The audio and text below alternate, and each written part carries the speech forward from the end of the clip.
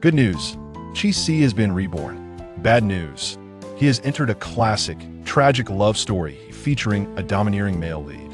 Worse yet, he is merely a cannon fodder male supporting character, contributing to the grand romance of the protagonists. In the original plot, Chi-Si, in his obsession with the second female lead, relentlessly targets the female protagonist, ultimately meeting a tragic end at the hands of the male lead. Moreover, his actions lead to the ruin of his family, resulting in their complete downfall. Observing this narrative, Chi-Si can only conclude that it is utterly nonsensical. Having no affection for either the supporting female or the female lead, Chi-Si decides to abandon his role and focus on indulging in a life of leisure as a wealthy heir. Chapter 1. Arriving at the scene of the protagonist's argument. Bai Fuyu, what have I done to deserve this humiliation? Shen Shuyu, stop being unreasonable. The sounds of a heated argument between a man and a woman echo in his ears, causing Chi-Si to rub his temples, feeling as though countless needles are piercing his brain. The pain is so intense, it ignites a desire for violence. What on earth? Had he not had only a modest amount to drink the previous night? Why then does his head throb so painfully? Taking a moment to gather himself, Chi-Si opens his eyes, momentarily stunned by his surroundings. This place is all too familiar. Isn't this a private room in a club? How did he end up here? Before Chi-Si can contemplate how he arrived at this location, someone jostles his shoulder. Hey, Chi Xiao, how long do you think Bai Xiao will take to pacify Shen Shuyu this time? Caught off guard by the sudden shove, Chi-Si stumbles sideways. You son of a... Chi Xiao. The individual who bumped into him seems equally surprised that such a light push could topple him, quickly reaching out to steady him. Are you all right? I apologize. I didn't mean to. I didn't expect you to be so unstable. Chi-Si turns to glare, his face clearly marked with irritation, and sees the one who nearly sent him sprawling. A young man with flamboyant red hair, wearing an obsequious grin. Who are you? The young man pauses, unable to suppress a chuckle. Chi Xiao, you must be forgetful. I'm Xiao Cho. Xiao Cho, I should slap you. Chi-Si raises his hand, ready to strike him. Xiao Cho instinctively shields his head. I'm sorry, Chi Xiao. Prioritizing an apology, he hopes to diffuse the situation. After a moment, without any pain, Xiao Cho peeks up, only to find the previously arrogant young master now slumped against the sofa, eyes tightly shut, an expression of agony on his pale face. Chi Xiao. Xiao Cho gasps, what's wrong? Chi Xiao, wake up. The commotion draws the attention of others nearby. Even the quarreling couple pauses to observe. Chi-Si's last memory is being lifted onto an ambulance. When he regains consciousness, he finds himself lying in a hospital bed. Damn it. Chi-Si rubs his aching head. The person beside him, alerted by the noise, turns to him. Ah, Si, you're awake? Chi-Si gazes at the man by his bedside, his brother, the only family member left of the original owner of this body. The reason Chi-Si fainted from the throbbing pain was the sudden influx of memories belonging to the original owner. Indeed, Chi-Si is not from this world. He had perished in his own world, succumbing to a terminal illness. As he entered the operating room, he understood that he would not emerge alive, and thus had made all necessary arrangements prior to the procedure. However, he did not anticipate that he would die yet still find himself here, albeit not entirely dead. This is a world steeped in tragic narratives. The original owner is but a pawn in this tale. The protagonists are the very couple who were quarreling earlier. The male lead is Bai Fuyu, the heir to the Bai family, destined to inherit their legacy, becoming a figure of immense power in City A. The female lead is Shen Shuyu, the daughter of the Shun family. The first 20 chapters of this book depict the innocent friendship between the male and female leads and the second male lead, presenting a sweet and youthful tone. From just those initial chapters, it seems like a light-hearted romance, evoking smiles from readers. Yet, after the 20th chapter, the dynamics among the three leads take a dramatic turn. This shift occurs with the introduction of another pivotal character, the important female supporting role. This supporting character possesses an irresistible charm, captivating everyone around the female lead upon her entrance. Chi-Si is no exception. No, to clarify, it is the original owner who falls for this supporting character. Once the original owner develops feelings for her, he begins to target the female lead in attempts to win her favor. But the female lead is not so easily undermined. Though the male lead torments the female lead for the sake of the supporting character, he will not tolerate anyone else mistreating her. It's a classic case of possessiveness. Only I can bully my own. Others must not touch. Thus, the original owner, having bullied the female lead, faces the male lead's vengeance. The original owner's brother is a doting sibling with only one younger brother. When a younger brother is mistreated by the male lead, the older brother cannot turn a blind eye. Consequently, the younger brother mindlessly targets the female lead. The male lead retaliates against the younger brother, and the older brother foolishly seeks revenge for his sibling. The inevitable outcome is clear. The original owner's family, as mere cannon fodder in this tragic tale, meets a swift demise. Chi-Si rubs his temples, unable to suppress his disdain for the absurdity of it all. What kind of foolish plot is this? Not only is it implausible for him to play the role of an obsequious admirer, but even if he were to assume such a role, the female lead would be the last to receive his affections. In fact, it would be more believable for him to admire the male lead than the female lead. Indeed, Chi-Si harbors no fondness for women. His inclinations lie toward men. "Si, does your head still hurt? I'll call a doctor." Chi Wong, noticing his brother clutching his head, hastily reaches for the call button. "I'm fine. No need to summon a doctor." Chi-Si interjects, halting Chi Wong's movement. "Are you truly okay?" Chi Wong regards him with skepticism. Chi-Si's annoyance flares. What reason would he have to lie? Yet, he cannot blame Chi Wong, as the original owner often deceived him for the sake of the supporting character. Especially after becoming acquainted with the supporting character, deceit became a daily occurrence. Recalling the lies the original owner told, Chi-Si sighs. "I'm genuinely fine. There's no need for me to lie about my health." Seeing Chi-Si's earnest expression, Chi Wong begins to believe him, though skepticism lingers. "But who's to say? Remember when you feigned illness to persuade me to give resources to Lin Weiwei?" At the mention of Lin Weiwei, Chi-Si experiences a moment of confusion. In the next instant, a memory floods his mind. Lin Weiwei, as referenced by Chi Wong, is the supporting character in this tragic tale, currently a rising star in the entertainment industry. Yet, her success is attributed to the resources Chi-Si had previously provided her. Ironically, those resources were obtained by coercing his brother into submission using his own health as leverage. Upon reviewing the memory, Chi-Si nearly chokes on his frustration. What utter foolishness! The original owner truly had a warped sense of priorities, leveraging his own well-being to gain favor with someone who viewed him as a mere backup and a naive benefactor. What a prime specimen of idiocy! Chi-Si took a deep breath and, gazing earnestly at Chi Wong, declared, "Brother, I vow never to engage in such foolishness again." Chi Wong was momentarily taken aback, scrutinizing Chi-Si with a hint of suspicion, attempting to discern any signs of insincerity on his brother's face. However, he soon realized that the expression on his younger sibling's visage was quite solemn, devoid of any pretense. Yet, Chi Wong chose not to dwell on it. His younger brother had always been indulged, with whims changing like the wind. "Very well, are you hungry? I have arranged for some food to be delivered shortly," he replied. Upon perceiving Chi Wong's indifferent demeanor, Chi-Si understood that his older brother did not truly believe his words. Just as he was about to assert that he was not hungry, his stomach audibly protested, betraying him. Chi-Si's face flushed with embarrassment. Chi Wong stifled a laugh, on the verge of teasing him, when the delivery person arrived. Chapter 2. A brotherly bond. Chi Wong had matters to attend to at the company. After ensuring Chi-Si had his fill, he tidied up the mess and prepared to leave the hospital. Before departing, he cautioned Chi-Si to behave in the hospital, promising to return after his shift to collect him.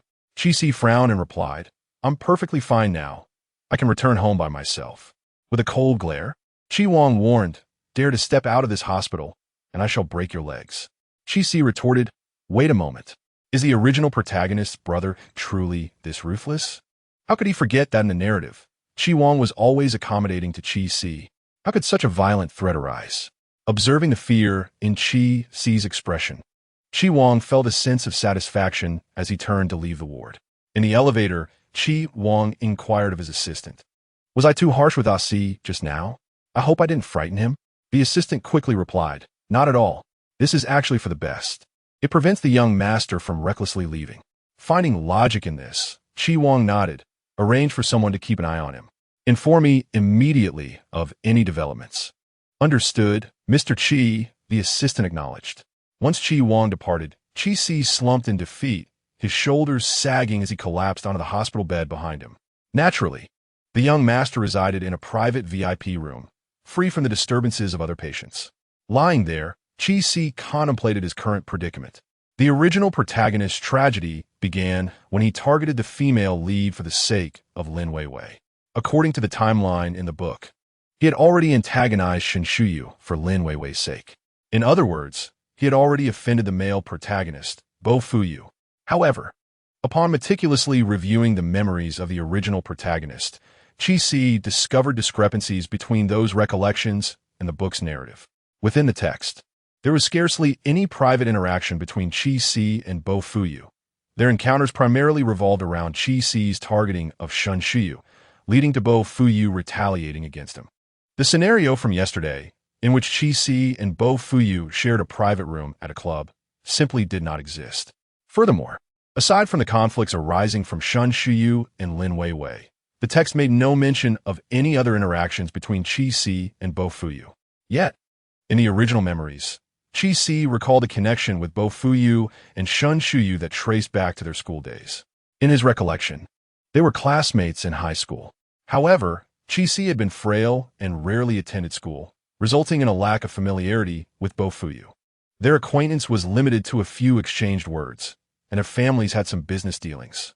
Given this trajectory of memories, it seemed improbable that the original protagonist would escalate matters to such an extreme over a mere Lin Weiwei, especially considering the business ties between their families. This felt amiss. Chi Si could not shake the feeling that something was wrong. Either the original protagonist's memories were flawed, or the book in his mind was a counterfeit. Closing his eyes, he attempted to delve deeper into this body's memories, but found himself unable to discern anything more, only resulting in a throbbing pain in his head. Chi Si rubbed his aching head, deciding to abandon his thoughts. Never mind, it doesn't matter. After all, it is the original owner who harbors feelings for Lin Weiwei, not him. He resolved to avoid provoking the three individuals. With this in mind, Chi Si chose to let things be. He lay in a hospital for an entire day, and every time he contemplated matters, a headache ensued. Eventually, in the throes of pain, he lost track of whether he had fainted or simply drifted into slumber. When he awoke again, it was already 5 in the afternoon. The setting sun outside bled into the sky, casting a crimson hue across half the heavens. Chi Si, newly awakened, found his mind still foggy, and he stared vacantly at the sunset beyond the window. As Chi Wang entered the room, he was struck by the sight of Chi Si lying on the hospital bed, his gaze hollow as it fixated on the view outside, resembling a delicate and beautiful doll devoid of a soul. A jolt of concern coursed through Chi Wang, prompting him to step forward urgently. Dun. Chi Si instinctively turned to the doorway. Coming to his senses, he found himself momentarily stunned, his expression filled with bewilderment as he gazed at Chi Wang. Brother, what did you just call me? Upon receiving Chi Si's response, Chi Wang exhaled a sigh of relief. In that fleeting moment, he had been gripped by an unsettling thought that the person lying in bed might vanish before his very eyes. Even absurdly entertaining the notion that this individual was merely a figment of his imagination, never truly existing. In his panic, he had unwittingly called out Chi Si's childhood nickname, as if to affirm something. Fortunately, he received the response he had yearned for. My apologies, aussi. I was a bit dazed just now. I know you dislike being called that. I won't make that mistake again. Chi Wang looked at Chi Si, offering a sincere apology. Oh. Chi Si appeared composed on the surface, yet turbulent waves surged within him. The original owner's childhood nickname was also Dun. What a remarkable coincidence. In his former life, he had indeed been called Dun, a nickname attributed to his hearty appetite and robust physique in childhood. While other children appeared plump, it was merely superficial. On the other hand, was genuinely sturdy. His parents remarked that holding him was akin to cradling a stone, thus bestowing upon him the affectionate moniker of Dun. Initially, before understanding the origins of this nickname, Chi Si had quite liked it, as it was a name he had grown accustomed to, invoking a sense of familiarity. However, upon learning its origins, He vehemently refused to allow anyone but his parents to address him by that name. After their passing, no one had called him by that nickname again. Therefore, when he suddenly heard Chi Wang utter it, he experienced a moment of disorientation, a sensation of temporal distortion. How could such a coincidence occur? It was one thing for their names to be the same, but why did their nicknames match as well? Was this book truly not crafted with his character in mind? Chi even began to suspect that the author of this book might be someone familiar with him. Was it perhaps a piece of fanfiction? If that were the case, the writer must surely be a detractor, given the tragic circumstances they had woven into his character. Yet, that didn't seem right. There were hardly any who knew his childhood nickname was Dun Dun. If the previous conjecture holds true, the author of this book must possess an intimate understanding of the subject, perhaps even having been closely related, privy to many of his little secrets. Who could it be? Or am I merely overthinking this, and it is truly just a coincidence? Chi Wang observed his brother suddenly lost in thought, a sense of unease tightening in his chest as that inexplicable feeling of detachment resurfaced. Without deliberation, Chi Wang reached out and pinched Chi-Si's cheek. The sudden pain jolted Chi-Si back to reality, leaving him bewildered as he stared at Chi Wang. Why are you pinching me? Chi Wang, meeting his brother's incredulous gaze, awkwardly withdrew his hand. What were you thinking? You ignored me while I was speaking. Huh? What did you say, brother? Chi-Si questioned, lost in self-doubt. Had he truly been so engrossed in thought that he failed to hear his brother? Gazing at his brother's innocent foolishness, Chi Wang averted his eyes, feeling a rare pang of guilt for bullying someone defenseless. Defenseless? Who? Me? Chi-Si asked, perplexed. Who says that fools don't qualify as a vulnerable group? Chi Wang replied, gazing at him fondly. Chapter 3. Please make way. Chi Wang proceeded to handle his discharge formalities while Chi-Si changed his clothes and made his way to the parking lot to await him. The early autumn weather had turned slightly cool in the evening. Dressed in a white shirt, Chi-Si stood at the entrance of the parking lot, relishing the comfortable temperature. He raised his gaze to the splendid sunset, a smile creeping upon his lips. A gust of wind tousled his hair, causing his fringe, which had grown rather long, to obscure his vision. A few strands brushed over his eyes, prompting Chi-Si to shut them uncomfortably. What were the original owner's preferences? How could one tolerate such long bangs? I shall have them cut upon my return. Please make way. Huh? Chi-Si opened his eyes to find a man standing before him, whose presence he had not noticed until now. Upon closer inspection, the man appeared somewhat familiar. Hello, may I assist you? Chi-Si inquired, puzzled. The man stood tall, close enough that Chi-Si had to slightly tilt his head back to meet his gaze. Wow. He himself was a handsome fellow at 183 meters, but this man must surely exceed 190 meters, right? What did he consume to grow so tall? The man stood with his back to the streetlight, and in the dim light, Chi-Si could not discern his features clearly. He suffered from slight night blindness. As darkness fell, he felt almost blind. At this moment, he could only vaguely perceive that the man's silhouette seemed familiar, particularly his eyes, which struck a chord of recognition. The man studied Chi-Si for a moment before speaking slowly. You are blocking the way. His voice was deep and resonant, a treat for those who appreciated the auditory allure. Chi-Si assessed him internally. However, isn't there a path beside me? He had positioned himself slightly to the side to avoid obstructing others. There was no way he could be blocking this person's route. Was he intentionally seeking a confrontation? The man appeared to have read Chi-Si's thoughts from his expression, pausing for a moment before tilting his chin towards the back of Chi-Si. My car is behind you. Chi-Si was taken aback and turned to look. Indeed, a sleek black Mercedes had parked behind him. It turned out he had not merely obstructed someone's path, but rather impeded their ability to drive. How awkward. Apologies. Chi-Si awkwardly offered an apology and stepped aside. The man said nothing, not even sparing Chi-Si a glance, before entering his vehicle and departing the parking lot. Chi-Si touched his nose, feeling somewhat foolish for his earlier bravado. I see. What are you doing standing here? Why aren't you waiting in the car? When Chi Wang approached and spotted Chi-Si lingering at the parking lot entrance, clad in thin garments that made him appear almost skeletal, he immediately furrowed his brow. He walked over and draped his coat over Chi-Si's shoulders. Chi-Si, startled, instinctively recoiled. Put on. You just came from the hospital. Do you wish to return? Chi Wang's eyes widened, and Chi Si instinctively ceased his resistance. Was this the legendary bloodline suppression? This sensation intrigued Chi Si. Once he donned the coat, he couldn't help but mutter under his breath, "I'm not a fool. I can tell whether I'm cold or not." No sooner had he spoken than he let out a loud sneeze.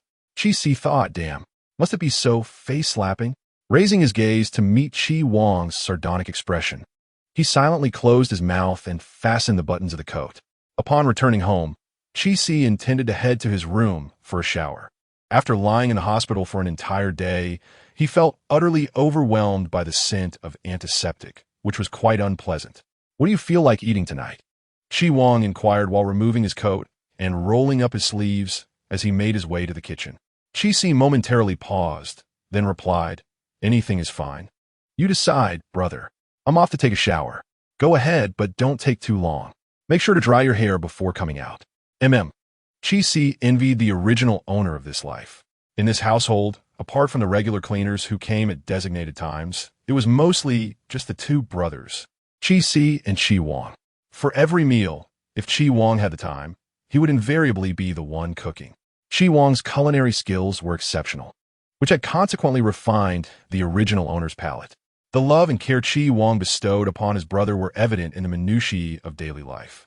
In retrospect, the ensuing plot developments in the book became quite reasonable. Given the original owner's grievances against Shin Shuyu after being wronged by Bo Fuyun, how could Chi Wang, the devoted brother, not seek justice for his sibling? This made the later narrative where Chi Wang mindlessly targeted Bo Fuyun comprehensible. What the original owner thought, Chi Si was uncertain, but at present, he had no desire to confront the protagonists or lead the Chi family and Chi Wang to ruin. He was unaware of the thoughts of other transmigrators, but he accepted his situation well. Since he was here, he might as well find peace in it. After all, he had already perished in his former world. Returning might mean losing even his physical form. It was better to remain in this world. This was a second chance bestowed upon him by fate, and he had no reason to reject it. Moreover, this identity was quite favorable, wealthy, and with family. As for the plot of the book and the original owner's fate, those were trivial matters. Since he had arrived, the narrative could be disregarded. It no longer concerned him. A series of knocks interrupted Chi Si's contemplations. "Ah Si, are you ready? The meal is prepared," came the voice of Chi Wang from outside the door. Chi Si glanced at his hair, which was already half dry, put down the hairdryer, and replied, "Coming." Upon opening the door, Chi Wang visibly sighed in relief upon seeing that Chi Si was unharmed. A bead of cold sweat trickled down Chi Si's forehead. He felt that Chi Wang was overly cautious, treating him as if he were a fragile porcelain doll. "Brother, I merely took a shower. What could possibly happen?" Chi Wang shot him a glance, instructing him to come downstairs for dinner before turning to descend. Chi Si followed closely behind, initially lacking an appetite. Chi Si's desire to eat diminished further upon seeing the table laden with bland dishes. Chi Wang immediately perceived Chi Si's disinterest and insisted he sit at the table. He placed a steaming bowl of soup in front of him, urging him to drink. Chi Si stared at the soup, which appeared so insipid it seemed devoid of even a pinch of salt. "I don't." Chi Wang set his rice bowl down with a soft clatter against the table, interrupting Chi Si, who suddenly found his words caught in his throat, making an abrupt about-face. "I don't need you to serve me. I can do it myself." With a half-smile, Chi Wang replied, "All right, serve yourself, but finish it before you take more." "Okay, I'm not. I didn't mean that," Chi Si exclaimed, feeling an overwhelming surge of frustration for the first time in his life. He could not fathom why he felt so timid in front of Chi Wang. How could this be? However, it wasn't long before Chi Si found himself relishing the soup. Chi Wang had taken the time to learn culinary skills to accommodate his brother's discerning palate, which had previously been quite particular. Now, Chi Si, who had grown less picky and only desired to satisfy his hunger, was taken aback. As the warm soup touched his lips, his eyes lit up with delight. "Brother, did you attend New Oriental for culinary training? This level rivals that of a royal chef." Chi Wang couldn't help but reveal a hint of amusement in his eyes at Chi Si's praise. "Stop flattering me and finish your meal. I mean it. It's delicious." Chi Wang retorted, "If you find it so delightful, why not drink the entire pot?" Chi Si, caught off guard, replied, "But brother, that's far too much." If I finish it all, you may have to take me back to the hospital. He contemplated claiming he could manage it, but upon turning to see the large pot of soup, he immediately yielded. Chi-Wang chuckled at his brother's adaptability. All right, I was just teasing you. You can only manage 2 bowls at most. With your delicate stomach, I fear you might overdo it. Chi-Si pondered the extent of his brother's fragility. Is drinking 3 bowls really excessive? As it turned out, Chi-Wang knew Chi-Si well. After consuming 2 bowls, Chi-Si felt a slight fullness. Looking at the remaining soup, he felt a twinge of regret. What should we do with the leftover soup? Will you finish it? He asked. My stomach may not be as fragile as yours, but it isn't that large either. Upon witnessing the expression of regret on Chi-Si's face, I chuckled and reassured him. Fear not, it shall not go to waste. I will store it in the refrigerator, and it will serve as a midnight snack for you later. Is that truly the case? Chi-Si mused, feeling a renewed sense of hope. Bo Yinchi inquired, Have I made my entrance yet? Susu replied, How could you not have? Chapter 4. Indeed, some are awakened by hunger in the dead of night. Chi-Si indeed awakened, hunger gnawing at him. As he opened his eyes, his mind was still shrouded in confusion. Who am I? Where am I? Why have I opened my eyes? I'm hungry. Chi-Si turned over, initially hoping to dismiss it and drift back to sleep, believing that if he ignored it, the hunger would fade. Yet, after tossing and turning for a while, the pangs of hunger persisted, while his drowsiness evaporated entirely. Hunger often breeds irritation, and the more one attempts to disregard it, the more insistent it becomes. Ultimately, hunger triumphed over Chi-Si's feeble stomach. With no other recourse, he threw off the covers and descended from his bed, patting down the stairs in his slippers. Just as he contemplated raiding the kitchen for something to eat, he noticed the kitchen light was on. Chi-Si paused, momentarily suspecting that a thief might have entered his home. Cautiously approaching the kitchen doorway, he beheld Chi-Wang, clad in pajamas, cooking noodles with his back turned to him. Brother, why are you still awake? Chi-Wang turned around, his expression revealing no surprise at all. Go wait in the dining room. The noodles will be ready shortly. Oh. Chi-Si, still not fully alert, instinctively complied with his brother's instructions. It was only after he settled at the dining table that he suddenly snapped out of his stupor, gazing in astonishment towards the kitchen. Why was Chi-Wang awake at this hour to prepare noodles? Moreover, he appeared completely unfazed by Chi-Si's unexpected presence, as if it had been anticipated. As Chi-Si sat at the table, his mind raced until Chi-Wang placed a bowl of noodles before him. Eat. Chi-Si cast a glance downward to discover the noodles were made from the leftover broth from the evening, topped with a golden fried egg. Raising his gaze to Chi-Wang, he noticed his brother's side of the table was bare, devoid of any food. Brother, are you not eating?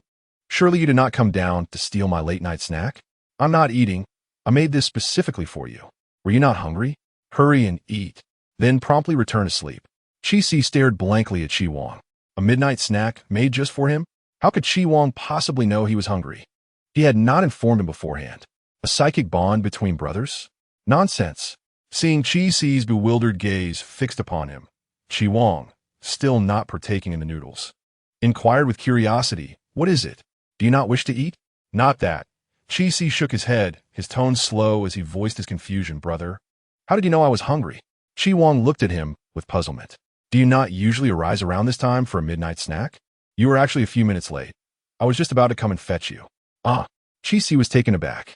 So, indulging in a midnight snack was a daily ritual for the original owner of this body?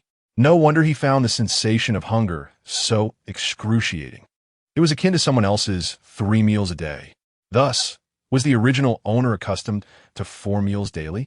Chi-Wang, this brother of his, was truly remarkable. Rising in the dead of night to prepare a midnight feast for his sibling. Remarkable. Chi-Si couldn't help but feel a twinge of jealousy towards the original owner. Such a wonderful brother, and yet the original owner sacrificed him for a woman who merely regarded him as a backup. How utterly unacceptable. A brother who betrays his own sibling is better off forgotten. From now on, he shall be Chi-Wang's true brother. Let no one utter that he is a thief, robbing another's brother. Indeed, he is a thief. He proudly embraces a life devoid of morals, rendering moral constraints ineffective against him. Content after finishing a late-night snack. Chi-Si patted his belly and leaned back in his chair, letting out a burp. Chi Wang observed him with gentle eyes. Are you full? Yes, quite satisfied. That's good. Please wash the dishes. I'll head to bed now. Chi Si was momentarily taken aback, then nodded. Oh, all right. Sleep well, brother. Good night. Chi Wang paused mid-motion, turning back to look at Chi Si with a hint of suspicion. What's wrong? Chi Si was puzzled. Chi Wang regarded him with an oddly curious gaze, as if he were seeing Chi Si for the first time. There was an air of unfamiliarity and doubt in his expression. Suddenly, Chi Si felt a pang of guilt, wondering if he had inadvertently revealed his true identity. Had Chi Wang discerned that he was no longer the original owner? Had his recent behavior aroused suspicion? Have you really lost your mind? Chi Wang asked. Weren't you always averse to washing dishes? You'd throw a fit every time I asked you to do it. Why this sudden compliance? Chi Si had never anticipated that such a trivial matter as washing dishes would lead to Chi Wang's doubts. He quickly adjusted his demeanor, looking at Chi Wang with exasperation. You truly are my brother. Can't I suddenly be more responsible? It's just washing a dish. Is it really necessary to question my sanity? Seeing Chi Si's angry expression, Chi Wang felt a strange relief, recognizing his brother's familiar temperament. All right, my mistake. I apologize. That's insincere. Chi Wang retorted. Hurry and wash the dishes. It's late. I'm not washing them. You don't even believe me. With that, Chi Si pushed the dishes away and left the dining room, heading upstairs to sleep. Chi Wang watched as Chi Si's figure disappeared upstairs, chuckling helplessly. Glancing at the dishes on the table, he resignedly began to tidy up. Once upstairs, Chi Si returned to his room and squatted on the floor, clutching his head. Damn, that was close. Was Chi Wang truly unwell? Is it not a cause for joy when a younger brother shows maturity? Why did he react as though he had witnessed something supernatural? After a few minutes of self-soothing on the floor, Chi Si stood up, regaining his composure. He blamed his fragmented memories for not being fully aware of the original owner's habits. For instance, regarding the dishes, he hadn't thought much of it at the time. It seemed excessive for Chi Wang to prepare him a late-night meal and then expect him to wash the dishes. In truth, he also disliked washing dishes.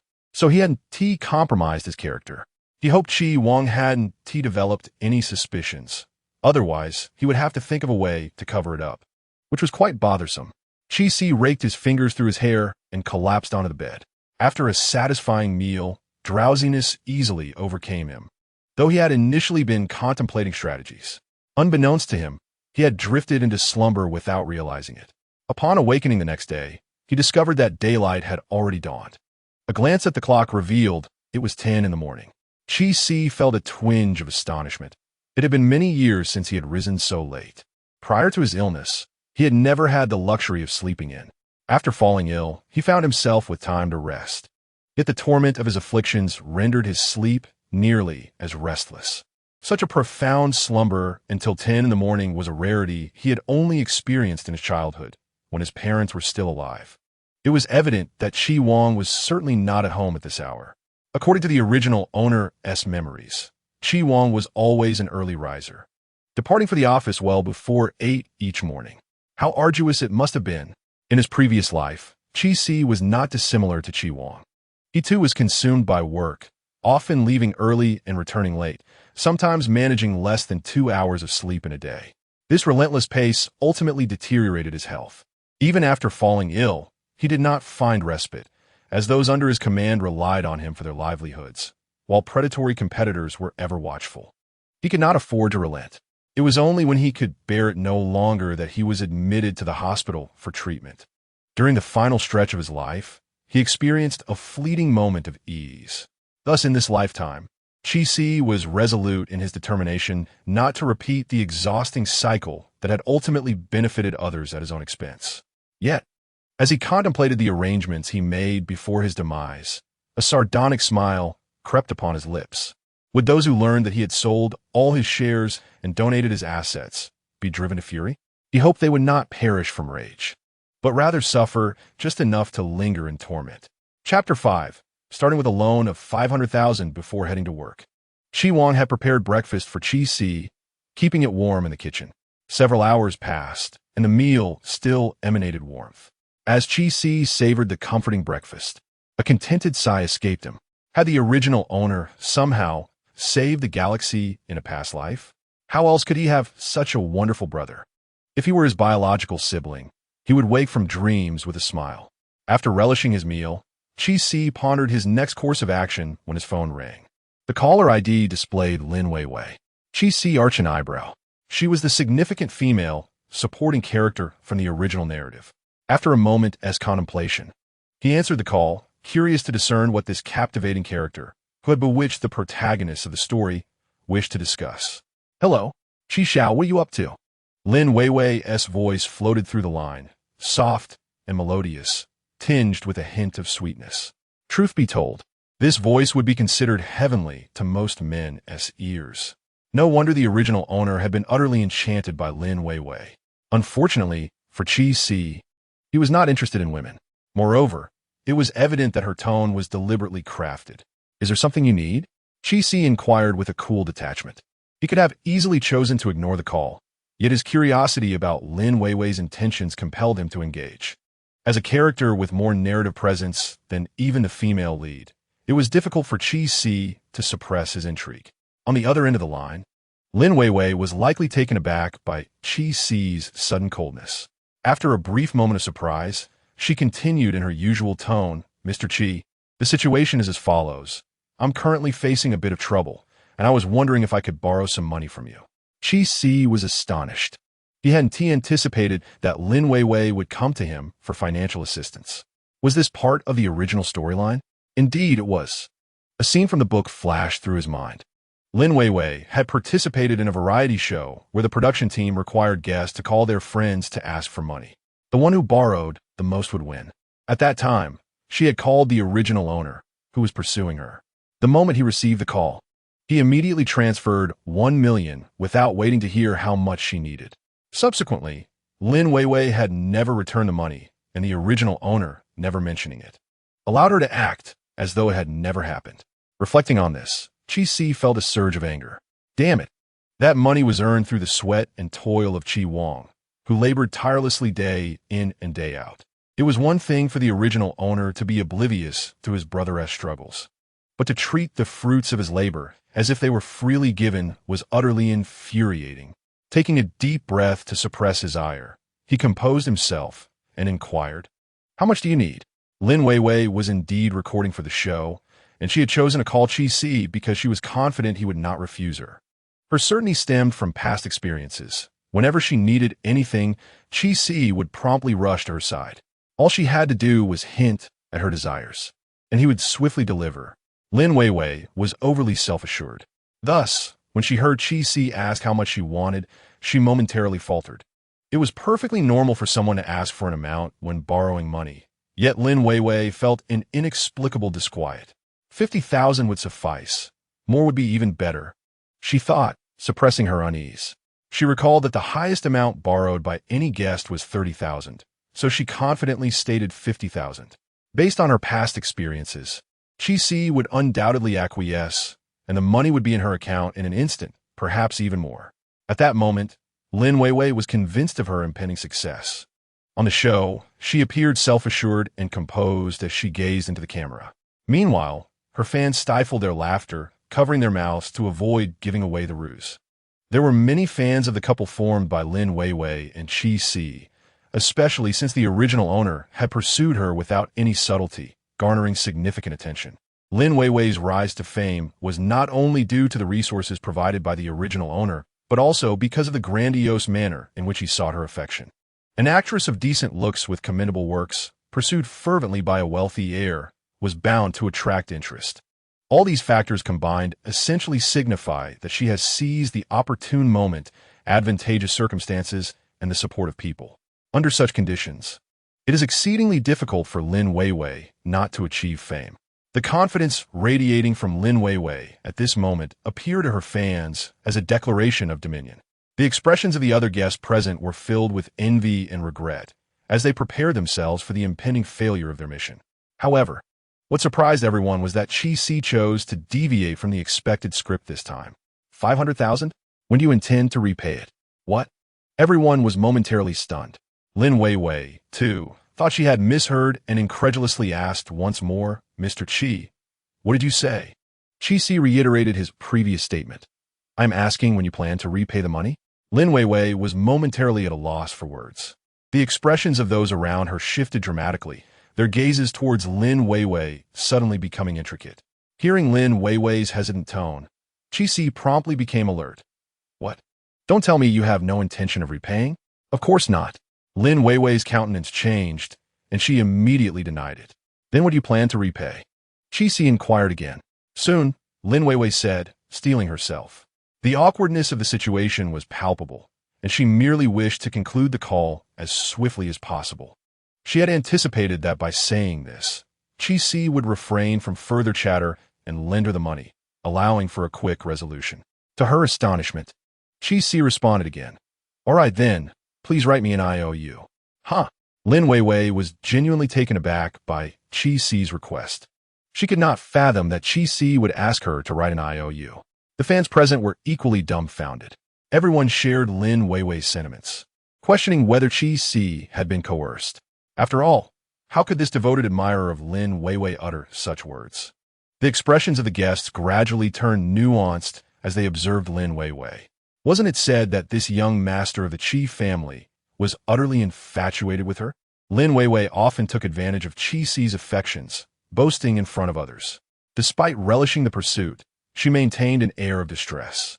She claimed to dislike the gifts Chi-Si presented, yet she showed no hesitation in accepting them. If she truly disliked them, wouldn't she resolutely refuse? Unlike the anger expressed by her fans, the guests at the scene were evidently fond of Lin Weiwei. However, they were astute enough to conceal their feelings, knowing that even if they were not fond of her, it was unwise to display it. Moreover, with Chi-Si's affection for her, they dared not offend Lin Weiwei easily. What if she whispered sweet nothings into Chi-Si's ear? They would be unable to withstand the repercussions from the Qi family. Chapter 6. Willing to be a waste, the guests, each with their own thoughts, began to reassess Lin Weiwei's standing. Chi-Si waited for a while, and upon receiving no response from Lin Weiwei, impatiently asked, Are you contemplating for so long? It's merely an IOU. Is it such a grave matter? Or do you genuinely not wish to repay? Of course not. Lin Weiwei immediately refuted. Then are you borrowing or not? If not, I shall hang up. This is wasting my time. The disdain in Chi-Si's words was unmistakable, evident to anyone within earshot. Lin Weiwei's countenance darkened, her smile fading. What is your attitude towards me? Chi-Si. Finally unable to restrain herself, Lin Weiwei confronted Chi-Si with rising anger. Accustomed to being indulged by him, she felt no remorse for her outburst. In the past, whenever she displayed displeasure, Chi-Si would promptly lower his head in apology, acquiescing to her every whim. Lin Weiwei still believed that Chi-Si was merely sulking due to her rejection of his prior invitation, convinced that her display of anger would provoke him into a fluster. However, that was the former Chi-Si. The present Chi-Si was beyond flustered. He was genuinely irate. Huh? What attitude? You come to me asking for money, and you expect me to coddle you? Is your logic flawed? Chi-Si truly found Lin Weiwei's reasoning baffling. As someone requesting a loan, especially in such a demanding manner, her audacity was astounding. Even if Chi-Si were indeed pursuing Lin Weiwei, her expectation that he should comply was excessively presumptuous, as if he were the one indebted to her. A debt collector would hardly dare to be so brazen. Chi-Si, if you are unwilling, must you speak to me in such a manner? Lin Weiwei's eyes glistened with unshed tears, her voice imbued with a sense of grievance. To an outsider, it would appear as though Chi-Si was intentionally bullying her. It was evident that if this segment were to air, Lin Weiwei's fans would react fiercely, rallying to her defense upon seeing her distressed state. Chi-Si would undoubtedly face a barrage of criticism from her supporters. Yet, Chi-Si remained unfazed. A few harsh words would not diminish his worth, but allowing someone to swindle him was out of the question. How am I supposed to converse with you? I have not insulted you, nor have I intentionally humiliated you. Am I not merely inquiring normally? Should I cradle you and plead for you to ask me for money? That would be utterly absurd. It must be said, the original character was indeed irrational, as this was precisely the sort of behavior she was capable of exhibiting. However, the folly of the original character had no bearing on Chi-Si. After hearing Chi-Si's remarks, those around Lin Weiwei began to regard her with increasingly complex expressions, some even displaying open disdain. Even among the fans present, a portion began to sense that something was amiss. The atmosphere grew awkward and tense, prompting the host to intervene. Hello, Mr. Chi. Upon hearing the host's voice, Chi-Si raised an eyebrow, questioning who it was. The voice on the other end promptly clarified, Hello, Mr. Chi. We are currently recording a show that requires guests to call friends and their contacts to borrow money. This is not a genuine request for funds. So it was a show? That took me by surprise. I thought they were truly asking for such a large sum. Hello, Mr. Chi. I am a guest on the show. You might not know me. My name is Su Zhening. With Su Zhening's introduction, the other guests also began to greet Chi-Si in turn. Chi-Si responded to the other party with remarkable composure. The audience present, along with the host, could not help but ponder. Judging by this, Chi Xiao's temperament does not seem particularly irritable. Why did he speak so harshly to Lin Weiwei moments ago? It was Su Zhening, who had initiated the greeting, who could not restrain himself from inquiring. Chi Xiao, from what I gathered, are you currently facing financial constraints? 50,000 is not a substantial sum for you, is it? Chi-Si replied with a cold smile. You are mistaken. 50,000 is indeed insignificant for the Chi family. Yet it is not an inconsequential amount for me. Being a mere idler at home, relying on my brother for sustenance, I must ask him for permission before spending. The crowd was taken aback by Chi-Si's candid admission of his dependence on his brother in front of so many people. Moreover, there was no trace of resentment or frustration in his tone. Instead, there seemed to be a hint of pride. Everyone was left bewildered. What is there to be proud of in acknowledging oneself as a burden? With his brother overshadowing him, his company under his brother's control, and even needing to ask his brother for money, how could he not feel humiliated? Aren't affluent individuals typically concerned about their image? Why was Chi-Si able to so openly confess his inadequacies in front of such a large audience? Upon hearing Chi-Si's words, Lin Weiwei found herself utterly perplexed. Hadn't he just mentioned how bothersome it was to be managed by Chi Wang every day? How could his stance shift so swiftly? Before Lin Weiwei could process her thoughts, Chi-Si continued, If I were to earn the money myself, I wouldn't bother with a promissory note. If she truly did not wish to repay, then so be it. I would simply consider it charitable support. I did not say I wouldn't repay, Lin Weiwei retorted, her expression darkening. If she allowed Chi-Si to continue in this manner, it wouldn't be long before rumors of her borrowing money without repayment would circulate online. Moreover, I was merely recording a show. I didn't genuinely intend to ask you for money. To Lin Weiwei's surprise, Chi-Si did not express regret upon hearing her words. Rather, he appeared relieved. Thank goodness. I am relieved it wasn't a genuine request for a loan. Su Zhening could not help but interject, Chi Xiao, if you do not wish to lend, you are perfectly entitled to decline. Exactly. There is no obligation to lend to Lin Weiwei. The fans of Lin Weiwei perked up at this remark. He could have chosen not to lend, yet he still did not refuse immediately. Could this not be interpreted as affection? He truly must have feelings for our Weiwei. What a miserly man. With such a frugal demeanor, does he think he can win over our Weiwei? What does it matter if he's wealthy? If he is unwilling to spend money to pursue her, what hope does he have? That makes sense. The crowd responded in confusion. Were you previously unaware of such dynamics? I thought, since she is a woman, it might be inappropriate to refuse outright. Besides, she mentioned she was in need of money, and her family circumstances seemed quite poor. I am generally soft-hearted and cannot bear to see someone in such a pitiable state. What? Everyone was once again taken aback. Lin Weiwei's family circumstances are poor. Is that true? Why had they never heard of this before? Indeed. She had previously mentioned to me that a certain Chi-Si had not yet completed his thoughts when Lin Weiwei rushed to the host's side and forcefully terminated the call. The onlookers stared at Lin Weiwei in astonishment. With a grim expression, Lin Weiwei remarked, I suppose this would be considered a failure of my mission, wouldn't it?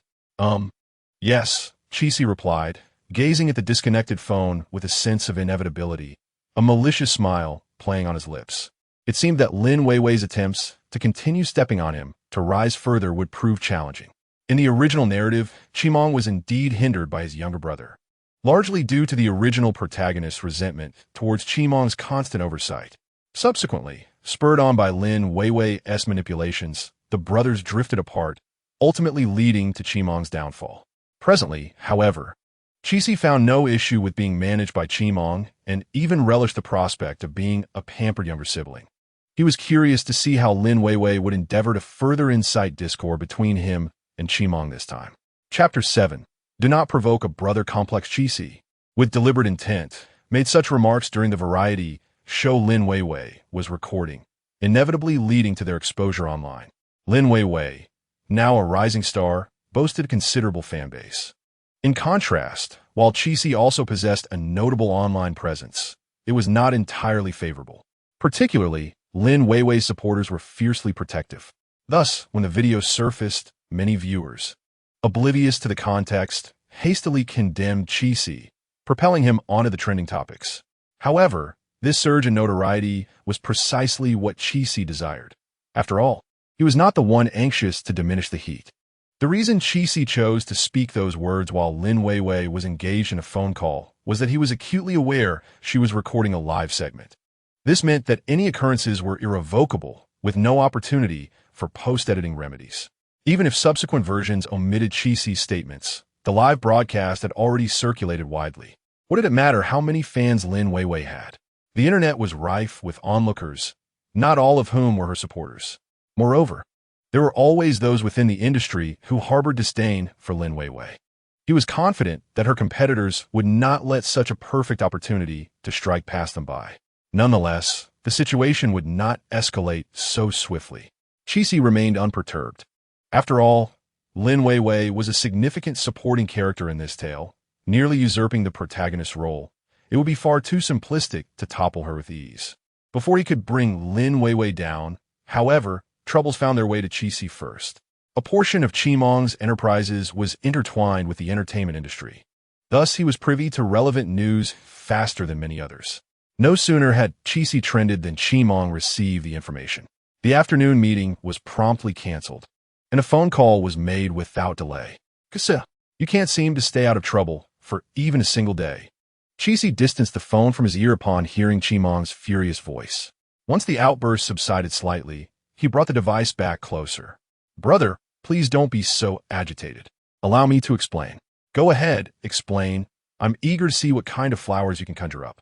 Chi wiped the cold sweat from his forehead. Brother, did you even bother to thoroughly examine the trending topics? He suspected that his brother had merely seen his name alongside Lin Weiwei's and rushed over without further inquiry. Hearing Chi's question, Chi furrowed his brow, clearly realizing that his haste had led him to misunderstand the situation. Then tell me, what exactly transpired? Chi massaged his temples. Chi, feeling aggrieved, explained, Brother, this is truly not my fault. Lin Weiwei called me to borrow money, and I was unaware that she was recording a show at the time. Chi expression sharpened. She asked you for money? How much? Did you give it to her? She requested 500,000, but I did not lend it to her. You didn't give it to her? Chi was somewhat astonished. Am I a fool? As Chi listened to his brother's protest, he couldn't help but inwardly scoff. Aren't you just a bit naive? Why didn't you lend it to her? I asked her to write an IOU, but she refused. My money doesn't come from thin air. If she won't even write an IOU, doesn't that imply she intends to take advantage of me? I even have to consult you about lending money. 500,000 is not a trivial sum. One cannot simply say they won't return it. Upon hearing Chi's reasoning, Chi raised an eyebrow. His astonishment was genuine, tinged with a hint of unexpected delight. He had always perceived his brother as somewhat dim-witted, easily swayed, and left with nothing, especially after encountering Lin Weiwei. It seemed as though his brother had become her personal ATM. Had it not been for Chi tight grip on finances and the company shares not being in Chi's name, he would suspect that the Chi family name had been changed to Lin. Previously, Chi had worried about what would become of his foolish brother in his absence, lacking both intelligence and discernment. As a child, Chi would heed his advice, but since mingling with a dubious crowd, he had begun to disregard even his words. Who knew that after a single hospital visit, things would take a turn for the better? His brother was no longer naive, although he didn't seem particularly astute. At least he was not so easily deceived anymore. You did the right thing. I did the right thing. And yet you called to reprimand me? Chi's tone was notably aggrieved. Chi awkwardly rubbed his nose. It wasn't entirely fair to blame him. Qi Si had a history of poor decisions that had given his brother a kind of PTSD. I apologize. I simply failed to grasp the situation. Brother is sorry. In truth, Qi Si was not genuinely upset. His grievances were all a facade. He was chuckling on the other end of the line. All right then, if you treat me to a grand feast, I shall forgive you. Sure, order whatever you desire. Great. Qi Wang pondered for a moment before adding, forget about the trending topic. I will handle it. Okay. Qi Si obediently agreed. After hanging up, Qi Wang reopened Weibo. The names of Qi Si and Lin Weiwei still lingered in the trending section. Qi Si had made no response. However, upon checking Qi Si's account, Qi Wang found that the first post on his brother's profile was inundated with inquiries and insults from Lin Weiwei's fans. After reading only a few comments, Qi Wang's expression hardened and his anger surged. Despite his brother's ability to infuriate him, he had never uttered a harsh word in retaliation. Who were Lin Weiwei's fans to insult his brother? Immediately, he called his assistant, instructing them to manage the trending topic on Weibo regarding Lin Weiwei and the second young master, and to send a few lavish gifts to Lin Weiwei. The assistant hesitated for a moment and inquired, Mr. Qi, what size of gifts are we talking about? Upon hearing this, Qi Wang also paused, contemplating not to overwhelm her, but rather to create some trouble, ensuring she would not have the opportunity to meddle with the sea. All right, I understand. After concluding the call with Qi Wang, Qi Si dismissed the Weibo matter from his mind. Since Qi Wang was aware of it, and given his brotherly tendencies, it was unlikely that he would ignore the situation. Thus, Qi Si comfortably assumed the role of a carefree overseer, pondering what sumptuous meal he would indulge in that evening.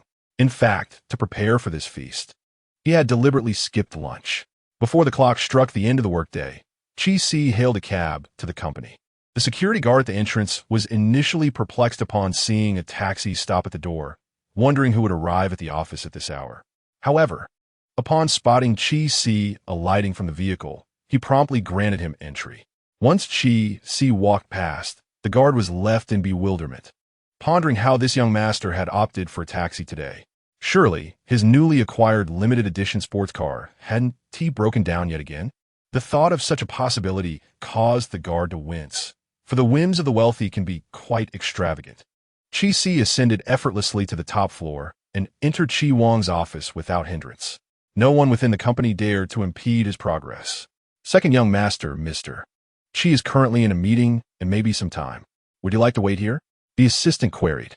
Qi Si reclined comfortably in Qi Wang's office chair, responding, I'll wait for my brother. You may attend to your duties. Understood. After the assistant departed, he returned with some refreshments before resuming his work. Qi Si did not wait long. Approximately half an hour later, Qi Wang pushed open the door and entered.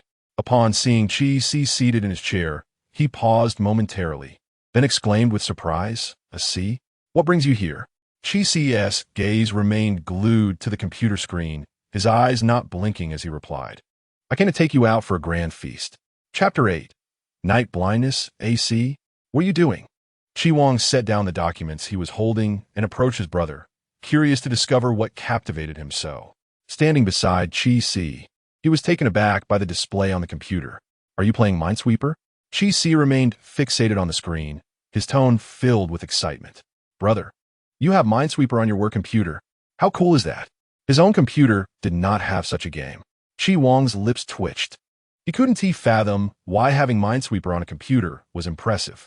Wasn't it a standard game pre-installed on every computer?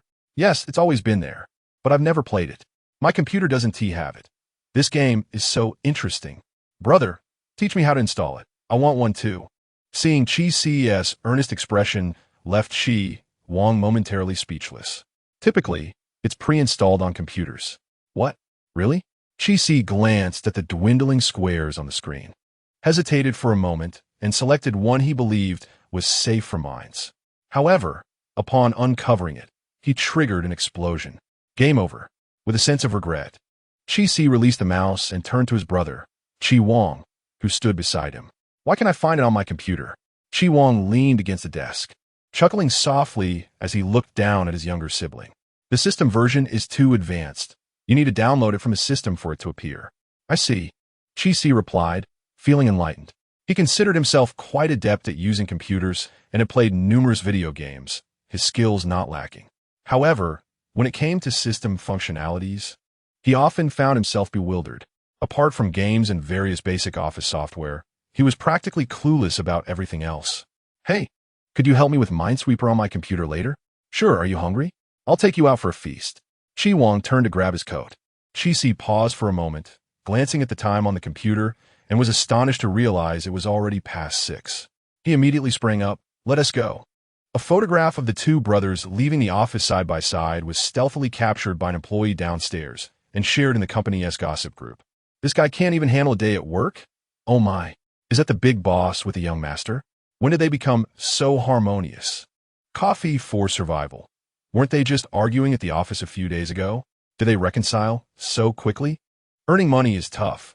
This young master probably has something to ask of Director Chi, doesn't he always? When he needs something, he calls for his brother. When he doesn't he just wanders off, curious about love's bitterness. Is it about Lin Weiwei? I saw it trending this morning. This guy can't even handle a day at work. Speaking of which, I'm suddenly not sleepy. The young master actually embarrassed Lin Weiwei in public. Is that true? It can't be a scripted act for the show, can it? Loving work, I adore overtime. Ugh, are you foolish? This script only shows Lin Weiwei's greed and the young master's past foolishness. What else could it reveal? The boss is so handsome, wow. You're bold. You dare call the young master foolish? Loving work, I adore overtime. What else there to fear? The boss isn't in this group. I also want a brother who dotes on me. I bet in a few days the young master will act up again. Notice, Secretary smile. I also want a brother who dotes on me. Wow, who added him to the group? Notice, assistant, it seems everyone's workload can be adjusted accordingly. Loving work, I adore overtime. So busy. I have to work overtime again tonight. Assistant, I think my workload is a bit excessive. Could be reduced. Adorable. Notice, Secretary smile. Loving work, I adore overtime. Okay. Sorry for the interruption. Smoothly exits. Notice observed the instant tranquility that enveloped the gossip group and expressionlessly tucked away his phone. As for the individuals in the group, each harbored one perplexing question. Who brought this formidable figure into the mix? The person who inadvertently added him, trembling at their workstation, feared that one misstep could lead to a collective onslaught from their colleagues. Chi Si accompanied Chi Wong to the parking lot, where Chi Wong inquired, "Where's your car?" "I did not drive. I took a taxi instead." Chi Wong nodded and opened the car door, which certainly made things easier as he got in. Chi Si joined his brother in the car. Could he honestly say that he chose not to drive merely for convenience? Otherwise, they would each have to bring their own car for a meal, which would only complicate the parking situation. Have you decided what to eat? Brother, I've heard that the hairy crabs are particularly delectable at this time of year. Chi Si hinted eagerly. Chi Wong chuckled softly. All right, let us go for hairy crabs. As long as Chi Si wasn't being troublesome, Chi Wong generally acquiesced to his requests. By the time they arrived at the restaurant, it was nearly 7 o'clock, and the sky outside had completely darkened. The passageway to the elevator in the underground parking lot was dimly lit, and Chi Si's vision was hindered, causing his steps to instinctively slow. What's wrong? Chi Wong turned to inquire. Chi Si squinted to see the path. I can't see very well. Could you lend me a hand, brother? Are you nearsighted? Chi Wong responded, turning back to support Chi Si. No, it's night blindness. Chi Wong paused, puzzled as he regarded Chi Si. When did you develop night blindness? He recalled that Chi Si had not exhibited such a condition before. Chi Si was taken aback. What did that mean? The original owner did not have night blindness? He himself was afflicted with this condition, a congenital one at that. Upon awakening in this world, it seemed that this ailment had accompanied him, leading him to assume that the original owner shared the same affliction. However, Chi Wong's reaction clearly indicated that the original owner did not suffer from night blindness. After a moment of hesitation, Chi Si frowned and replied, I don't know. I just suddenly realized I couldn't see at night. Hearing this, Chi Wong felt a pang of concern. I'll take you to the hospital for a checkup tomorrow. Night blindness, while not severe, could disrupt daily life. Yet Chi Wong was uneasy, fearing it might be indicative of some other ocular issue. All right. Fortunately, this stretch of dimly lit path was not long. Once they entered the elevator, The bright light restored Chi C's vision. He released Chi Wang's hand. I don't think it's a serious issue. I can simply avoid dark places at night. Chi Wang remained silent, his furrowed brow still taut. It was not until they reached their floor that Chi Wang voiced his worries. Could it be caused by your headaches? They never determined the reason for your headaches during your last hospital visit. They had conducted all necessary examinations, yet the results indicated that everything in his head was normal. But how could everything be normal if he had inexplicably fainted from pain? Chi Si was taken aback, surprised that his brother still pondered this matter. It should not be the case, right? Brother, don't overthink it. We'll get another checkup at the hospital tomorrow. Let us go eat hairy crabs. Chi Wang gazed at his carefree brother, wanting to admonish him, yet his heart softened. Ultimately, he could only suppress his concerns for the moment and led Chi Si into the restaurant they had reserved. Chapter 9. What a coincidence. The hairy crabs of this season were indeed quite succulent, though eating them was rather troublesome. Chi Si, without sparing a glance at the crab-eating tools beside him, dove in with his bare hands. Compared to Chi Wang, who meticulously employed utensils, Chi Si's eating style could only be described as wild. Chi Wang merely cast a glance at Chi Si without uttering a word. Such a blatant disregard for dining etiquette would typically draw disdain from anyone else. Yet with Chi Si, it was deemed entirely acceptable. Chi Wang, in his forbearance, tolerated all of Chi Si's transgressions, inflicting harm solely upon himself. Though the hairy crabs were delectable, Chi Wang refrained from allowing Chi Si to indulge excessively, aware of the dish's chilling properties and the potential harm of overindulgence. After Chi Si finished his share of crabs, he glanced across the table at Chi Wang, who was leisurely peeling the crab shells. Brother, I'm heading to the restroom for a moment. Take your time, he said. Although Chi Si had donned gloves during the crab feast, he still felt a compulsion to cleanse his hands, a mild case of obsessive cleanliness that necessitated a thorough washing. He lathered his hands with soap, scrubbing them diligently several times before rinsing away the suds. As he was about to turn off the faucet, he sensed someone's presence from the corner of his eye and instinctively looked up into the mirror. Upon recognizing the person beside him, Chi Si was momentarily taken aback. The individual appeared equally astonished to find Chi Si there. What a coincidence! Are you here to eat as well? Chi Si smiled at the reflection of the person in the mirror. Despite his surprise, he was pleasantly surprised by his fortune. Even a trip to the restroom had led him to encounter the male lead, Bo Fuyu. Bo Fuyu's gaze scrutinized Chi Si from head to toe. Are you feeling better now? Chi Si paused, realizing he was inquiring about the incident when he fainted in the private room. I'm fine. Thank you for your concern. I must have startled you that day, didn't I? Not really, Bo Fuyu replied nonchalantly.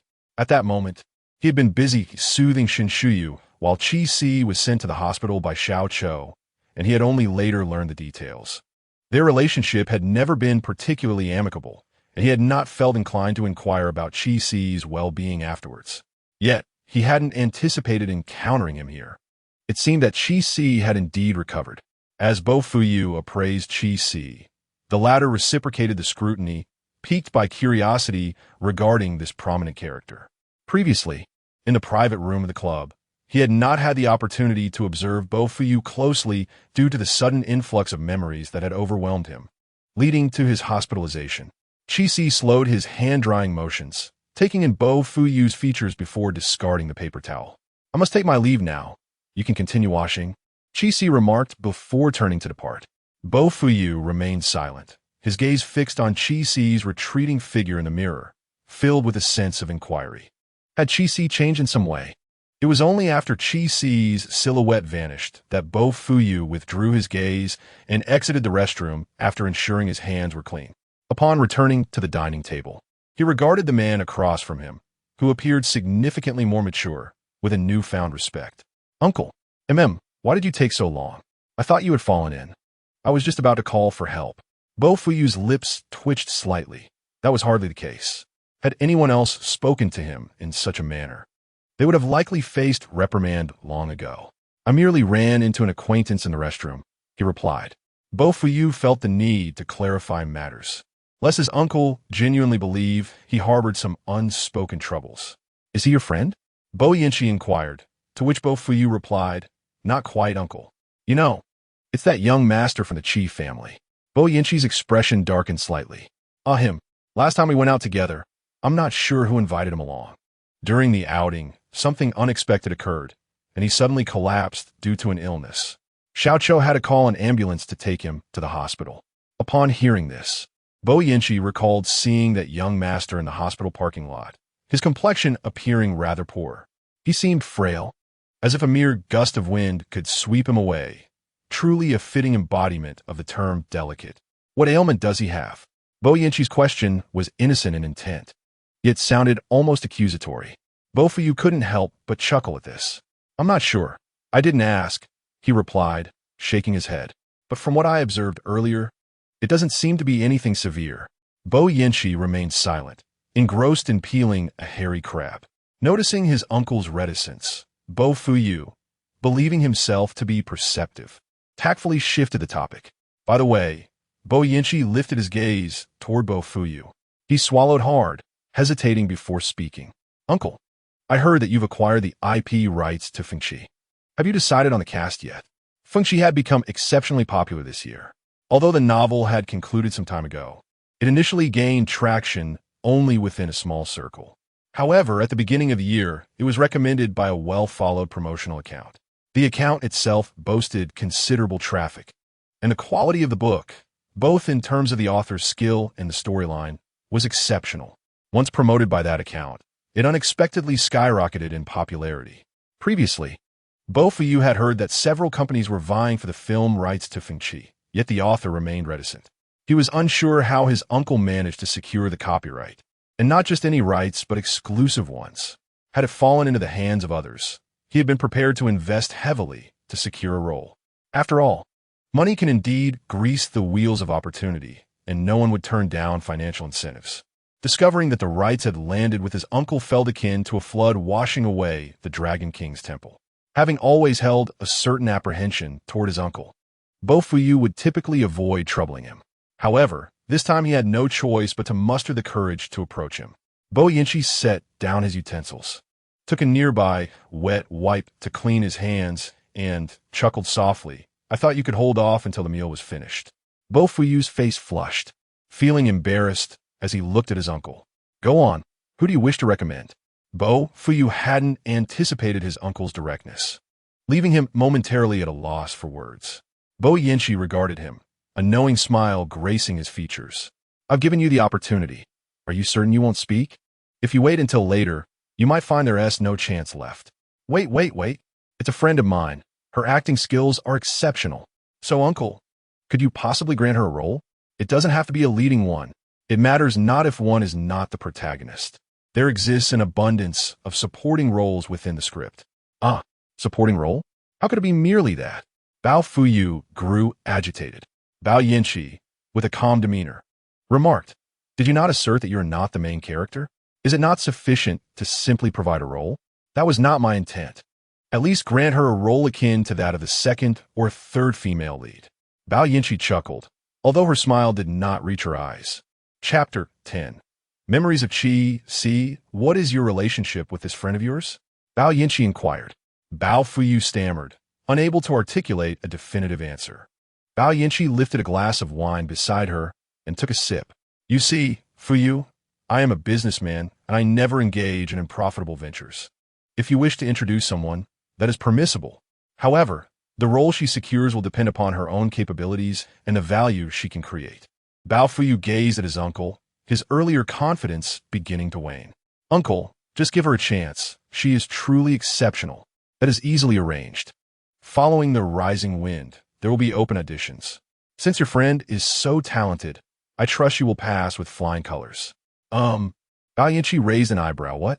Is she incapable of even passing the audition? That hardly aligns with your description of her excellence. Of course not.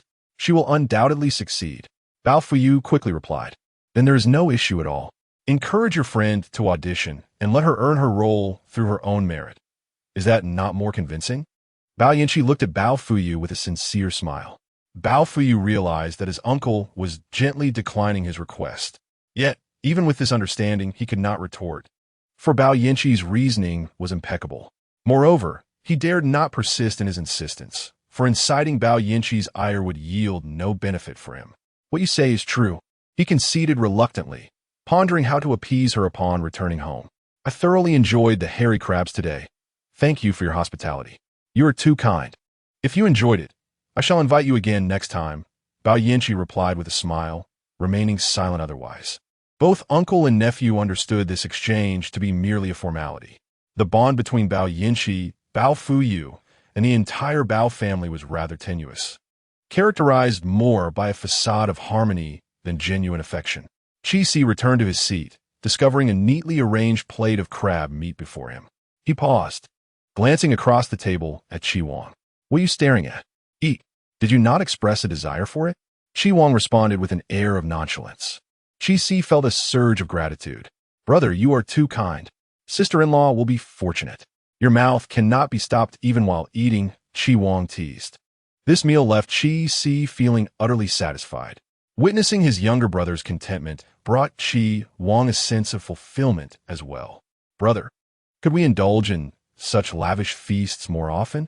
Upon settling the bill and preparing to return home, Qi patted his belly, gazing longingly at Qi Wang. Behave, and you shall have everything you desire, Qi Wang replied indulgently. Qi beamed. I am obedient. I am a most obedient. Qi Wang shot him a sidelong glance. Clearly skeptical, as Qi reflected on the actions of the original owner, he closed his mouth. Given the previous tendencies of the original owner, his words held little credibility in the eyes of Qi Wang. However, this posed no significant concern. Henceforth, he would demonstrate through tangible actions to Qi Wang that he had truly reformed and was genuinely obedient. The two brothers conversed as they exited the restaurant, and after their figures vanished, another tall silhouette emerged from behind a potted plant at the entrance. Bai Yinqi gazed thoughtfully in the direction of the elevator. As Bai Fuyu approached him, he inquired, "Is the young master of the Qi family particularly obedient?" Bai Fuyu was momentarily taken aback, unsure if he had heard correctly. Who is obedient? Qi. Indeed. How could Qi possibly be obedient? He is quite the rebel. Upon hearing this, Bai Yinqi raised an eyebrow and asked, rebellious? Uncertain about the extent of his rebellion, but he undoubtedly possesses a considerable amount of defiance, Bai Fuyu replied. His impression of Qi was neither entirely negative nor overly positive. Thus far, the conflicts between them were not deeply entrenched, allowing for a degree of tolerance. However, Bai Fuyu had heard of Qi's past exploits, which illustrated all the typical flaws of a spoiled heir. Such a distinctive personality? Bai Fuyu mused, finding his uncle's description rather mild.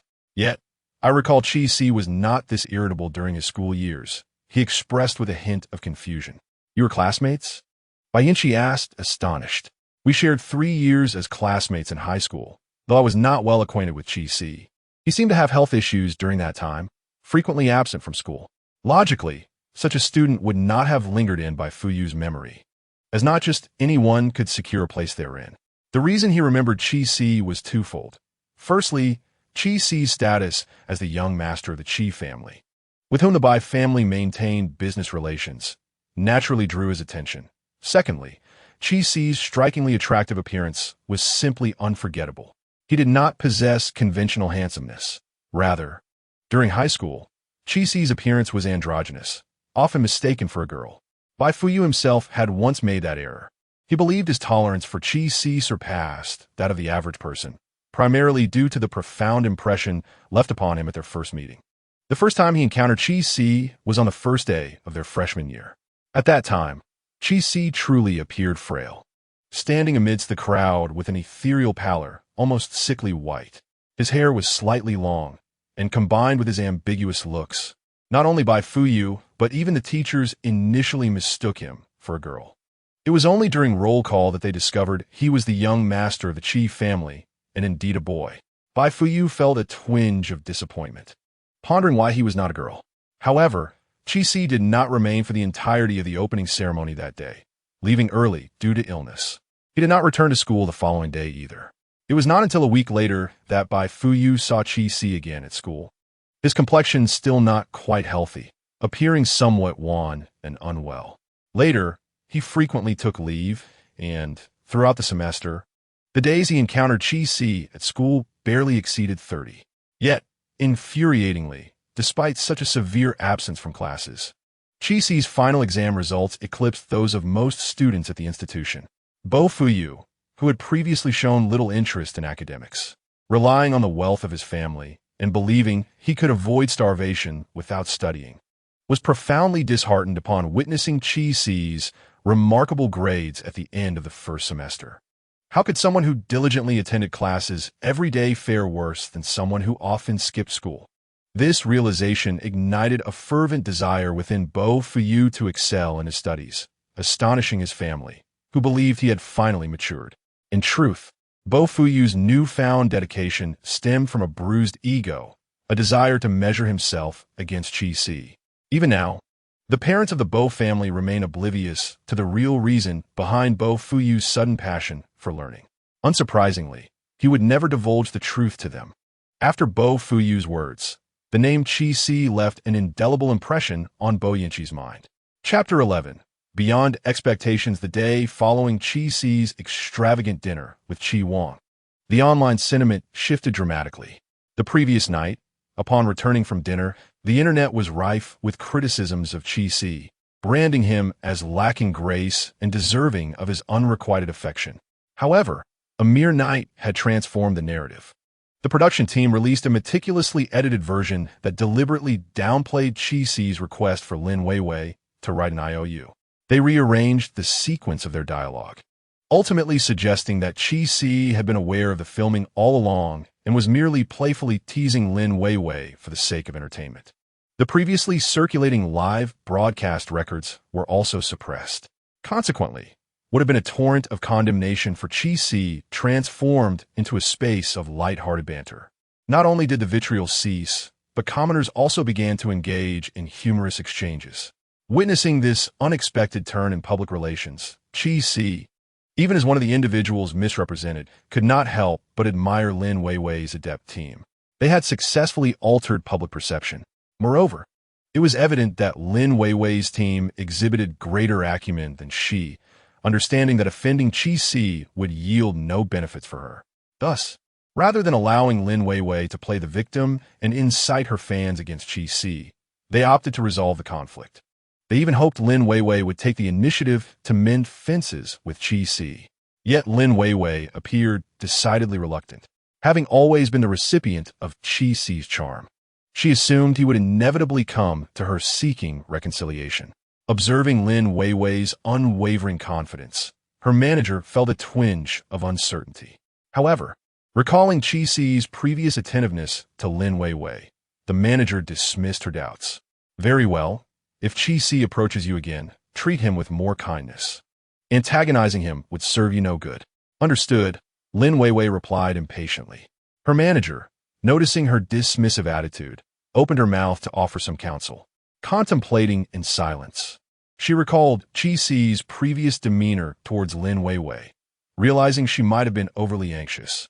However, both Lin Weiwei and her manager miscalculated this time. Upon viewing the edited video from the production team, Chi-Si was both infuriated and amused.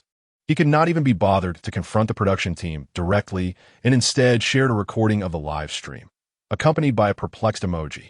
Although he said nothing, his message was unmistakably clear. Why does the video you released differ from what I witnessed? Those who had not seen the live broadcast were left questioning their existence upon seeing Chi-Si's repost. What version is this? Why does it differ from what I saw? This seems to be the live version? Oh my. Does that mean the aired version is a completely distorted edit? Haha, this is hilarious. Who is Chi-Si really confronting here? I've never seen someone cyberbully themselves before. Doge emoji. Are you alright? I thought Chi-Si didn't do anything wrong in this video. I wondered why Lin Weiwei's fans lack common sense. Turns out they're just blindly following her. Nose pick. Lin Weiwei's team was taken aback by Chi-Si's blatant disregard, effectively slapping Lin Weiwei in the face.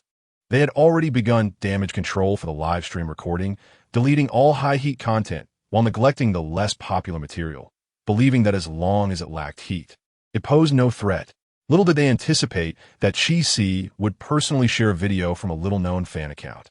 With Chi-Si's momentum, the video's popularity could not be suppressed. What was happening? Hadn't they claimed that Qi Si would bow down first? Lin Weiwei glared at Qi Si's Weibo, her expression darkening. She had no idea why he would act this way. Did you apologize to Qi Si as instructed? Her manager inquired. Lin Weiwei remained silent. Of course not. She still firmly believed she had him under her thumb, convinced that a mere wave from her would summon him like a loyal dog, eager to please her. It was only at this moment that Lin Weiwei began to panic, realizing that Qi Si might no longer be the person who was solely devoted to her. How could this be? Anxiously biting her finger, her mind raced with troubling thoughts. Could it be that someone else had entered Qi Si's life? Weiwei, regardless of your feelings for Qi Si, reach out to him, smooth things over. Her manager insisted sternly. Lin Weiwei was somewhat reluctant. Observing her forced demeanor nearly made her manager burst with frustration. Weiwei, are you still not satisfied? Have you forgotten how you ascended? Without Qi Si, you are nothing. You are merely a supporting character.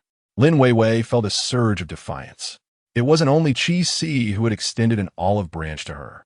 Indeed, why haven't you accepted the offerings from those who have reached out? Her manager replied with a cold smirk. Lin Weiwei's expression shifted. Why? It was simply because those individuals either lacked Qi Si's charm or were already committed elsewhere. Moreover, Lin Weiwei is not a fool. She can clearly perceive that. Aside from Qi Si, others merely regard her as a plaything, lacking genuine affection. Their interest could easily wane, leaving her dismissed at any moment. She is disinclined towards anyone. Only Qi Si is genuinely pursuing her. Whether his intentions are sincere remains to be seen, but at the very least, Qi Si respects her and has never coerced her into doing anything against her will. Furthermore, Qi Si is not unattractive, if one were to be precise. He possesses a certain charm. Yet, for reasons unknown, Lin Weiwei harbors no admiration for him. Her agent, seeing through Lin Weiwei's thoughts, wore a knowing smirk. It is not merely that Lin Weiwei is uninterested in Qi Si. Rather, she considers his status insufficiently elevated, particularly with his brother overshadowing him, as the family's control lies firmly in Qi Wang's hands. However, given her current standing, she cannot reach individuals of higher status. Among the numerous admirers vying for her attention, Qi Si happens to be the most agreeable to her. Lin Weiwei wishes to extract benefits from Qi Si without genuinely engaging in any relationship, thus keeping him in suspense. The agent, indifferent to Lin Weiwei's true sentiments, only cares about the outcome. Lin Weiwei, understand this. If you fail to continue generating profits for the company, they can reclaim the resources allocated to you at any moment and bestow them upon a more promising and compliant artist. Lin Weiwei's expression darkened further. She was acutely aware that the company would not support anyone unconditionally unless that individual possessed sufficient commercial value. I understand, Lin Weiwei replied, frustration evident on her face. The agent, observing Lin Weiwei, began to question whether she had misjudged her talent from the outset. Chapter 12. The unrestrained child with a brother. After Qi Si posted on Weibo, he ceased to monitor the subsequent developments. As Qi Wang assured him, he would oversee matters henceforth. Qi Wang manages an entertainment company with a professional public relations department. Those under Qi Wang's purview are far more adept at manipulating public opinion than Qi Si. In his previous life, Qi Si was perpetually busy, but now, suddenly free from work-related obligations, he found himself somewhat unaccustomed. Yet, no one afforded him the luxury of adjustment. Xiao Qiu was the first person Qi Si encountered in this world, aside from the main characters. For Qi Si, this individual holds a certain significance. Additionally, through the original narrative, Qi Si learned of Xiao Qiu's fate. In the original plot, Xiao Qiu, like him, was merely a supporting character, and his demise came even earlier than Qi Si's. Xiao Qiu is the illegitimate son of the Xiao family. In the circles of affluent families, the term illegitimate child carries a stigma. No one favors such a designation, particularly the legitimate offspring, who harbor a deep-seated disdain for illegitimate children.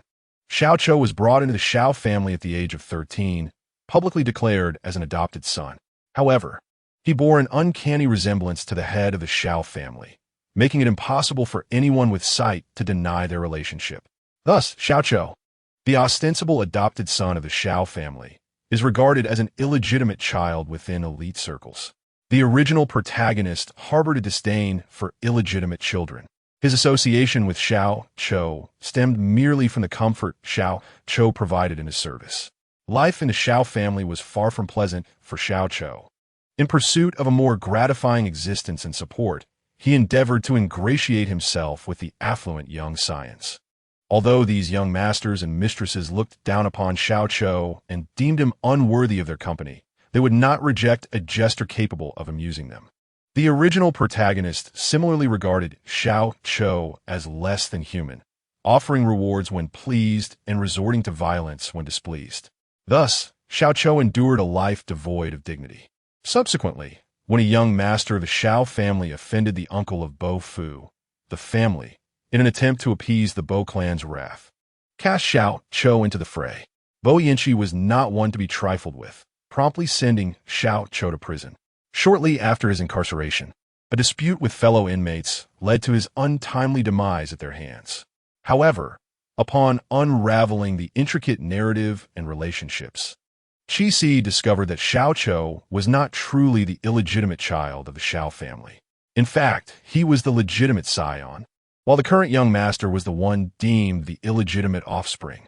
Xiao Chou's mother was the legitimate wife of his father, but fate was cruel, claiming her life too soon. During his childhood, due to his father's demanding career, Xiao Chou was reared by his mother at his grandmother's home. Following his mother's death, his father, citing his own busy schedule as an excuse, left him in the care of his grandmother until her passing when Xiao Chou was 13, at which point he was reluctantly brought back to the Xiao family. Unbeknownst to him, his father had remarried, and it was only upon encountering a child of similar age within the Xiao household that he realized his father's betrayal of his mother. Overcome with rage, Xiao Chou, a mere 13-year-old boy, found himself powerless to act. He experienced anger, despair, and a desperate need for answers, yet it was all in vain. He was too weak to effect any change.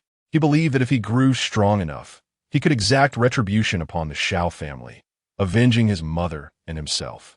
Alas, in the original narrative, his prolonged suffering culminated in tragedy, and he ended his young life prematurely. Truthfully, after absorbing the original story, Qi Si could only lament that the Xiao family was indeed beneath contempt, feeling a profound sympathy for Xiao Chou. Given Xiao Chou's age in his previous life, he felt a fraternal obligation to him. Now, upon hearing Xiao Chou's voice, Qi Si felt an instinctive kinship akin to that of an older brother observing his younger sibling. Coupled with Xiao Chou's pitiable background, Qi Si instinctively sought to shelter him under his wing. Qi Xiao, come out to play. Xishan Circuit. Will you join us? Racing? Who else is coming? Qi Si felt a flicker of interest, straightening his posture. He surmised that Xiao Chou would not extend such an invitation solely for himself. There must be others involved, just the usual crowd. Qi Xiao, will you join us? The scenery here is quite pleasant, a perfect excuse to unwind. Xiao Chou replied, very well, we shall meet at Xishan in an hour. Indeed, the Xishan racetrack is not far. Driving there will take at most half an hour. However, before heading out, Qi Si must first visit the barber. He had mentioned wanting a shorter haircut, yet having been lethargic and cooped up at home these past few days, he had not taken the time to get it done. This occasion presents a perfect opportunity to tidy up his hair. As he stepped out, Qi Si made it a point to message Qi Wang to inform him. Carefree, he wrote, brother, a friend has invited me to Xishan. Assuming Qi Wang was occupied at work, he put away his phone after sending the message. To his surprise, a prompt reply came through. Brother, will you be home for dinner? Qi Si momentarily paused at Qi Wang's response, expecting him to either dissuade him or inquire for more details. However, Qi Wang merely asked if he would return for dinner, without further questions. His emotions became rather nuanced. Carefree, he replied, I will be back. Can I order some dishes? Brother, sure, what would you like? Carefree, I want crispy fish and sweet and sour ribs. Brother, take care. Carefree, all right, love you, blowing a kiss. Qi Wang did not respond. Uncertain whether Qi Wang was busy or simply shy, Qi Si tucked away his phone and drove to the salon he frequented. What style are we going for today, young Master Qi? Would you like to dye your hair? We have recently acquired some new colors that would suit your complexion beautifully. Would you like to have a look? Chi-Si dismissed the enthusiastic recommendations with indifference, saying, "No need, just trim it a bit. I'm in a hurry. Can it be done in half an hour?" Before the stylists could finish their introduction, their enthusiasm was doused with a splash of cold reality. "Of course, just a trim? Are you certain?" The stylist, not willing to give up so easily, pressed on. Chi-Si observed him, a smirk forming on his lips, though the amusement did not reach his eyes. After all, having been a decision-maker for many years, he could still be quite imposing when he chose to adopt a commanding demeanor. The stylist, sensing the urgency, promptly complied with Chi-Si's requests, executing the haircut with precision. The changes were minimal, merely shortening the bangs and sideburns. Fortunately, the original owner had not dyed his hair. Otherwise, he would have needed to find time to revert it to black. He held some traditional views, particularly favoring his natural black hair. As Chi-Si gazed at his reflection post-haircut, his brows and eyes were fully exposed to the air. This was not the first time he scrutinized his current appearance, nor the first time he marveled at the fact that the original owner looked remarkably like him. The only distinction was that the original owner appeared considerably younger. Each time he looked in the mirror, he felt as though he were rejuvenating, returning to his youth. His eyes were characterized by their almond shape, with large pupils and a wide-set spacing, a visage that lacked intimidation. When he glared, it was more endearing than fearsome, akin to a playful pout. Hence, in his previous life, once he assumed power, he consistently wore a pair of gold-rimmed glasses to appear less approachable. It had been quite some time since he had seen himself without glasses, and it felt somewhat unfamiliar. It is not that I am unaccustomed to not wearing glasses. Rather, I find it disconcerting to witness my own gaze devoid of any lethal heartlessness. TSK. Should Chi-Si consider acquiring another pair of spectacles? However, upon reflection, he realizes that this time he does not need to toil for his earnings, as a mere parasite subsisting on the indulgences of others. What need has he for an air of authority? With this thought, Chi-Si tousled his hair and, feeling content, made his way to the West Mountain for an appointment. Chapter 13. The club owner. The West Mountain area is rather secluded, yet a group of affluent young scions are inexplicably drawn to it. This fascination stems from the existence of a racing club in the vicinity. Chi-Si is not particularly well acquainted with this establishment, only aware of the enigmatic proprietor behind it, whose surname remains a mystery to this day. Nonetheless, this does not hinder their enjoyment at the club.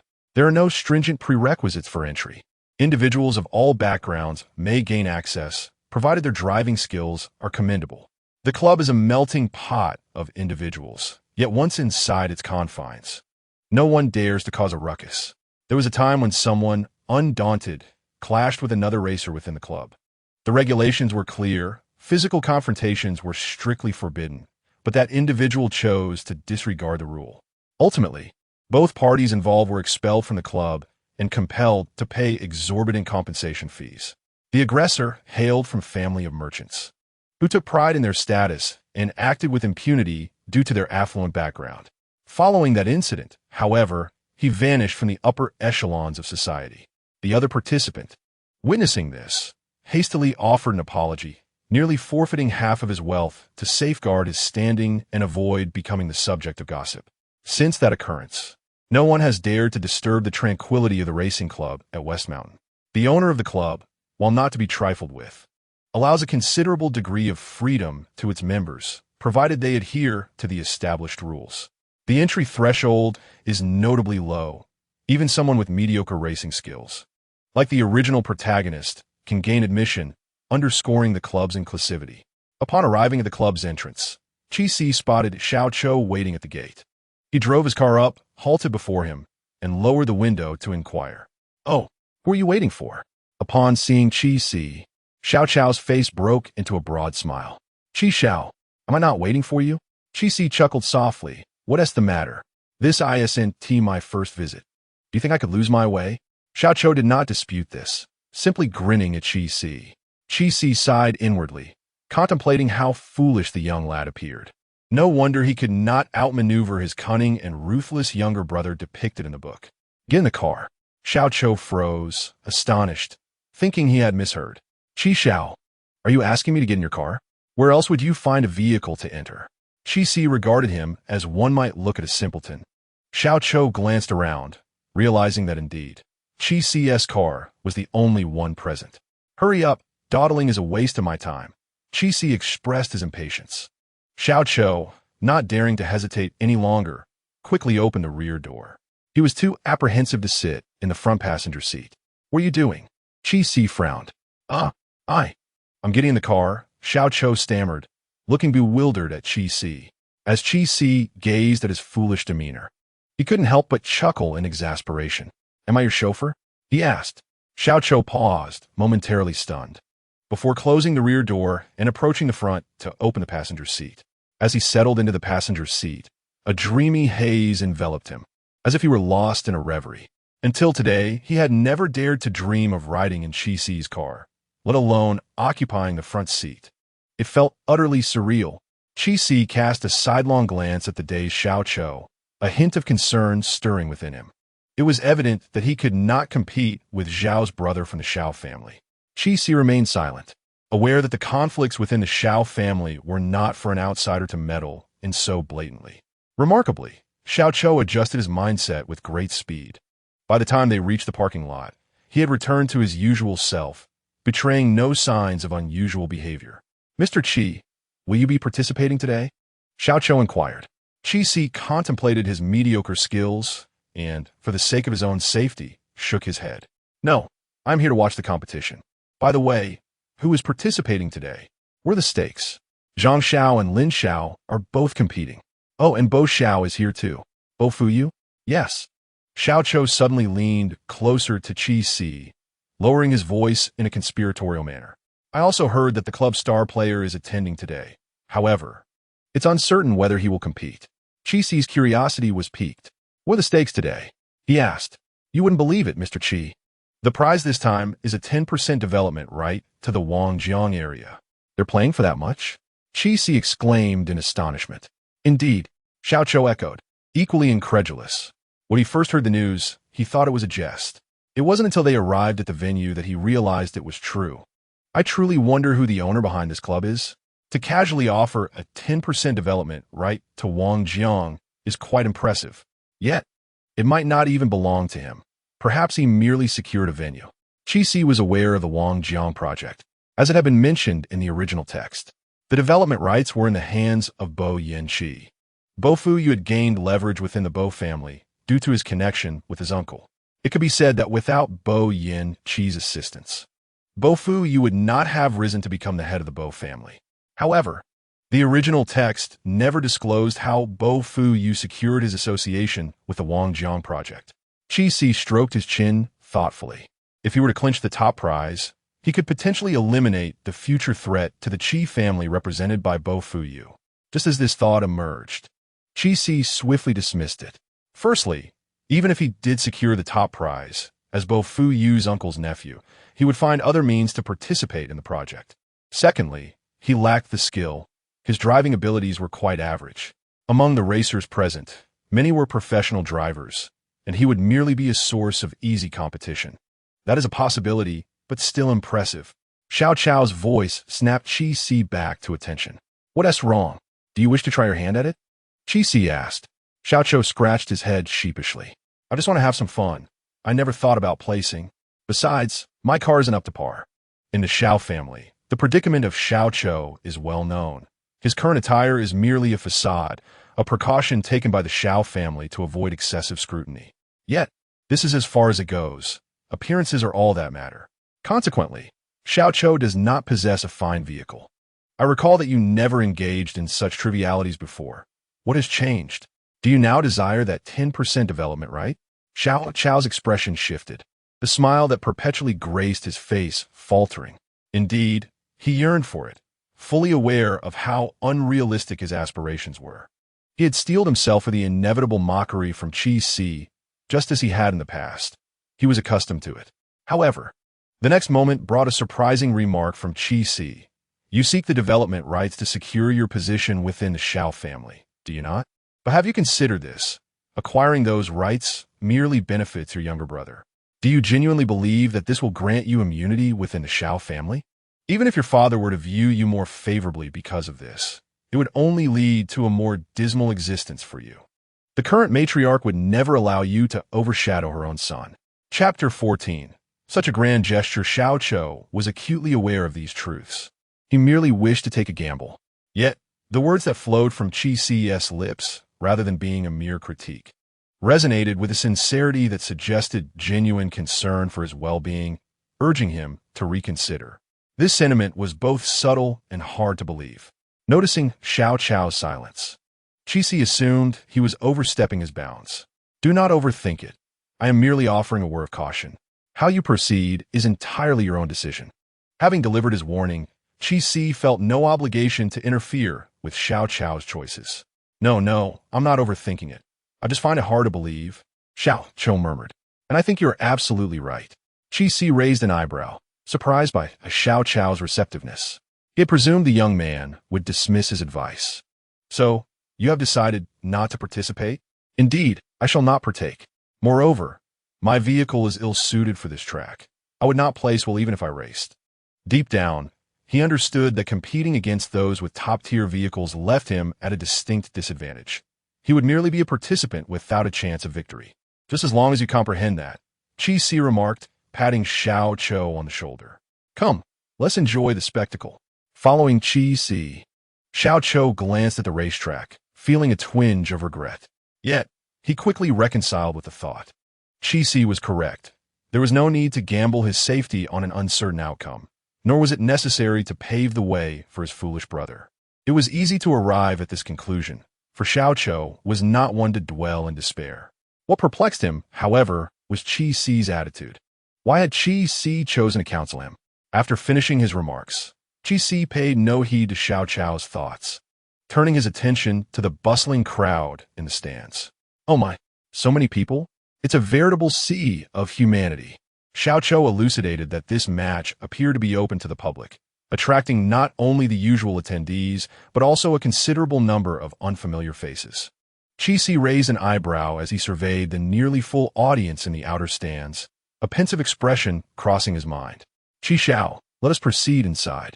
I have already secured seats for us, Xiao Qiu said. Following him, Qi Si entered the inner audience area, which provided a superior vantage point compared to the outer stands. The seats Xiao Qiu had reserved were VIP, and as Qi Si approached, he recognized several familiar faces. Thanks to the original owner-esque connections, he was not at a loss when confronted with these acquaintances. Upon noticing Qi Si, they greeted him warmly, and he reciprocated before settling into his seat. Observing Xiao Qiu rise as if to depart, Qi Si glanced up and inquired, Are you going to fetch someone else? Xiao Qiu hesitated momentarily before responding, No. Then let us sit down and enjoy the show together. Typically, VIP seats remained underoccupied, and Qi Si, preferring not to be too close to others, often reserved adjacent seats. Xiao Qiu, harboring a profound curiosity, took a seat beside Qi Si after a brief pause. While Qi Si was aware of Xiao Qiu's thoughts, he refrained from providing an explanation, primarily because it was rather difficult to articulate. It would be absurd to declare that he had witnessed Xiao Qiu's fate, and if pressed on how he had come to know such a conclusion, what could he possibly say? That he had gleaned it from a novel? That these individuals were merely characters within its pages? Setting aside whether Xiao Qiu would believe him, if he were not the subject of the narrative, he would likely dismiss such claims outright, and perhaps even contact a mental health facility to have Qi Si taken away. To avoid such an outcome, Qi Si opted for silence, allowing Xiao Qiu to conjecture independently. Did you mention that Bo Fuyu has also arrived? Did he come alone? Qi Si queried after settling into his seat. Upon hearing the question, Xiao Qiu promptly set aside his earlier thoughts and replied, It seems he did not come alone. I noticed a woman accompanying him. Not Xin Shuyu? No, I know Xin Shuyu well. That is certainly not her. Xiao Qiu asserted with certainty. Not Xin Shuyu? Could be Lin Weiwei. After pondering, he dismissed the possibility, recalling that Lin Weiwei had yet to become entangled with Bo Fuyu at this juncture in the original tale. Qi Si paid little heed to the matter, as it bore no relevance to him. As long as Bo Fuyu refrained from provoking him, he was content. Noticing that the match was not commencing imminently, Qi Si turned to Xiao Qiu and said, I shall visit the restroom. Oh, Would you like me to accompany you? Xiaoqiu replied. We are not children. Do we need to hold hands to go to the restroom? Qi retorted with a look of disdain. Xiaoqiu chuckled lightly and made room for Qi to pass. Setting aside other considerations, it was clear that Xiaoqiu's demeanor was remarkably composed. Were anyone else to speak to Qi in such a manner, he would have erupted in frustration. Who, pray tell, is the owner of the club? How could he possibly offer 10% of the Wangjiang development rights as a gimmick? Can he genuinely deliver on such a promise? It cannot be just empty rhetoric, can it? Today, I observed that a remarkable assembly of individuals had gathered, almost all of them scions of the upper echelons of society. If one were unable to deliver on expectations, it would be tantamount to offending half of the elite circle. Seated in the stall, Qi engaged in messaging, nodded in agreement upon hearing this. For the sake of a mere 10% of the development rights, this gathering consisted of prominent heirs from various illustrious families and enterprises, many of whom were compelled by family obligations to partake in this competition. Those who lacked the skills to race would hire professional drivers to represent them, a practice deemed acceptable. Thus, under these circumstances, should the club's owner ultimately fail to present that 10% of development rights, the Xishan Club would no longer have a reason to exist. By the way, I noticed that Qi was also present. Was it not to be expected? He never misses such lively gatherings. The tone of the speaker carried a hint of disdain, clearly indicative of their low regard for Qi. Qi raised an eyebrow, attempting to match the voice with a face, but after pondering for a while, he relinquished the effort.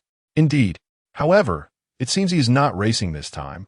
Upon arrival, he headed straight to the VIP spectator area, seemingly uninterested in participating. Perhaps he brought along other racers? I did not observe anyone else accompanying him, save for that young man from the Xiao family.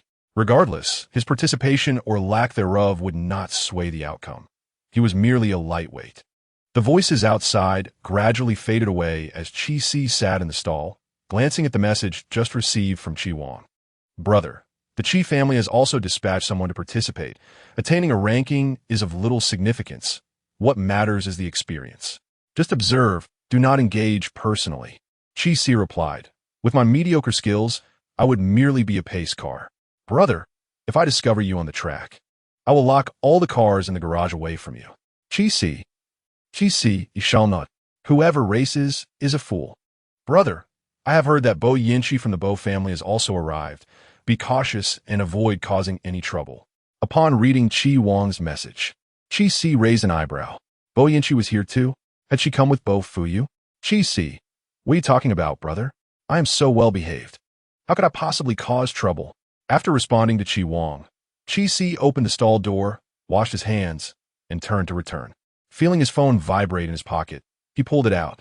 While responding to messages, he exited without noticing someone entering, colliding directly into the person's embrace, causing his hand to tremble and nearly drop his phone. Oh no, watch out. Chapter 15. Qi Xiao falls in love in a flurry. Qi managed to catch his phone while his other hand was grasped by the stranger. Regaining his composure, Qi looked up at the person he had inadvertently bumped into. Apologies. As he recognized the individual, he was taken aback. It was you, the person he had encountered that night in the hospital parking lot. This time, under the bright lights, he could clearly see the features of the other. With starry brows and bright eyes, prominent cheekbones, and a gaze that was both profound and captivating. The sharp jawline delineated an aura of unyielding authority. Qi inadvertently locked eyes with the other's shadowy gaze. Staring blankly, he momentarily forgot the words he intended to utter. It is perilous to walk while fixated on one's phone. A sudden jolt coursed through Qi, akin to an electric shock. Uncomfortably, he lifted a hand to rub his ear, his gaze wavering. Goodness, why did that voice sound even more melodious than it had in the parking lot? Had it truly been this enchanting before?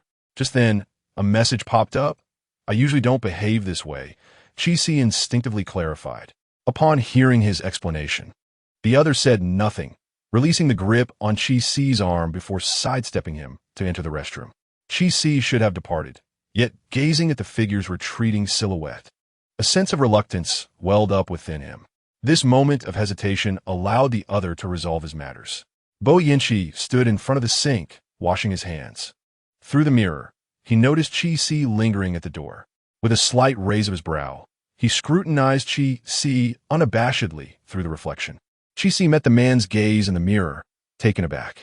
Initially hesitant, pondering whether it was too forward to request contact information after only 2 encounters. This exchange of glances solidified his resolve. Chi Si was in no rush to leave. He tucked away his phone and regarded the other with fervent intensity. The man leisurely washed his hands at the sink, allowing Chi Si to observe him unabated. "Are you a race car driver?" Chi Si noted the customized racing suit adorned with a logo, though he could not identify the team. His racing skills were mediocre, and his knowledge of the sport was limited. Indeed, Bo Yinchi nodded. "Which team do you represent? Are you open to having your corner cut?" Chi Si asked candidly. The other paused, seemingly surprised by the question, then couldn't help but chuckle. He grabbed a paper towel to dry his hands, glancing back at Chi Si. "Are you attempting to poach me? Is that permissible?" "I am rather expensive." He raised an eyebrow teasingly. Upon hearing this, Chi Si's eyes sparkled. Was there a possibility here? He confidently responded, "No worries, I've got plenty of money. Just name your price." Perhaps Chi Si's audacious demeanor struck the other as amusing, eliciting laughter from him. "Are you certain? Do you know who my employer is?" "Who is it?" "As long as it's not the Bo family. I'm confident I can afford to secure your services." "The Bo family, Bo Yinchi." Chi Si, goodness. Was Bo Yinchi afflicted with some grave malady? He was wagering 10% of the Wangjiang development rights only to seek a professional racer for the competition. Was this some sort of jest? "Are you certain?" Chi Si pressed on, unwilling to give up. Bo Yinchi crossed his arms, a bemused expression gracing his features. "Do you need me to connect you with my boss?" Chi Si chuckled awkwardly. "Haha, you could share your boss's contact information with me. It wouldn't hinder your race." Under the man's somewhat flirtatious gaze, Chi Si felt an urge to burrow into the ground from embarrassment. "It's all right, I'm not in a hurry. Are you not going to buy me?" Chi Si touched his nose, realizing that the other party was teasing him deliberately. He smiled helplessly, admitting that he could not afford it. "I would very much like to buy you, but your boss doesn't lack for money, does he? Or would you be willing to breach the contract and come with me?" "To be honest, I would quite like to go with you, but my penalty for breaching the contract is rather steep, and I cannot afford that either." The other party shrugged. Chi Si sighed. It seems we are destined to be apart." The other person gazed at Chi Si with a similar look of regret. Chi Si immediately added, "I believe that fate is not entirely out of the question. For instance, how about adding a green bubble?" Chi Si opened his QR code and presented it to the man. Bo Yinchi stared at Chi Si for a long moment. And just when Chi Si thought he would refuse, the man pulled out his phone from his pocket and scanned Chi Si's phone. With a beep, Chi Si's heart leaped. He had finally added the other party as a friend, and a bright smile instantly lit up his face. "What is your name? How shall I save you?" Chi Si inquired, attempting to discreetly probe for the other's name. "Feel free," was the nonchalant reply. Regrettably, the other party did not take the bait. Chi Si glanced at the number on the man's racing suit. "Then I shall save you as Mr. 17. Bo Yinchi raised an eyebrow, seemingly unimpressed by this designation. Is it not good?" Chi Si asked, looking puzzled. "So what about the previous 16 options?" After a moment of contemplation, Chi Si finally grasped the other's meaning, and his face flushed with embarrassment as he hurriedly explained, "No, there are no alternative options. You are the only choice." Only after speaking did he realize that his words might carry an unintended implication. Chi Xiao is indeed impressive. Chi Si was taken aback. "You know me? How could one not recognize Chi Xiao, who spends lavishly for a beautiful smile?" Bo Yinchi toyed with his phone, a subtle smile playing on his lips. "Am I really that famous?" Chi Xiao is renowned for his extravagant gestures in pursuit of beauty. "Who would not know of you?"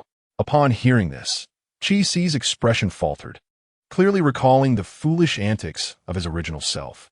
The original Chi Si had pursued Lin Weiwei with great fanfare, showering her with flowers daily or publicly declaring his affection on social media, making his infatuation known to the entire internet. It was precisely because of this that Lin Weiwei's ascent was so smooth. Chi Wang, being a brotherly devotee, typically acquiesced to Qi Si's requests. Many sought to connect with the Qi brothers, but had previously struggled to find an opportunity. With Lin Weiwei's emergence, these individuals naturally would not let slip the chance to extend an olive branch. If Lin Weiwei were to flatter Qi Si, she might very well find herself aboard Qi Wang's grand ship. The truth was, Qi Si had indeed caused his brother to suffer losses in his pursuit of Lin Weiwei. It was all a misunderstanding. I actually do not like Lin Weiwei. Qi Si felt compelled to clear his name before his idol. Oh, Bo Yinqi raised an eyebrow. If he was not mistaken, this little one was attempting to pursue him now. Chapter 16. The straightforward youth you do not like Lin Weiwei? As Bo Yinqi observed Qi Si, who was eager to distance himself from Lin Weiwei, he found himself surprisingly patient, not rushing to leave. I dislike her. How could I possibly have feelings for Lin Weiwei? I am not attracted to women, Qi Si declared, carefully gauging the man's reaction. You wouldn't mind my orientation, would you? He admitted to having deliberately stated his sexual preference to test the man's boundaries. Should the man show any resistance, he would promptly depart, avoiding any further entanglement. While he indeed favored men, he had no interest in attempting to sway a heterosexual man. Bo Yinqi momentarily paused upon hearing Qi Si's assertion of his disinterest in women, but remained unfazed. Such matters were hardly shocking. He had encountered a myriad of individuals in his life, each with their own peculiarities. Though he himself held no attraction towards men, he couldn't claim to have any particular fondness for women either. I don't mind. I have friends who share your sentiments. Bo Yinqi replied to the anxious young man with an even tone. Qi Si's eyes sparkled with hope. Indeed, his crush exuded an admirable confidence. Really? May I pursue you? Bo Yinqi was taken aback by the directness of the young man's approach, yet he found himself bemused by his earnest expression. Please, don't dismiss me outright. Allow me the chance to prove myself. If you decline, I shan't impose upon you, and should you find it unbearable, I promise not to persist. Before Bo Yinqi could utter a word, he was hastily interrupted by Qi Si, who seemed fearful of rejection. I meant to ask, are you certain you wish to discuss such matters here? Qi Si suddenly realized they were in a restroom, clearly an inappropriate venue. Shall we find another location? Of course, came a reply. Qi Si initially intended to escort him to the VIP area he had reserved, but eventually found himself led to an exclusive lounge accessible only to club personnel. At that moment, Qi Si became fully convinced that his beloved was indeed a guest of the Bo family. Are you not concerned that I might be a nefarious character, considering you know nothing about me? Bo Yinqi inquired, sitting comfortably in the lounge and regarding Qi Si with genuine curiosity. And are you? Qi Si retorted. As Bo Yinqi observed this young master of the Qi family, he experienced firsthand the recklessness that others had often described. As he contemplated how to dissuade the young man from pursuing him, he heard Qi Si pose a question that led him to a rather satisfactory conclusion. I surmise you are not. You lack financial need, and aside from wealth, there is nothing of value I possess that you could covet. Knowing Bo Yinqi, you likely have no interest in the connections of the Qi family. Thus, even if you were a rogue, there is nothing here for you to gain.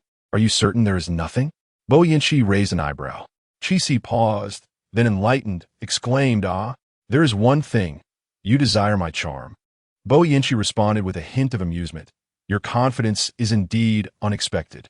However, the young master was not entirely incorrect. The visage of Qi Si is indeed remarkable. Although his encounters with him have been few, he has had several business intersections with Qi Wang. The brothers of the Qi family are surprisingly handsome.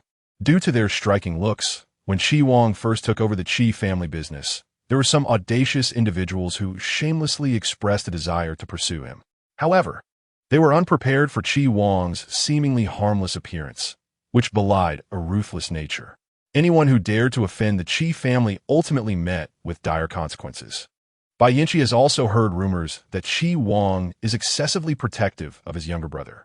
It is said that while offending Qi Wang might not lead to irretrievable downfall, harming Qi Si would provoke Qi Wang's wrath, transforming him into a relentless force seeking vengeance for his brother. Bo Yinqi has yet to confront Qi Wang directly or engage in any significant business dealings with him. As the industries of the Bai and Qi families do not overlap significantly, minimizing the potential for conflict.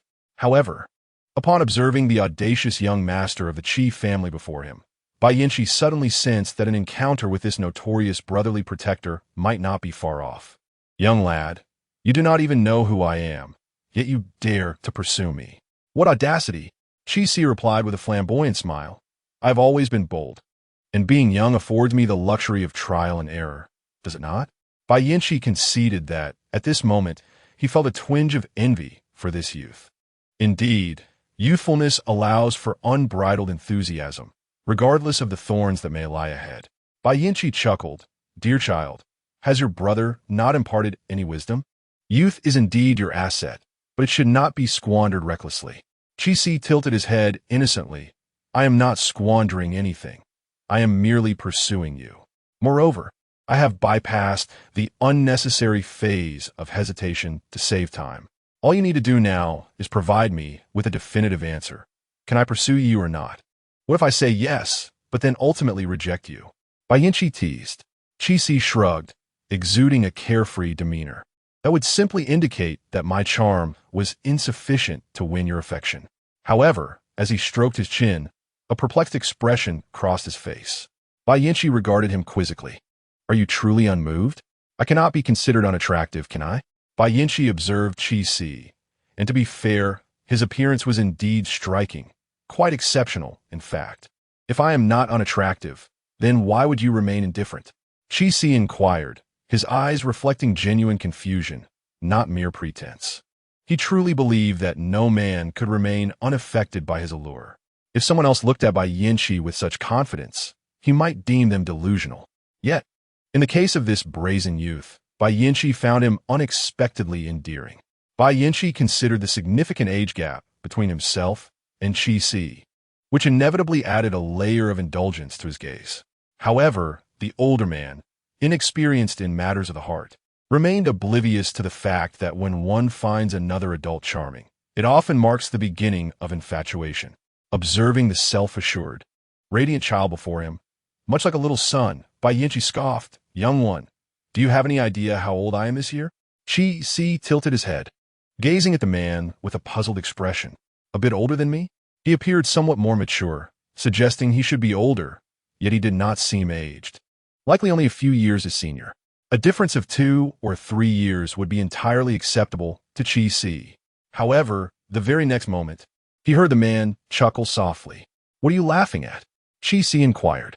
"My dear child, you've only just graduated, haven't you?"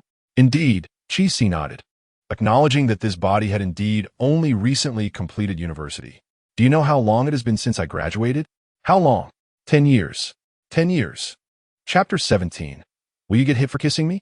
Qi stared in astonishment at the man before him. Was this person truly that old? By conventional graduation timelines. After 10 years, he must be around 30, right? Has he aged so much? Qi, at the tender age of 22, realized that if the other had graduated at the same age, he would now be 32. That was a decade older than him. This was a far cry from the 2 or 3 years he had previously mentioned. Bai Yanqi observed the shock evident on the child's face, suddenly leaning forward. The man drew near unexpectedly, startling Qi. Their noses were mere millimeters apart, and Qi instinctively held his breath, nervously scrutinizing the handsome face before him. "My dear child, do you still wish to pursue me?" The man's warm breath brushed against Qi's lips as he spoke. Qi's gaze flickered, fixated on the man's lips, rendered momentarily speechless. After a brief pause, the man inquired, "What are you thinking about?" "I was pondering," Qi replied thoughtfully. "If I were to kiss you now, would I get hit?" Boani. Bai Yanqi was momentarily taken aback. In all his years, he had never encountered someone so audacious. The words spoken were undeniably provocative, yet inexplicably endearing.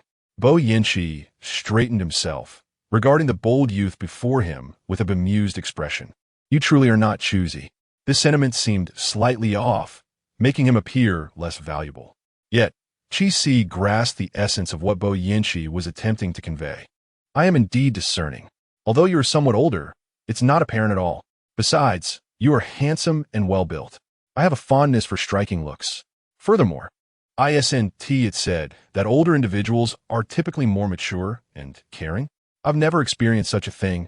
I want to give it a try. Bo Yinchi, observing Chi Si's eager demeanor, felt a wave of exasperation wash over him. This child was rather tenacious. You should take your leave. The competition is about to commence. Chi Si was momentarily taken aback. What does that mean? Is this a rejection of my pursuit? He asked, his expression reflecting a hint of disappointment. Bo Yinchi had initially intended to nod in affirmation, but upon meeting the child's forlorn gaze, he found himself inexplicably unable to do so. Yes, he replied. Upon hearing those two words, Chi Si automatically interpreted them as a tacit approval of his advances. All right, I shall take my leave now. Best of luck in your competition. As he departed, he waved his phone, adding, don't forget to contact me. Bo Yinchi remained silent. Chi Si, unfazed, tucked his phone away and turned to exit the lounge. As he departed, he kindly and gently closed the lounge door for the man. Watching Chi Si meticulously conceal his phone, Bo Yinchi couldn't help but chuckle. One might think there was a treasure hidden within. Once Chi Si returned his seat, he remained engrossed in his phone contacts. Xiao Cho, noticing this, inquired with curiosity, Chi, have you invited someone else? Chi Si put away his phone, his expression instantly turning indifferent. No. Xiao Cho, upon hearing this, did not press further. By the way, do you know who the racer brought by the Bo family today is? Chi Si asked Xiao Cho beside him. I think it's the club's star driver. Xiao Cho pondered. The club's star driver? Chi Si recalled the name of the club's leading racer, which he believed was August. Isn't the star driver named August? Chi Si asked Xiao Cho. Yes, it's August. A spark ignited in Chi Si's eyes. So he is August. No wonder he caught my eye. He is undeniably handsome. Not only is he good-looking, but he is also an exceptional racer. Chi Si was entirely consumed by thoughts of his newfound idol, blissfully unaware that he had mistaken identities. Although August was indeed the club's premier driver, he was unmistakably an American, and his idol bore no semblance to American features. Chi Si opened Bo Yinchi's chat bubble homepage, recalling that the man had expressed some dissatisfaction with his previous nickname. After some contemplation, he changed it to August. Surely, that would avoid any objections, he thought. Before the race commenced, Chi Si sent a message, good luck in the race. He knew the recipient would likely not respond at that moment, but anticipated a reply once the race concluded. Initially, Chi Si's intent in attending the race was merely to enjoy the spectacle. However, with the presence of his idol, all his attention was now firmly affixed to him. The view from the VIP seats was splendid, affording a clear sight of the track. Although the distance was considerable, Chi Si, not being nearsighted, could see perfectly well. He spotted the man donning a black and white racing suit on the track, his helmet firmly in place. While the man's features remained obscured, his number on the attire confirmed his identity. Logically, Chi Si should have been cheering for his own family's racer. Yet, in reality, his gaze remained fixed on the number 17 driver, wholly indifferent to the fate of his own team's athlete. Witnessing the number 17 driver pulling ahead, he felt more excitement than the owner's own. Did you see that? Number 17 is in the lead. Amazing. Xiao Cho mirrored his enthusiasm, exclaiming, he is truly incredible.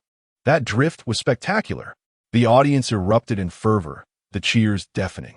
Amidst the cacophony, Chi Si's voice rose distinctly, drawing puzzled glances from several affluent onlookers around him, who silently wondered if this number 17 was a racer from the Chi family. Upon witnessing the 17th competitor in the lead, far ahead of the other racers, a complex array of emotions stirred within the onlookers. Could it be that the Chi family had secured the development rights this time? The Chi family was no stranger to fierce competition.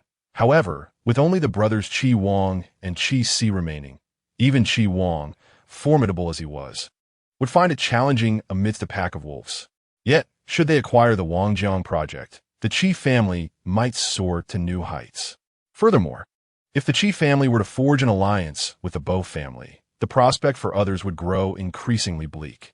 Those vying for the development rights could not help but feel a sense of urgency upon witnessing this unfolding drama. Yet, what could be done if the drivers they had brought along proved ineffective? As the race progressed into its later stages, the leader had already established a 2-car length lead over the second place. If the second place driver could not overtake in the final laps, the trophy would elude them. Among the spectators, many had placed bets on the second-place driver, and a considerable number were left in utter despair upon witnessing the outcome. However, Chi-Si showed no restraint in his exhilaration. Naturally, he had wagered on his idol. In the final lap, the second-place driver clung tightly to the leader. The leader, however, continued to accelerate. As they approached the last bend, if the second-place driver could not overtake their victory would be entirely out of reach. Yet, the curve was notoriously treacherous. Failing to decelerate would likely result in a crash. Everyone anticipated that the leader would ease off at this perilous turn, and Chi-Si felt a surge of anxiety. Contrary to all expectations, the leader not only maintained speed, but accelerated further. The second-place driver, initially trying to keep pace, ultimately opted to slow down upon approaching the turn, harboring the malicious hope that the leader might falter. Many in the stands shared this sentiment. Chi-Si's heart raced in his throat. Under the watchful eyes of the anxious yet hopeful crowd, the leader continued to accelerate and, in a breathtaking display, executed a flawless drift, navigating the turn with grace. The silver car shot forward like an arrow, crossing the finish line in the blink of an eye. A victory! The crowd erupted in jubilant cheers, and Chi-Si leapt up, embracing the nearby Xiao Chou. Xiao Chou, swept up in Chi-Si's infectious enthusiasm, felt equally elated, entirely oblivious to the fact that he had initially supported someone other than the 17th competitor. Chapter 18. The main plot commences after the race concluded. Chi-Si sought to contact August, yet received no response. He hesitated to intrude, fearing that August might be celebrating with his employer, and that his abrupt arrival could be ill-timed. Chi-Si prided himself on being a considerate suitor, determined not to create unnecessary disturbances, at least until he had won the heart of the one he pursued. Unfettered. The race was exhilarating. You were remarkable. Unfettered. May I invite you to dinner? If you're unavailable, we can arrange for another time. At that moment, Chi-Si seemed to have forgotten his earlier commitment to Chi Wang to return home for dinner. He lingered at the club for another half hour, watching an entertaining match. Yet his phone remained devoid of any response from August. Chi-Si felt a tinge of melancholy, but he soon rallied his spirits. He reasoned that the other party must be preoccupied with some pressing matters and had no time to glance at their phone, so he refrained from persistently awaiting response. At that moment, Chi Wang called to inquire if he had returned home yet. Are you coming back now, brother? Have you finished work? He answered the call while making his way outside. Before departing, he cast a glance at Xiao Chou and asked, "What do you think?" Xiao Chou promptly replied, "Chi Xiao, if you're in a hurry, you should head back quickly. I wish to play a little longer." "Very well, call me if you need anything." As Xiao Chou watched Chi-Si's silhouette gradually fade away, the smile on his face waned, and his brows knitted together. What was amiss? After a period of absence, he found himself struggling to comprehend Chi-Si's demeanor. The Chi-Si he had known previously bore no distinction from those who held him in disdain. Yet today, as Chi-Si made Xiao Chou feel as though he were genuinely acknowledged as a friend within his social circle. Xiao Chou lowered his gaze. His initial reaction was not one of joy, but rather a sinking feeling in his heart. His instinctive thought was, did Chi-Si concoct yet another scheme to amuse himself at his expense? Are you off work now? Shall I come pick you up? And we could go to the supermarket together? You're coming to pick me up? I'm still at the office, and it will be a while before I finish. Chi Wang had reached the elevator and halted upon hearing his brother's words. All right, I will head over now. Be careful on the road. I won't be quick, so no rush. Understood.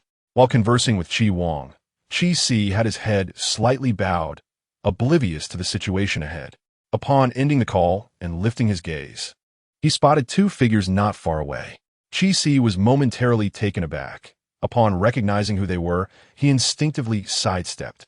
The two individuals were familiar to him, one being the male protagonist of this narrative, Bo Fuyu. Initially, he did not recognize the woman across from Bo Fuyu until she turned her face. Only then did it dawn on him. Wasn't he that Lin Weiwei? Since awakening, he had never encountered Lin Weiwei in person, yet the original owner's memories contained her visage. Chi-Si had also searched for Lin Weiwei's photos online, so he recognized her at once. Had Lin Weiwei quickly become involved with Bo Fuyu? Chi-Si meticulously recalled the plot he was aware of and was somewhat astonished to discover that the original text seemingly made no mention of today's racing event. Moreover, there was no indication of Bo Yinchi offering 10% of the Wangjiang development rights as a prize for the competition. Thus, the current progression of events had entirely deviated from the original narrative. Chi-Si felt a surge of joy in his heart. This meant that his and Chi Wang's fate would not mirror that of the original text. As long as he steered clear of the protagonists and refrained from deliberately provoking them, he would not drag Chi Wang into confrontation with the Bo family on his behalf. Although this left him entirely unaware of the subsequent developments, the main storyline should remain unchanged. For instance, Bo Fuyu and Lin Weiwei would meet and become entangled with one another. While this particular moment left Chi-Si feeling bewildered, it was not a significant concern. After all, the two had made each other's acquaintance and appeared to be on the verge of forming a connection. As Chi-Si contemplated this, Lin Weiwei leaned against Bo Fuyu. Chi-Si nearly gasped, hastily covering his mouth to avoid being discovered. His heart raced as he steadied himself and cautiously peered from behind the car. Carefully observing the situation before him, he noticed the two had shifted their positions. Previously, Lin Weiwei rested her head gently on Bo Fuyu's shoulder, a gesture that had not seemed overly intimate. However, in the brief moment Chi-Si had lost focus, Bo Fuyu's hand had found its way to Lin Weiwei's waist, guiding her towards the car.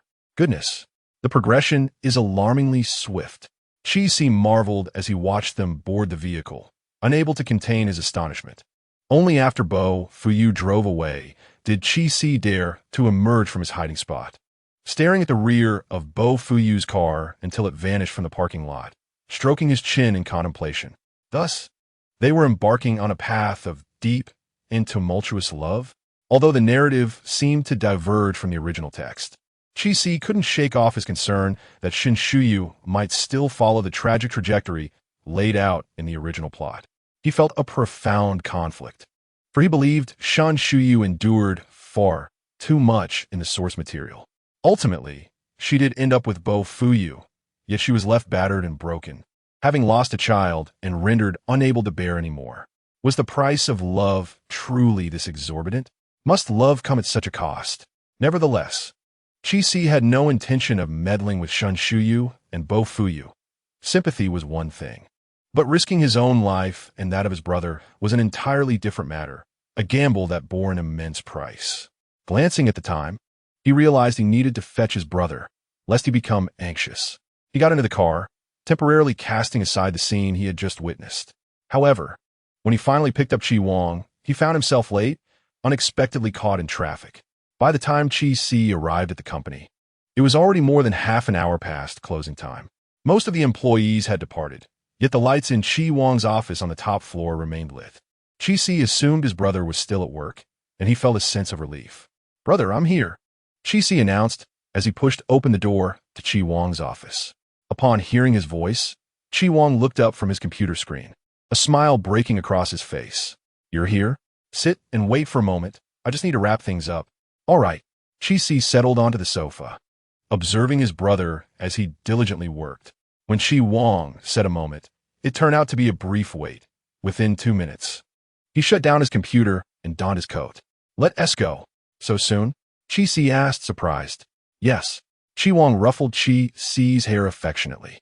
"Are you hungry?" "Not too bad." "Then let us head to the supermarket for some ingredients." "Okay." The two brothers chatted as they left the company. The moment Chi Wang stepped out, Chow Yu exhaled heavily, immediately pulling out his phone to make a call. "Hello, Senior. Chi Dong has left. Shall I meet you now, or at the parking lot?" "Let us meet at the parking lot," Zhou Ji replied.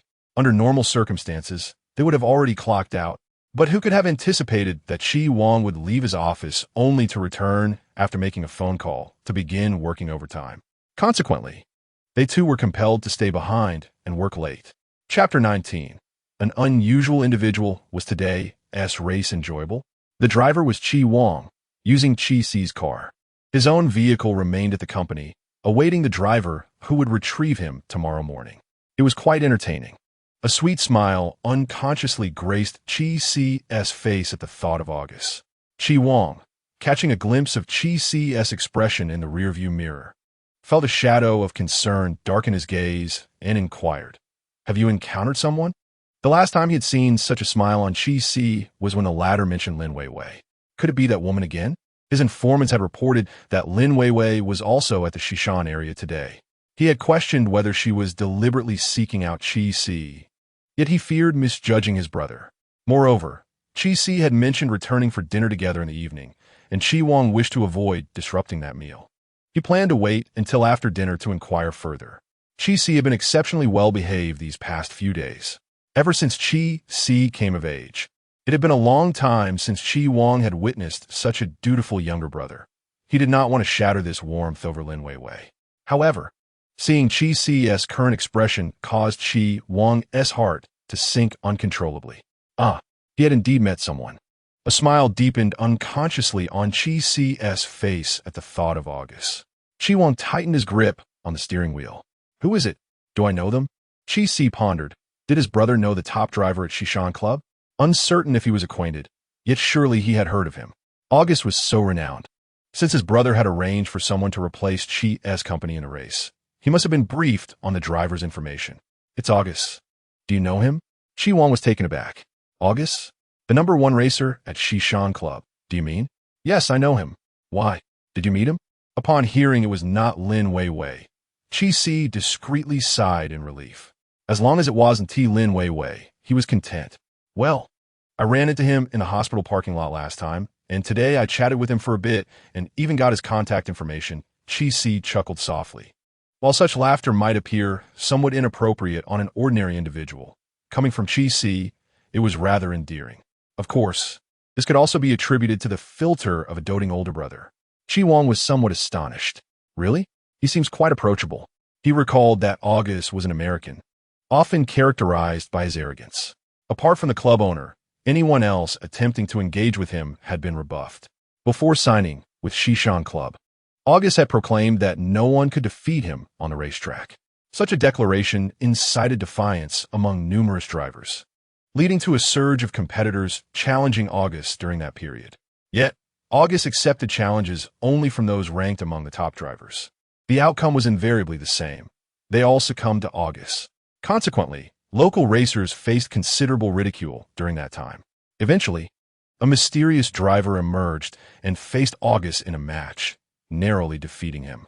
It is said that the driver is the mastermind behind the Shishan Club, which is why August has chosen to affiliate himself with it. However, these remain mere rumors. The truth eludes them.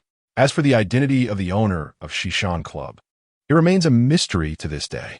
What is known is that the owner possesses a formidable status, akin to an untouchable Tyrannosaurus. "By the way, brother, who is the racer you're looking for?" Chi Wang glanced at Chi Si in astonishment. "You don't know?" Chi Si, feeling a bit sheepish, looked away, slightly retracting his neck in guilt. Chi Wang could only cast a helpless glance in his direction. "Even if you aren't allowed to assist at the company, shouldn't you at least take an interest in your own family's affairs?" Chi Si chuckled awkwardly, pretending to be oblivious. Chi Wang found himself at a loss for words and ultimately said nothing. "He's not a particularly renowned driver," Chi Si remarked. "Why not hire a more accomplished racer?" Chi Wang explained the Chi family never intended to contest for that 10% development rights. Their focus lies solely on participation. News of this race had circulated early on, and preparations from various parties were thorough. The Chi family could compete, but it was unnecessary. "Why is it unnecessary?" Chi Si questioned, puzzled. "The Chi family has been negotiating with the business over at Wangjiang, and they are close to finalizing terms. That 10% development right is not of significant importance to the Chi family. The land and development rights in Wangjiang are firmly in the hands of the Bo family, and which enterprises will benefit from it hinges solely on Bo Yinchi's word." Chi Si was perplexed as to Bo Yinchi's intentions regarding the development rights. "When did you establish contact with Bo Yinchi?" Chi Si asked in surprise. Just then, Chi Wang halted the car. Casting a curious glance at Chi Si upon hearing his question, "How did you know it was Bo Yinchi?" Chi Si broke into a cold sweat, nearly forgetting his persona as a carefree rich heir who indulges in frivolity. "I heard August mention it while watching the race. He said he was hired by Bo Yinchi for this competition." A flicker of surprise crossed Chi Wong's eyes as he inquired, "Who came in first today?" Having no intention of vying for the development rights, Chi Wong had not been paying attention to the winner. It was August. Chi Wong frowned. "Are you implying that Bo Yinchi hired August to compete and he secured first place?" "Indeed. What is Bo Yinchi trying to achieve? Offering up the development rights as a bargaining chip, only for his own people to win it back? Was there never an intention to relinquish the development rights in the first place? What purpose does this serve?" Chi Wong found himself perplexed by Bo Yinchi's motives. Who knows what Bo Yinchi is thinking? Isn't he already a rather eccentric individual? Chi Si remarked nonchalantly. Chi Wong nodded in agreement. "Let's not dwell on him. We should hurry to buy the groceries, and once we're done, return home to prepare dinner. Aren't you hungry?" "Starving. Brother. Food. Stop fussing, watch the road." "Oh." The two brothers wasted quite a bit of time on the road, but upon reaching the supermarket, they were resolute in their mission, swiftly completing their shopping within half an hour. Nevertheless, by the time they returned home, it was already past 7 in the evening. Chi Wong carried the ingredients into the kitchen to start cooking. "Do you need my assistance?" Chi Si inquired.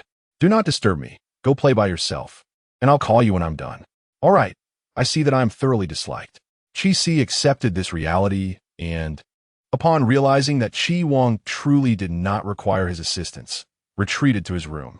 He grabbed some clothes and took a shower. Upon emerging, he noticed several unread messages on his phone. Chi Si paused momentarily, a thought striking him, and hurriedly unlocked his device. There was a message from August sent 5 minutes prior, marked by a green bubble. Chapter 20, Variety Show Quota. When Chi Si read August's message, a wave of delight surged within him, completely forgetting that he had initiated the conversation with multiple messages. "August, there are some matters at the club that require my attention. I do not bring my phone with me." "August, as for dinner, it's too late now." "How touching." He actually replied with 2 messages. "Who understands, my dear friends? You must have feelings for me too." Chi Si rolled around on his bed, momentarily losing his composure. He was amused by the sudden voiceover that popped into his mind, a result of watching too many short videos in recent days. Indeed, they were quite infectious. "That's all right. I figured you were busy, so I've already returned home." "I see. Dinner is ready." Just after sending the message, he heard Chi Wong calling him from downstairs. "Oh, I'm coming," Chi Si replied. He assumed that Chi Wong would have to call him again, but to his surprise, a response arrived almost immediately. "August, enjoy your meal." Chi Si gazed at the reply, tilting his head and scratching his head, his face a picture of confusion. How did he know I was going to eat? It must be mere coincidence. Surely he isn't a worm in my stomach, is he? Perhaps he is also having a meal right now, which is why he is reminding me not to disturb him. If Bo Yinchi knew how Chi Si interpreted his statement, he would likely be both amused and exasperated. "All right then, you enjoy your meal too." So cute. After sending that reply, Chi Si set his phone down and headed downstairs to eat. Upon seeing Chi Si, Chi Wong exclaimed, "If you don't come down soon, I'll have to come up and drag you." I'm here. Chi Si hurried to the dining table and took a seat. "Wow, my brother's culinary skills are exceptional. Sister-in-law is in for a treat. Shouldn't you thank me for that? I've never seen a child so difficult to please at mealtime." Chi Wong's words seemed like a tease, yet his tone was filled with mirth. Chi Wong's culinary skills had indeed improved significantly due to Chi Si. It was no exaggeration to say they were honed for his sake. Feigning ignorance of Chi Wong's jibe, Chi Si buried his face into his meal, lavishly praising the food as he ate. Chi Wong feigned disdain, but secretly he relished the compliments. The two brothers thoroughly enjoyed their meal. After finishing, Chi Si did not rush back upstairs, but instead settled onto the living room sofa to watch television. Once Chi Wong tidied the dining table, he brought a plate of green grapes and placed down the coffee table in front of Chi Si before sitting beside him. Chi Si casually grabbed a grape and popped it into his mouth. The television was playing Go, all-rounder charge. The current sensation is a popular entertainment variety show, reigning supreme among its peers. Numerous stars are eager to appear on this program. At this moment, Chi Si has yet to realize that this show serves as yet another stepping stone for Lin Weiwei, a stepping stone gifted to her by Chi Si himself. Upon recognizing the nature of the show Chi Si was referring to, Chi Wang's expression darkened, and the atmosphere around him shifted palpably. Do you still intend to offer this opportunity to Lin Weiwei? Chi Si appeared utterly bewildered. What does this show have to do with Lin Weiwei? Observing Chi Si's confusion, Chi Wang felt a flicker of uncertainty. Have you forgotten that you previously asked me to secure a spot for Lin Weiwei on a variety show? Chi Si genuinely had no knowledge of this. It was the original owner who had requested Chi Wang to arrange the opportunity for Lin Weiwei, not him. How could he possibly know such details? As Chi Si meticulously sifted through the memories of the original owner, he discovered a segment that indeed corroborated this. The original owner had showered Lin Weiwei with gifts in pursuit of her affection. However, Lin Weiwei displayed little interest in the presents, leaving the original owner feeling quite disheartened. Eventually, Lin Weiwei subtly expressed her need for resources. With his sole focus on Lin Weiwei, the original owner endeavored to fulfill her desires. He soon realized that providing resources to Lin Weiwei significantly improved her demeanor toward him. Thus, it was as if he had unlocked a peculiar channel. Each time he sought to win Lin Weiwei's favor, he would offer her resources. The same rationale applied to the current situation. As the original owner sought Chi Wang's assistance to procure this opportunity for Lin Weiwei out of a desire to appease her. Chi Si recalled this moment with a surge of frustration. The only silver lining was that the resources for this show had yet to reach Lin Weiwei's hands. Brother, whether you believe it or not, I truly no longer harbor feelings for Lin Weiwei. This opportunity will not be given to her.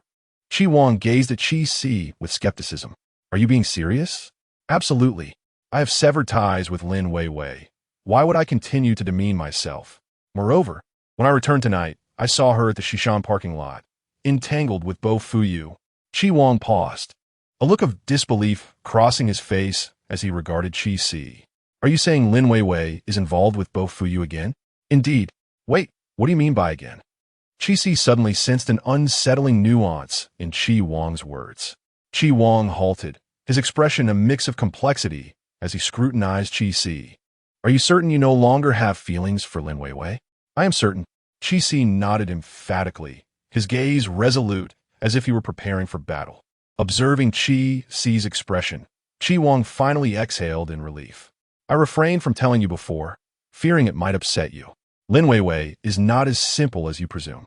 Chi Si rubbed his nose, unsure of how to convey to Chi Wang that he was indeed aware of Lin Weiwei's complexities.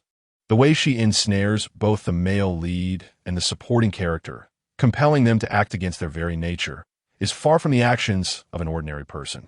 Chi Si's hesitation was perceived by Chi Wang as a sign of disbelief in his brother's words. I do not intend to malign Lin Weiwei. My associates have previously captured her in the company of various men, several of whom have collaborated with the Chi family in the past.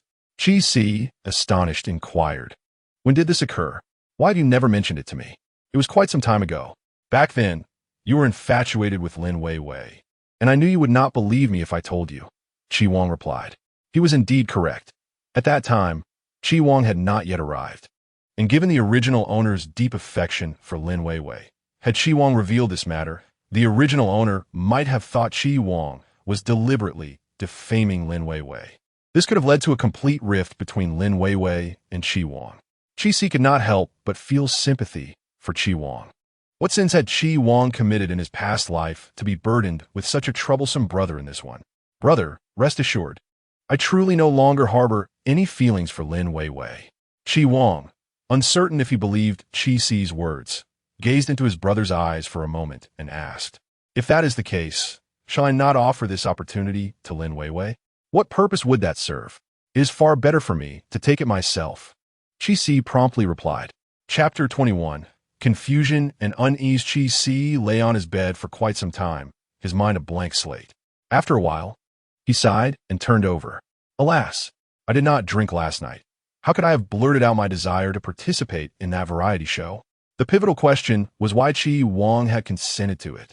Although the Chi family had dwindled down to just the two brothers, they still belonged to a prestigious lineage. How could Chi Wang allow his younger brother to partake in a variety show? It seemed illogical, yet it was entirely reasonable. Chi Si closed his eyes, once again lamenting the original owner's penchant for self-sabotage. It was precisely because the original owner had a talent for creating turmoil, combined with Chi Wang's intense affection for his brother, that Chi Wang would indulge Chi Si in whatever he desired, as long as it was within his means. Thus, when Chi Si casually mentioned wanting to join the variety show, Chi Wang genuinely secured that opportunity for him. Now, having awakened, Chi Si felt a profound sense of regret. He wondered if approaching Chi Wang to express his disinterest in the show, attributing it to mere idle chatter, would lead to repercussions. Today, Chi Si rose later than usual. Typically, by this hour, Chi Wang would already be at the office. To his surprise, upon reaching the ground floor, he found Chi Wang still home, leisurely enjoying breakfast at the dining table. Chi Si paused in astonishment, asking, "Brother, what are you doing at home?" Chi Wang looked up at him. "What of it? Is it unusual for me to be at home? Aren't you going to the office today?" Chi Si inquired. I will take you to meet someone this afternoon." "Who?" "First, eat your breakfast." Chi Wang did not answer Chi Si's question. Once Chi Si sat down, Chi Wang continued, "The arrangements for the variety show have been finalized.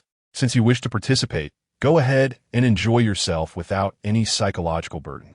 Chi Si suddenly choked on his porridge, coughing violently. Chi Wang, startled, quickly patted his back, exclaiming, "How is it that a grown man can choke on porridge?" Chi Si felt utterly wronged at his heart. It was not until Chi Wang suddenly mentioned something about a variety show that Chi Si, before descending the stairs, had been contemplating finding an opportunity to inform Chi Wang that he would not be participating in that show. To his surprise, Chi Wang's actions were so swift that he barely had time to intervene. Chi Si managed to suppress his cough, a solitary tear glistening at the corner of his eye. Chi Wang furrowed his brow and offered him a glass of milk, suggesting he take a sip to soothe himself. Chi Si accepted the glass and took a sip, moistening his throat. After setting the cup down, he turned to Chi Wang and inquired, "Brother, have you already finalized the arrangements?" "What? The variety show? You nearly choked on your porridge out of excitement over a mere phone call?" Chi Wang regarded Chi Si disapprovingly. Chi Si offered an awkward smile, feeling a sense of despair in his heart. How could he be excited? He was startled. "I was merely surprised. I thought such matters would not be so straightforward. Indeed, they're not so simple. This afternoon, we need to meet with the show's chief director." Chi Si stared at Chi Wang in astonishment. "Meet the chief director?" "Yes. The director owes me a favor. Although he agreed to your participation, there are certain details that require a face-to-face discussion." Chi Si glanced at Chi Wang, hesitating to speak. Chi Wang encouraged him, saying, "If you have something to say, just say it." "Brother, is it truly wise to use the director's favor on me? It seems rather extravagant." Chi Si remarked cautiously. Chi Wang, being Chi Si's elder brother, could easily discern the turmoil within him just by observing his demeanor. "If you dare to say now that you do not wish to go." No. How could that be? I want to go." Chi Si hastily interrupted Chi Wang. He felt that if he expressed any reluctance, his brother, who usually prioritized his younger brother's wishes, might break his own principles today and deliver a stern lesson of love. "I can help you withdraw." Chi Wang spoke leisurely after Chi Si had made his stance clear. Chi Si had reason to suspect his brother was being intentionally mischievous, and he had evidence to support that. Seeing Chi Si's frustrated expression, Chi Wang could not suppress his laughter. Chi Si, noticing his brother's delight, became increasingly convinced that Chi Wang was merely teasing him. Faced with such a mournful gaze from his younger brother, Chi Wang refrained from being overly playful. "All right, I shall cease my laughter. I am serious. If you truly do not wish to go, I would not force you, you know that." "I understand," Chi Si said, scratching his head, unsure of how to articulate his feelings. "It's just that I have never participated in such a variety show, so I feel a bit out of my depth." "That's a facade." Yet, Chi Wang believed him. "Do not worry. There is no need for anxiety. You're simply going to have some fun. This is not your only path in life. There is no pressure. I will always be here for you." "Thank you, brother. Why are you being so formal?" "You are my brother. It is only right for me to do these things for you." Chi Wang gently ruffled Chi Si's hair. For the first time in his life, Chi Si experienced the profound feeling of being cherished without reservation. His eyes grew slightly moist. Yet, simultaneously, another voice echoed within his heart. You are not truly Chi-Si. His kindness towards you is merely because he remains unaware that his brother has been replaced. Once Chi Wang discovers that his brother has long since perished, and that the person before him is merely an imposter, do you truly believe he will continue to treat you with such affection? By then, he may very well demand that you account for the life of his true brother. The more Chi-Si pondered, the heavier his heart grew. The plain porridge in his mouth, devoid of flavor, now bore an additional bitter note. He found himself struggling to swallow this breakfast. After finishing his meal, Chi-Si ascended the stairs to his room, suddenly at a loss as to how to confront Chi Wang. He yearned to reveal the truth to Chi Wang, yet feared that the revelation might be too much for him to bear. While reading, Chi-Si discerned that Chi Wang seemed to regard his brother as the very essence of his existence, not merely a source of motivation, but a necessity akin to air for a living being. Within the narrative, Chi-Si appeared to embody the very air Chi Wang relied upon for survival.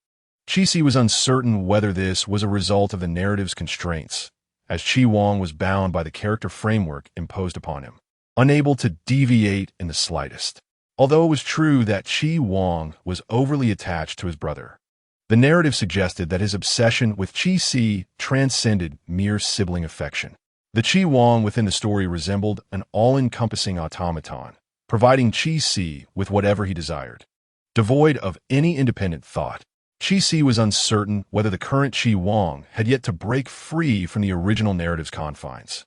Would revealing that the original Chi-Si had perished lead to Chi Wang's immediate collapse?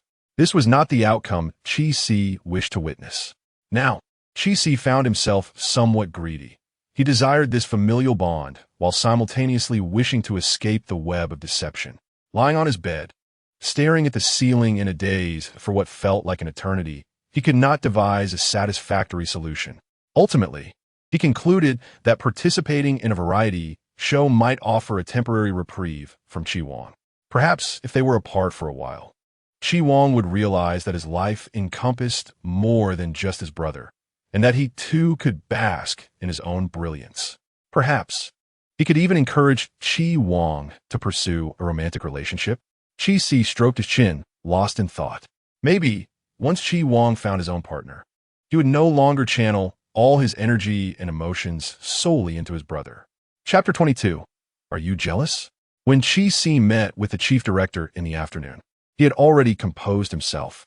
No matter the circumstances, he was now the Chi-Si of this world. Compared to the original Chi-Si, who had so grievously wronged Chi Wang, at least he genuinely wished for Chi Wang's well-being. Some matters may lack immediate solutions, and thus, he would leave them to time to resolve. Indeed, he was shamefully evading the issue. Though shameful, it proved to be effective. The chief director, surnamed Xiang, full name Xiang Qianchong, nearly caused Chi-Si to spew the water he had just sipped upon hearing the name. Fortunately, he reacted swiftly, hastily covering his mouth to prevent a more widespread incident. Chi Wang handed him a tissue, chiding him.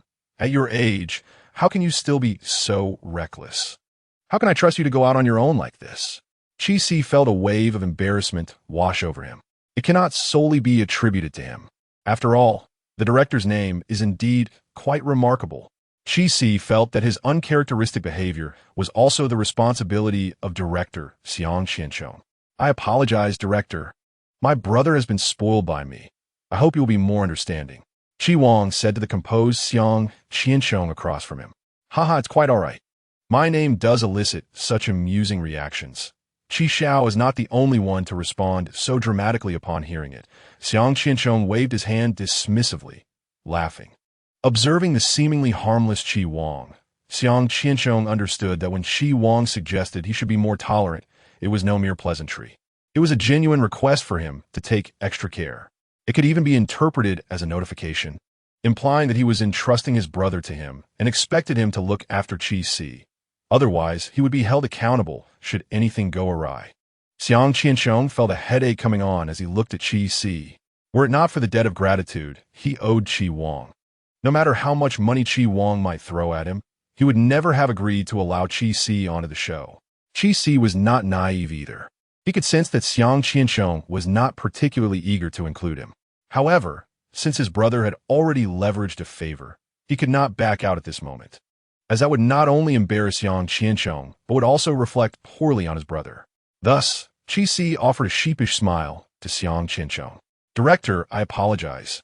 Xiang Qianchong waved his hand and turned to Qi Wang. "Mr. Qi, you can rest assured.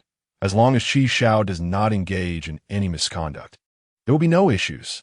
The implication being that if Qi Si were to deliberately disregard instructions, he would not be held responsible for any ensuing troubles. Qi Si tactically lowered his head to drink water. Qi Wang's expression became a touch more subdued. "Of course, my brother is very well behaved." Upon hearing this, both Xiang Qianchong and Qi Si wore expressions of disbelief. Xiang Qianchong exclaimed, "He is well behaved." Qi Si echoed, "I am well behaved." In that moment, their thoughts unexpectedly aligned. Xiang Qianchong looked at Qi Wang, as if about to say something, but upon meeting Qi Wang's unequivocal gaze, he hesitated. Qi Si discreetly tugged at Qi Wang's sleeve, saying, "Brother, your ability to speak such nonsense is making me blush." Qi Wang shot him a glance that clearly conveyed a message. "You know you are not well behaved at all." Qi Si replied, "I apologize for the interruption. Please continue." Without Qi Si's interruptions, Qi Wang swiftly concluded matters with Xiang Qianchong, securing maximum freedom for Qi Si on the program. After signing the contract, Qi Wang drove Qi Si home before heading back to the company. Qi Si, observing his brother's busyness, couldn't help but feel a moment of sympathy. He recalled how exhausting it had been in his previous life, always preoccupied with work, leaving little time for leisure or rest, until he eventually collapsed from fatigue. He resolved to find a moment to advise Qi Wang not to be so relentless. Work could always be done later, and overexertion would yield more losses than gains. Qi Wang genuinely cared about Qi Si's affairs. In anticipation of Qi Si's participation in the variety show, Qi Wang had assembled a temporary team solely dedicated to managing Qi Si's related matters. This arrangement was quite sensational within the entertainment industry, leading many who learned of it to believe that Qi Si was poised to enter the entertainment realm, prompting a flurry of inquiries. Among them was even a mention of August from the Qi Si list. "August, are you venturing into the entertainment industry for love?" "Si wujidan." August promptly sent over a web link. When Qi Si clicked on it, he was astonished to find it was a fabricated article from a marketing account. The piece conveyed two primary notions. First, Qi Wang had assembled a professional team for him, suggesting his imminent debut. Second, it was widely known that Qi Si harbored a deep affection for the popular star Lin Weiwei, implying his entry into the industry was primarily to gain her favor. The article was articulate and even provided examples to substantiate its claims. If Qi Si were not the subject in question, he would have been inclined to believe the marketing account's assertions based solely on this piece. "Si wujidan, it's false. Don't believe it. I don't like Lin Weiwei at all." "August, what do you mean by sending a period?" Qi Si stared at the period sent by the other party, his eyes nearly popping out of their sockets, utterly perplexed by its intended meaning. "Si wujidan, what does sending a period mean? Does it imply belief or disbelief?" "August, does it really matter?" "Si wujidan, of course. I'm pursuing you. If you misunderstand, it would be quite unjust for me." "August, it's an undeniable fact that you pursued Lin Weiwei, isn't it?" Upon seeing this response, Qi Si was momentarily taken aback. Something about that statement felt amiss. Or was he overthinking it? "Si wujidan, are you jealous?" Qi Si thought he was being quite cautious in his inquiry. In reality, his straightforwardness left the other person momentarily at a loss for words. Bo Yinchi observed the young one's reply on his phone, rubbing his temples. Is this how the minds of young people work? Bo Yinchi hesitated, his fingers hovering over the screen, ultimately choosing not to respond. Just then, his assistant notified him that it was time for a meeting, allowing him to conveniently sidestep the topic. After sending his message, Qi Si waited for a considerable time without receiving a reply, feeling a wave of frustration. Was this question truly so difficult to answer? Lacking a response, Qi Si inadvertently took out his irritation on Lin Weiwei. Just as he intended to post on Weibo to clarify his relationship with Lin Weiwei, he noticed his name trending alongside hers once more.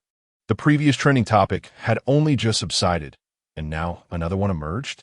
Qi Si initially thought it was due to the aforementioned article, but upon clicking to check, he realized it was not as he had presumed.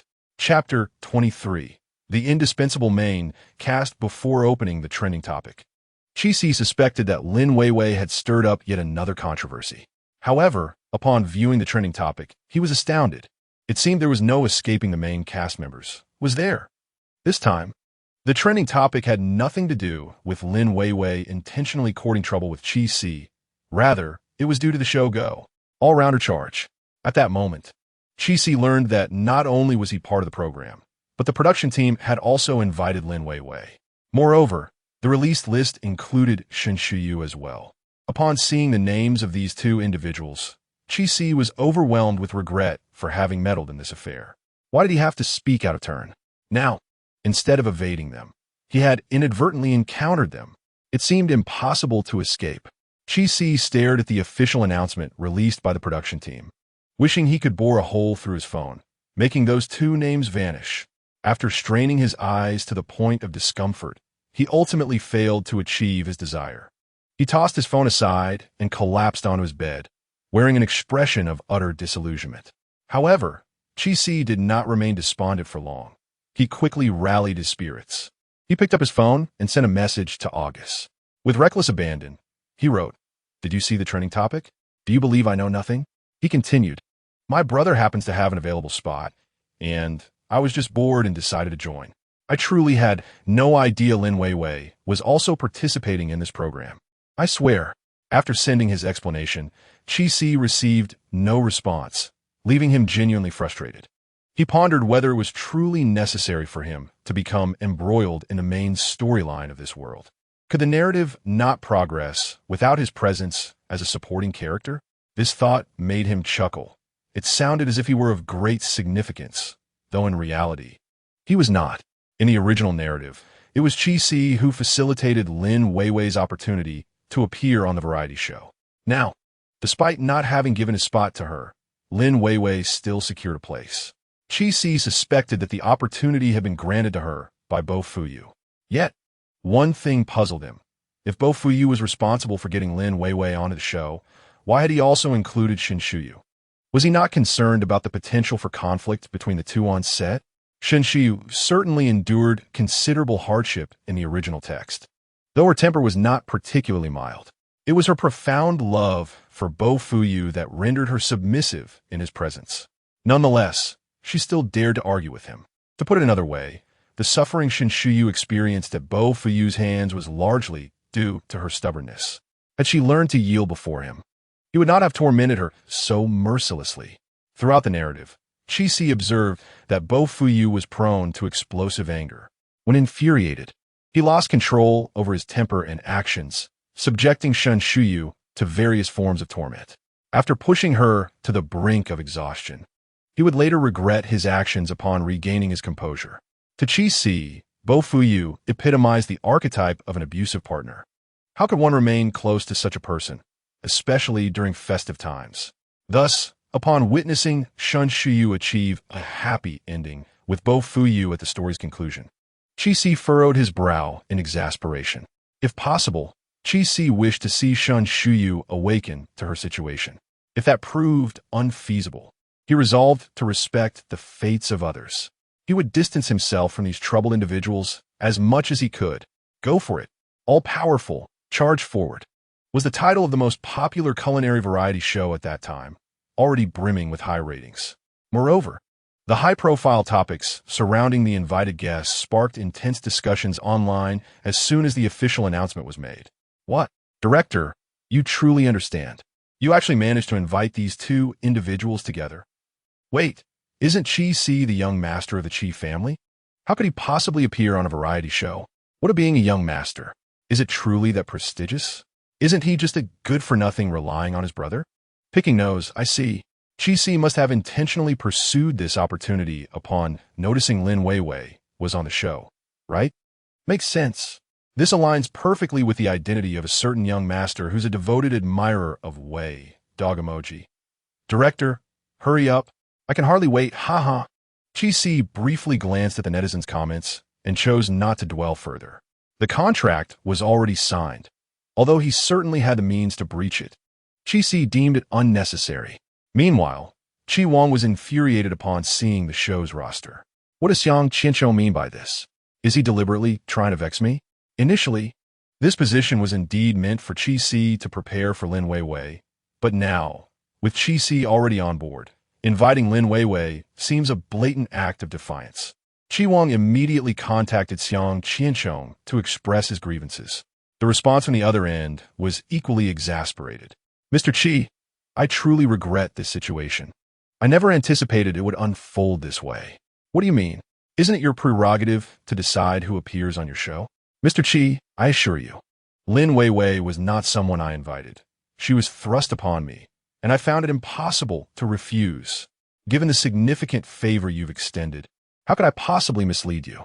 I genuinely had no choice. For this occasion, let us consider Qi Si's participation as my personal invitation. In the future, should you require my assistance, just say the word. With Xiang Qianqiu having articulated his position to this extent, Qi Wang could only suppress his rising fury. Who was responsible for bringing Lin Weiwei into the fold? Qi Wang pinched the bridge of his nose, feeling a twinge of unease. Qi Si had only just resolved to cease his infatuation with Lin Weiwei, and now she had conveniently reappeared before him. Qi Wang lacked the confidence.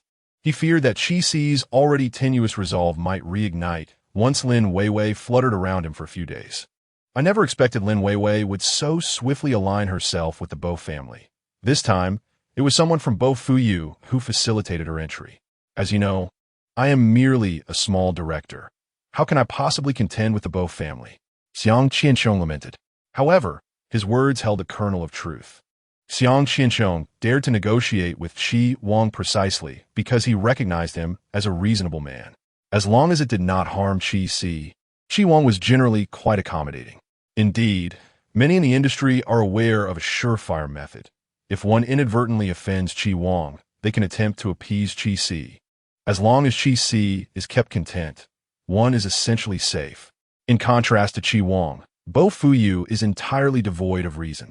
He embodies the archetype of a domineering CEO from a novel, one who adheres strictly to his whims. A single displeasure can lead to catastrophic consequences. While Bo Fuyu has not yet reached the formidable level he attains later in the narrative, he remains exceedingly difficult to handle. Xiang Qianqiu was reluctant to offend Bo Fuyu for the sake of Lin Weiwei, as it would only bring trouble upon himself. Bo Fuyu? Qi Wang frowned, a tinge of disdain flickering in his eyes. In that case, Asi's contract is null and void. Upon hearing this, Xiang Qianqiu quickly interjected, Director Qi, please don't. I've already made the announcement. That is your concern. Qi Wang's gaze turned icy. You are fully aware that Lin Weiwei is set to appear. Yet you failed to notify me in advance. You should have anticipated the consequences. But the contract does not stipulate that young Master Qi cannot appear alongside Lin Weiwei. Xiang Qianqiu's voice dwindled. Director Qi, if you prevent young Master Qi from participating now, it constitutes a breach of contract. Chapter 24. The idol with a bit of a reputation. Qi Wang's eyes narrowed, his voice on the other end of the line sending a chill down the spine. Breach of contract? Do you truly believe I cannot afford your meager penalty? No, of course not. Xiang Qianqiu trembled, hastily offering his apologies. Director Qi, you jest. That penalty wouldn't even suffice to fill your teeth. However, regarding this matter, I believe it would be wise to first consult young Master Qi's wishes. What if he wishes to participate, and you unilaterally decide to withdraw him without discussion? Are you not concerned about inciting his wrath? Xiang Qianqiu dared not offend Qi Wang, yet the latter was more lenient compared to Bo Fuyu. Qi Wang had a vulnerable spot. Qi Si was Qi Wang's Achilles heel. As long as he could keep Qi Si steady, Qi Wang still had room for maneuver. Surely, Qi Wang was aware of Xiang Qianqiu's intentions. If this matter did not involve Qi Si, Xiang Qianqiu would have already found himself utterly blacklisted by Qi Wang. Future endeavors would prove difficult for him. Yet, due to the connection with Qi Si, Qi Wang was hesitant to be too drastic. In the end, he merely issued a few warnings to Xiang Qianqiu before angrily ending the call. After much deliberation, Qi Wang ultimately sought Qi Si's opinion. Have you made up your mind? Do you truly wish to appear on the show? Lin Weiwei will be present. Brother, I understand your concerns. Rest assured, I have claimed to dislike Lin Weiwei, and I mean it. You must trust your younger brother. Qi Wang gazed at Qi Si, hesitant to speak. It wasn't that he didn't want to believe Chi-Si, but rather that he feared to. After all, Chi-Si had amassed quite a history of transgressions in his eyes. Chi-Si understood that his current words would hardly earn Chi-Wang's trust, and he felt helpless. But those foolish actions were not mine. Brother, I assure you, if I still harbor feelings for Lin Weiwei, I shall forever love unrequitedly. If it comes to that, you can cut off my cards. The notion of card cancellation was truly terrifying for Chi-Si. He could earn his own money, yet his lifelong ambition was merely to be a slacker. Thus, earning a living was out of the question. Starvation was not an option. Upon hearing Chi-Si's words, Chi-Wang appeared somewhat moved, seemingly convinced of Chi-Si's determination. After all, for his brother, being broke was indeed a dreadful prospect. You better mean it. Chi-Wang raised his hand and gently tapped Chi-Si's forehead, warning, if I discover you entangled with Lin Weiwei again, do not expect me to concern myself with your well-being in the future. All right. I promise not to get involved. Although you may not be as handsome as your brother, I once experienced temporary blindness, but now I have fully recovered. Chi-Wang gazed at his loquacious younger brother before him, feeling utterly helpless. Deep down, he understood that despite his words declaring he would disregard Chi-Si's well-being if he misbehaved again, he could never truly do so. How could he bear to watch his brother suffer, even if it were just a little? Ultimately, Chi-Wang acquiesced to Chi-Si's wishes. Upon receiving the news, Xiang Qianchong nearly burst into tears of joy. He had always believed in Chi-Si's worth. Chi-Si, at least during the airing of his program, could keep Chi-Wang grounded. He understood that Chi-Wang, being so protective of his brother, would never destroy anything associated with Chi-Si. Thus far, the only person to have truly angered Chi-Wang was Lin Weiwei. Even so, Chi-Wang dared not act against Lin Weiwei until Chi-Si had explicitly stated that he had no ties to her, fearing his brother's displeasure and sorrow. Xiang Qianchong couldn't help but marvel at how this brother was more concerned than a father. Yet, he had never seen a father so indulgent toward his son. Regardless, as long as Chi-Si remained involved, Xiang Qianchong felt a significant weight lifted off his shoulders. On the day of the show's filming, Chi-Si was jolted awake early by Chi-Wang's insistence. He sat at the dining table, his eyes barely open. After a disoriented breakfast, his mind gradually began to function. Did I forget to wash my face and brush my teeth? Chi-Si turned slowly to Chi-Wang. Chi-Wang, busy clearing the dishes, glanced at Chi-Si. Amused by his brother's silly expression, he quickly stifled his laughter. It's fine. There's no one else here. You can wash up afterward. Chi-Si's eyes widened in disbelief at Chi-Wang's response, and he cradled his head in despair. How can that be the same? I ate breakfast without brushing my teeth. My stomach is unclean. Chi-Wang looked at Chi-Si in silence, questioning, is it really that serious? If that's the case, didn't you swallow saliva when you woke up? Chi-Si was caught off guard by his brother's query. Upon reflection, it seemed he had indeed swallowed several times. According to your reasoning, your stomach was unclean before breakfast, so what does it matter if it becomes a bit more contaminated? Chi-Si exclaimed, damn, that makes sense. Yet, he still felt something was amiss. Brother, you're quite peculiar. Isn't it rather unsanitary to eat breakfast without washing up? What parent teaches their child such a thing? Chi-Wang replied, I can't speak for others, but that is how we do in our family. We encourage you to brush your teeth to prevent cavities, not to adhere to unnecessary standards. Chi-Si looked at his brother quizzically, but brother, I remember you were a bit of a neat freak. If someone else ate breakfast without washing up, would you remain so composed? Chi-Wang shot him a sideways glance. Do you think there are many people like you in this world? If it were anyone else, they wouldn't be allowed to eat breakfast at all. Without giving Chi-Si a chance to ponder, Chi-Wang glanced at the clock on the wall and reminded the still pajama-clad Chi-Si, I must remind you, the production team is on their way. Shouldn't you prepare yourself? His younger brother still harbors a hint of idle baggage. Upon the arrival of the production team, it was evident that Chi-Si's demeanor suggested the show might be nearing its end. To be fair, Chi-Wang truly understands his brother. Upon hearing this, Chi-Si immediately set aside his dilemma regarding whether to brush his teeth and leapt from his chair, dashing upstairs. Slow down. You've just eaten. Chi-Wang called out from behind. Fortunately, with Chi-Wang's assistance, all the necessary luggage had been meticulously packed. The the previous night. Just as Chi-Si hurriedly groomed himself, the production team arrived at their doorstep. Go for it. All-rounder, charge ahead. The title alone hinted that this program was no lighthearted variety show. The term all-rounder aptly underscored the challenges that lay ahead. At the beginning of each episode, the production team would personally greet the guests at the door. Don't be mistaken. This was not a display of warmth and hospitality, but primarily to inspect the guests' luggage to ensure they did not bring items that contravened the program's regulations. This also served to showcase the guests' living environments to the audience. Remarkably, this segment was immensely popular among viewers. Chapter 25. The Brothers of Others. Here they come. Whose house is this? It appears to be beyond my means. Don't even think about it. A common worker would take a lifetime just to afford a bathroom here. Wow, so expensive? Who lives here? It must be Chi Xiao. Among the guests this episode, only his status seems fitting for such a place. Is this the life of the wealthy? I adore it. As the live broadcast commenced, a surge of viewers flooded in. Once the camera captured the entrance of the Chi residence, the barrage of comments nearly overwhelmed the screen. This reaction was not due to the house's opulence. Rather, the interior decor exuded a unique warmth, devoid of ostentation. The fervor from the audience stemmed from the individuals captured in the live feed. The moment Chi Wong appeared on screen, the comments exploded. Wow. How can there be such a stunning beauty? Who is this? 3 seconds. I demand all his information. Are you an idiot? Don't you know Chi Wong? What? Is this really Chi Wong? He looks this good? Stunning beauty. Let us connect. I don't understand.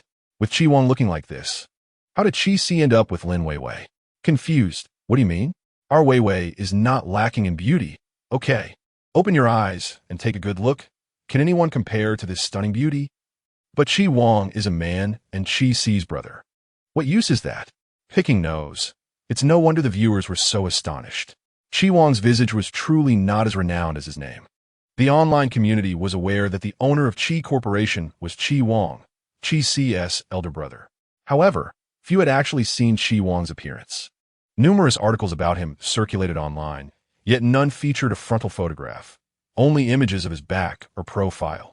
It is the kind of situation where one can discern that a person is not unattractive, yet the precise measure of their handsomeness remains elusive. This live broadcast marks Chi Wong's first official appearance across the internet. Unsurprisingly, by this time, numerous favorable screenshots of Chi Wong have already surfaced online. The production team had not anticipated such an unexpected delight.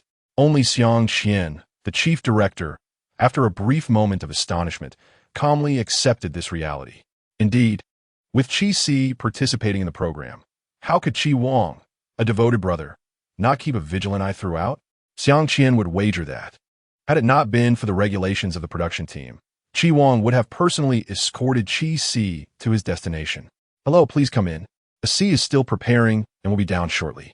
Upon welcoming the production team, Chi Wong did not exhibit excessive enthusiasm. He merely inquired if they had eaten breakfast. After they confirmed they had, he ceased further engagement. What astonished the audience was that within such a large villa, only the two brothers, Chi Wong and Chi-Si, resided there with not a servant in sight. The PD curiously asked, "Mr. Chi, is it just you and young Master Chi at home?" "Yes," Chi Wong replied with a subtle nod. The PD expressed surprise. In such a vast space, it must be exhausting to clean regularly. Fortunately, there are cleaners who come on a schedule, Chi-Si explained. The crowd suddenly understood.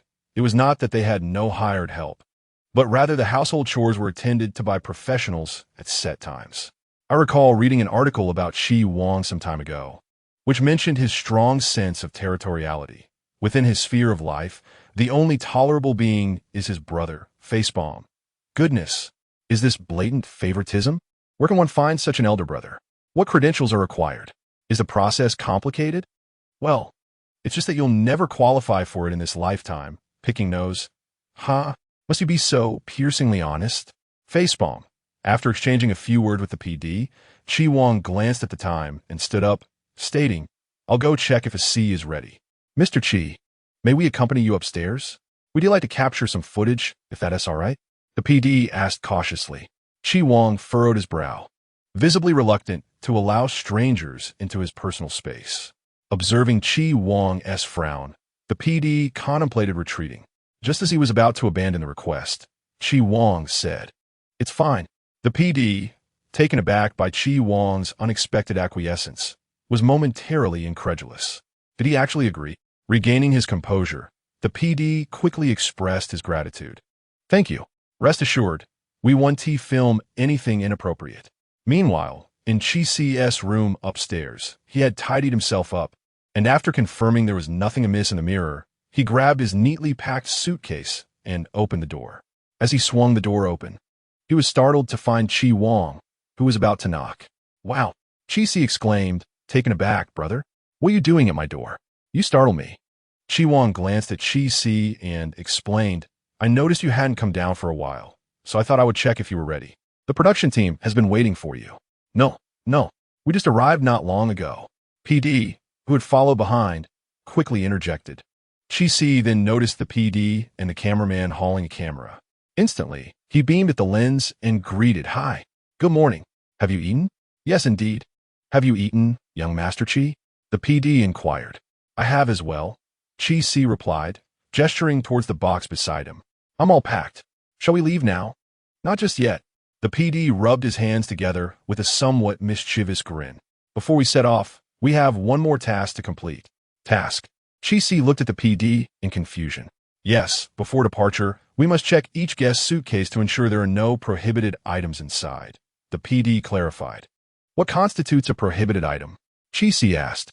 "Aside from essential personal items and certain special medications, anything else is considered prohibited and cannot be taken along," the PD explained, causing Chi Si's eyes to widen in surprise. "Is it really that strict?" "Indeed. We kindly ask for your cooperation with our inspection," the PD replied. Chi Wong, who had remained silent, furrowed his brow upon hearing the mention of prohibited items. The PD was focused on Chi Si and did not notice Chi Wong's reaction. But the audience in the live stream certainly did. Does this expression from Chairman Chi indicate displeasure? He must be worried about his brother's hardships. His protective nature is quite intense. When watching others, I feel this brother is overly indulgent. If he were my brother, I would simply say, bro, forever the best. Ha ha, so true. Chapter 26. Touching brotherhood, Chi Si was not particularly surprised by the production team's procedures. If they needed to check the luggage, then so be it. However, he never anticipated that his brother had prepared 2 large suitcases for him while he was asleep. Not only were the production staff and the live audience astonished, but Chi Si himself nearly had his eyes pop out of his head. Iyangi Mashtirki, are all these your suitcases?" the PD asked, looking at the 2 towering suitcases in the room, his lips twitching slightly. The cameraman zoomed in on Chi Si's face, eager to capture his reaction. "Ha ha, this is hilarious." Young Master Chi's expression clearly shows he had no idea he had so much luggage, laughing and crying. It's evident that his brother packed this while he wasn't paying attention. "It's so reminiscent of my mom," facepalm. Chairman Chi, are you being polite? The netizens were indeed correct. This luggage had been organized by Chi Wong after Chi Si had already settled in. Chi Si had only packed 1 suitcase containing some clothes and essential toiletries. He had no idea that his brother had added another suitcase after he fell asleep. Before the PD even opened the suitcase, Chi Si could hardly bear to look and instinctively covered his eyes. It was evident that Chi Wong had stuffed it with an abundance of prohibited items. As anticipated, when the suitcase was finally unzipped, the crew could barely contain their laughter. "Oh dear, Chi Xiao, what we have here?" Chi Si maintained a stoic expression, awaiting the PD's continuation. Stifling a chuckle, the PD remarked, "You cannot bring any of this. Everything in here is against the show's regulations." Chi Si glanced inside, nodded, and showed no inclination to contest the situation. To any outsider, the contents would indeed seem outrageous. Aside from 2 jackets, the remainder consisted entirely of food items, daily necessities, and an entire set of skincare products. There was even a medical kit. Furthermore, an air humidifier was placed beside it. "Brother?" Chi Si looked at Chi Wong in bewilderment. Chi Wong met his gaze with calmness. "Is there a problem?" Chi Si replied. "PD couldn't help but inquire. You can't bring food, and most of these items are also prohibited." Afterward, he extracted the skincare products, addressing Qi Xiao. We only allow 2 items. You may choose. No need. I don't require any, Qi replied with a courteous smile. Very well, the PD proceeded to remove the skincare products. The audience in the live stream was already envious to the point of tears upon seeing the skincare set. Oh my, PD, be gentle. Do you know how much this set costs? Even selling myself wouldn't suffice to afford it. Huh, there's no need to belittle yourself like that. I'm serious. I do need to work for half a month just to afford a tiny spoonful. Is it really that expensive? You can look it up. A mere 15 milliliter bottle of lotion costs several thousand. A standard size bottle can exceed 10,000. This set appears to be a limited edition gift box, and the total is likely in the hundreds of thousands. Wow, it's that pricey? Why not just steal it? The target demographic isn't ordinary people. For a family like the Qis, hundreds of thousands is akin to a mere few dozen bucks. Oh dear. I suggest Qi Xiao discard it since I can't afford it. The PD, puzzled, lifted the air humidifier and asked, "What's the rationale behind this?" Qi snatched it away, tossing it aside. There's no rationale. It was accidentally included. Qi Wang hesitated, wanting to speak, but ultimately falling silent after receiving a glare from Qi.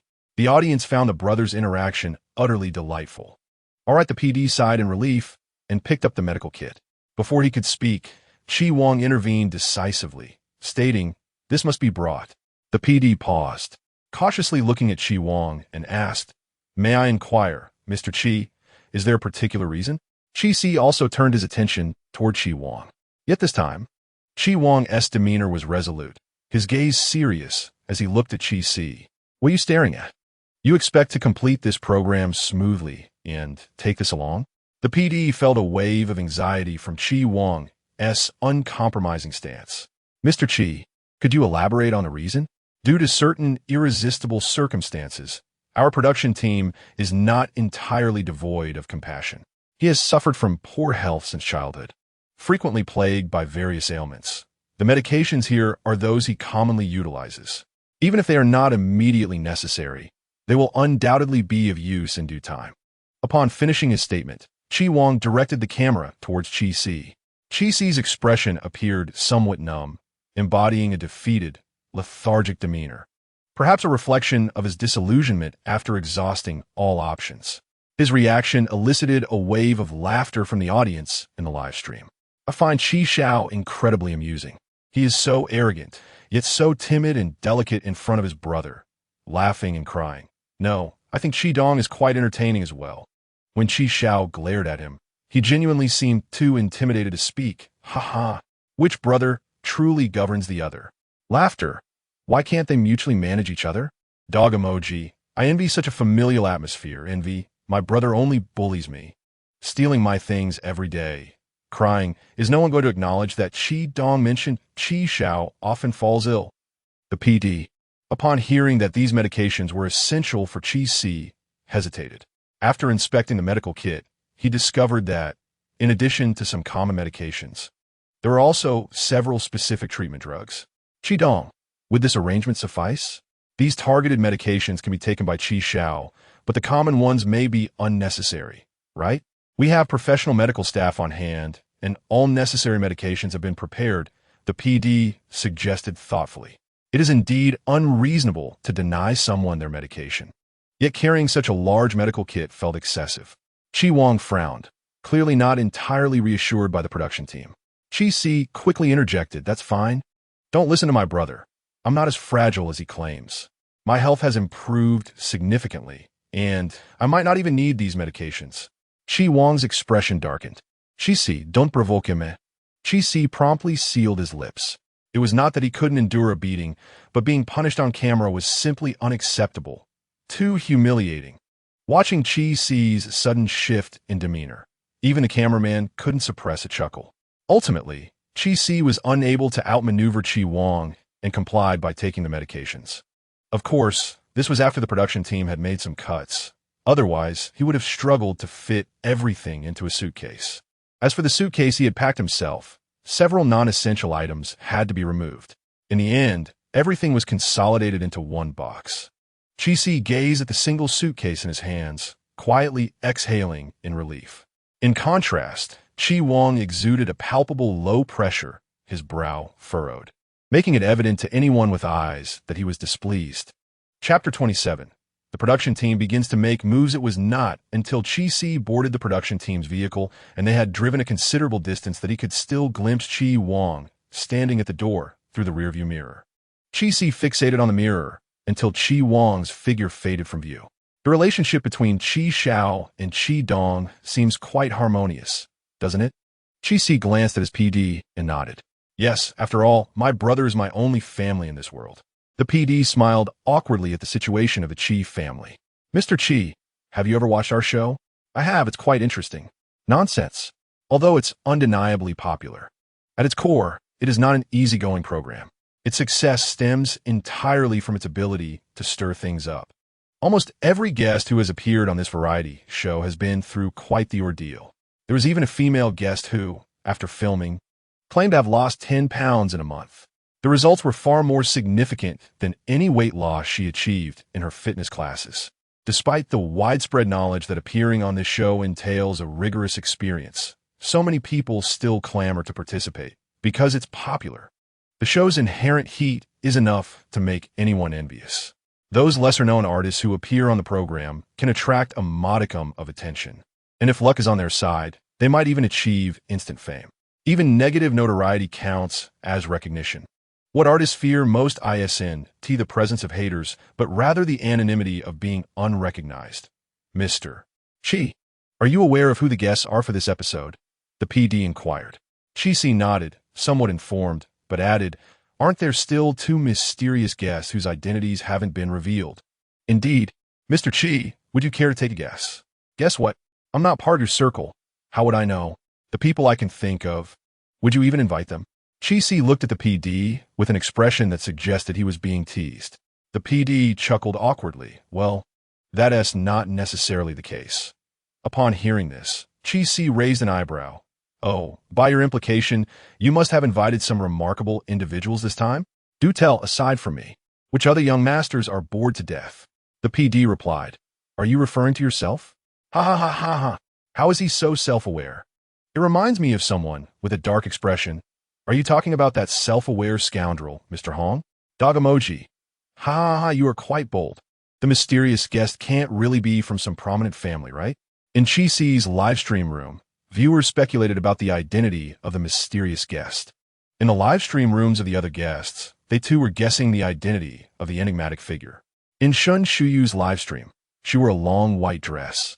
Her half-curled hair held in place by butterfly hairpins, the rest cascading behind her. Her looks did not fit the mold of a striking beauty, nor were they particularly delicate. They occupied a middle ground, allowing her to suit either style.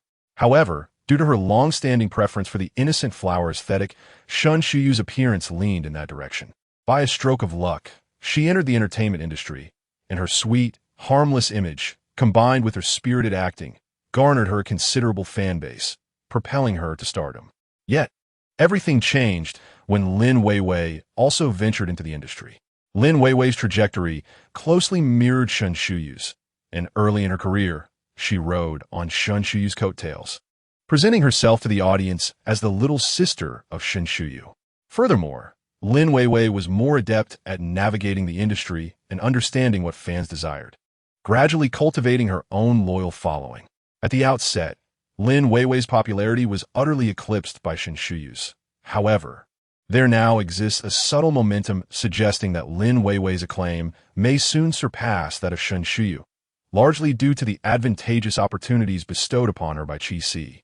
Since her debut, the rivalry between Lin Weiwei's fans and those of Shun Shuyu has been relentless. Shun Shuyu's admirers perceive Lin Weiwei as merely riding on her coattails, while Lin Weiwei's supporters accuse Shun Shuyu of feigned superiority and deliberate antagonism toward Lin Weiwei. Whenever the two share the stage, their respective fans engage in fierce disputes. Even in moments devoid of interaction between the two, their followers privately exchange veiled barbs. Regardless of the occasion, they seize every opportunity to undermine one another. As news of their joint appearance on a variety show circulated, the fervor among their fan bases has been unceasing. The intensity of this episode's buzz is significantly fueled by both factions. Indeed, the moment the two appeared on screen, their fans flooded into the live stream, indifferent to what the host was saying or doing, solely intent on venting their frustrations. Clearly, both Shen Shuyu and Lin Weiwei have grown accustomed to this dynamic, as has the production team. The producer for Shan Shuyu inquired, "Shuyu, we have selected a few high-profile questions from fans. Would you be willing to answer?" Shen Shuyu smiled, her true emotions well concealed. "Of course. All right. This fan is curious as to why you chose to join our program." Shen Shuyu replied with a grin. "Because you invited me." The producer was taken aback by her candidness, eliciting laughter from Shen Shuyu's fans. A similar inquiry arose in Lin Weiwei's live stream. "Why participate in this show?" To which she replied, "Of course, it's because I adore it. I've always enjoyed watching All-Rounder and have longed to participate myself. It must be incredibly fun." Lin Weiwei's radiant smile and glimmering eyes conveyed genuine enthusiasm, appearing far from rehearsed. Instantly, Shan Shuyu's fans accused her of being insincere. Naturally, Lin Weiwei's supporters could not allow such disparagement to stand, and a heated exchange ensued in the live stream. The producer, observing the barrage of comments, wiped the sweat from his brow. "All right, for the second question. A fan asks Weiwei if Qi Xiao's participation in the show is for your sake." Lin Weiwei's expression momentarily froze. The comments in the live stream slowed, as everyone awaited her response with bated breath. Internally, Lin Weiwei cursed softly, her smile turning slightly awkward. "I truly hope such statements won't be tossed about carelessly. Qi Xiao and I are merely friends. I had no idea he was joining this program. Perhaps he simply found the show intriguing and decided to participate. It doesn't necessarily revolve around me. Such talk should be avoided in the future, as it could negatively impact our friendship. Be good, everyone." Upon hearing Lin Weiwei's words, her fans assured her in a live stream that they would behave. Meanwhile, Shen Shuyu's fans unleashed a flurry of sarcastic remarks. "How amusing. Lin Weiwei is so full of herself, claiming to be friends with Qi Xiao. If they're friends, why won't he lend her money? Ha! That made me laugh so hard. Lin Weiwei can only deceive herself. It seems that Qi Xiao is not particularly fond of you. Did you buy the trending topic just to claim Qi Xiao's appearance on the show was for you?" Such self-aggrandizement. Meanwhile, in Qi Ci's live stream, the PD posed a similar question. "Qi Xiao, did you decide to participate in our program because of Lin Weiwei?" The audience gasped. Is it really that direct? Love it. Qi Ci, upon hearing the PD's inquiry, immediately displayed a perplexed expression, reminiscent of an elderly man on the subway, checking his phone. "Do you even hear yourself? If I had known Lin Weiwei was on this show, I would never have come." The PD, wide-eyed with astonishment, stared at Qi Ci. "Is it really that straightforward?" Chapter 28. Come to my room tonight. So, Qi Xiao, you did not join the show solely for Lin Weiwei? Qi Ci, never one to hold back, left the PD flabbergasted, nearly forgetting the flow of the program. Finally regaining composure, the PD pressed on. Qi Ci looked at his PD as if he were mad. "Why would you entertain such a terrifying notion?" "Well, that's what the netizens are saying." Qi Ci scoffed. "What? Are the netizens hiding under my bed, knowing my affairs so intimately? They even know I sleep without clothes at night? Is that true? Qi Xiao sleeps naked. Really? I don't believe it. Unless you show me. Is it true?" The PD was startled again, but once he calmed down, curiosity got the better of him. "Does Qi Xiao really prefer sleeping in the nude?" Qi Ci shot him a glare. "So eager to know? Why don't you come to my room tonight?" The PD shook his head vigorously. No. If I actually went, who knows how it would spread online. Qi Xiao's brother, who is overly protective, would undoubtedly come rushing to the set and confront me before the cameras, leaving no room for discretion. Seeing the PD's cowardice, Qi Ci couldn't help but chuckle. After Qi Ci left, Qi Wang immediately tuned into his live stream, closely monitoring the situation. Upon hearing Qi Ci's questions about Lin Weiwei, a surge of anger flared within him. He was ready to call Xiang Qianchong to settle the score when he heard Qi Ci's unabashed response. Clearly, he had left Lin Weiwei with no dignity. However, Qi Wang's anger suddenly diminished significantly. As he continued to watch, it became evident that Qi Ci had no lingering feelings for Lin Weiwei, causing a smile to creep onto his face. He suddenly felt that Xiang Qianchong's actions this time were not entirely without merit. Let him observe whether his brother truly harbored no feelings for Lin Weiwei.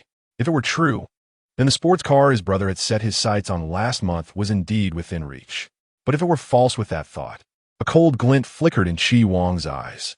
If it were false, then let Lin Weiwei vanish completely from Xi's sight. In the live broadcast room of Qi Si, the fans of Lin Weiwei, upon hearing Qi Si's remarks, were understandably infuriated. "I'm truly amused. Is Qi Si attempting to salvage his reputation? Does he believe that because Weiwei does not favor him, he must avoid appearing too cheap? Such eloquence. Does he think that by saying this, the shameless individuals who previously pursued Weiwei are not himself? Just a clown. Does he really think his insignificant wealth is something to be proud of?" The production director, observing the barrage of comments in the live chat, discreetly wiped the cold sweat from his forehead.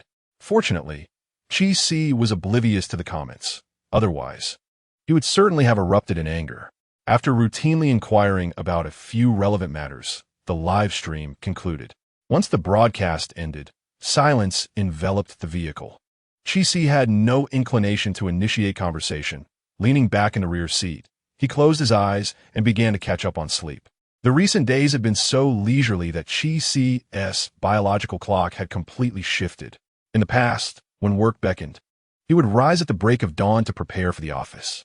Now, free from work obligations, he often slept until he awoke naturally, frequently missing breakfast times. Qi Si dozed off until the destination arrived, at which point the production director roused him. "Young Master Qi, wake up, we have arrived." Qi Si opened his eyes, still in a daze, momentarily unsure of his whereabouts. His gaze was vacant. The production director quietly reminded him, "Young Master Qi, we have reached our filming location. Please disembark." "Oh." Qi Si rubbed his eyes and yawned. He followed the production director to the gathering spot. Qi Si did not arrive particularly early. When he did, Jiang Han and Su Jining were already present. Shortly after Qi Si's arrival, Lin Weiwei and Shun Shuyu appeared, one after the other. Lin Weiwei wore a smile, while Shun Shuyu appeared aloof, her gaze entirely averted from Lin Weiwei. This scene did not escape the notice of those present, particularly the fans of Lin Weiwei and Shun Shuyu, who perceived the undeniable tension. "Weiwei, Sister Shuyu, long time no see." Su Jining was the only guest. Aside from Qi Si, who had previously encountered both Lin Weiwei and Shun Shuyu, Jiang Han, being a newcomer, politely greeted Lin Weiwei and Shun Shuyu, but hesitated to approach them further. Qi Si, having even less interest in mingling with the two, sat off to the side, too apathetic to extend a greeting. Lin Weiwei glanced towards Qi Si a few times. Perhaps noticing his lack of initiative, she chose to disregard him. However, to Qi Si's surprise, Shun Shuyu took the initiative to approach him and offer greeting. "Qi Si, long time no see. How have you been?" Qi Si looked at Shun Shuyu in astonishment and nodded. "I'm quite well." "That's good to hear." Shun Shuyu sighed in relief. "When you were taken away by the ambulance that day, I was quite startled. I intended to check on you later, but work kept me too busy. It's a pleasant surprise to see you here." Qi Si studied Shun Shuyu's expression. Her eyes were clear, and the concern and relief reflected therein seemed genuine. "Thank you." As the two conversed, the live stream was reopened. Upon entering, the audience was greeted by the sight of Shun Shuyu and Qi Si sharing laughter, instantly igniting a flurry of comments in the chat. "Do Qi Si and Shun Shuyu know each other? Am I seeing things? How is Qi Si with Shun Shuyu? What about Lin Weiwei? Isn't Qi Si fond of Lin Weiwei? Does he not realize that Lin Weiwei and Shun Shuyu are bitter rivals? Is he deliberately using Shun Shuyu to provoke Lin Weiwei? Can Lin Weiwei's fans stop being so delusional?" Qi Si has already stated in the car that he is not here for Lin Weiwei, so her fans should not inflate their own importance. I suddenly realized that Qi Si and Shuyu look quite compatible together, smirking. The apparent camaraderie between Qi Si and Shun Shuyu genuinely surprised the fans in the live stream, especially Lin Weiwei supporters, who just moments ago were staunchly asserting that Qi Si was unworthy of their idol. Upon seeing him alongside Shun Shuyu, they swiftly lost their composure, unleashing a torrent of insults against Qi Si, branding him a scoundrel.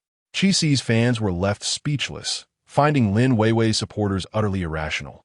Initially, Lin Weiwei had no intention of acknowledging Qi Si.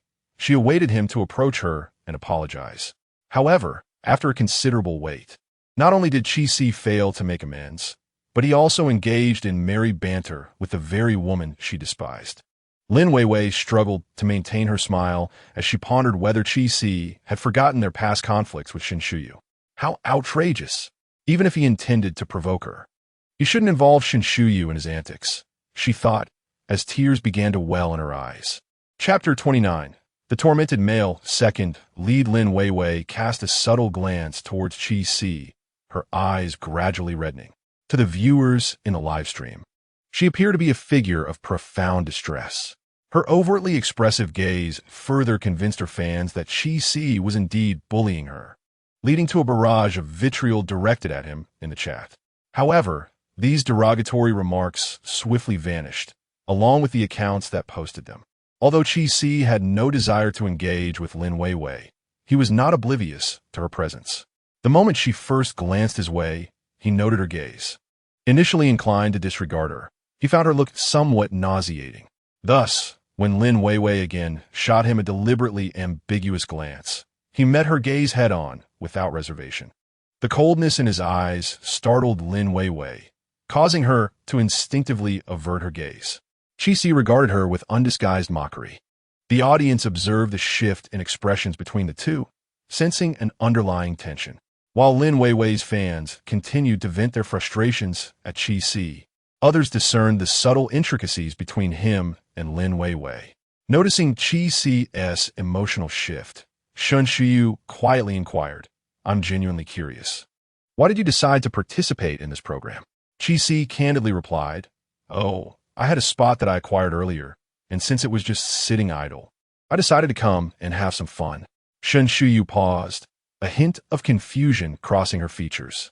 What does it mean when a quota slips through one's fingers? It refers to someone having secured a spot for another, only for that individual to subsequently no longer require it. Qi Si scoffed lightly, stating that it was not that he did not wish to relinquish it, but rather that she indeed no longer needed it. His voice was not soft, and several guests nearby distinctly heard his words. Confusion spread across the crowd, with only Lin Weiwei displaying a somewhat unnatural expression. Although she quickly masked it, it did not escape the notice of Su Zhening beside her. Su Zhening understood immediately. It seemed that the individual Qi Si referred to was Lin Weiwei. He remained composed, taking mental notes. Lin Weiwei had likely found a new support, and her status appeared to rival that of Qi Si. Henceforth, it would be prudent to treat Lin Weiwei with more courtesy. "Do you know who the mysterious guest is?" Jiang Han suddenly inquired, redirecting everyone's attention. "No. Do you have any news?" Su Zhening replied, smoothly transitioning away from the topic of Qi Si and Lin Weiwei. Jiang Han shook her head, admitting ignorance, but added, "I discreetly inquired with the PD earlier, and it seems their identity is quite extraordinary. Is that true? It can't possibly be an acclaimed actor or actress coming, can it?" Su Zhening exclaimed exaggeratedly. "Ha ha ha ha. Zhening, you're truly hilarious. Goodness. Su Zhening, you genuinely think so? Well said. If they truly come, you, Su Zhening, shall be my idol. Ha ha. An old joke suddenly strikes me, covers face. Why not be a little bolder? What if they really do arrive? If they do, I'll go live and eat excrement." As they spoke, the first mysterious guest arrived. Everyone turned to face the newcomer, and in the next moment, they were all taken aback. Upon recognizing the guest, Qi Si instinctively glanced at Shen Shuyu beside him. He noticed her face darkening, her eyes swirling with complex emotions. Qi Si could not help but click his tongue in his mind, exclaiming inwardly, "Truly, this is a tale of torment." Indeed, where there is a leading lady and a supporting lady, one cannot escape the chaos of a love triangle. "Hello everyone, I am Zhou Linjia." Zhou Linjia appeared in a crisp white shirt, broad-shouldered and slender-waisted, his smile warm and inviting. Under the sunlight, he seemed to radiate an ethereal glow. Undoubtedly, he was the poignant second male lead of a tragic narrative, and with such looks, it was no wonder he garnered a legion of admirers. In the original plot, both the leading lady and the supporting lady had harbored feelings for Zhou Linjia. Unfortunately, he was not the male lead, and thus, in the end, neither won his heart. However, in Chi-Si's view, it was his own misfortune. Much like that scoundrel Bo Fu, he was fickle, easily swayed by new attractions. He would pine for the leading lady while still clinging to the supporting lady. When the leading lady was ready to let go, he was unwilling to relinquish her, hoping to indulge in the best of both worlds. Yet, this was a tale of torment, not a harem story. How could he possibly have both? In Chi-Si's estimation, the existence of this tragic narrative was largely due to the shortcomings of these two men. It was indeed unfortunate for Shun Shuyu to have encountered such two scoundrels. Chi-Si cast a sympathetic glance at Shun Shuyu beside him. My goodness, is that actually Zhou Linjia? Su Jining exclaimed in astonishment as he looked at the newcomer. Zhou Linjia, the second son of the Zhou family. Why is he here on a variety show? One Qi Xiao, and now another Zhou heir Xiao. The director is impressive. Jiang Han leapt up in excitement. The reactions of the audience in the live broadcast room were quite similar to those of these two individuals. Wow, Zhou heir Xiao. I also want to say the director is remarkable. One Qi Xiao, one Zhou heir Xiao. Suddenly, I feel it's not impossible for an award-winning actor or actress to join us. That makes sense. Ha ha ha. I remember the one who said live streaming is nonsense. Brother, are you okay? Not so well, trembling. Ha ha ha. Before the crowd could fully process Zhou Jilin's participation in the variety show, the last guest arrived fashionably late. Upon closer inspection, gasps filled the air. Oh my goodness. Yang Yi. Jiang Han completely lost her composure before the camera. Su Jining managed to maintain his composure despite Jiang Han's exclamation. It was indeed the esteemed actress Yang. This show was destined to be extraordinary. The audience in the live stream erupted in excitement. My heavens. Oh my. They actually invited an award-winning actress? Hey, the brother who mentioned live streaming nonsense. Are you still here? Please share the live stream link with me. Laughing and crying. Ha ha ha. This is too hilarious. Laughing and crying. Wow, this show's lineup is phenomenal. How can this not go viral? Indeed, it was a sensation. Even before the official filming began, the trending topics were piling up. Seeing this surge in popularity, Xiang Qiansheng clenched his fists, his eyes gleaming with ambition. This episode only featured Su Jining, Jiang Han, Shun Shuyu, and Yang Yi, all personally invited by him. The remaining three guests were essentially gift-wrapped for him. Chi-Si was a given, as he owed a favor. Lin Weiwei was sent by Bo Fu, and he dared not offend her. The last guest, Zhou Linjia, was someone he couldn't quite comprehend. He was the last to approach him, expressing a desire to be on this episode, even offering to pay for it. Under normal circumstances, Xiang Qiansheng would have declined.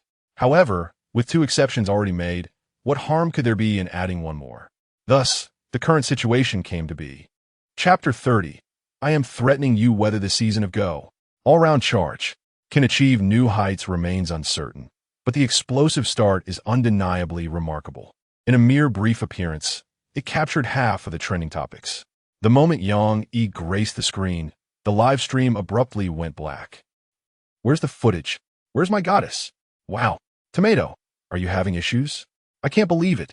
I try to watch a live stream, and the screen goes blank. You're lucky. I couldn't even get in, bitter. The production team and the live stream platform scrambled to fix the issue, and after about 2 minutes, the live feed resumed. It's back. Damn it, Tomato. If it freezes again, refund my membership fee. Angry. Once the live stream resumed, the audience noticed the positioning of the guests had changed.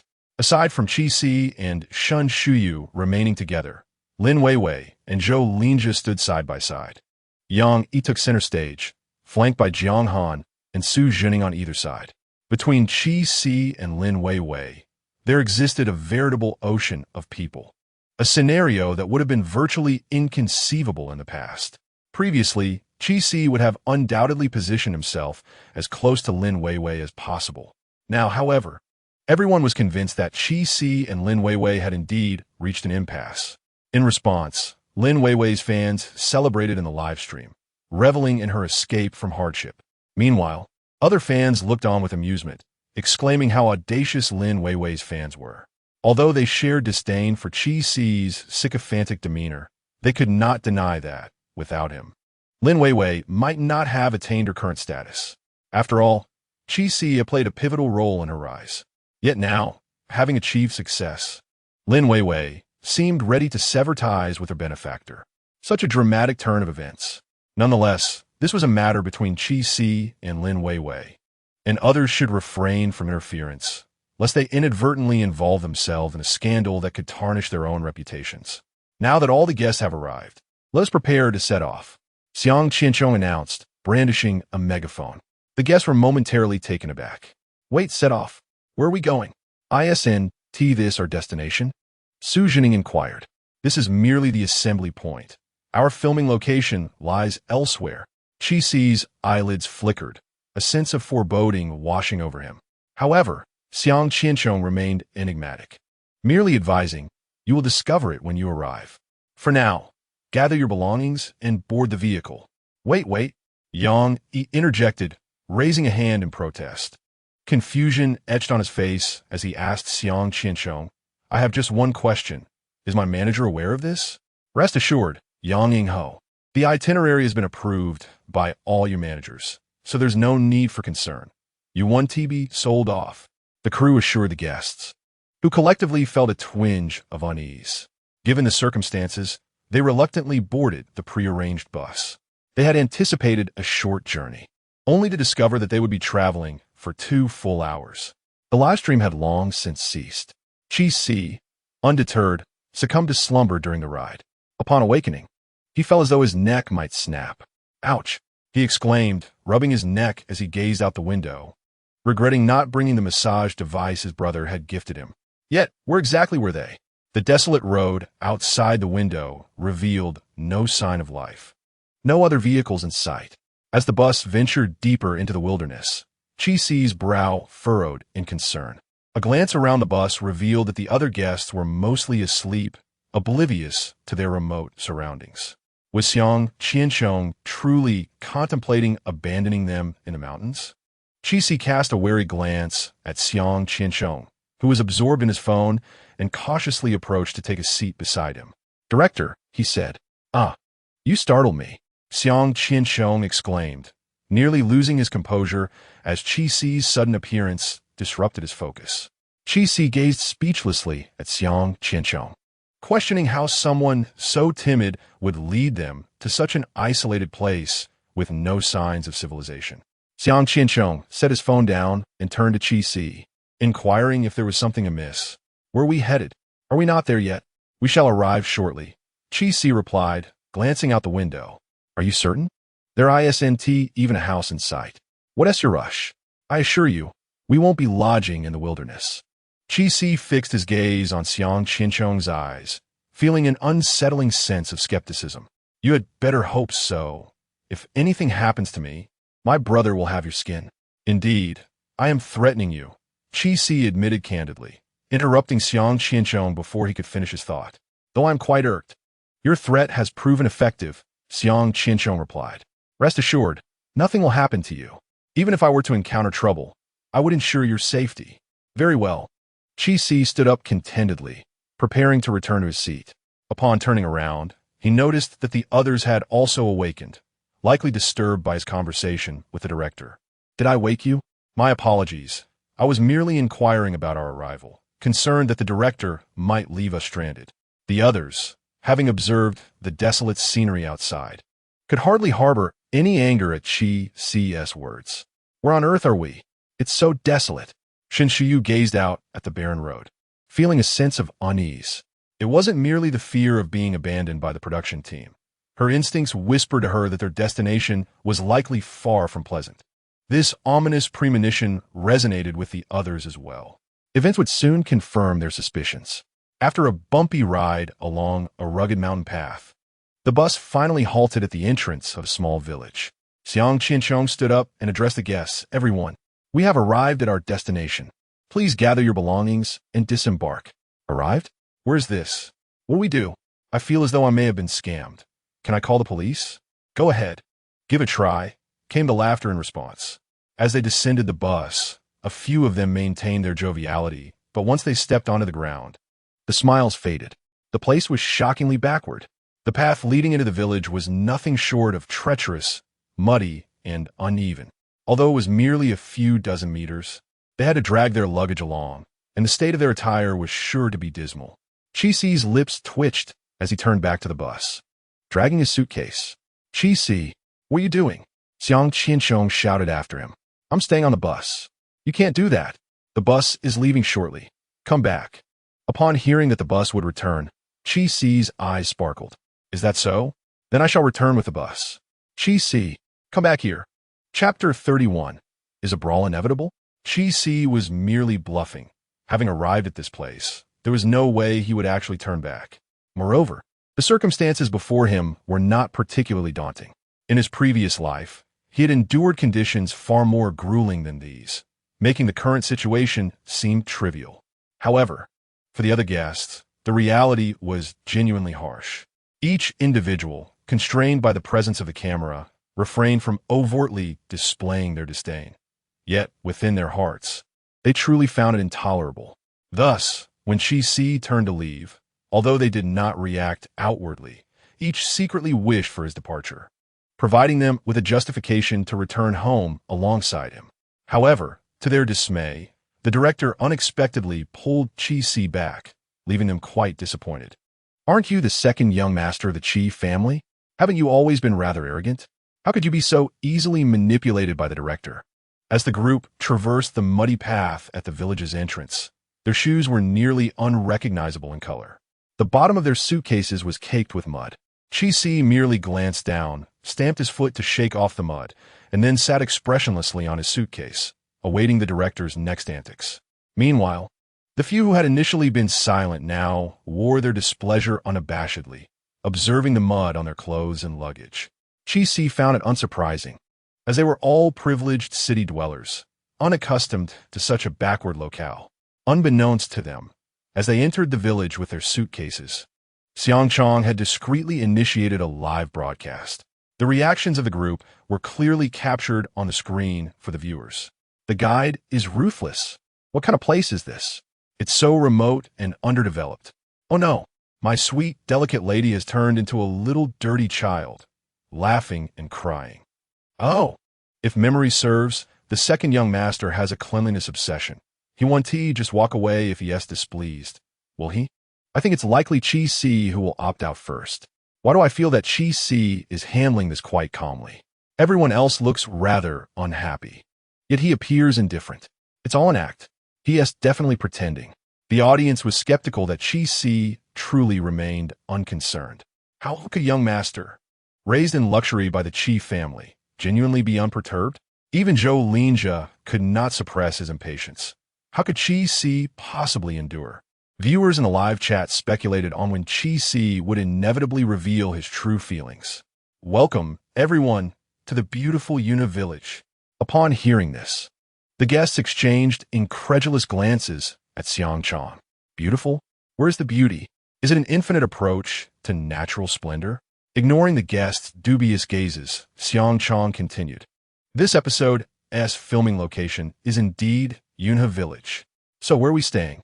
Who is responsible for lunch? Chi-Si looked up at the sky and inquired. Although they had departed in the morning, they had not anticipated such a lengthy journey. It was now lunchtime, and during this time, Chi-Si had realized that his current physique had a rather fragile stomach that could not endure hunger. If he did not eat when the time came, he would feel famished, and if he felt hungry without eating, it would surely lead to stomach pain. Thus, Chi Wang has become accustomed to rising at midnight each day to prepare a late-night snack for Chi-Si, as Chi-Si has already developed a habit of having a midnight meal. Once the hour arrives, regardless of whether he is asleep or awake, he will invariably feel hunger. It was akin to his first day here when he thought he could endure the night without sustenance, only to eventually succumb to a stomachache and descend to eat. This is also the reason why, for the program, Chi Wang prepared an entire box of food for him, fearing that he might find himself hungry with nothing to eat.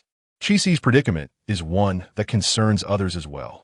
Xiang Qianchong glanced at Chi-Si and replied, "The accommodations have been arranged by the production team, but there are only 4 rooms." 4? We have 7 people. How can that work? Yang Yi inquired. According to the rooms available, it will be 2 to a room, with one individual having the privilege of a private room. Xiang Qian Chong surveyed the 7 guests. You may choose your teams, but if you cannot reach a decision, the production team can assist in forming the groups. Wait, director, please hold on. Let's discuss this first. Su Jinning promptly interrupted the director before he could continue. Jiang Han looked at Su Jinning with confusion. Jinning, why not let the director arrange it? Su Jinning replied, from my extensive experience with variety shows, allowing the production team to form our teams is sure to lead to pitfalls.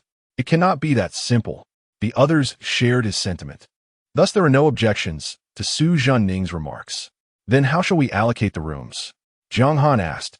Su Jinning hesitated, lacking the authority to decide, and turned to Qi Si and Zhou Linjia, asking, Young Master Qi, Young Master Zhou, what are your thoughts?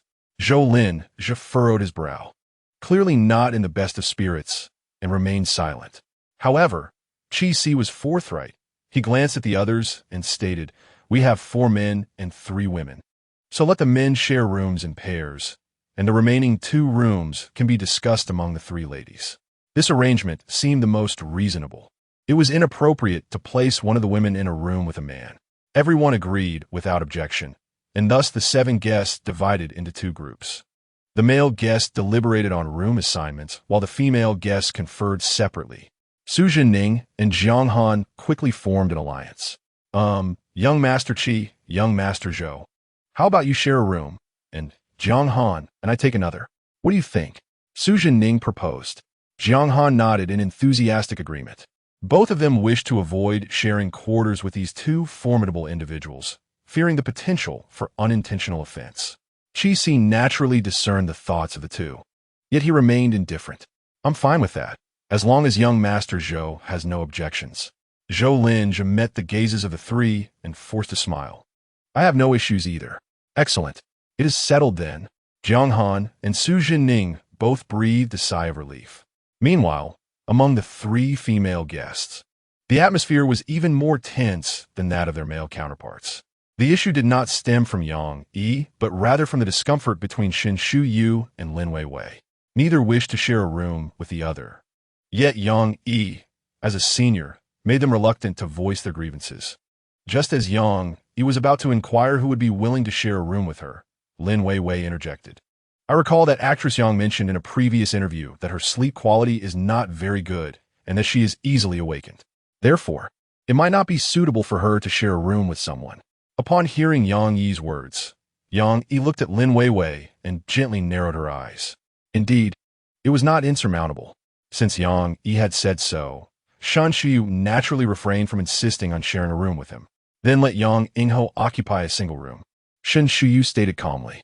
Ultimately, Yang Yi resided in a single room, while Shen Shuyu shared a room with Lin Weiwei. The viewers in the live stream were stirred by this outcome. Oh wow, how thrilling! Shen Shuyu sharing a room with Lin Weiwei? Won't that lead to a clash at night? I earnestly request that the live stream not be terminated tonight. Chapter 32. Everyone can boast. Xiang Qianchong felt a tinge of disappointment when he observed the guests dividing themselves into groups. However, upon seeing the final arrangement, his spirits were lifted. He was quite pleased with this grouping. Now that everyone has settled their accommodations, let us proceed to inspect the rooms. The 7 guests exchanged incredulous glances, each reflecting disbelief in their eyes. Qi Si remarked, is he really this agreeable? The others shook their heads, their eyes filled with skepticism. It was evident that no one believed matters would be this straightforward. As it turned out, their instincts were correct. Xiang Qianchong led the group into the village. Yuna village was not particularly small, yet it housed few residents. Most of the land remained either farmland or undeveloped wilderness. The houses in the village were modestly constructed, predominantly made of wood, with only a handful of brick and tile homes. I haven't encountered such houses in years. The last time was during my childhood at my grandmother's home. Yang Yi reminisced, feeling as though those memories belonged to a distant past, so remote that it seemed to belong to a previous life. Now in her 40s, it had been over 30 years since her grandmother's passing. Since that time, she had not returned, and she wondered what it might be like now. Zhou Linjia and Shen Shuyu had never witnessed such a place. One was a young master of the Zhou family, and the other a young lady of the Shun family, both raised with silver spoons in their mouths, devoid of opportunities to experience such sights. Qi, too, appeared to be unfamiliar with this environment. However, in reality, he had encountered similar places and was quite familiar with them. In his previous life, while filming, he had visited a similar rural village. He portrayed a teacher sent to a mountainous area for educational support, and the director had specifically chosen such a backward village for filming. During those months on set, he lived there for a substantial period. Despite the conveniences provided by the crew, life in a remote area was inherently arduous. Compared to that experience, this village was relatively pleasant, at least accessible by vehicle. In such a secluded place, I wonder how the locals manage to live. It's truly pitiful, Lin Weiwei expressed, her voice brimming with sympathy and compassion for the residents. Like a benevolent figure lamenting the suffering of humanity, she appeared sorrowful for their plight. Zhou Linjia's gaze fell upon Lin Weiwei, his expression softening momentarily. Those who have lived here their entire lives need not your concern. If you genuinely feel sympathy, don't just voice it, Shen Shiyu couldn't help but retort. Lin Weiwei was momentarily taken aback, seemingly unprepared for Shen Shiyu's sudden retort, her eyes instantly reddening. I apologize. I merely expressed my feelings. I meant no offense. Upon noticing Lin Weiwei's tear-filled eyes, Zhou Linjia's brow furrowed in concern, casting a disapproving glance toward Shen Shiyu. Shen Shiyu observed this, feeling a tightness in her chest, pursing her lips defiantly as she turned her head away. Qi could not help but roll his eyes. Truly, this was a classic trope of tragic literature, where the protagonists collectively lose their wits. Upon encountering Lin Weiwei, both the male leads appeared as if enchanted by a beguiling spell, losing all sense of reason. Whatever Lin Weiwei said, they believed without question. It was evident that Shen Shiyu had grown up alongside them. They should have understood her character well. Yet, adhering to the inescapable laws of tragic narratives, they blindly accepted Lin Weiwei's words, subsequently bullying Shen Shiyu mercilessly. Qi felt a pang of frustration. How could such foolish individuals exist? Shen Shiyu was equally foolish, possessing an abundance of unyielding pride, yet refusing to speak out. Even if she did muster the courage, it might prove futile, given that Zhou Linjia had chosen selective hearing whenever matters related to Lin Weiwei arose. However, in the original plot, Shen Shiyu never spoke up whenever Lin Weiwei tarnished her reputation online. This was truly infuriating. Countless opportunities to rectify the situation presented themselves, yet she remained ensnared by her emotions, ignoring the slander cast upon her. It must be said, such narratives indeed require protagonists whose minds are clouded with folly. Otherwise, the plot would falter. Unsurprisingly, Lin Weiwei's fans in the live stream were currently lambasting Shen Shiyu vehemently. Qi initially wished to remain uninvolved, but after a moment of restraint, he could not hold back. So, you truly just expressed your feelings? Not the slightest intention of making amends? What? Lin Weiwei was taken aback by Qi's sudden interjection, staring at him in shock. Qi frowned, looking at her with a bemused expression. I thought you genuinely pitied them. Turns out it was just empty talk. Anyone could do that. I assumed you were prepared to contribute funds for road repairs and aid the village's development. Is that not the case? Lin Weiwei's face paled. I'm not just talking. Before she could finish her sentence, Qi interrupted her. Well then, allow me to express gratitude on behalf of the villagers for your generosity. Miss Lin? Lin Weiwei. Weiwei is commendable, quite compassionate. Yang Yi chuckled. The forward-thinking Xiang Qianchong, having overheard Qi's exchange with Lin Weiwei, turned back with a smile, saying, Then I shall thank Weiwei on behalf of the villagers. The decision to select this location for filming was also aimed at attracting investment projects to assist the locals in escaping poverty and achieving prosperity. I never anticipated that Weiwei would be the first great benefactor. She is indeed formidable. Lin Weiwei smiled, albeit somewhat strained, but she found herself trapped in this situation, unable to extricate herself. She cannot back down. I'm not as commendable as the director suggests. This is merely my duty. With a smile plastered on her face, while claiming it was her duty, Her heart bled profusely. Where would she acquire such funds? The money she earned was barely sufficient for her own expenses, and now she was expected to contribute to poverty alleviation. Upon recalling the anguish caused by Chi Si, Lin Weiwei felt an intense resentment gnawing at her heart. How dare you, Chi Si? Is it your intention to ruin her simply because you cannot possess her? It is utterly revolting. She vowed never to harbor affection for such a man in her lifetime. Unbeknownst to Chi Si, who remained oblivious to Lin Weiwei as turbulent thoughts, he relished the sight of her suppressed demeanor. Had he been privy to her inner musings at that moment, he might have deemed his actions too lenient. Shen Shi was taken aback by Chi Si's sudden interjection, yet this did not deter her from reveling in Lin Weiwei's discomfort. It brought her a sense of satisfaction. Only Zhou Linjia regarded Lin Weiwei with a deeper appreciation, recognizing her inherent kindness, which mirrored her exquisite beauty. After traversing a short distance, the director halted with several guests in front of a humble abode.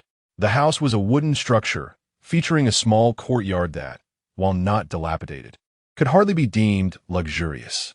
This is the first residence. You may choose to stay or not, Xiang Qianchong announced to the guests. What does this mean? Aren't we supposed to be living together? Su Zhening inquired, assuming they would all reside in a shared space with separate rooms. The director clarified, you will not be staying together. You will be lodging in the homes of villagers. There are 4 households, each with 1 room. What? The guests were taken aback, utterly astonished by this unexpected turn of events. Chapter 33, The Beautiful Disaster. I recall that your program has garnered quite a bit of sponsorship, hasn't it? Chi Si mused, momentarily disoriented, questioning why he had to spend money on such a dismal show. Was he seeking out suffering? Moreover, he was indeed paying for his own misery. Indeed, with so many wealthy sponsors, can't they provide us with even a decent place to stay? Su Zhening exclaimed.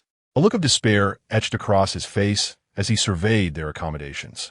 The expressions of the others were not much better, particularly Zhou Linjia, whose displeasure was almost palpable. Xiang Qianchong wore an expression that brooked no argument as he regarded the guests. This is how it is arranged. You may choose not to stay here if you can find alternative accommodations. Everyone's eyelids flickered, given Xiang Qianchong's bold assertion. It was clear they were unlikely to discover a better living situation than what the program had provided. Yang Yi sighed, resigning himself to the circumstances. Well, we've come this far. Let us just consider it an experience of life. What do you all say? The others were silent, desiring only to return home. Yet, as Yang Yi had pointed out, they were already here. What else could they do? What on earth? We've come this far. Laughing and crying. This is killing me. The invincible forgive you facepalm. We've come this far. It's a festive season, and yet some have perished. Dog emoji. Just as Yang Yi suggested, they had indeed arrived, and despite their dissatisfaction, they could only muster the resolve to proceed. Chi Si glanced at the others, sensing that none of them seemed inclined to claim the offered residence. They were likely awaiting the prospect of a better option. Director, must we make a decision immediately? Can't we wait until we've seen all the options before choosing? Chi Si inquired. Xiang Qianchong shook his head and said, it cannot be delayed. A choice must be made immediately. What if the next place turns out to be better? Su Zhening inquired. Then it will depend on your luck. This place could be the finest accommodation or the worst. Only after you have made a decision can we proceed to the next location, Xiang Qianchong replied. Upon hearing this rule, the viewers in the live stream erupted with excitement. Oh wow, the director is stirring things up. How exhilarating. It's just like unboxing a mystery box. You never know if what comes next is better or worse. Doesn't this resemble life? You can never be certain if the decision made in this moment is superior to the ones that follow. Some people hesitate and choose conservatively, while others, driven by ambition, may end up losing everything due to a single misstep. Goodness, suddenly this is profound. Hurry up. I just want to see who the unfortunate one is.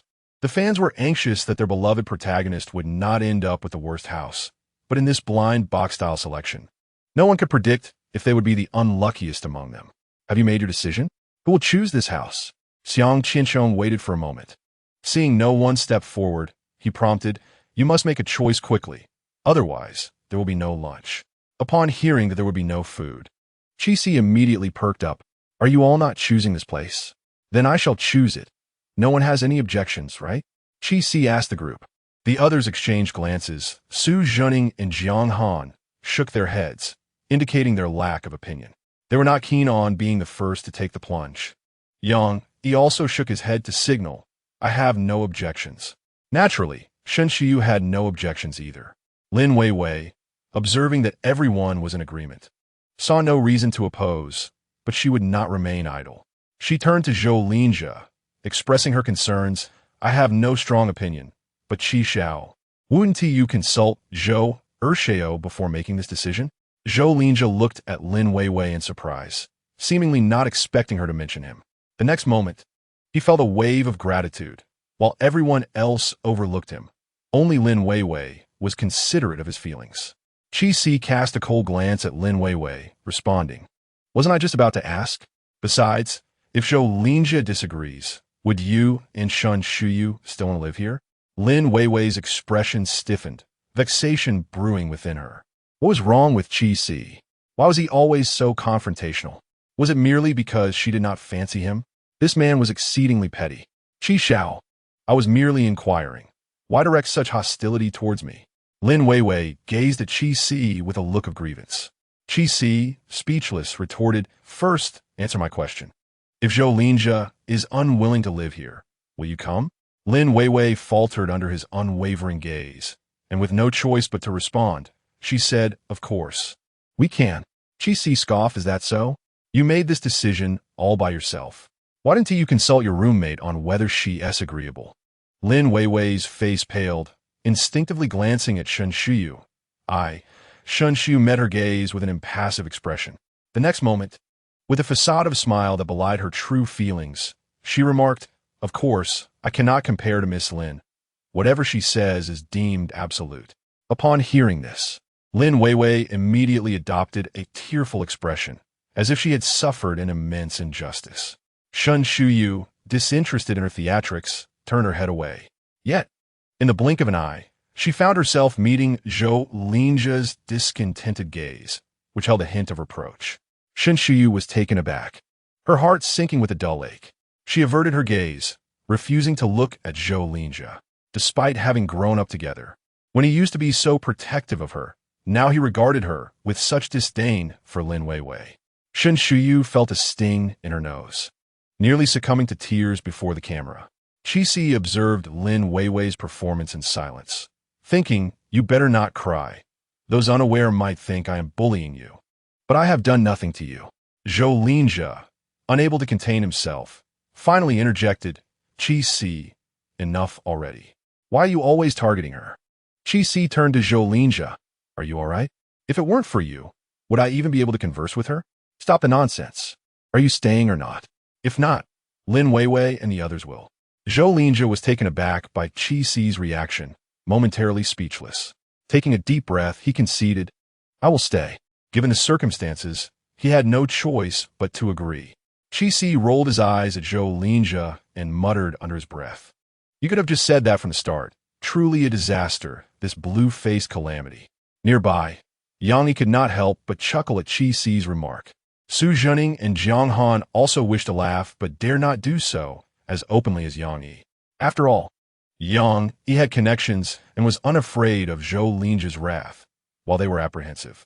The audience in the live stream, however, was far less restrained. Ha ha ha! Qi Xiao, how dare you? Laughing and crying. Goodness, only Chi-Si would dare to say such things in front of Zhou Linjia. Anyone else would have been silenced, covering face. Though outrageous, I must admit Chi-Si's point is quite valid. Ha ha ha! Why do I feel that Zhou Ershao seems to have an interest in Lin Weiwei?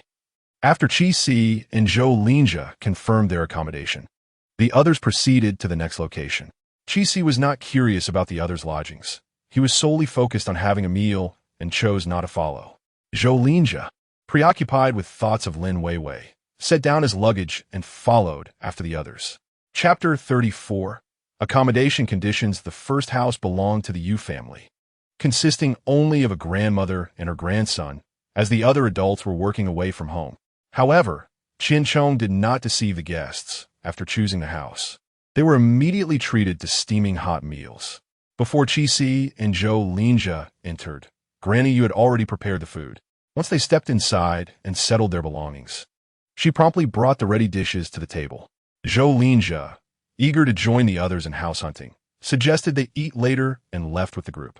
Chi-Si, however, was unceremonious and took a seat at the dining table. A simple meal. I wonder if it suits your taste? Grandma Yu is an elderly woman whose visage exudes benevolence. Her laughter warm and inviting, fostering an immediate sense of familiarity. I'm not picky, Chi-Si exclaimed, gazing upon a modest yet delightful spread of 2 dishes and a soup, both meaty and vegetarian. To be candid, he felt a twinge of astonishment. In the current circumstances, this meal could be deemed quite sumptuous. As he picked up his chopsticks, a pang of guilt momentarily gripped him. The cost of this meal might very well constitute the entirety of someone's weekly budget, and here he was consuming it, leaving the week ahead uncertain in terms of sustenance. However, this fleeting moment of conscience vanished as soon as he tasted the food. All thoughts of guilt were swallowed alongside the delectable morsels. This is exquisite. Grandma, your culinary skills are remarkable. Chi-Si's praise was sincere, as the meal surpassed the offerings of even a 5-star establishment, given the context. He savored each bite, almost wishing to devour his own tongue in delight. Observing Chi-Si's genuine enjoyment, Grandma Yu's smile deepened. If you find it delicious, do indulge. Make sure to drink the soup. Don't just eat the vegetables. The fish in the soup was caught just yesterday. With enthusiasm, she served him more soup. Thank you, Grandma. I can manage on my own, Chi-Si replied, accepting the bowl of fish soup with gratitude. He blew gently on it before taking a small sip, his eyes lighting up again. This is delightful. How do you make it so good? The fish soup is completely free of any fishy taste and so fresh. Grandma Yu, overjoyed by his genuine appreciation, continued to serve him with great warmth. Soon, Chi-Si found himself thoroughly satiated. Meanwhile, in Chi-Si's live stream, a portion of the audience had initially tuned in with the expectation of witnessing his downfall. They were skeptical that a privileged young master like him could truly acclimate to such austere living conditions. However, instead of capturing any moments of failure, they were captivated by his engaging eating display. Is it really that delicious? Swallows, one viewer commented. I wish I could have a taste. Just one bite, please. Another lamented. I can't speak for the other dishes, but that fish soup looks undeniably appetizing. The broth, a milky white with a hint of golden hue, appears incredibly fresh. Someone else noted, this is so unfair. Chi-Si, how can you eat so well when I'm trying to lose weight? Another viewer complained, what does losing weight matter? I just finished my meal not long ago, and I'm already hungry again. Someone save me. While Chi-Si enjoyed his meal, the others faced a far less pleasant reality. They had initially thought the conditions of the first house were challenging, only to discover that the second house was even more dismal. Chi-Si's chosen abode was at least a wooden structure, whereas the second one, arranged by the production team, was a more thrilling combination of half wood and half thatch, complete with a chicken coop. Setting aside hygiene concerns, the moment they approached, the stench emanating from the chicken coop was overwhelming. What does that smell? Shun Shuyu exclaimed, covering her nose, her brow furrowed. She prided herself on being resilient and not overly delicate, yet this was her first encounter with such living conditions in her life. This is the second residence. Behind this household, there is a chicken coop, which emits quite an unpleasant odor. After Qian Chang's explanation, the faces of everyone turned a shade of green. In stark contrast, the conditions of the previous household were indeed far superior. At the very least, there was no foul-smelling chicken coop. Undoubtedly, no one wished to reside here. What the heck? Is this place meant for living? This house is even worse than the previous one. Had I known, I would have chosen the first one. Why can't we live here? Aren't they living just fine? Why can't these big stars reside here? What concerns me now is whether the next 2 houses will be even worse. What? Worse? This is already bad enough. How much worse can it get? A thatched cottage? Given the guide's tendencies, it's truly hard to say. The guests present clearly contemplated this possibility, yet they still lacked the courage to choose the current house. For a moment, silence enveloped the group. So what do you think? Have you made up your minds? Seeing their silence, Qian Chong urged them. Su Zhening exchanged glances with Jiang Han, and upon noticing the three ladies' hesitance, they nodded to each other. Jiang Han stepped forward and said, "It's getting late. Let's not prolong this.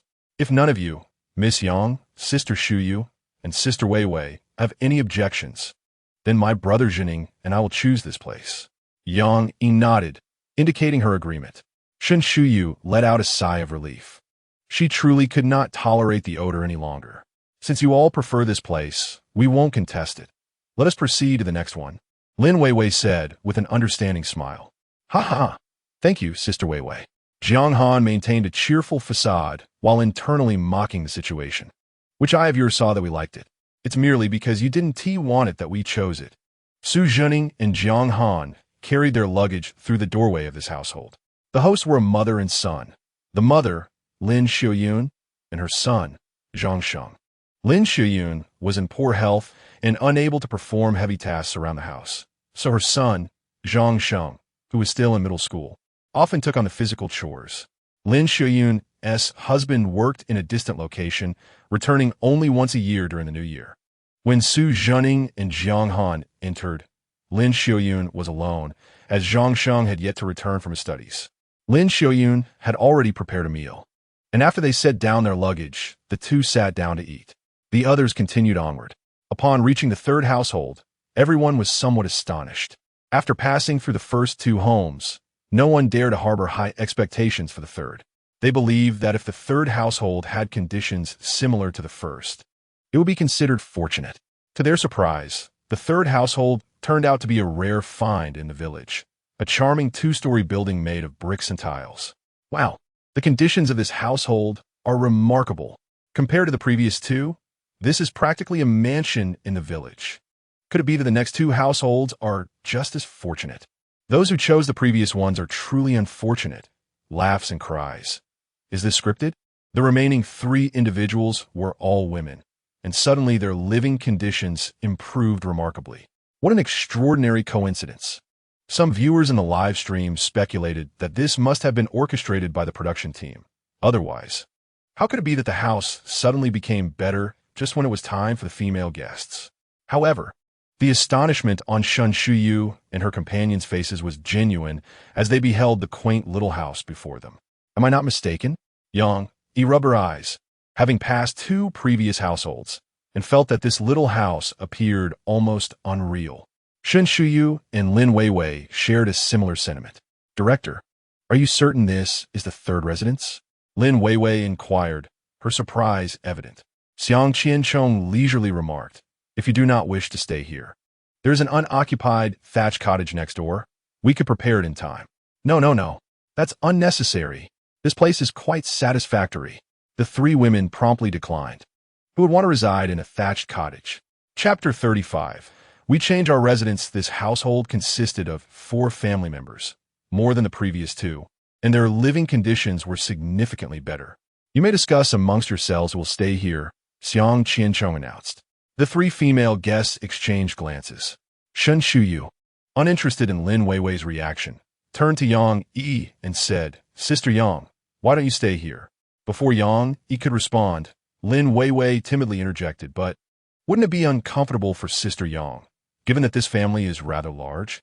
Lin Weiwei's words took both Shen Shuyu and Yang Yi by surprise. They had not anticipated her to voice such a consideration at this moment. While it appeared to be in Yang Yi's interest, it subtly revealed Lin Weiwei's own desire to occupy this space. Shen Shuyu frowned, about to speak, but Yang Yi discreetly pulled her back. With a smile directed at Lin Weiwei, she said, "Weiwei makes a valid point. I shall not contest it. This place is yours to enjoy, while I will explore the next residence." Shen Shuyu gazed at Yang Yi, bewildered by her decision.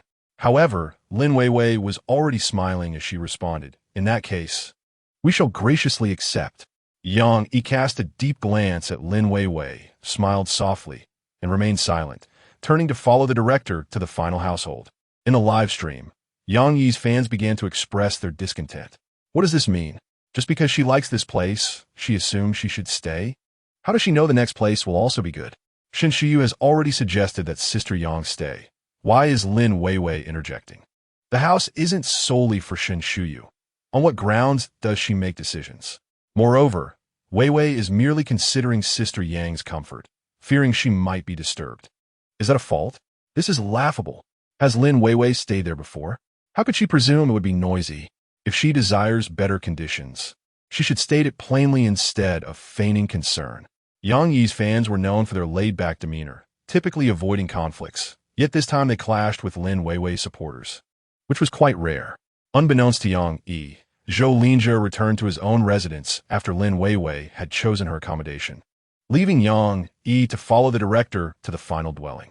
Her reaction remained calm, as if it mattered little where she resided. After walking a short distance forward with Xiang Qianchong, a shout echoed from behind. "Sister Yang, wait for me." Yang Yi turned around, surprised to see Shen Shuyu, who had chased after them.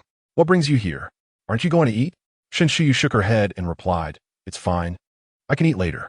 I'll accompany you, Sister Yang, and familiarize myself with the route to ensure I can find you later."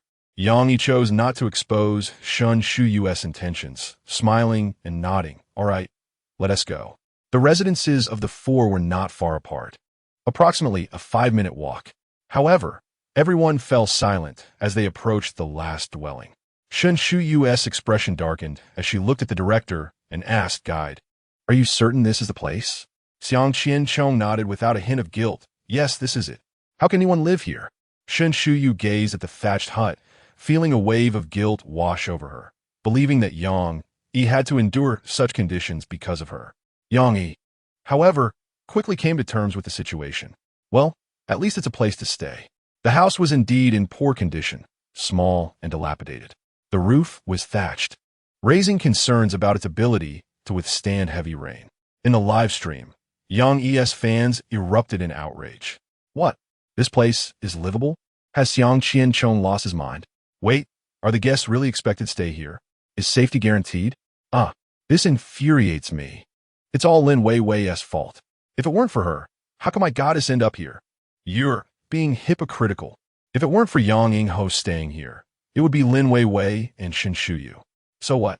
Just because Yang Yingho can't stay here, Lin Wei Wei and Shen Shuyu can? This was a choice made by themselves.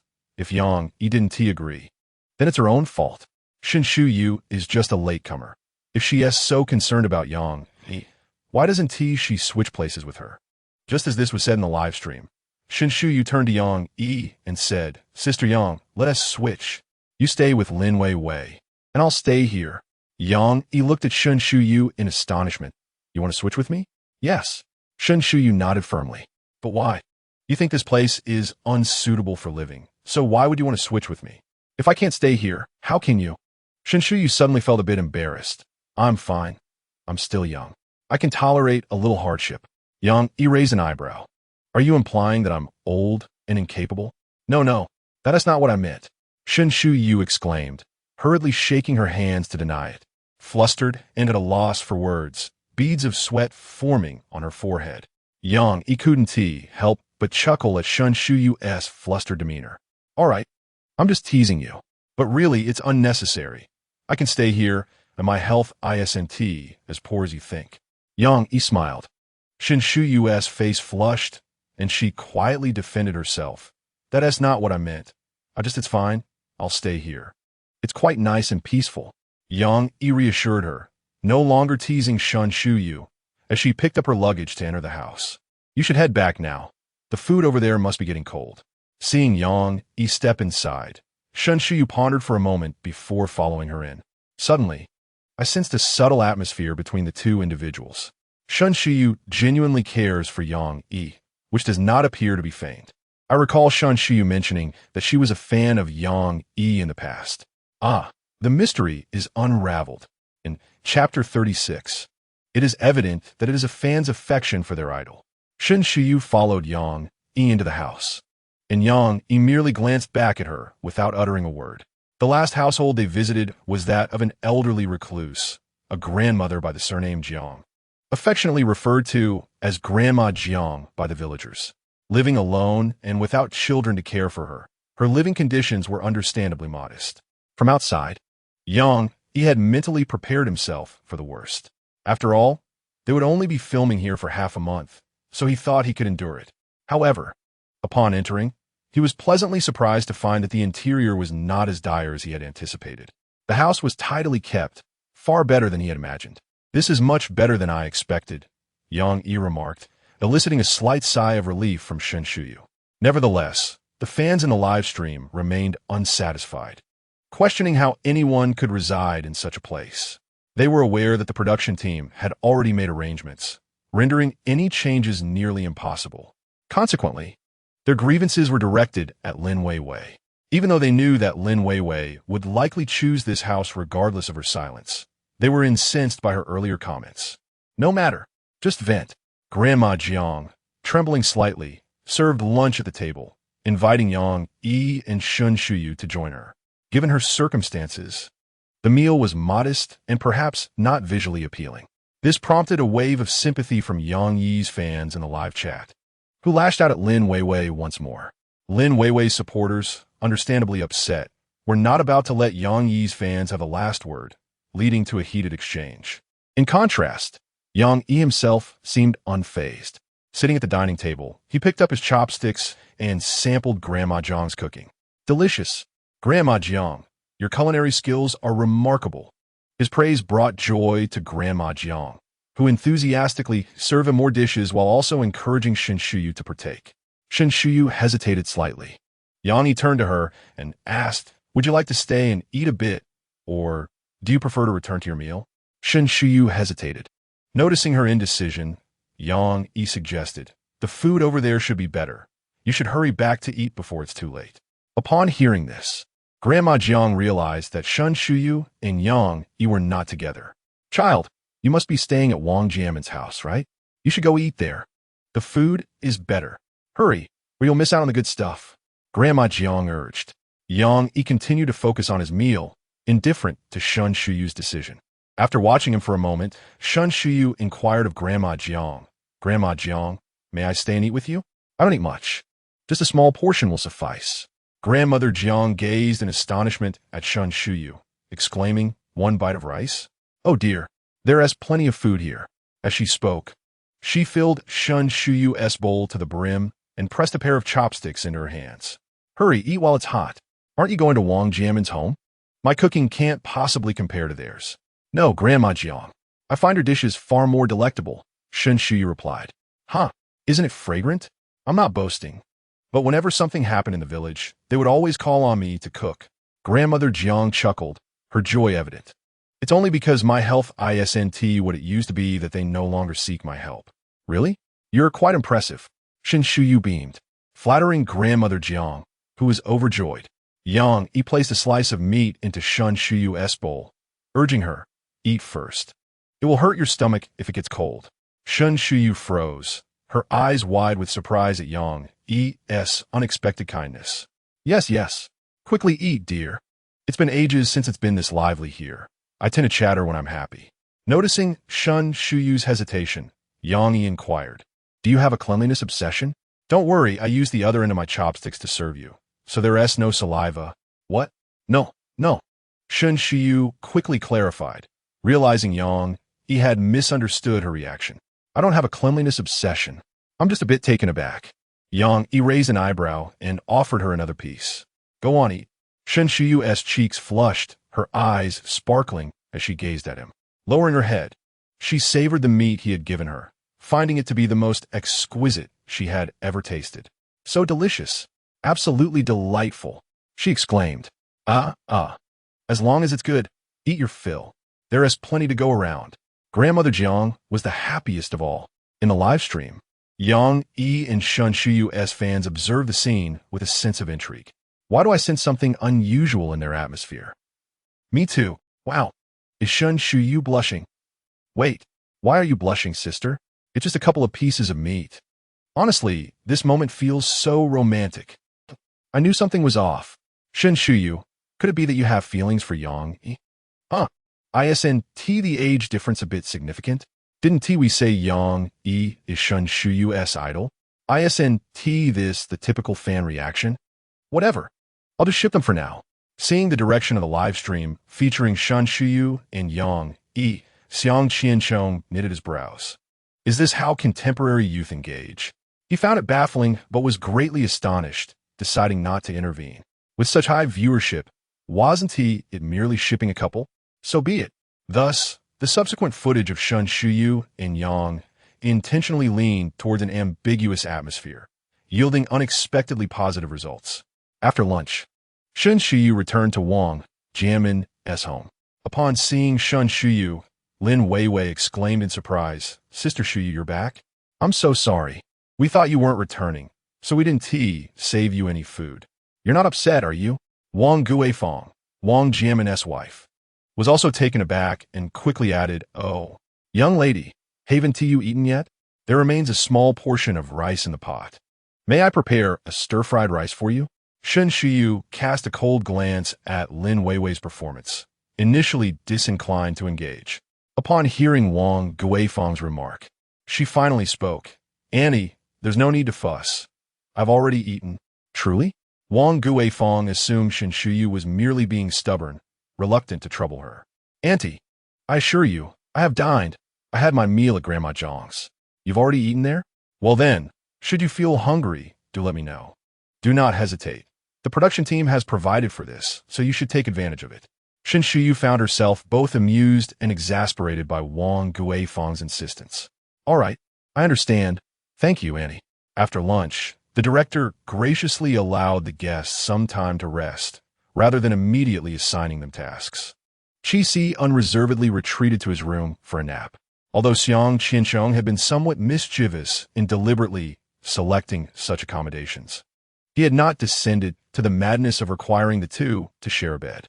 Meanwhile, Qi Wang, watching the live stream, shared the concerns of the fans regarding Qi's adjustment to the unfamiliar surroundings.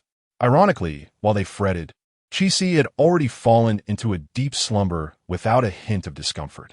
In contrast, Zhou Linjia, sharing the same room, stood by the bed with a furrowed brow, seemingly incapable of convincing himself to lie down, no matter how much mental preparation he undertook. Chapter 37. You now resemble a glutton upon awakening. Qi discovered Zhou Linjia still fussing over his bed. The linens and blankets that Grandma Yu had arranged for him lay dismantled as Zhou Linjia replaced them with his own. He had even covered the bedding with his personal duvet. Qi sat on the bed, taking a moment to gather his thoughts. Once alert, he regarded Zhou Linjia's incessant rearranging with admiration. "So, you wasted a significant portion of your suitcase for this?" Qi inquired, gesturing towards the newly arranged bedding. "Indeed," Zhou Linjia affirmed with a nod. With a visage full of reverence, Qi remarked, "My brother claims I am quite the tinkerer, yet I find your efforts far exceed mine." In a live stream, Qi Wang, witnessing this scene, deeply regretted his previous ease in compromising with the production team. He should have steadfastly insisted that Qi bring all of those items along. However, how could the director have permitted such a thing? "Everything I brought was vetoed. How is it that yours remained?" Qi questioned, puzzled. Zhou Linjia replied, "I exchanged them for other essentials." "Oh, exchanged? How did that transpire?" In a live stream, fans who had been present in Zhou Linjia's chat room began to testify. "I can vouch for his truthfulness. I too can confirm. Zhou Ershao traded some of his clothing for bedding. He even relinquished his warm clothes. Goodness, if I recall correctly, it seems the temperature here has dropped in recent days. Haha, this is killing me. I can't wait to see Zhou Ershao freeze like a dog." Upon learning what Zhou Linjia had traded for the bedding, Qi could no longer contain his laughter. It is evident that he has also checked the recent weather. Although the final destination remains unknown, the general city is known. Thus, it is anticipated that temperatures will likely drop in the coming days. Consequently, his suitcase is packed with several sets of warm clothing, just in case. In contrast, Zhou Linjia's suitcase, which should have contained thick garments, is instead filled with bedding items, leaving no room for warm attire. "Well done, Zhou Xiao," Qi exclaimed, giving Zhou Linjia a thumbs up. The viewers in the live stream nearly erupted with laughter upon hearing Qi praise Zhou Linjia. Initially, the spotlight was solely on Qi, the wealthy heir, but with the introduction of Zhou Linjia, another young master, comparisons inevitably ensued. Qi had often faced criticism for his aristocratic demeanor, But with Zhou Linjia as a benchmark, unexpectedly, Qi Si found himself experiencing a form of redemption. In juxtaposition, Zhou Linjia's act of changing bed linens appeared rather pretentious. Had Qi Si engaged in similar behavior, the audience might not have batted an eyelid. However, the crux of the matter lies in the fact that Qi Si, who has long been deemed a pampered scion, did nothing at all. He simply lay down and fell asleep. TSK. Truly a young master, looking down on rustic things, picking nose, laughing to death if he dislikes it so much. Why stay here? This behavior is rather off-putting. Granny U.S. sheets and comforters are clearly clean, having been washed to a pale hue. Is it really necessary? Suddenly, Qi Si seems much more likable. Indeed, although Qi Si has displayed many off-putting behaviors in the past, his current demeanor is commendable. Upon awakening, Qi Si felt refreshed. Sitting on the bed, he observed Zhou Linjia diligently transforming his space, thoroughly cleaning the room with alcohol wipes before finally settling down. Qi Si could not help but click his tongue in admiration. Our second young master certainly knows how to appreciate the finer things. Sophisticated and refined. Zhou Linjia glanced at him without uttering a word, just as Xiang Qianchong seemed to intentionally give Zhou Linjia time to tidy up.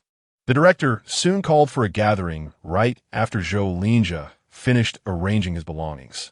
Upon arriving at the meeting point with Zhou Linjia, they found the others also making their way there. Once everyone had assembled, Xiang Qianchong addressed the guests, announcing the upcoming filming task. "How was your lunch, everyone?" "It was decent. Director, I must say, Granny Yu's cooking is truly delightful," Qi Si remarked, smacking his lips, reminiscing about the meal with a sense of lingering satisfaction. Shun Shuyu chimed in, "Granny Jiang's cooking is equally delicious. Even I, try to lose weight, found myself stuffed after lunch." "Indeed, it's a pity our second young master missed out," Qi Si lamented, casting a wistful glance at Zhou Linjia. This lad had accompanied Lin Weiwei and the others to view properties, and by the time he returned, Qi Si had already finished his meal. Granny Yu had saved some food for Zhou Linjia, but alas, he found it unworthy and therefore did not eat. Shun Shuyu was taken aback. "Zhou Linjia, didn't he have lunch?" Zhou Linjia listened expressionlessly as the two spoke of him, showing no inclination to respond. "Didn't Zhou Xiao have lunch? Isn't he hungry now?" Lin Weiwei suddenly spoke, her face filled with concern as she gazed at Zhou Linjia. When Zhou Linjia met Lin Weiwei's caring eyes, a warmth spread through his heart. "It's nothing. I'm not hungry," he reassured her. Yet, how could he not be hungry? It was already afternoon, and whatever he had eaten in the morning would have long been digested. "Director, is there really nothing to eat?" "It's quite easy to develop a stomach ailment under these circumstances," Lin Weiwei expressed her concern. Shun Shuyu, with a grim expression, watched Lin Weiwei and Zhou Linjia, her lips tightly pressed together. He cast a glance at her, his eyes dimming slightly. Upon hearing Lin Weiwei's words, Qi Si couldn't help but chuckle. "Miss Lin, what use is it to speak with the director? It's not that the director refuses to feed him. It's that the second young master himself finds the food unsatisfactory and refuses to eat. Whom can you blame for that? Aunt Yu's meals are still kept warm in the pot for him. If you were truly hungry, wouldn't he go eat?" Lin Weiwei felt a bit humiliated by Qi Si's words, her expression darkening. "Mr. Qi, I mean no offense. I simply worry that young Master Zhou might harm his health by not eating. The food here is indeed not exquisite, and it's understandable that young Master Zhou might not like it. I had assumed the director would consider the guest's dietary preferences and prepare a little something. None of that exists," Xiang Qianchong interjected promptly. "Since you chose to participate in the program, everyone involved must adhere to the same standards. If you cannot adapt, you are free to withdraw. The production team will not force anyone to stay." "Exactly. If you can't handle it, then why participate? I don't understand what Zhou Linjia is even doing here. If Qi Si can eat, why is Zhou Linjia so precious? Will he perish if he eats? Absolutely hilarious." Qi Si is truly pinpointing Lin Weiwei with surgical precision. The moment she speaks, he counters her. He really shouldn't be so enamored. "I'm in tears. Ha!" Lin Weiwei must be seething with hatred for Qi Si right now. "Lin Weiwei, are you insane? Can you stop staring at me? Can't you all see? Zhou Linjia is here for Lin Weiwei, isn't he? Whenever others speak, he seems indifferent, yet his demeanor softens immediately when she speaks. Indeed, wait, is Lin Weiwei playing the role of a heartthrob? How come every man seems to like her, or has at least liked her? Although Xiang Qiancheng's words were not intentionally aimed at Lin Weiwei, they nonetheless publicly humiliated her. Lin Weiwei felt a flush creeping to her face, her eyes glistening with unshed tears. Observing this, Zhou Linjia immediately spoke up in defense of Lin Weiwei. It's all right, I truly am not hungry. Also, thank you, Weiwei, for your concern. It brings me joy. Upon hearing Zhou Linjia's words, Qi Si scoffed inwardly. Indeed, he was the archetypal devoted male lead, essentially Lin Weiwei's loyal admirer. Qi Si took another glance at Shen Shuyu, and upon seeing her pale countenance, he couldn't help but roll his eyes. Were the protagonists in this narrative truly redeemable? Yet, whether they were or not was of no concern to him. He was not a savior, and their fates were of little interest to him. Having convinced himself, Qi Si decided to disregard the complicated web of love and resentment among the three. Director, please announce the task quickly. I am eager to finish early in return for a meal, he called out to Xiang Qiancheng. Xiang Qiancheng cast a glance at Qi Xiao, asking, do you realize how dramatically your image has transformed in my heart over this brief half-day? What transformation? Qi Si inquired. You have successfully transitioned from a young master to a mere glutton. A few others couldn't help but chuckle. Qi Si responded, all right. You think you're being clever, huh? Just wait. My brother is undoubtedly watching the live stream. I'll see if you dare to return. Qi Si glared at Xiang Qiancheng, issuing a fierce threat. Xiang Qiancheng's expression shifted. Aren't you too old to be telling tales? Haven't you weaned yet? I'm not telling tales. My brother saw it for himself. Qi Si asserted confidently. Your brother, a distinguished chairman, has no time to monitor your live stream daily. Just as Xiang Qiancheng finished speaking, a golden red comment floated by in the live stream. Little brother is so obedient. I am indeed watching. The staff monitoring the stream turned pale upon seeing the comment and quickly took a screenshot to present to Xiang Qiancheng. His expression froze, and he took a deep breath. Qi Xiao, I was just joking. How could you be a glutton? I am a glutton. Qi Si looked at Xiang Qiancheng with a sly smile. My brother has no time for the live stream? Xiang Qiancheng. Chapter 38, waiting to see the young master's embarrassment. Since Qi Wang had been closely monitoring the live stream, Xiang Qiancheng dared not deliberately make things difficult for Qi Si. Of course, this referred to deliberate actions. However, if everyone faced equal challenges, it would no longer be considered intentional. With everyone sufficiently nourished and rested, it was time for each individual to shine. As the director made this announcement, I felt an ominous air. Su Jining rubbed his neck, his face betraying the words not good. Others nodded in agreement, sharing this sentiment. Xiang Qiancheng ignored the baseless accusation and announced the next task. Since you have enjoyed a meal here, shouldn't you contribute a little something in return?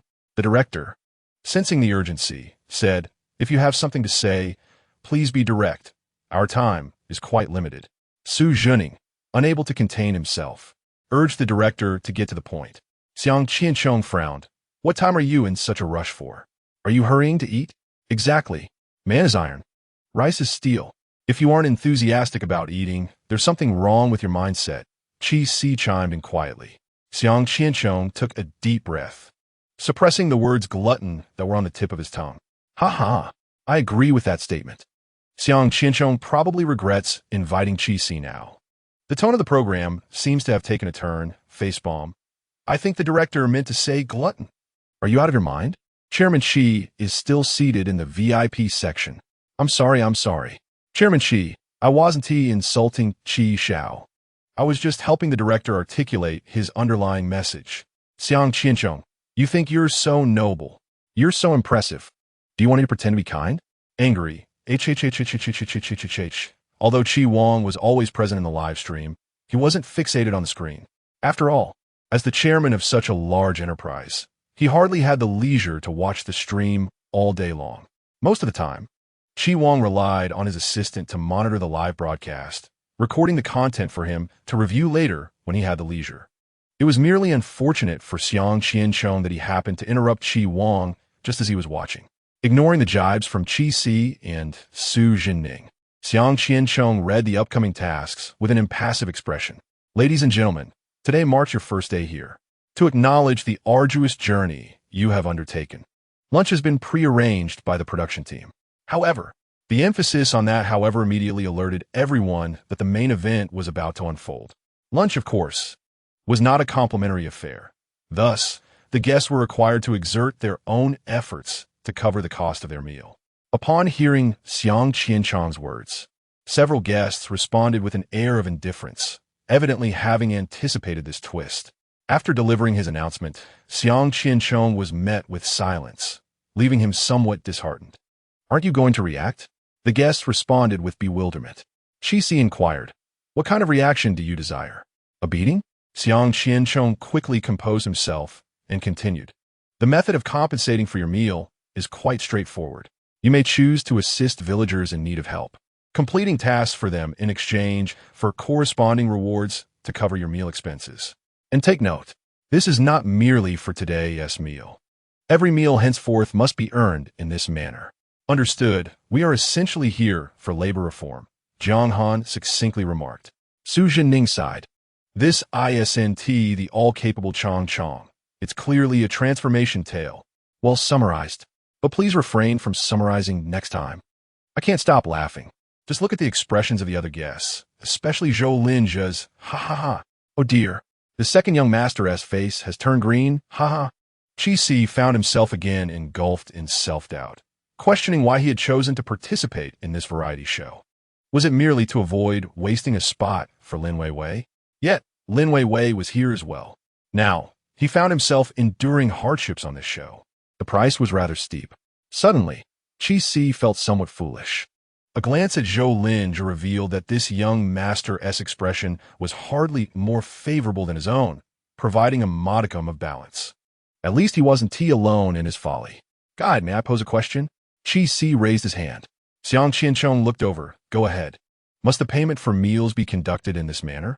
If you have alternative means to secure your meal expenses, that is permissible.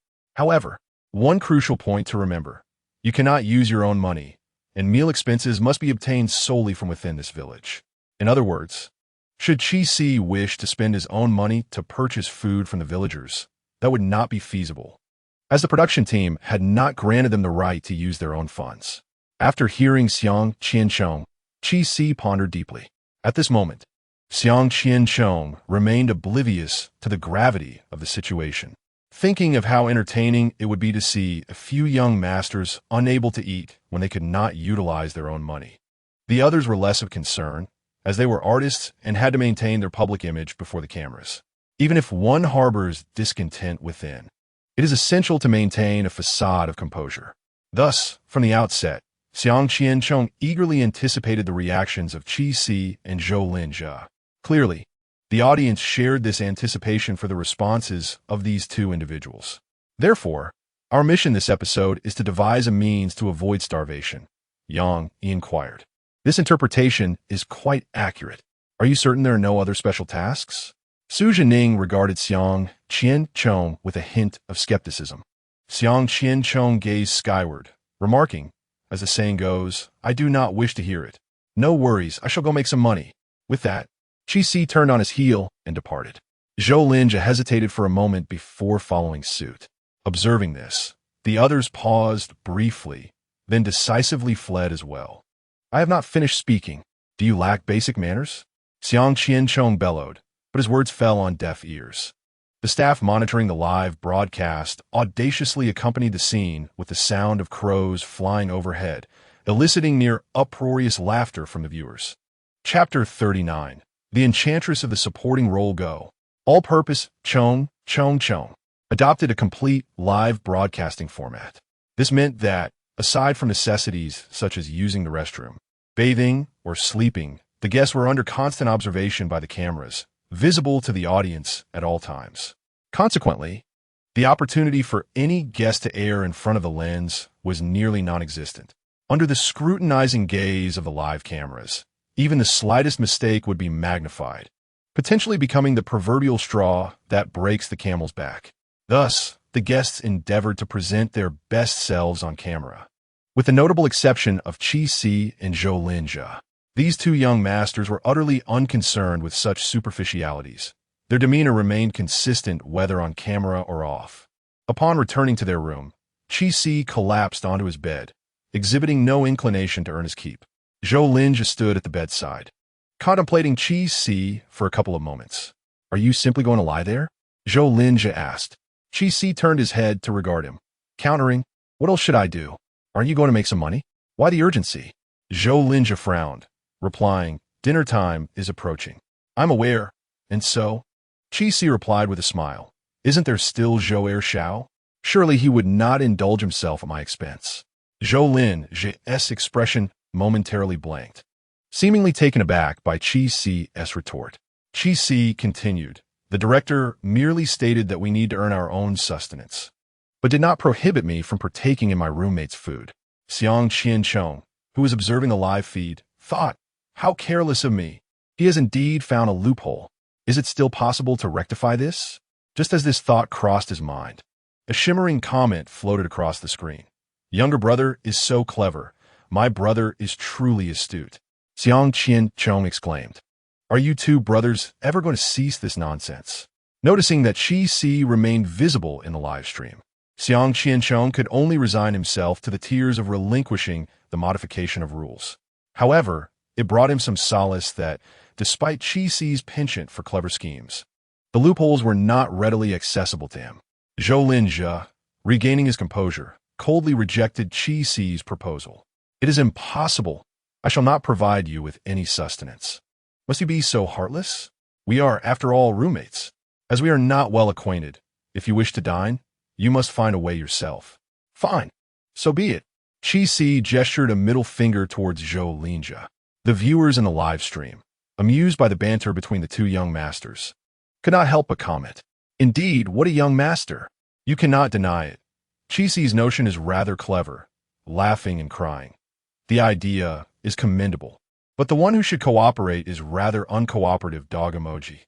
If anyone else had uttered those words, I would have been furious. Yet hearing them from the second young master, Zhou elicits laughter. I understand. The antics of these young masters are hilarious. The key point is, Chi Si genuinely believes Zhou Linjia can procure the food expenses. Facepalm. The audience shared a collective disdain for the young masters. No one believed that Chi Si and Zhou Linjia could endure such hardships. They were likely to rely on the production team or other guests for support. Were they in the city, perhaps the two young masters could leverage their abilities to earn their keep. However, in this remote and impoverished area, where neighboring villages were far apart, even a trip to the town for supplies required a lengthy journey. Under such circumstances, they doubted that the pampered young masters could find comfort. Let's wait and see. It is merely the first day. They could endure for now. Tomorrow, it is likely that a spectacle will unfold. Chi Si, claiming he would not venture out to earn money, indeed remained indoors, reclining in bed and fiddling with his phone. Zhou Linjia observed him for a moment before departing alone. As he left, Chi Si glanced up at him. Chi Si held no belief that Zhou Linjia was off to obtain funds for food.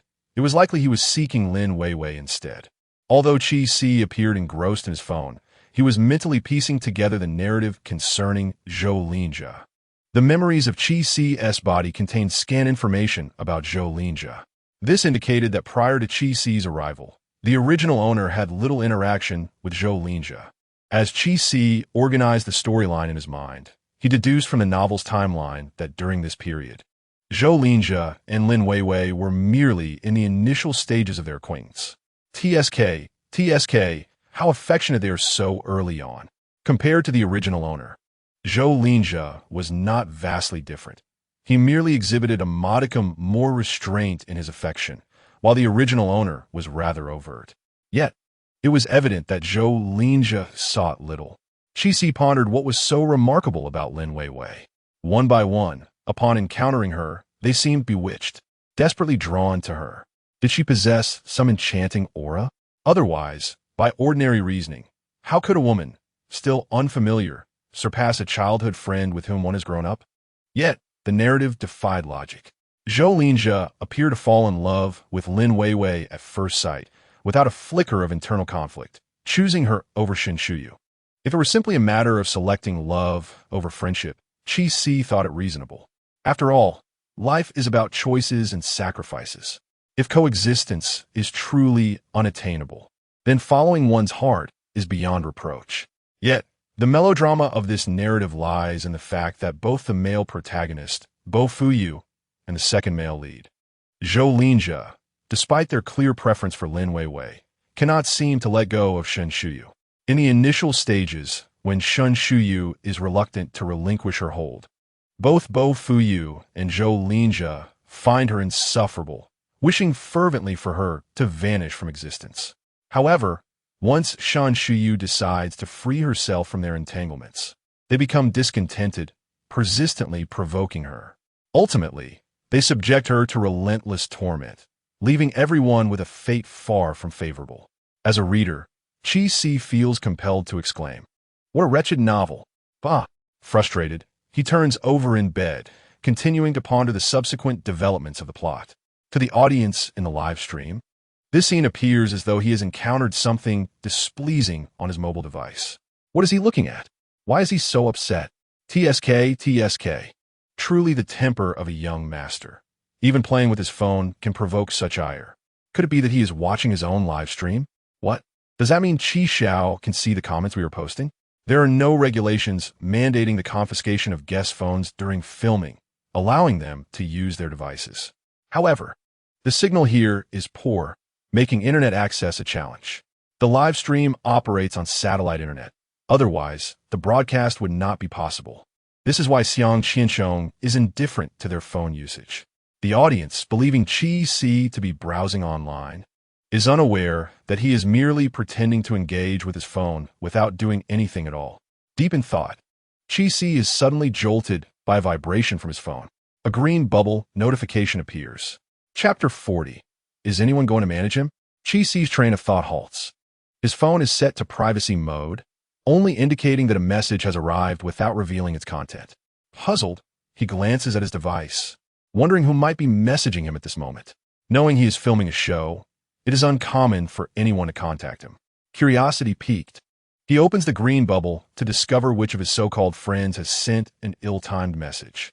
Upon seeing the content, he is momentarily stunned, and in the next instant, he springs from the bed, staring at his phone in disbelief. The audience in the live stream is startled by Qi Si's reaction. What happened? What's going on? He suddenly jumped up, and it gave me a fright. What did he see to elicit such excitement? Show me too. Did someone post an explosive comment? Not only the viewers in the live stream are curious about what has captivated Qi Si, but Xiang Qiansheng is also intrigued.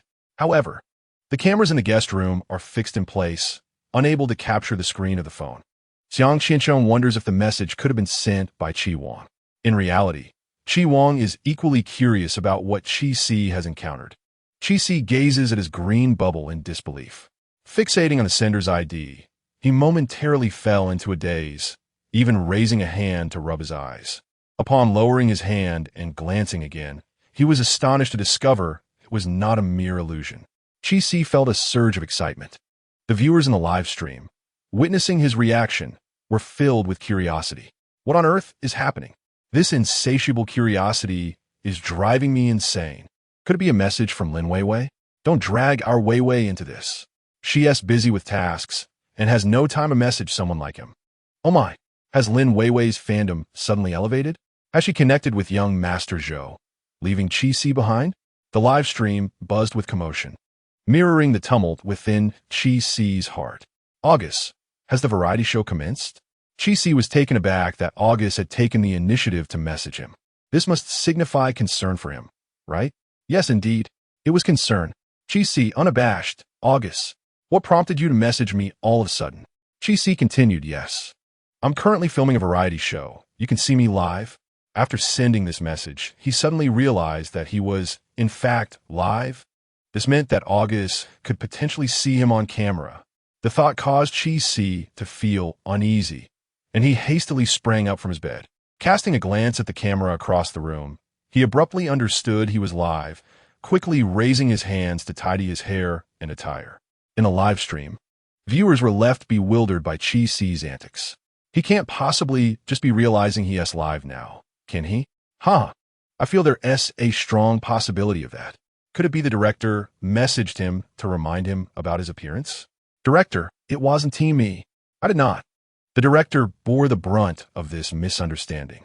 Chi Wong squinted at Chi Si through the live stream camera. His brother's demeanor was evidently off. Moreover, this posture seemed oddly familiar. Chi Wong recalled that during Chi Si's pursuit of Lin Weiwei, he had exhibited a similar demeanor, akin to a peacock displaying its feathers. Alarm bells rang in Chi Wong's mind. Could it be Lin Weiwei again? No, it couldn't be. Chi Si had declared his disinterest in Lin Weiwei, and his previous actions indicated he genuinely no longer harbored feelings for her. Thus, the individual messaging him was likely not Lin Weiwei. If it were indeed her, Chi Si's reaction would not be like this. Chi Wong began to reflect on the individuals Chi Si had interacted with recently, searching for potential suspects. After contemplating, he realized Chi Si had been quite well-behaved lately, refraining from the frivolities he previously engaged in with his friends. There were no other females around either. Chi Wong furrowed his brow, a sense of unease creeping into his heart. Unbeknownst to Chi Si, his seemingly ordinary reaction had sent shockwaves through many hearts. Bo Yinchi, holding her phone, fixated on the live stream on the tablet, a smile playing at the corners of her lips. On the green bubble, a young master's information lingered. Bo Yinchi did not intentionally enter Chi Si's live stream. It was merely an unexpected pop-up from the live broadcast backend that caught his attention, leading to an inadvertent click. Upon entering, he was greeted by the familiar visage of Chi Si, and it suddenly dawned on Bo Yinchi that this young lad had previously mentioned his participation in a variety show. At the time, Bo Yinchi had been preoccupied and had not paid much attention, thus failing to respond. Chi Si, perceptive to Bo Yinchi's aloof demeanor, had refrained from messaging him in the subsequent days. Had it not been for the serendipitous entry into the live stream today, Bo Yinchi might have completely forgotten this detail. Noticing Chi Si engrossed in his phone, appearing rather despondent, Bo Yinchi recalled that he had neglected to reply to the young man's message. Could it be that he was upset over this? A fleeting moment of vanity washed over Bo Yinchi. By the time he regained his awareness, the message had already been dispatched. A twinge of regret washed over him. Just as he contemplated exiting the live stream, he noticed Chi Si sitting up eagerly, attempting to adjust his appearance with a hint of embarrassment. Bo Yinchi observed this and couldn't help but chuckle, feeling a lightness in his heart that had been burdened since morning. He decided against leaving the live stream, leaning back in his office chair, watching the broadcast while messaging the young man. The other viewers in the live stream were left in confusion, watching as Chi Si, oblivious to his surroundings, engaged in an animated conversation that elicited laughter from him. Is there anyone to manage this person? I don't recall this variety show permitting guests to play on their phones, one viewer remarked. This is hilarious. Is he truly on a paid vacation? Another quipped. While the other guests are tirelessly working to repay their debts, he remains nonchalant, utterly unconcerned, a third added. Don't worry. He'll soon realize the urgency when dinner time arrives, yet another joked. Bo Yinchi caught sight of the barrage of comments and lowered his gaze to type a message to Chi Si. Aren't you going to earn some money? Aren't you worried about missing dinner tonight? Chi Si was taken aback, realizing that someone was indeed watching his live stream. He immediately straightened his posture, feigning nonchalance. Are you concerned about me? He replied with a sly grin. Bo Yinchi, feeling somewhat foolish for his unexpected concern, put away his phone, deciding not to reply to Chi Si any further. Chi Si stared at his phone, waiting in vain for a response that never came. Bo Yinchi observed as Chi Si's expression shifted from hopeful anticipation to confusion, and after a brief moment of disappointment, he rallied himself, rolling out of bed. Bo Yinchi glanced at his own device, noting the absence of new messages. A faint sense of disappointment flickered within him, but it was quickly overshadowed by other emotions, so fleeting that he scarcely recognized the moment's peculiarity. Regarding the matter of his unrequited affection not responding to his messages, Chi Si exhibited a commendable level of acceptance. After all, this was not his first encounter with such a situation. Compared to the original owner of his heart, Chi Si certainly did not possess a mind clouded by love. If the person he fancied chose not to reply, so be it. He believed that they were all adults, each engrossed in their own affairs, and it was unrealistic to expect anyone to be tethered to their phone for a full 24 hours. Not to mention that even if they were in a defined relationship, it would be unreasonable to demand instantaneous replies at any time or place. Therefore, when his affections went unanswered, Chi-Si did not dwell on it, instead pocketing his phone and preparing to engage in his own pursuits. Everyone observed as Chi-Si suddenly stowed away his phone, turned, and exited the room. The production director responsible for his filming promptly followed suit. Chi-Si glanced back at the director and inquired, "Where's Zhou Linjia?" The director remained silent, merely gesturing toward the direction of the village entrance. Has he left the village? Chi-Si's tone held a hint of excitement. The director quickly shook his head, indicating that Chi-Si had misunderstood. Then what is he doing at the village entrance? What work could possibly await him there? Of course, the director refrained from answering Chi-Si's inquiries. His role was solely to capture footage, and providing too much assistance would be tantamount to aiding the guest in cheating. Not disheartened by the director's reticence, Chi-Si pivoted on his heel and made his way toward the village entrance, determined to uncover Zhou Linjia's true intentions. Upon reaching the entrance, Chi-Si discovered that there was, in fact, no lucrative work to be found there. Furthermore, Zhou Linjia was nowhere in sight.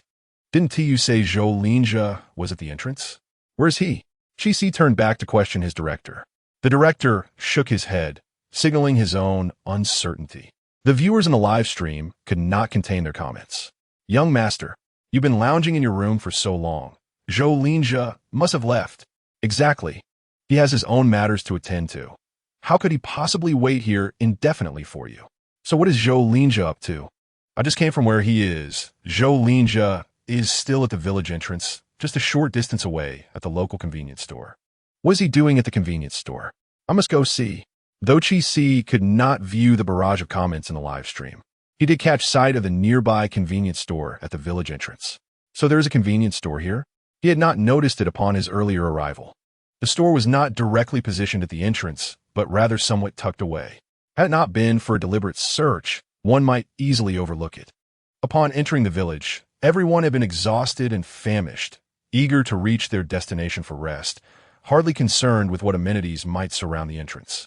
As Chi-Si approached the convenience store, he observed a few elderly women seated at the entrance, casually chatting while munching on sunflower seeds and peanuts. Upon noticing Chi-Si's approach, they abruptly ceased their conversation, their curious gazes fixed upon him.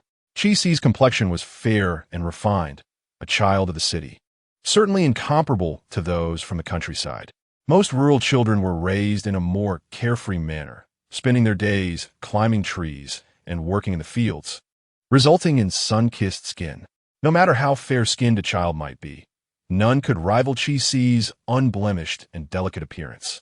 His visage seemed as though it could yield droplets of water with the slightest pinch.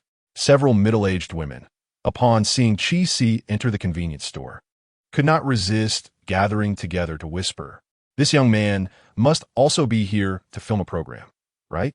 Look at that hefty fellow trailing behind him. It must be true. Oh my, these celebrities are indeed striking. They're so different from the boys around here, so fair and tender. Indeed, he looks even more charming than the one who went in before him. I wonder if this lad has a partner? We could always ask later. What? Are you thinking of introducing your daughter to him? Why not? My daughter is quite attractive, and she's a university student. Where's the shortcoming?" The women believed their voices were hushed, yet they were far from discreet. Chi-Si, now inside the store, heard every word clearly. He awkwardly touched his nose, contemplating that regardless of whether his brother would agree to him marrying a girl from here, even if he did, it was futile. After all, the genders did not align. The store owner, a somewhat portly woman, was taken aback when Chi-Si entered. However, upon noticing the camera operator following him, her expression brightened with a warm smile. "What can I help you with, dear?" "Hello, Auntie. I'm not here to buy anything. I just wanted to ask if a young man similar to me has come by." The owner immediately understood whom Chi-Si was referring to. "You mean a fellow here for the filming as well?" Yes. Chi-Si nodded eagerly. "Has he been here? What is he doing?" "That young man mentioned he was coming to help me. Look, isn't he over there unloading goods?" Chi-Si followed the direction the owner pointed and spotted Zhou Linja crouched in the corner, organizing the shelves. "Thank you, Andy." Chi-Si approached Zhou Linja, bending down to observe the young man busy on the floor. "Oh, isn't this the second young master? What are you up to?" Zhou Linja glanced up at Chi-Si, who feigned ignorance. "Are you blind? Can't you see?" Chi-Si merely raised an eyebrow, unfazed by the remark. It was clear that Zhou Linja was showing signs of a spoiled temperament, frustrated with the labor. "How arduous this is. Second young master, you shouldn't be doing such work." Chi-Si pulled him up from the ground. Zhou Linja frowned. "Do you need something?" With sincerity, Chi-Si looked at Zhou Linja and said, "I can't bear to see you toil like this. Such rough work is not meant for you. Come, take a break. I can handle it." As he spoke, Chi-Si took the task from Zhou Linja's hands, squatting down to mimic the previous actions of Zhou Linja, and began organizing the shelves. The owner peeked from a distance, puzzled by the sight of the two young men. Zhou Linja was momentarily stunned, but quickly regained his composure and attempted to reclaim the task from Chi-Si. "What are you doing? If you want to work, find your own tasks." Hey, I'm just trying to ease your burden. Why can't you appreciate my kindness?" Zhou Linja scoffed. "Are you certain you're doing this for free? Is the payment mine?" Chi-Si grinned. "Of course not. Get lost." Zhou Linja gazed at the audacious Chi-Si and raised his hand to shove him away. "Hey, Zhou Linja, let go. We can discuss this." "You let go." Zhou Linja, unwilling to relent, hurled Chi-Si aside before finally releasing him. Pointing a finger at Chi-Si's nose, he admonished, "Do not compel me to strike you." Chi-Si, eyes wide, retorted, "Are you not the so-called most refined second son of the Zhou family? Why are you behaving so rudely?" Zhou Linja sneered at Chi-Si. "You are not refined in the slightest." Chi-Si declared, "Then I shall seek out Lin Weiwei." As he turned to leave, Zhou Linja commanded, "Stop." With his back to Zhou Linja, Chi-Si smirked, a glint of triumph in his eyes. Chapter 42. A Heart of Darkness. Second young master is deceiving you. This scoundrel is quite wicked. Do not believe him. Goodness, if I had not seen that smile from Chi-Si, I would have truly thought he was off to find Lin Weiwei. Turns out this rascal is deliberately scheming against Zhou Linja. When did Chi-Si become so cunning? Wait, how did he suddenly acquire so many clever schemes? Previously, I felt that his brother possessed countless schemes while he himself was woefully lacking. I had the same impression before, laughing and crying. What? Did he finally reclaim the cleverness stored with his brother? Chi-Si feigned ignorance to Zhou Linja's call, quickening his pace toward the exit. Zhou Linja, sensing urgency, feared Chi-Si truly intended to find Lin Weiwei and hastily pursued him, seizing the collar of Chi-Si's shirt. "Damn it, Zhou Linja, let me go." Chi-Si, caught off guard, nearly choked on his own saliva. Zhou Linja held firm, his gaze menacing as he inquired, "What do you intend to do?" Furrowing his brow, Chi-Si replied, visibly displeased, "Are you deaf? I said I'm going to find Lin Weiwei. You shall not go." "On what grounds?" "I am going." "I said you shall not go." "Zhou Linja, are you out of your mind? This village does not belong to you. I can seek whomever I wish, wherever I please. You live by the seaside. Why are you so meddlesome?" Chi-Si turned back, forcefully brushing Zhou Linja's hand away. Zhou Linja, with a grim expression, fixed his stare on Chi-Si, stating firmly, "You cannot go to find Lin Weiwei." Chi-Si, observing Zhou Linja's unyielding demeanor, was both amused and infuriated. "On what authority do you prevent me from seeking her?" Zhou Linja fell silent, his expression becoming somewhat awkward. The viewers in the live stream had begun to piece together Zhou Linja's feelings for Lin Weiwei. Who claimed earlier that Zhou Linja joined a show for Lin Weiwei? A seer. Is it true? The second young master truly came for Lin Weiwei? I knew our Weiwei was charming. The second young master has good taste. Our Weiwei deserves it. Whom does Lin Weiwei truly favor? Did she not previously have a heated rapport with Chi-Si? Stop spreading rumors. Weiwei does not like Chi-Si. It is Chi-Si who persistently clings to her. Amusing. Not interested. Why did she not refuse gifts when receiving them? What status does Chi-Si possess? How could he dare to gift Weiwei anything and expect her to refuse? If one inadvertently offends another, What should be done thereafter? Lin Weiwei, undoubtedly adorned with the captivating aura of a beloved supporting character, finds herself surrounded by defenders wherever she goes. Initially, there were voices in the live broadcast room advocating for Qi Siming, yet gradually, the support for Lin Weiwei began to overshadow those voices. Ultimately, it morphed into a situation where Qi Si exploited his family's influence to coerce Lin Weiwei into accepting his affections and gifts. Thankfully, Qi Si was oblivious to this. Otherwise, he would have been infuriated. Observing Zhou Linjia rendered speechless, Qi Si was nonetheless determined not to let the matter rest. Do you truly wish for me not to seek out Lin Weiwei? Why is that? Do you harbor feelings for her? What nonsense are you spouting? Zhou Linjia retorted immediately. If his ears had not been so flushed, perhaps his credibility would have been bolstered. Since you have no affection for Lin Weiwei, why do you care if I pursue her? You must be aware of my intentions towards her. Qi Si scrutinized Zhou Linjia, resurrecting past matters. Although he himself did not currently harbor feelings for Lin Weiwei, the original owner had pursued her quite ostentatiously, to the extent that now the entire internet was aware of Qi Si's affections. Given this context, Qi Si's visit to Lin Weiwei appeared entirely reasonable. However, Zhou Linjia's insistence on preventing Qi Si from approaching her was rather peculiar. Qi Si observed the fluctuations of Zhou Linjia's expression, which oscillated between shades of blue and red. Nearby, some onlookers couldn't help but interject, "Kids, don't argue. It's better to communicate amicably. Yes, speak kindly, don't quarrel. Arguing is unbecoming." In response, Qi Si smiled at the bystanders and said, "Aunties, we are not arguing. We are merely playfully bantering." Once he had placated the onlookers, Qi Si turned to Zhou Linjia and raised an eyebrow. "Do you truly wish for me not to seek out Lin Weiwei?" Zhou Linjia frowned in silence, regarding Qi Si with an inscrutable expression. Qi Si continued, "If you prefer, I need not go. You may visit her instead." "What?" Zhou Linjia was taken aback, staring at Qi Si in confusion.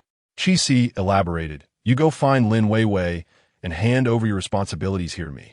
If you refuse, then I shall go see Lin Weiwei." Qi Si interrupted Zhou Linjia as protest. Zhou Linjia was irked by Qi Si's audacious demeanor, yet felt utterly powerless. Should he decline Qi Si's proposal, the latter would undoubtedly seek out Lin Weiwei regardless of his intentions. The thought of Qi Si pursuing Lin Weiwei, for whatever reason, was something Zhou Linjia wished to avoid. To prevent Qi Si from going, he would have to relinquish the job he had just managed to secure. Zhou Linjia found himself in a quandary. Noticing Zhou Linjia's hesitation, Qi Si grew impatient. "So, will you agree or not? Don't waste my time." In the end, Zhou Linjia shot Qi Si a fierce glare, removed his apron, and tossed it towards him. "Here." Qi Si caught the apron and instantly beamed with delight. "Hee, thank you." Second young master. After donning the apron, Qi Si returned inside the establishment, turning back to wave cheerfully at Zhou Linjia standing at the door. "Second young master, I've created an opportunity for you. Go for it." Zhou Linjia gritted his teeth. Qi Si then explained the situation to the shopkeeper and proceeded to finish the tasks Zhou Linjia had left unfinished. Reluctantly, Zhou Linjia departed, seeking other employment. After witnessing this grand spectacle in the two live streaming rooms, the audience was left in astonishment, unable to close their mouths. What? Is it true that they actually agreed? Wow, Qi Si is impressive. He effortlessly secured such an easy job. The key point is that Zhou Linjia had already done a considerable amount of work. He essentially got a significant advantage for nothing. 66666 this time. Lin Weiwei is going to score big. Haha, I'm dying of laughter. Truly, it's thanks to Lin Weiwei. If Lin Weiwei knew, she probably wouldn't be too pleased. Qi Wang and Bo Yinchi did not anticipate Qi Si's actions. After their initial shock, they could only laugh helplessly. Who would have imagined he had such a cunning side? Bo Yinchi reached out and tapped Qi Si's face on the screen, her eyes shimmering with delicate amusement. Chapter 43. Let's debut. Brother, the job Qi Si seized from Zhou Linjia was indeed rather effortless, merely organizing goods and assisting customers with their purchases. Moreover, By the time Chi-Si took over this task from Zhou Linjia, the merchandise on the shelves had already been mostly sorted. Only the final touches remained. It could be said that Chi-Si had truly stumbled upon an unexpected windfall. On the other side, Zhou Linjia was forced to relinquish his job and had to seek new opportunities. However, the available tasks within the village were limited, and restocking the small shop was already the easiest and cleanest work. Wandering aimlessly through the village in search of a profitable endeavor, Zhou Linjia encountered several villagers, each wielding farming tools. Upon spotting Zhou Linjia, they instinctively slowed their pace, curiously observing him and the accompanying filming crew. Zhou Linjia remained expressionless, ignoring the scrutiny around him. As he walked, some villagers attempted to approach him for conversation, but he seamlessly brushed them off. The camera, well aware of how to stir up drama, deliberately focused on villagers whose mouths were open, as if they were about to speak but hesitated. The scene became quite comical. "Help! Zhou Ershao. At least give the uncle a glance. I might just die laughing in this live stream. How many has it been?" He truly can ignore them all. Are these villagers like NPCs assigning tasks? I recall the neighboring Yang Ingho receive her tasks in a similar manner. Indeed, ha ha ha. Splendid. Perfectly missed. And to have missed so many times, Zhou Ershao has some skill. Why do I feel like he isn't unaware, but is intentionally pretending not to see? As he passed yet another NPC, the filming crew member could not resist advising Zhou Linjia, Ershao, "It seems that villager has something to say." Without turning his head, Zhou Linjia replied, "I know." The crew member was taken aback. Zhou Linjia explained, "I know they are people arranged by the director." The crew member was astonished and inquired, "So, you're doing this on purpose?" "Yes." "Why? Don't you want to earn money?" Zhou Linjia candidly stated, "I do, but I don't wish to toil so hard. The tasks they want me to do appear both dirty and exhausting at first glance. Indeed, this is a reason I never anticipated, or rather, I considered it. But I did not expect Linjia to so candidly acknowledge it this week. This is truly an outcome I never foresaw. Facepalm, huh? His honesty leaves me somewhat bewildered, laughing and crying. Is it really so? In such circumstances, not wishing to engage in dirty and exhausting work, what is he planning to do? Live like a deity? It appears he's indeed a young master, quite precious. There is no need for such sarcasm. Had it not been for Chi-Si seizing Zhou Linjia's position, he would be doing quite well now. Precisely. Isn't this ultimately Chi-Si's fault? It seems Chi-Si merely issued a threat, right? If Zhou Linjia had refused, there would have been no issue. What difference would it make for Chi-Si to approach Lin Weiwei? Isn't it obvious? Zhou Linjia harbors feelings for Lin Weiwei. He cannot bear to see his beloved wronged. You might as well say he wishes to prevent his rival from gaining an advantage. Doge emoji. Lin Weiwei likely could not have imagined that despite her lack of involvement with these two, the level of intrigue in her live streams could be so elevated. It is quite absurd. Everyone is curious as to how Zhou Linjia plans to earn his keep without undertaking these tasks. Not only are the viewers intrigued, but Zhou Linjia's following PD and other members of the production team share the same curiosity. As darkness gradually envelopes the sky, Chi-Si's work at the convenience store comes to a close. When it comes time to settle the accounts, the store owner attempts to shortchange Zhou Linjia for the portion he completed earlier, but Chi-Si catches on and retrieves it. "Madam, your calculations are incorrect. Where is the discrepancy? 10 yuan for an hour, and I worked for 3 hours, did I not?" Chi-Si, holding 30 yuan in his hand, grins mischievously. "Madam, that is rather unkind of you. I indeed worked for 3 hours, but prior to my arrival, Zhou Linjia also worked for about an hour. What now? Isn't that to be counted? That was done by that young man. It cannot be included in your pay." The store owner begins to act unreasonably. Chi-Si responds, "Very well, if it is not to be counted, then give me what he earned, and I shall deliver it to him." The store owner's eyes darted, clearly reluctant to comply. Chi-Si quickly adds, "Are you concerned that I will not give him the money? Fear not, we are live streaming. If I fail to deliver, the viewers will surely chastise me." Upon hearing that it is a live broadcast, the store owner's expression shifts. Ultimately, with great reluctance, she retrieves 10 yuan from the counter and hands it over. "All right, here you go. Just remember to give it to him. But make it clear, I did not shortchange his wages. All right then. Wishing you prosperous business. Chi-Si happily accepts the 10 yuan from the store owner and cheerfully departs the convenience store. Heading back to Granny Yu's home. Upon arriving at Granny Yu's house, he notices a child hunched over a table, diligently working on homework. Chi-Si realizes this child must be Granny Yu's grandson, Udo-Do. Hello, you must be Udo-Do. Chi-Si casually sits at the table. Udo-Do looks up, his expression somewhat withdrawn as he glances at Chi-Si, then at the PD behind him, who is shouldering the camera. Greetings, brothers. I am Udo-Do. Are you the brothers my grandmother mentioned who came to film for television? Chi-Si chuckled upon hearing this. Indeed. We are here to film a television show and will be residing in your home for some time. Are you welcoming us? Absolutely. Udo-Do gazed at the handsome brother before her and, upon hearing his words, shyly smiled in response. Wait a moment, brothers. What is it? Before Chi-Si could finish his question, he noticed Udo-Do standing up and hurriedly making her way to the kitchen. Chi-Si hesitated, pondering whether he should follow her. In a short while, Udo-Do returned, carefully balancing 2 teacups in her small hands. Chi-Si quickly stood up to assist her. Allow me. Be careful. Udo-Do did not resist, watching with a bashful smile as Chi-Si took the cups from her. Brother, enjoy the tea.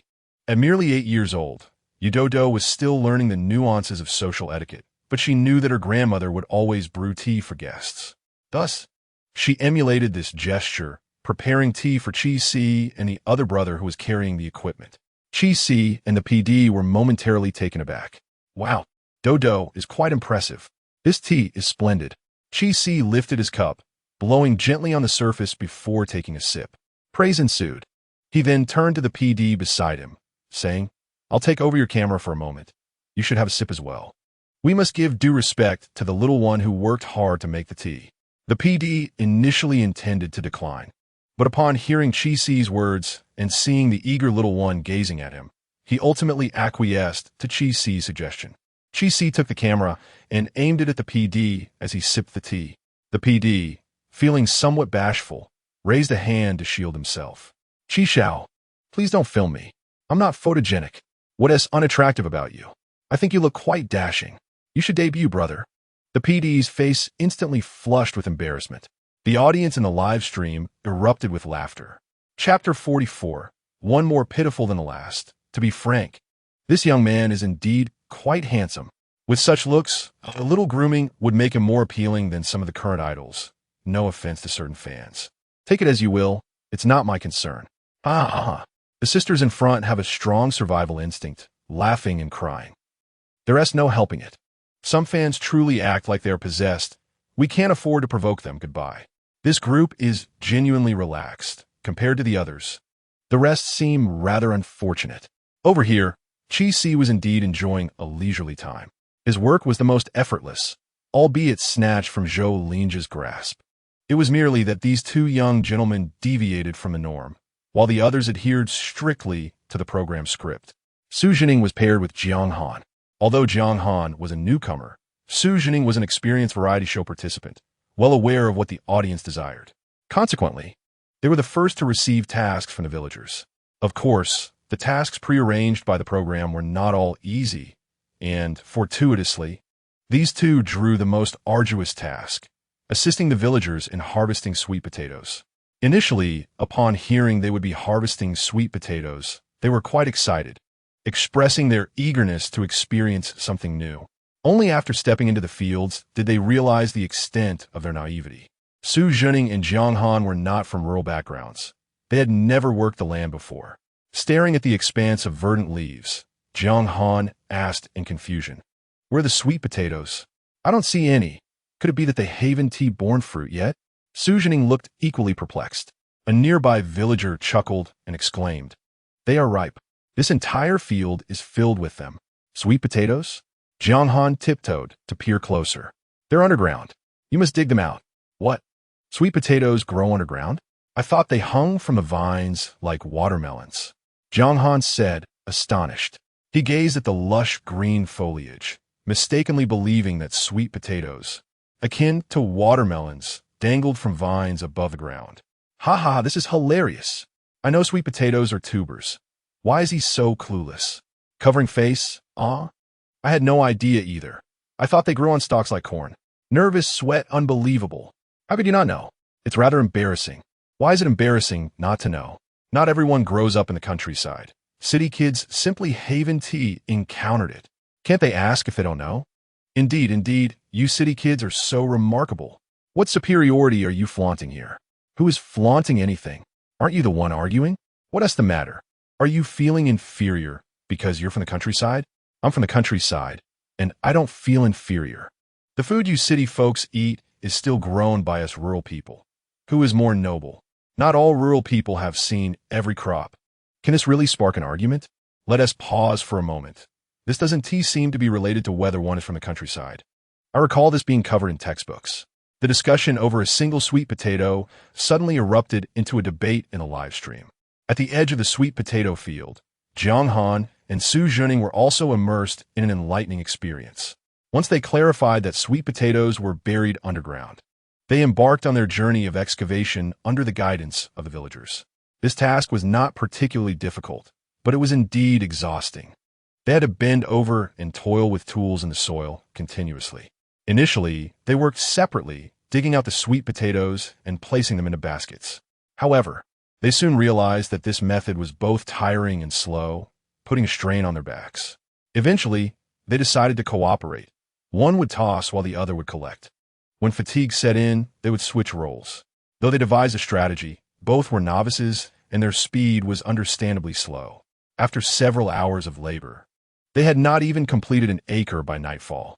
The observing villagers shook their heads in disbelief. At this pace, you won't finish by tomorrow. The two, already exhausted, had no strength left to retort. I can't go on any longer. My back is about to break. Jiang Han sat on the ridge, massaging his back and grimacing. Su Zhening, unable to care about the dirt, simply collapsed onto the adjacent ridge. No, I can't continue. I need a break. Thank you for your hard work. Just watching you is exhausting. For someone doing this for the first time, the physical exertion is indeed substantial. They feel it come morning. One afternoon's work left me utterly exhausted. Is this not utterly futile? If you're capable, why not step up? In contrast to our fatigue, Shun Shuyu and Lin Weiwei were entrenched in filth. Although their tasks were not assigned in the same location, they shared an unspoken understanding typical of protagonists and antagonists in a tormenting narrative, such as both being enamored with the same man.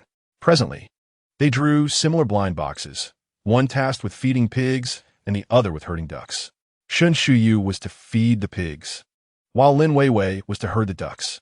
Upon witnessing them embark on these tasks, their fans felt a mix of sympathy and amusement.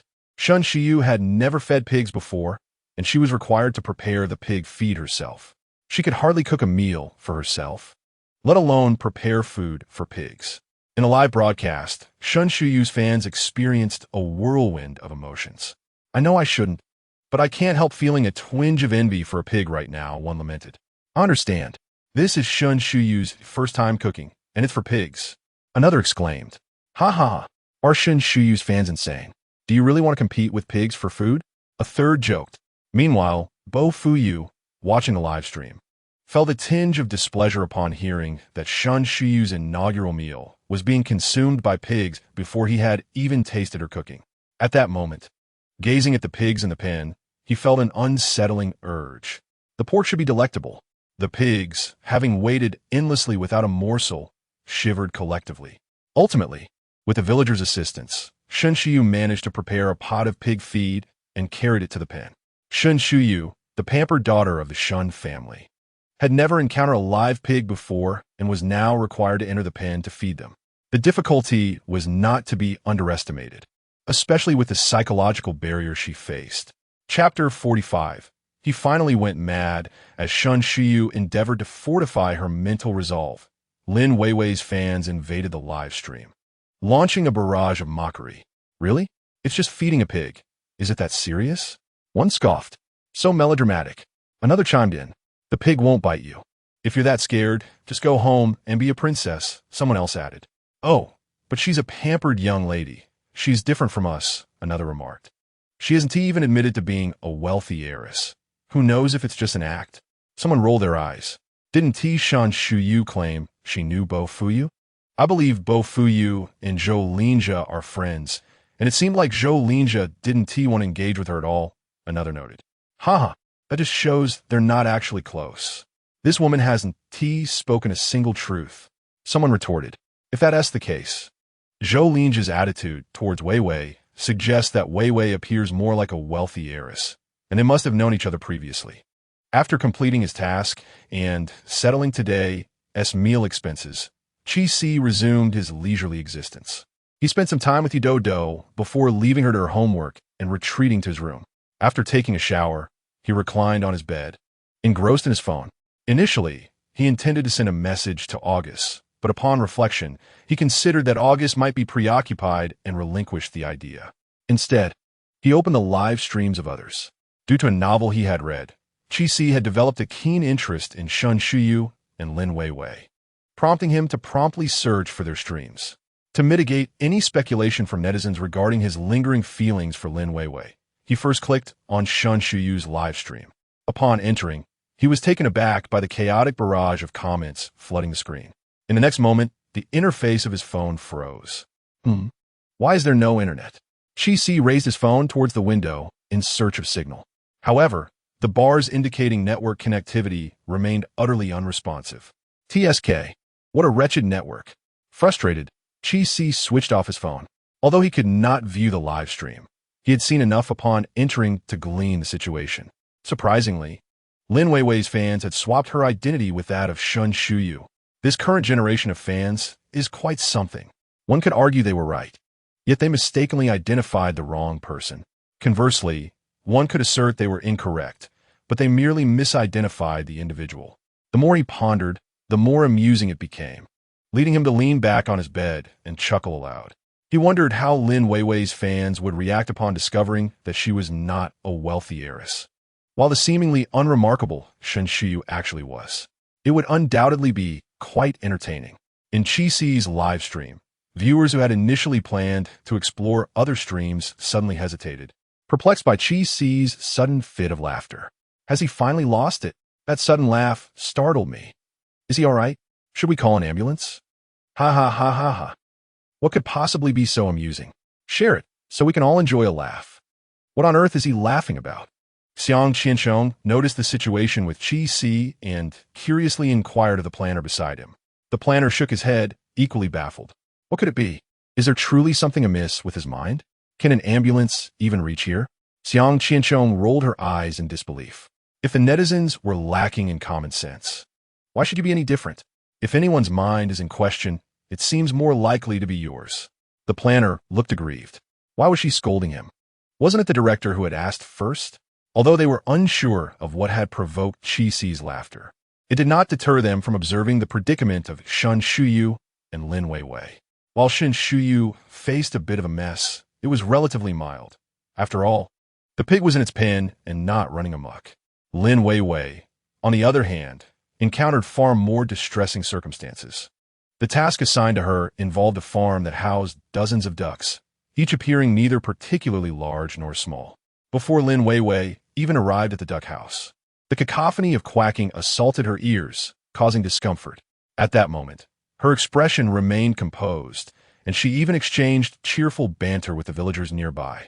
However, upon reaching the entrance of the duck house, before even opening the door, an overwhelming stench assaulted her senses. Lin Weiwei gasped, nearly fainting from the overpowering odor. Although the audience in the live broadcast could not perceive the scent, they could infer from Lin Weiwei's reaction just how dreadful the atmosphere was. The villagers nearby, observing her response, felt a tinge of apprehension. Could such a seemingly delicate young girl truly safeguard his ducks? What if she ended up with only 10 out of 30 returning? Are you capable of this? If not, I shall seek someone else. I can do it, Lin Weiwei asserted with a forced determination. This was, after all, the easiest task she had managed to secure. If she failed at this, she would have no choice but to toil in the fields, an even more daunting endeavor. With a heart full of trepidation, the villager entrusted his ducks to Lin Weiwei, cautioning her to keep a vigilant watch. She nodded earnestly, and as soon as he departed, she retreated several paces, gazing at the duck pen with a sense of despair. Why must there be such creatures as ducks in this world? She lamented, tears brimming in her eyes. If there were no ducks in the world, where would your duck meat come from?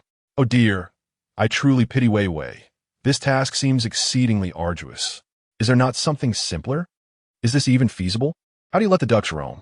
Won't they run away if not tethered? Typically, ducks, after being raised for a while, know their way home. Just ensure that the particularly dim-witted ones don't lag behind. Is this task even worthy of being called difficult? You should take a look at Su Zhening and Jiang Han next door. Herding ducks is nothing compared to the toil of feeding pigs that Shen Shuyu is enduring. Even the actress Yang has been picking apples for half the day without complaining of fatigue. With tears in her eyes, Lin Weiwei presented a picture of someone who, though terrified, was determined to fulfill her duty, a sight that tugged at the hearts of her fans. Each one felt a surge of sympathy. Nevertheless, her demeanor was not universally appreciated. Many found her to be excessively dramatic, especially in contrast to Yang Yi. Yang Yi had secured a position in an orchard, tasked with harvesting ripe apples and transporting them to the warehouse for packing. The packing was not her responsibility. Her sole duty that day was to pick apples. Many who began following Yang Yi only after she became an actress were unaware of her past, mistakenly believing she could not endure such labor.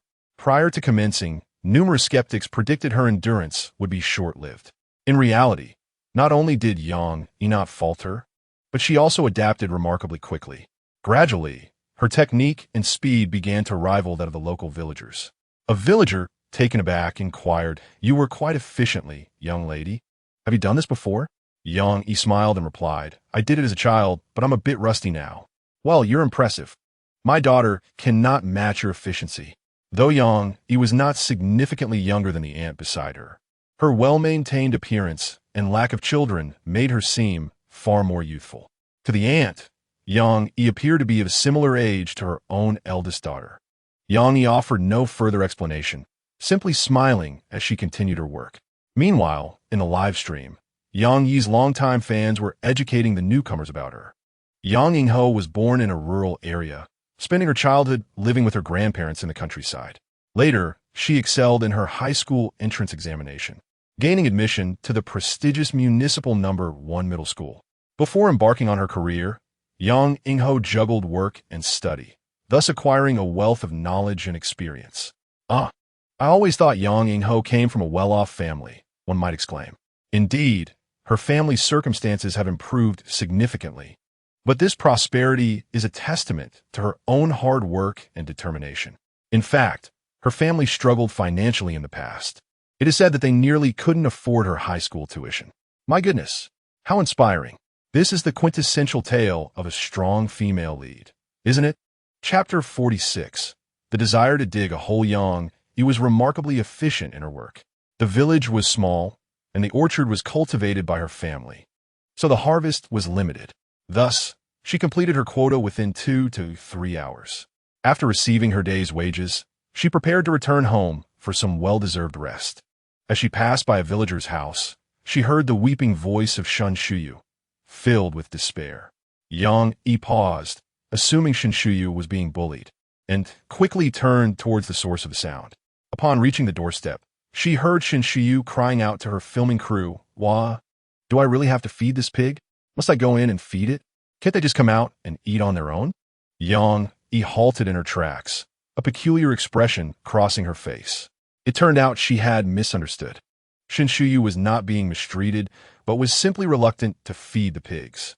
Realizing the truth, Yang Yi found herself both amused and exasperated. She raised her hand and gently knocked on the door. "Knock, knock, knock. Who is it?" Shen Shuyu replied, turning to look towards the entrance, her voice still thick with emotion. Yang Yi chuckled at the sight of Shen Shuyu struggling with a bucket of pig feed and asked, "Do you need help?" "Yang Yingho." Shen Shuyu froze, taken aback by Yang Yi's unexpected appearance and the embarrassment of being caught in such a disheveled state. In a flurry, Shen Shuyu set down the bucket and hastily wiped her face with her hand, only to realize that her hands were dirty as well, smudging her face even further. Yang Yi couldn't help but burst into laughter at the sight.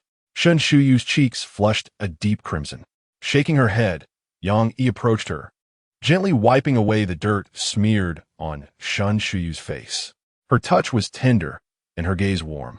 Shun Shuyu, initially blushing, now found her ears and neck aflame with embarrassment. Yang Yi, observing her, thought how innocent this young girl was. If she were to encounter a boy she fancied in the future, she would surely be blushing profusely every day. It's dirty. Thank you, Yang Yingho, Shun Shuyu said nervously, almost biting her tongue as she expressed her gratitude, standing mere inches from her idol. In comparison to Shun Shuyu, Yang Yi herself was not particularly glamorous at that moment. Her clothes were speckled with mud, her hair disheveled from the heat of working, held back haphazardly with a hairpin.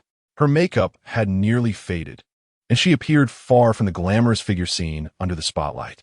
Even the live broadcast, many viewers expressed their disillusionment upon seeing Yang Yi stripped of her glamorous facade.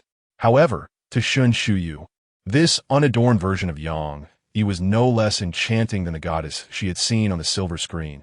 Her beauty radiated deeply and profoundly. Shun Shuyu felt that maintaining composure in the presence of such a goddess was a feat achievable only by the exceptional. To Yang Yi, Shun Shuyu's clumsy demeanor appeared endearingly charming.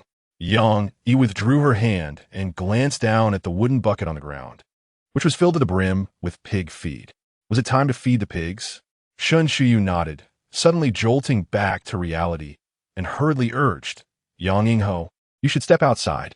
It's filthy in here, and the smell is overwhelming. Please don't linger.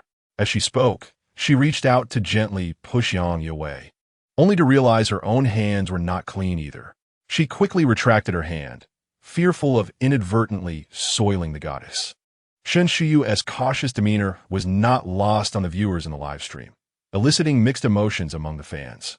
Though I know Shun Shuyu is a fan of Yang Yingho, that attitude is rather ambiguous. Isn't it? As a devoted fan of Yang Yingho, I've never been as anxious as Shun Shuyu. She must truly adore her.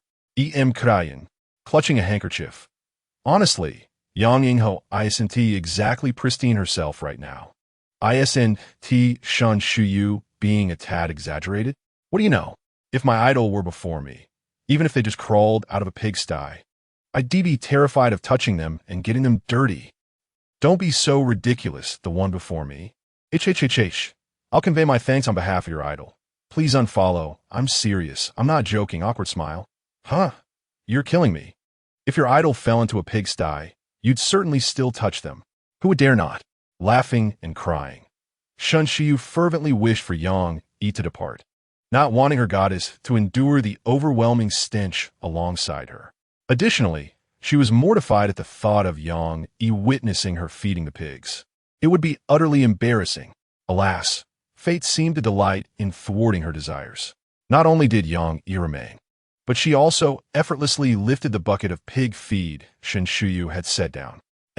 Shun Shuyu was taken aback, quickly regaining her composure and rushing to intervene. Yang Yingho, put that down. I can manage it. Yang Yi disregarded her plea and carried the bucket outside the pig pen. Peering in at the piglets, she noted the limited number of pigs.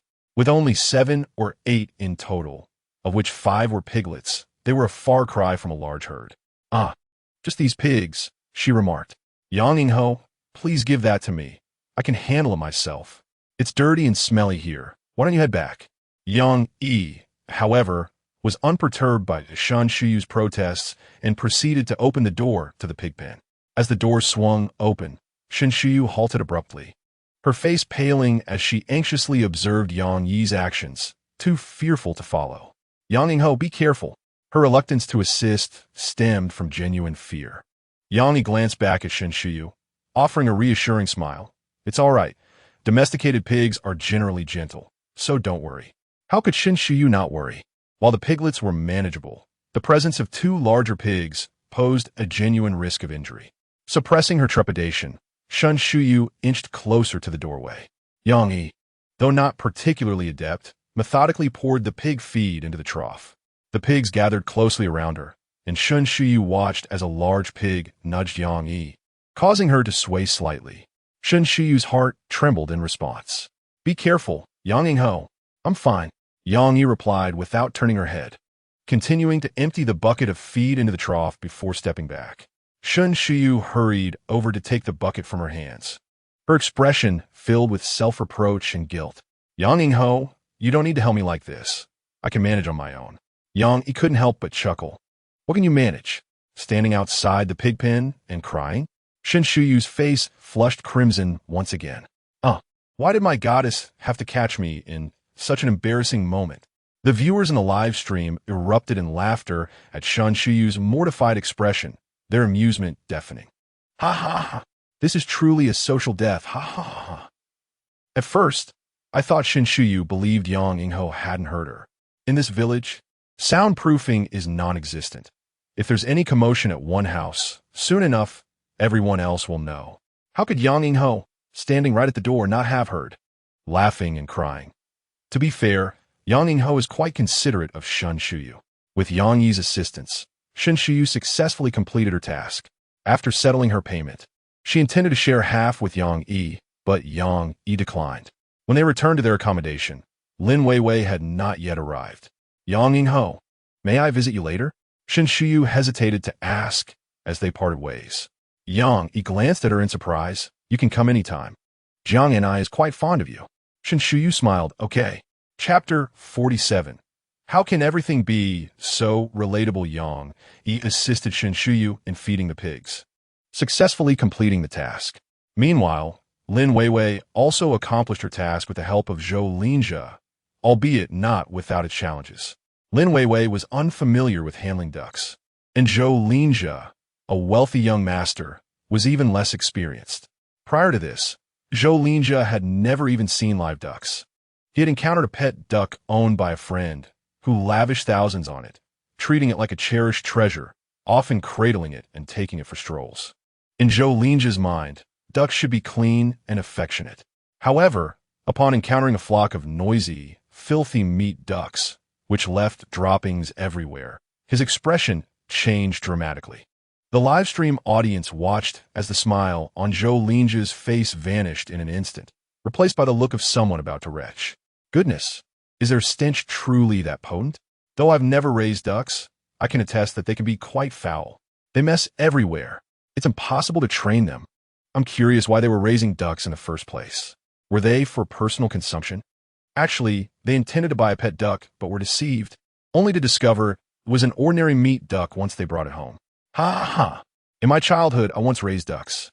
At that tender age, I found the ducklings to be utterly adorable and insisted on having some. My parents, unable to resist my pleas, eventually acquiesced and bought me a few. The ducklings were indeed charming, but as they matured, their allure faded.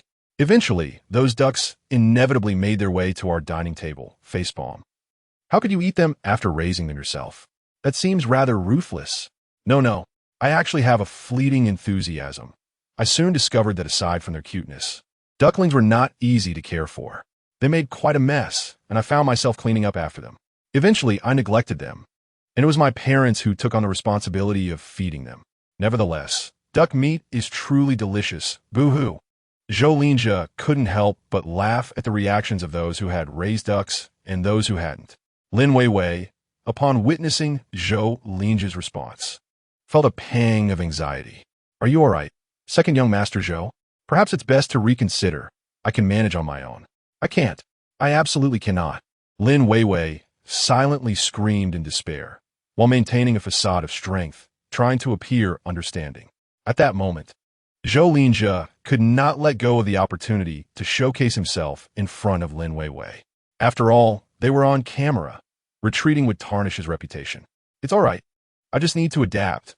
I've never experienced this before, Zhou Linjia said, his complexion paling. It wasn't he that he had never faced such a situation. As the second young master of the Zhou family, who would dare to entrust him with the task of releasing ducks? Upon hearing this, Lin Weiwei gazed at him with heartfelt gratitude. Second young master Zhou, you truly are a good person. Zhou Linjia's expression faltered. Ha, help. I'm dying of laughter. Our second young master is making such a sacrifice, only to earn a good person card. Laughing and crying. I always said Zhou Linjia harbored feelings for Lin Weiwei, right? He neglects his own tasks and eagerly offers himself up for free facepalm. Oh my goodness. After Chi Si left, now we have Zhou Linjia stepping in. It must be you, Weiwei. Netizens were also perplexed as to why Lin Weiwei always found herself surrounded by affluent men. First, it was Qi Si, and now Zhou Linjia. Each one a wealthy heir, and all rather handsome. Some expressed envy, others jealousy, while some simply watched the spectacle unfold. Yet, this did not deter Lin Weiwei's fans from promoting her. Our Weiwei is exceptional. She certainly deserves a good man. It's only natural that second young master Zhou would be fond of her. I believe Qi Si is beneath our Weiwei. Second young master Zhou is a better match. Actually, I think Bo Xiao would suit our Weiwei even more. Lin Weiwei's fans were quite bold, seemingly selecting suitors for her as if it were a royal decree. They critiqued the young masters from high society, nearly bringing laughter to the onlookers. Lin Weiwei's fans seemed unfazed by the potential backlash, treating her like a beloved diva. They appeared unbothered by the possibility that those young masters might take offense and obstruct Lin Weiwei's path. In due time, they would witness whether Lin Weiwei's fans would mourn for her downfall. With the assistance of Zhou Linjia, Lin Weiwei found her task of herding ducks significantly eased. The task itself was not particularly challenging. It merely required her to keep an eye on the ducks and ensure they did not stray. Even without Zhou Linjia's help, she could manage it alone. However, Lin Weiwei detested the dirtiness of the ducks and the poor condition of the paths, which made her reluctant to engage in the task from the outset. With Zhou Linjia's aid, she took on the role of an idle overseer, maintaining a distance and occasionally shouting words of encouragement to him. With just a few encouraging remarks, she motivated Zhou Linjia to overcome his psychological barriers and continue assisting her with the ducks. Who could say this was not a form of capability? In truth, herding ducks was a rather effortless endeavor. The ducks meandered by the water's edge while one merely observed from the shore. Had it been otherwise, Zhou Linjia might not have persevered. As they gradually adapted, with the ducks prancing ahead, Zhou Linjia and Lin Weiwei walked side by side, exchanging glances and smiles intermittently. Setting aside other matters, the scene captured through the live stream undeniably exuded a sense of innocent affection. In the live stream, Lin Weiwei's fans began fervently shipping the pair. Xiang Qianchong, observing the situation in the live stream, couldn't help but feel perplexed. Is this all-powerful charge, or a dating reality show next door?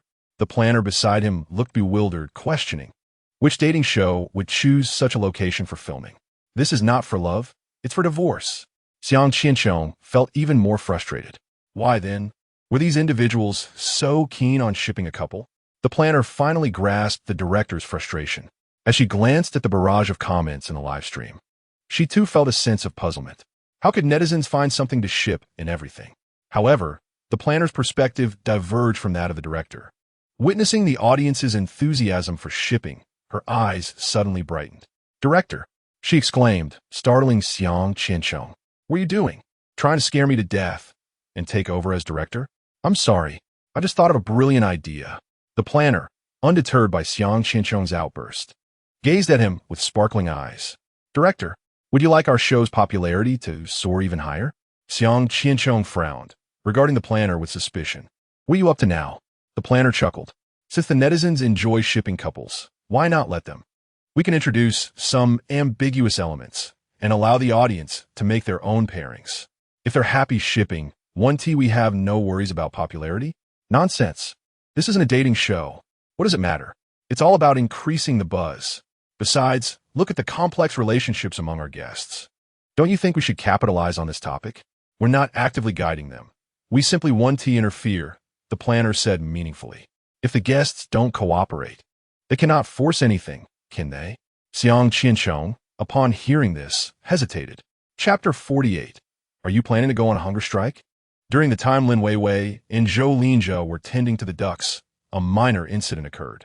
Engrossed in their conversation, they momentarily forgot about the ducks they were supposed to be supervising. When they eventually regained their awareness, they realized that half of the ducks were missing. "Brother Linjia, have the ducks diminished in number?" Lin Weiwei questioned, uncertain and seeking validation for Zhou Linjia. She observed a change in his expression, confirming her fears. The ducks were indeed gone. Without further ado, they abandoned their leisurely chatter and hurriedly began searching for the missing ducks. Meanwhile, the viewers in the live stream, who were privy to the entire situation, found it utterly hilarious. I was just thinking when they would notice the ducks were missing, laughing and crying. Thank goodness. I thought they would never realize it. Facepalm. Oh my dear, if you release the ducks like this, you might as well let them fend for themselves. Haha. Generally, domesticated ducks are accustomed to returning home at the designated hour, but occasionally, some may wander off. Search nearby. They likely haven't gone far. Since the ducks were not theirs, Lin Weiwei and Zhou Linjia felt a sense of urgency. Let us split up and search the vicinity. But don't stray too far. Zhou Linjia instructed Lin Weiwei. All right. At this moment, Lin Weiwei decided to set aside her hesitation. They commenced their search for the lost ducks. Ducky, where are you, little ducks? Come out, little ducks. Lin Weiwei called out. And the viewers in the live stream nearly burst into laughter upon hearing her endearing term. Help, ha ha! Seriously, how did she come up with that name? Facepalm. Surely, no one truly thinks it as cute, right? Awkward laughter. Isn't it adorable? Come out, little ducks. Sister Weiwei is worried about you. Oh, I'm sorry. I couldn't hold back. Not only did the audience find Lin Weiwei's term amusing, but Zhou Linjia also stumbled at hearing it, nearly losing his balance. Fortunately, he managed to steady himself, avoiding embarrassment before a national audience. He believed he was composed, yet his subtle movements were clear to the cameras, inciting another wave of laughter from the viewers. Ignoring Lin Weiwei, Zhou Linjia quickened his pace in the opposite direction to search for the ducks. Thankfully, they eventually located all the ducks. None were lost. The ducks, accustomed to roaming this area, were familiar with their surroundings and had their own paths. After successfully returning all the ducks, both Lin Weiwei and Zhou Linjia breathed a sigh of relief. In the latter part of their day, fearing further loss, they refrained from conversing, resulting in an awkward atmosphere. Even those shipping the couple found it difficult to engage in their usual banter.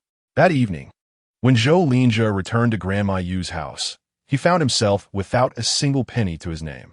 He hadn't eaten lunch and was quite famished.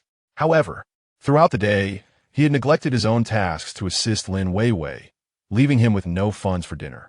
When Qi went out to eat, he spotted Zhou Linjia reclining on the bed, seemingly with no intention of getting up. Are you really not planning to eat? Are you on a hunger strike? Is it not a bit harsh to protest against oneself?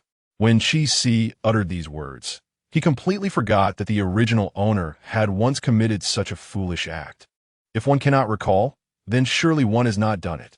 After all, it was the original owner's doing. What concern is it of his? Zhou Linjia cast a cold glance at him, turned over, and faced away from Qi, unwilling to engage. Qi could not help but chuckle. Oh, you have quite the personality. I wonder if you'll be hungry in the dead of night. Upon hearing this, Zhou Linjia's fans in the live stream could no longer contain themselves. How dare he say such a thing? If it weren't for him, how could the second young master possibly go hungry? Qi, what a rascal. You snatch his job and salary. And now you're here throwing shade. I roll. I've said it before, Qi has character issues. I just don't understand how anyone still likes him.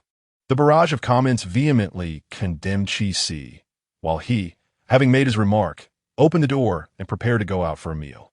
Just as he stepped outside, he suddenly recalled something and turned back to his bedside. He rummaged through the pocket of his coat and pulled out a crumpled 10 yuan note. Here, this is your pay from the afternoon at the convenience store. I didn't pocket your share. With that, disregarding Zhou Linjia's reaction, he tossed the money at him and scampered out. Mealtime. Nothing is more paramount than eating. The barrage fell abruptly silent. After a moment, a few comments lazily floated by. Did Qi pocket Zhou Linjia's wages? What's going on? Why the sudden silence? Even if he didn't pocket it, so what? Didn't he steal the second young master's job? Still, if the second young master hadn't had feelings for Lin Weiwei, Qi wouldn't have had the audacity to threaten him. Zhou Linjia's fans were left speechless, an inexplicable frustration welling up within them. After Qi left, Zhou Linjia picked up the 10 yuan that Qi had thrown at him, his expression complex. He anticipated Qi would give him this money. Previously, had 10 yuan fallen to the ground, he wouldn't have even spared a glance. Yet here, 10 yuan was sufficient to cover 2 meals. Holding the money, Zhou Linjia furrowed his brows. The audience was equally puzzled by his thoughts. His fans urged him in the comments to eat, yet he remained leaning against the bed, unmoving. "Zhou Linjia, are you going to eat or not? If not, I'll have Grandma you stop cooking for you. What a waste." Qi Si's voice echoed from outside, tinged with a hint of disdain. Zhou Linjia lifted his gaze, and a moment later, rose and walked outside. Upon entering the main room, he discovered that Qi Si was a little trickster. His meal was already plated on the table. Hearing the commotion, Qi Si turned around and raised an eyebrow, saying, "Oh, the second Miss Zhou has deigned to emerge? I thought you, an unwed maiden, would remain confined to your boudoir." Any flicker of goodwill Zhou Linjia had felt towards Qi Si quickly extinguished, and a vein throbbed at his temple.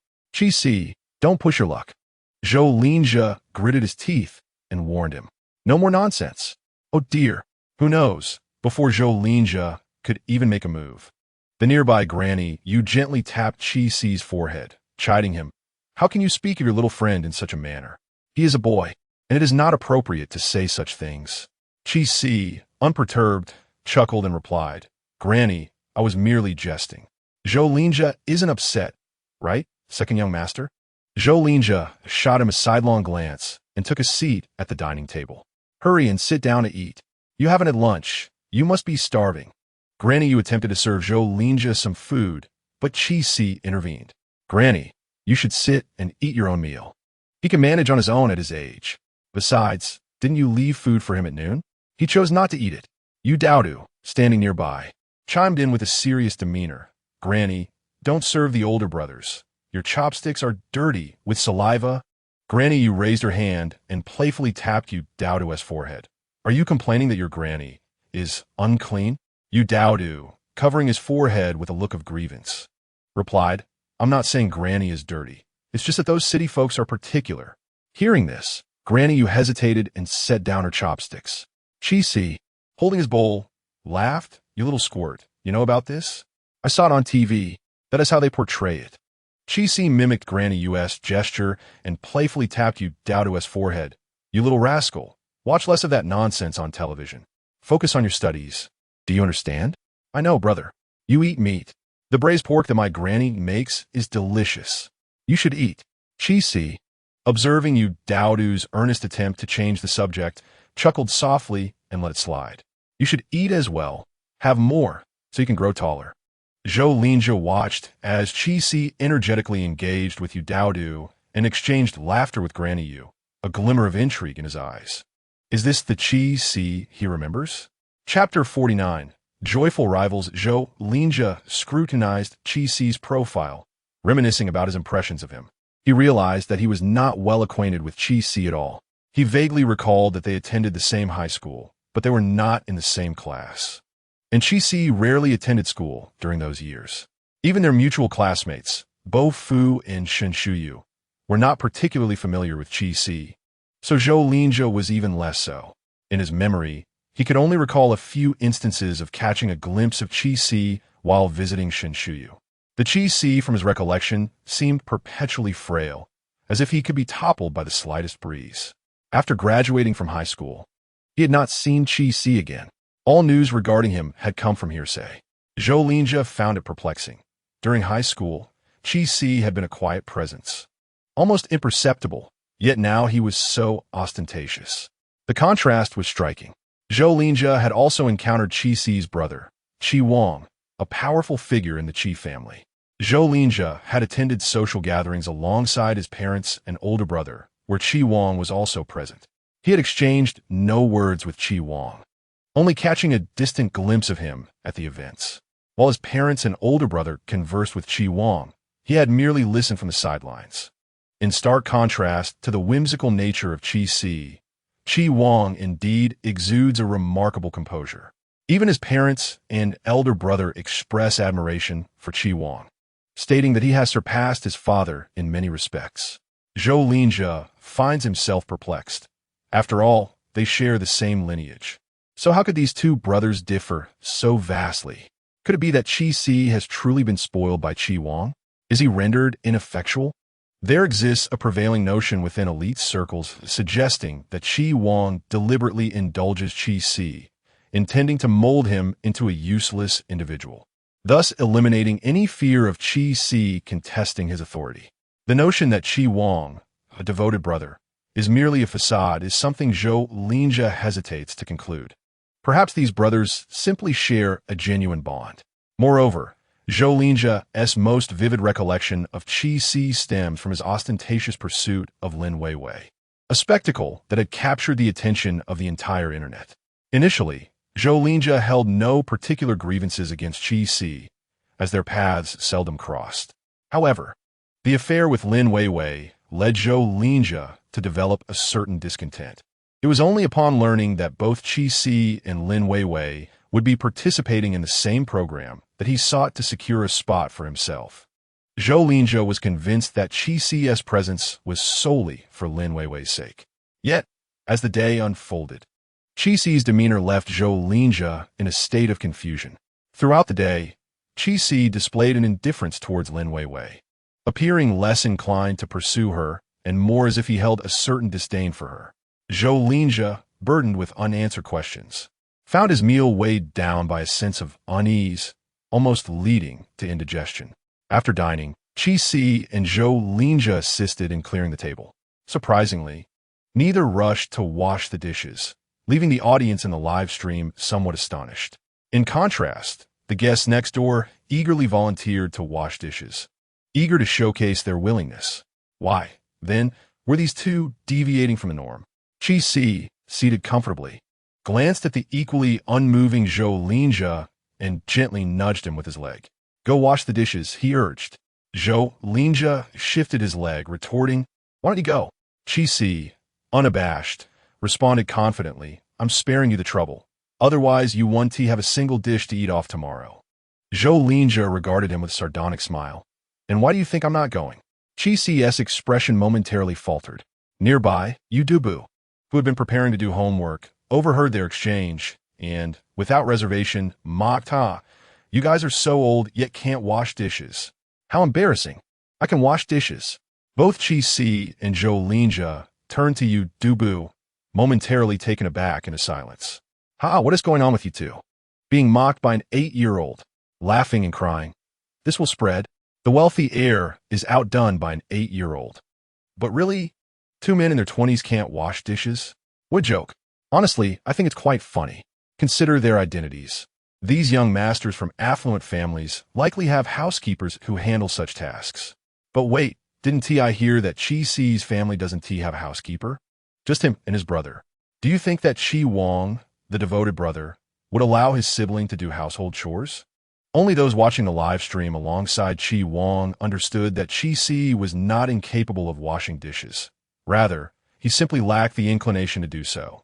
At home, asking him to wash a dish felt akin to demanding his life. Out in public, it was even less likely he would take on such a task. Qi Wang had no particular thoughts on the matter. He did not wish for his younger brother to be burdened with washing dishes. If Qi Si would not wash dishes at home, why should he be expected to do so elsewhere?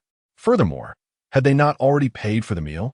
In a transaction where money had exchanged hands for services rendered, it was unheard of for patrons to pay for a meal and then be responsible for washing dishes afterward. Qi Si's perspective, however, diverged from that of his brother. While he indeed disliked washing dishes, his reluctance to assist was not solely born from a desire to avoid the task or an inability to perform it. Both he and Zhou Linjia were scions of affluent families, and it was evident that Zhou Linjia was not accustomed to undertaking such household chores. Forcing him to wash dishes would likely result in the scenario Qi Si humorously suggested. No one would be eating the following day. In an effort to avoid making Zhou Linjia feel too peculiar, Qi Si opted to join him in their mutual ineptitude. Two individuals wallowing in uselessness would not highlight the shortcomings of the other. Of course, Qi Si's motivations were not entirely altruistic. He was also considering his own reputation. Should he indeed rush to wash the dishes, the viewers in the live chat would certainly ridicule him, accusing him of putting on a facade, revealing his insincerity. Given that his social standing was not as favorable as Zhou Linjia's, he had traversed through various fan circles and was well aware of their lingo. Being subjected to such mockery was not worth it. It was preferable to remain a seemingly idle rich heir. However, when a mere 8-year-old mocked him, Chi felt his pride wounded, yet he could not vent his frustration on a child, so he redirected it toward Zhou Linjia. Barefoot, he gave Zhou Linjia a playful kick, exclaiming, "And you, an adult, still can't wash dishes? Aren't you embarrassed?" Zhou Linjia frowned at his knee, retorting, "How can you criticize me when you're no different?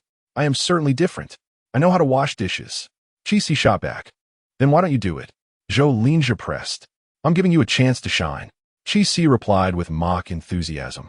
"Thanks, but I think I'll keep this opportunity for myself," Zhou Linjia countered. "Why are you so ungrateful?" Chi challenged. "If you know better, then you should do it," Zhou Linjia concluded. In that moment, two viewers of the live stream, upon reading these comments, unconsciously furrowed their brows.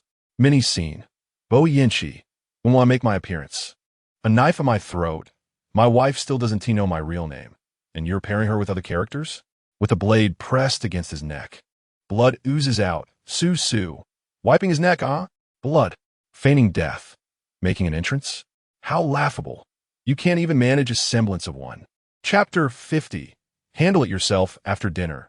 Chi sat beside Dodo, intently observing her as she completed her homework, offering guidance whenever necessary. Zhou Linjia glanced at the darkening sky outside, his expression rife with hesitation. Chi took note and remarked nonchalantly, "Do you wish to go outside? If you want to leave, then by all means, do so. Merely sitting here will not bring about the events you desire." Zhou Linjia turned to Chi, remaining silent. Before retreating to his room, Chi let out a scoff. "Brother, can you solve this problem?" He leaned down to inspect Dodo's notebook, where a mathematical conundrum awaited. "You ought to approach it this way." Zhou Linjia fancied he was concealing his feelings well, yet Chi was not blind. He had stood at the door, gazing outside since dinner, and they all knew what he was watching for. It was, after all, whether Lin Weiwei would make an appearance. Or perhaps he wished to seek her out himself, but found himself at a loss for a suitable excuse at such a late hour. Chi pondered the futility of his brother's indecision. If he wished to go, then why not simply go? The production team had not prohibited mingling with other guests. Ultimately, it was of no concern to him. He had no affection for Lin Weiwei. After assisting Dodo with her homework, Chi engaged in conversation with Grandma Yu. Zhou Linjia emerged with a change of clothes, preparing to take a shower. Grandma Yu inquired, "Child, what are you off to do?" "Shower," Zhou Linjia replied, his feet never ceasing their movement. In the countryside, bathing was not as convenient. Not every household boasted a water heater. For those that did, it was often solar-powered, thus limiting the availability of hot water. Grandma Yu's home was equipped with a water heater, installed last year when Dodo's parents returned. However, Grandma Yu seldom utilized it, reserving it for the cold days when Dodo occasionally needed a bath. Most of the time, they would boil water for a quick wash. Given the limited hot water supply, Zhou Linjia had already showered once before dinner with Chi, and now it was likely that little hot water remained. "You're showering again?" Grandma Yu paused, then patted her leg and rose, saying, "You won't have enough hot water. Let me boil some for you." Zhou Linjia stopped in his tracks, turning back in confusion. "Why won't there be enough hot water?" Chi rolled his eyes. "Zhou, air shao, do you think this is your home?" Grandma Yu's residence relied on a solar water heater, which provided limited hot water each day. With the sun having set, where would the hot water come from? The solar heater did not possess a self-heating function, thus hot water was contingent on sunlight. Grandma Yu was not particularly finicky about such matters. Lacking hot water was no issue. Boiling water sufficed for washing. However, Zhou Linjia was evidently encountering this situation for the first time, leaving him puzzled and at a loss. Chi could not help but chuckle. "I say, young master, do you have a cleanliness obsession?" Upon asking, he suddenly recalled how Zhou Linjia had changed the bedding at noon and felt that perhaps he had posed a rather redundant question. Even if you possess a penchant for cleanliness, there is little to be done. These are the prevailing conditions. The water from the heater cannot suffice for your frequent ablutions throughout the day. In fact, Chi considers the amenities here rather commendable, especially with the installation of a solar water heater. Should the circumstances be slightly harsher, there would be no bathroom at all. Suddenly, Chi comes to a realization. Fortunately, he does not suffer from obsessive cleanliness. merely possessing a heightened appreciation for hygiene compared to the average individual. However, in the absence of alternatives, he can swiftly adapt. Long ago, it was said that he resembled a seed in the desert, capable of taking root and flourishing given a chance for survival. Indeed, he is remarkably adaptable. He believes this to be true of himself.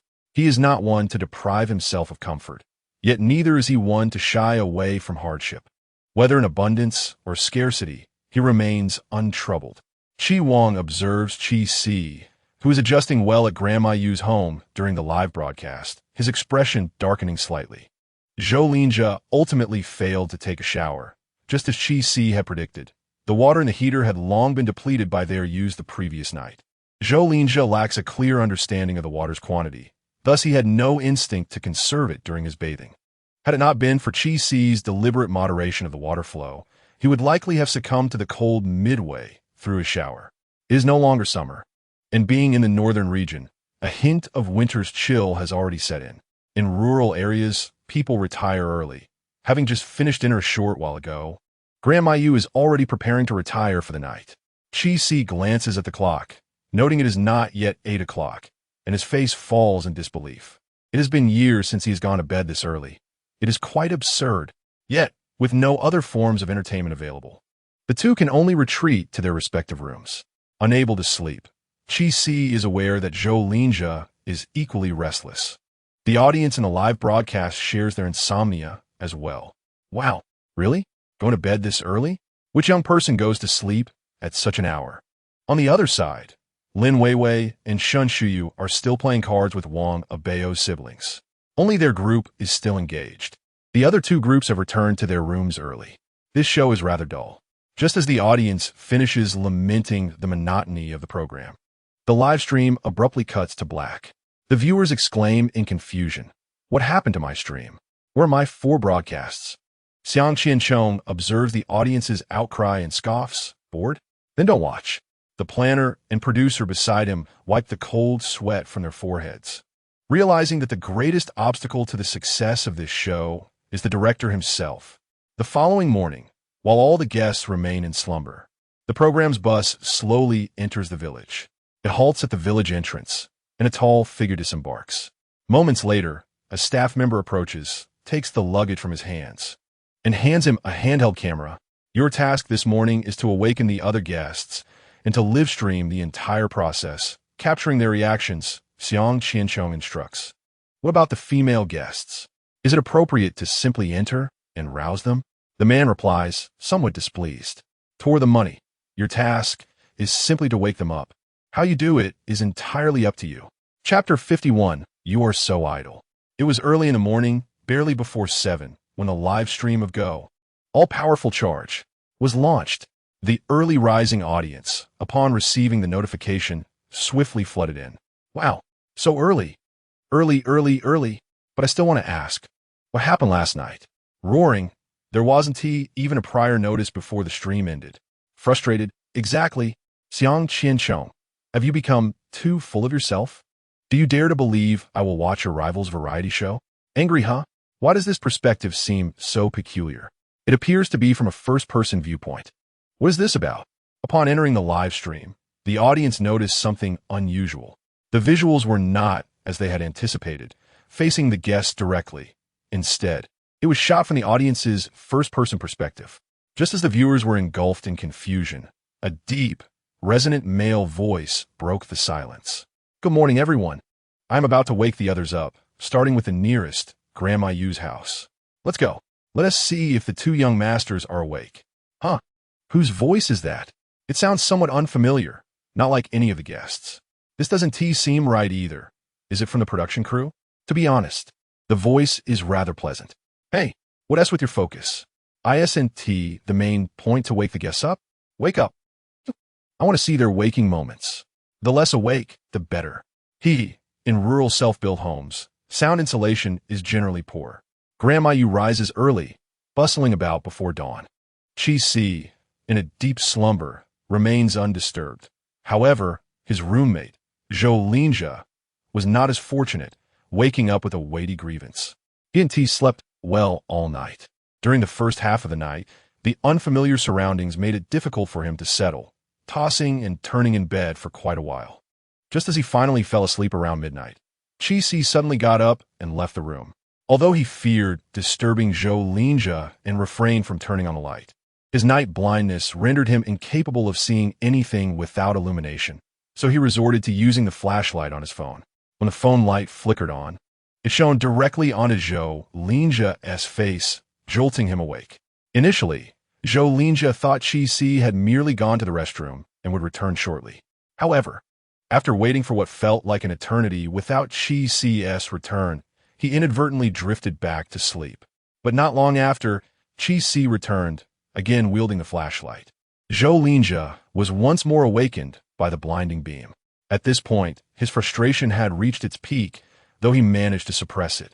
After Chi-Si finally settled down and fell asleep, Zhou Linjia, with his eyes closed, took some time to cultivate the faintest semblance of sleepiness once more. Yet, it seemed he had barely begun to doze off when the rustling sounds returned, abruptly awakening him from his half-slumber. Afterward, he kept his eyes wide open, listening to Grandma Yu bustling about outside from the break of dawn until she finally finished her chores and stepped out, leaving him in a tranquil silence. However, by that time, the sky outside had already brightened, and Zhou Linjia found himself devoid of any desire to sleep. In short, the night had left him more fatigued than if he hadn't slept at all. Glancing at Chi-Si, whose hair was tousled in slumber beside him, annoyance surged within Zhou Linjia. He threw off the covers and approached Chi-Si's bed. Why should this insufferable creature sleep so soundly while he himself was restless? Slowly, he extended his hand towards Chi-Si's nose. Just then, the door to the room was thrust open with force from the outside. Zhou Linjia quickly retracted his hand and turned to the doorway, locking eyes with the individual holding a camera. Zhou Linjia. Both for you. Live stream audience. What's going on? Are you kidding me? Showing me such excitement this early? Did Zhou Heir Xiao just attempt to steal a kiss from Qi Xiao? Oh, I see. So your young master is quite the playful one. Huh? Oh, holy moly. Is this something I can ship? Why can't it be that Zhou Heir Xiao was preparing to eliminate his rival for the beauty? Doghead. Why do I feel like that possibility is even more likely? The audience, still groggy from sleep, stumbled into the live stream, yawning one moment and wide-eyed the next. Holy cow, is this really not a dream they are having? In an instant, their drowsiness vanished. What are you doing? Bo Fuyu asked, his expression peculiar as he regarded Zhou Linjia. Zhou Linjia snapped back to reality, frowning at Bo Fuyu. Bo Fu, what are you doing here? Who? Did I mishear? Bo Fu. Is it the Bo Fuyu I know? Charging towards wealth. You really are charging towards wealth. You should rename the show to go Young Master Charge. I think that is not a bad idea, huh? The audience was astonished that upon awakening, the production team had invited another young master to join. Bo Fuyu's fame was no less than that of Chi-Si, albeit for entirely different reasons. Chi-Si was known for his scandalous associations with Lin Weiwei, while Bo Fuyu gained recognition due to his outstanding abilities. Unlike Chi-Si, who had always relied on his brother Chi Wang for support and indulged in a life of leisure, Bo Fuyu entered the family business right after graduation. Setting aside Bo Fuyu's romantic shortcomings within the original narrative, his capabilities were commendable. Otherwise, he wouldn't have been able to secure such an extensive family enterprise, aided only by his uncle Bo Yanqi, and subsequently expanded further. Thus, when the three young masters stood together, Chi-Si and Zhou Linjia remained true heirs. While Bo Fuyu, in a sense, had already achieved a partial social ascent, positioning himself above Chi-Si and Zhou Linjia. Therefore, the fact that Bo Fuyu had also come to participate in this variety show was indeed surprising. In response to Zhou Linjia's inquiry, Bo Fuyu calmly replied, "As you can see, I am here to participate in the show." Zhou Linjia's brows knitted tightly together. "Are you so free? Did your company go bankrupt?" The audience was somewhat taken aback. Thus far, Zhou Linjia had only lost his composure when facing Chi-Si, but never to the extent of being outright rude as he was now with Bo Fuyu, his words laced with a hint of venom. Bo Fuyu, however, remained unfazed, as if accustomed to such provocations. Rest assured, Your company may be in ruins, but mine is thriving. With a scoff, the two engaged in their exchange while Chi Si, sleeping nearby, seemed disturbed by the commotion, frowning and mumbling something before turning away from them, returning to slumber. Zhou Linjia and Bo Fuyu exchanged a glance. A fleeting moment of tacit understanding blossoming between them. Chapter 52. Did your company go bankrupt? Zhou Linjia gave Bo Fuyu a knowing look, to which Bo Fuyu nodded. They approached Chi Si's bedside, with Bo Fuyu raising the camera in her hand. Zhou Linjia glanced at it, before reaching out towards Chi Si. Despite the mischief being instigated by Zhou Linjia and Bo Fuyu, the viewers in the live stream held their breath, as if they themselves were the ones committing the transgressions. Everyone was on edge, eagerly anticipating Chi Si's reaction upon being awakened, curious whether he would exhibit any anger. In a live variety show, who wouldn't crave a touch of excitement? However, just as Zhou Linjia's hand was about to graze Chi Si's nose, the slumbering Chi Si suddenly lifted his hand, unexpectedly seizing Zhou Linjia's wrist. Zhou Linjia was taken aback, and Bo Fuyu, holding the camera, flinched, causing the live stream's image to wobble. What do you intend to do? Chi Si turned his head, his gaze icy as it bore down on Zhou Linjia. Zhou Linjia's breath hitched instinctively, and he nervously stammered. I was just trying to wake you up. Chi Si's eyes did not appear to belong to someone who had just awakened. Rather, they seemed to reflect someone who had been awake for some time, waiting for Zhou Linjia to walk right into a trap. This thought startled Zhou Linjia. How could Chi Si possess such cunning? Beside them, Bo Fuyu, regaining her composure, looked at Chi Si with a similar expression of curiosity. Clearly, Chi Si's reaction had exceeded everyone's expectations, akin to an intellectually challenged individual who could hardly perform basic arithmetic, suddenly solving a complex mathematical problem that left you astounded. It was utterly unbelievable. Chi Si, you. But as Zhou Linjia scrutinized further, he noticed that Chi Si had already released his grip, pulling the blanket over his head. He appeared to be in a state of denial, refusing to be disturbed. Bo Fuyu, perplexed, reached out to tug at Chi Si's blanket. What are you doing? Can't a person get some sleep? Chi Si's voice, irritable and muffled beneath the covers, conveyed unmistakable signs of morning grumpiness. Observing this scene, the tension that had built up among the audience suddenly dissipated. That startled me. Chi Si's expression just now was terrifying. Indeed, I almost jolted along with the camera. Ha! I dare say that just now. Bo Xiao was also startled. To be frank, Chi Si's gaze was incredibly sharp, and his aura was quite formidable. Could it be that his usual nonchalant demeanor is merely a facade, designed to lull us into a false sense of security? What would he even want from you? What do you possess that would pique his interest? Perhaps your finances are more enticing, picking nose. That strikes a chord. I believe he was simply still half asleep. You all have overly vivid imaginations, don't you? While the netizens may not ponder too deeply, there will inevitably be those who do. Bo Fuyu and Zhou Linjia suppressed their doubts and continued to wrestle for the blanket with Chi Si.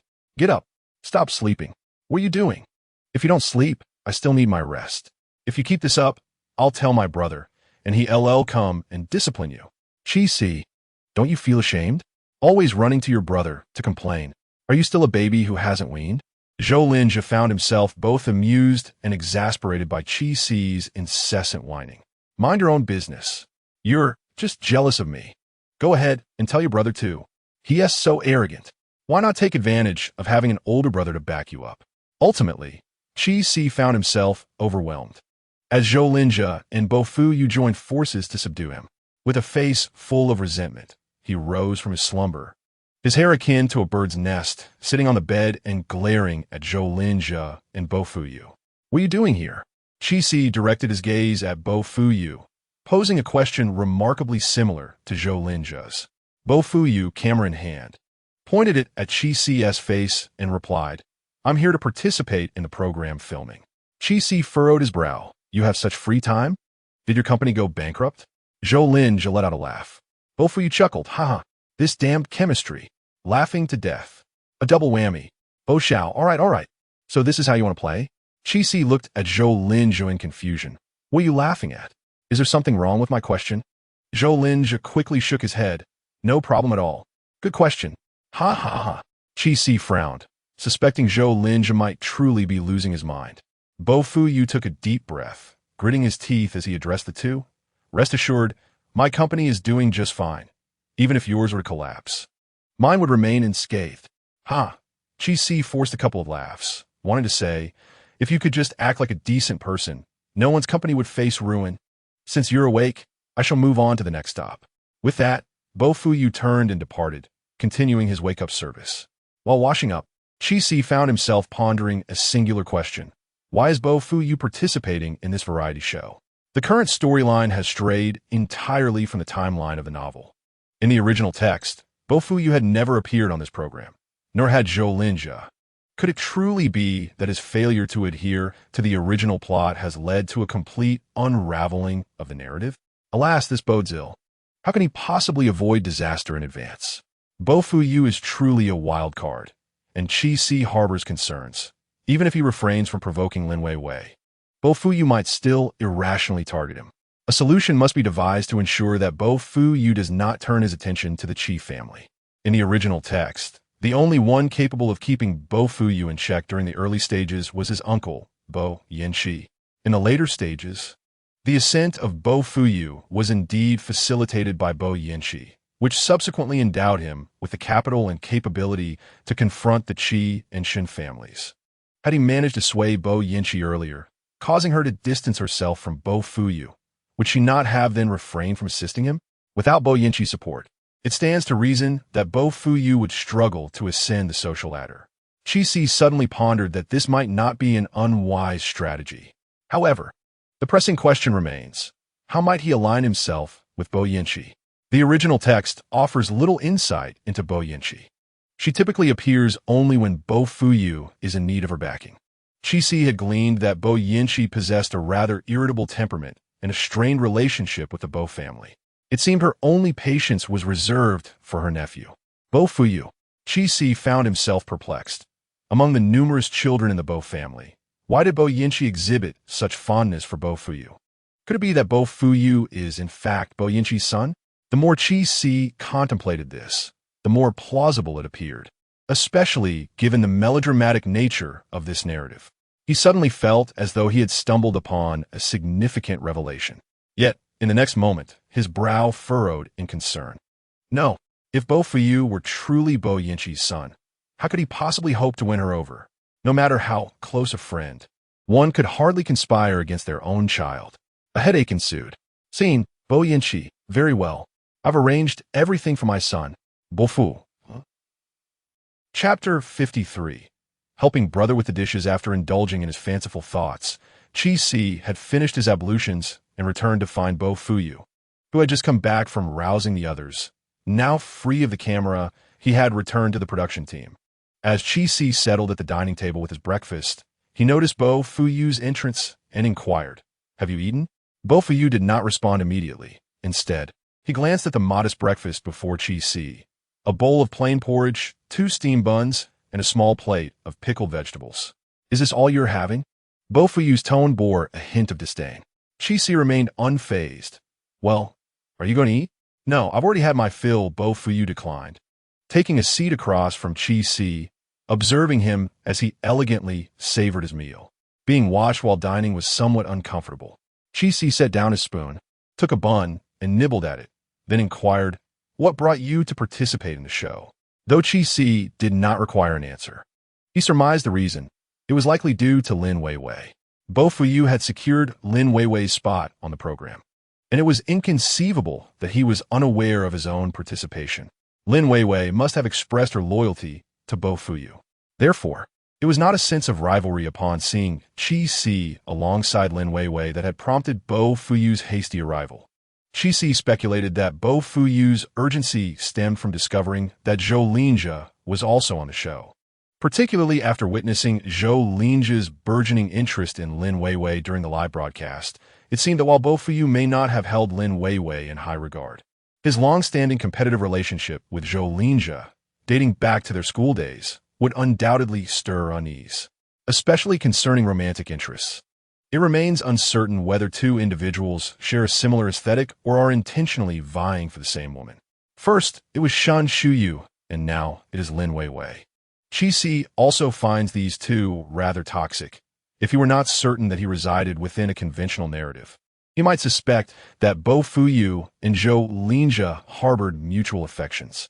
It seems as if they deliberately compete for women's affections, merely to ensure that the other does not belong to anyone else. Qi chuckled at the absurdity of his own thoughts. Bo Fuyu, perplexed by Qi's sudden laughter directed at him, frowned and inquired, "What are you laughing at?" Qi, snapping back to reality, innocently shook his head. "Did I laugh?" Bo Fuyu replied, "Their essay playback." Qi, setting down the steamed bun in his hand, unabashedly remarked, "Oh, my apologies. I just zoned out, thinking of my beloved. I must have been too elated to contain myself." Bo Fuyu was momentarily taken aback, as was Zhou Linjia, who had just entered from outside.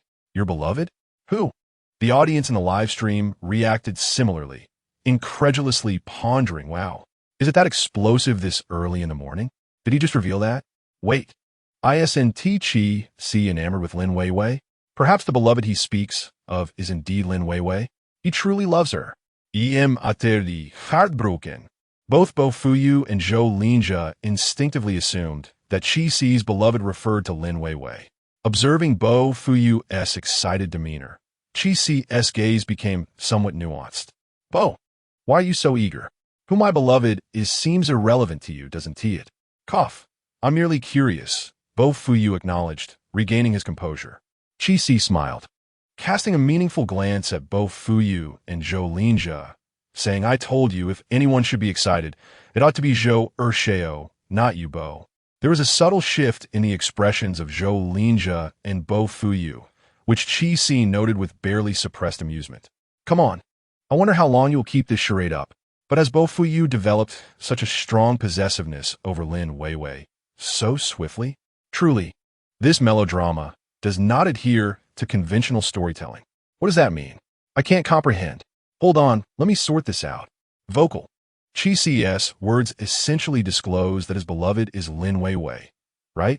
Otherwise, why would Zhou Linjia care? Wow, yes. Yesterday, it was evident that Zhou Linjia has feelings for Lin Weiwei. But what does this have to do with Bo? Surely, Bo cannot also be enamored with Lin Weiwei?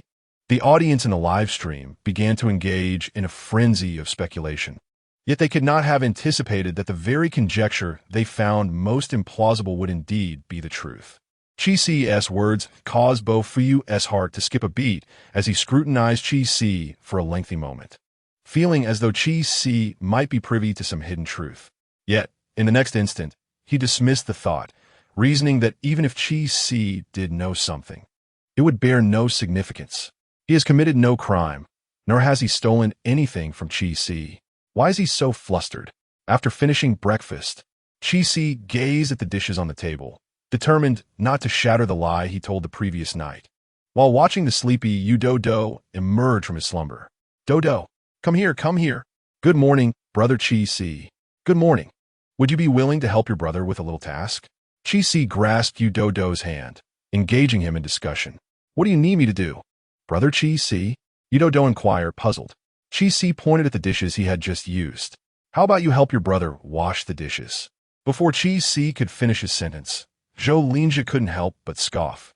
"Qi, you truly have some nerve. You expect an 8-year-old to wash your dishes? This is truly unexpected. This young master is genuinely here for a vacation?" "Ah, this is live streaming. At least put on a facade facepalm. I'm baffled.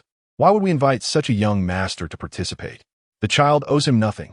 Qi's actions sparked disdain among the live stream audience, and soon the chat was flooded with numerous unfriendly remarks directed at him.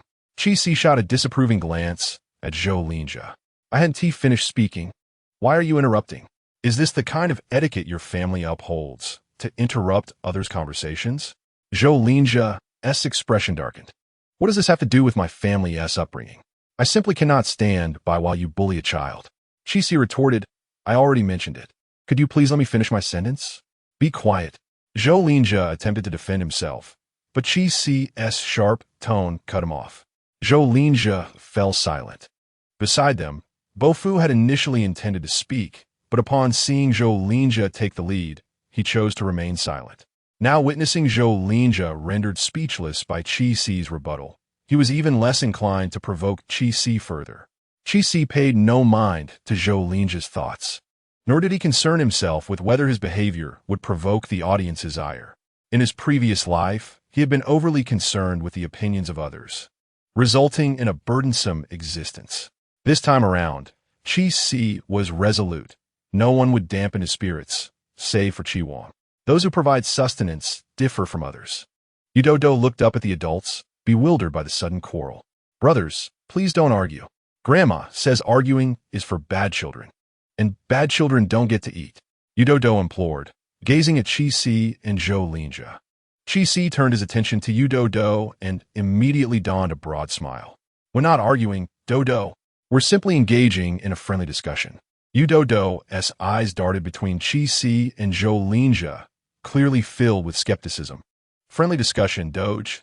Redefining friendly and discussion. Blackface. I'm dying of laughter. Even an 8-year-old doesn't believe your nonsense. Ahem. Let us set that aside for now. Doudou, if you help your brother wash the dishes, I'll give you $5. How's that sound? Upon hearing this, Yu Doudou's eyes sparkled instantly. Really? If I wash your dishes, you'll give me $5? It was evident that the allure of $5 held immense appeal for Yu Doudou. Chapter 54. At such an age, still causing trouble, not only did Zhou Linjia fail to anticipate Qi Si's unconventional strategy, but the viewers in the live stream were equally astonished by his ingenuity. For a moment, the barrage of comments fell silent, as they were at a loss for words. Only Yu Doudou, after contemplating seriously, looked at Qi Si with a troubled expression. Brother, I think I shall forego your money, she said. Qi Si was taken aback. Why? The comments erupted with laughter. Huh, this is hilarious. I bet Qi Si never expected that an 8-year-old could possess such integrity. You think 5 yuan can buy Doudou's labor? How ridiculous. Is Qi Si engaging in child labor? Isn't that illegal? Oh, the one who is so knowledgeable about the law. Why don't you report it then? Child labor? Do you have any evidence? Any labor contracts? The burden of proof lies with the claimant. You understand? Yu Doudou gazed at Qi Si, her eyes filled with longing for the 5 yuan. Yet she still spoke with maturity. Brother is a guest. How could I let him wash the dishes? It is my responsibility to do so. After uttering these words, she turned and began to tidy up the dishes on the table.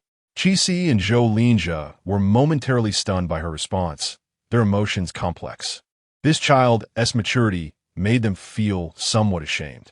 The previously contentious live stream suddenly transformed into a harmonious atmosphere. This child is remarkably sensible. When my son was 8, he wouldn't even help me wash the dishes, let alone eat without coaxing. Wow, is someone raising a little prince?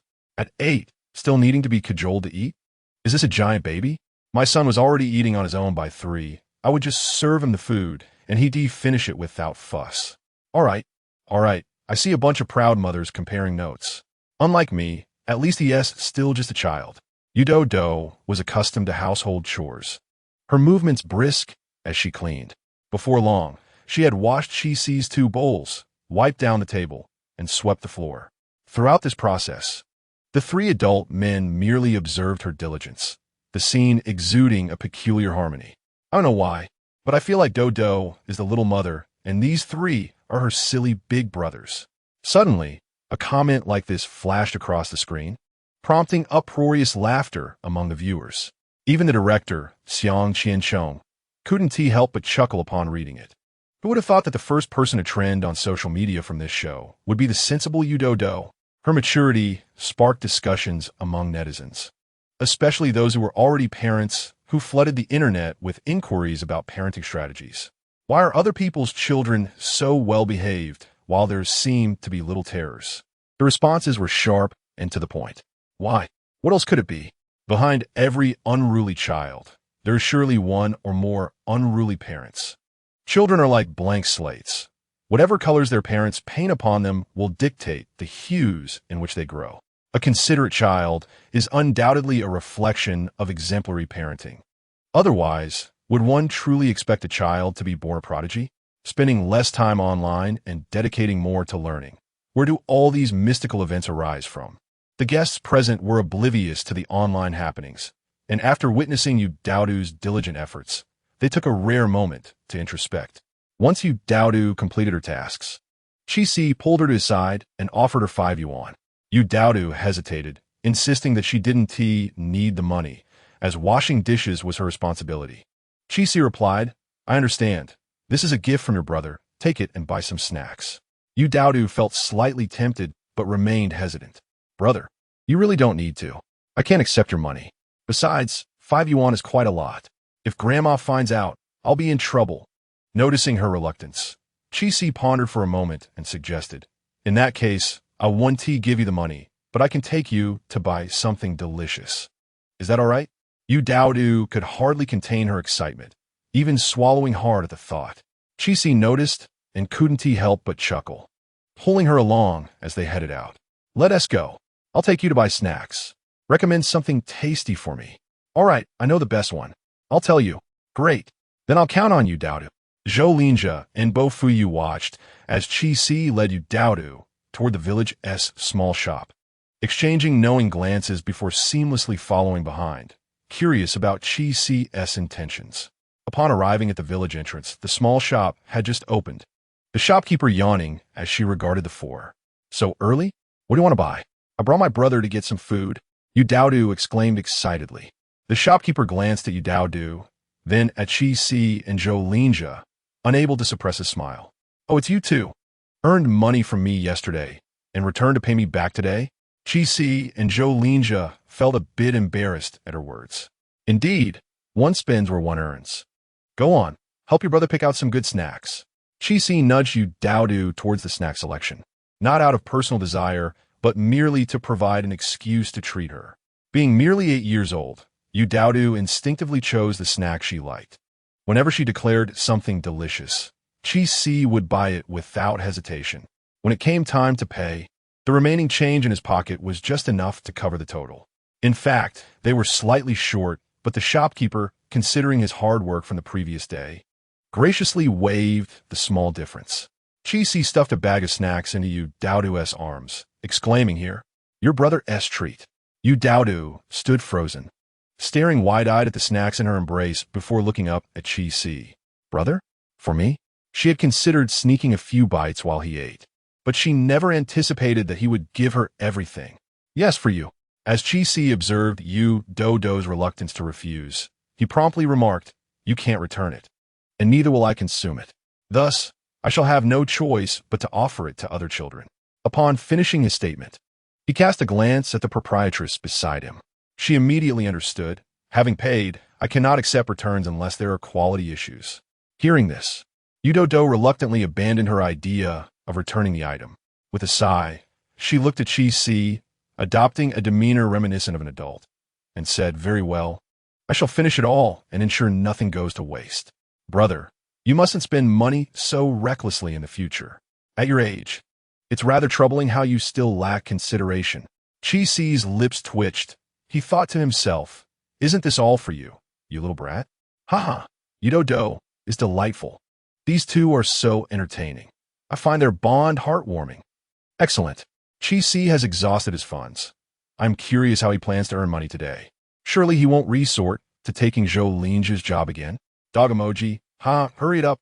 The trio and one child completed their purchases and made their way back, encountering Su Zhuning and Jiang Han, who were carrying farming tools.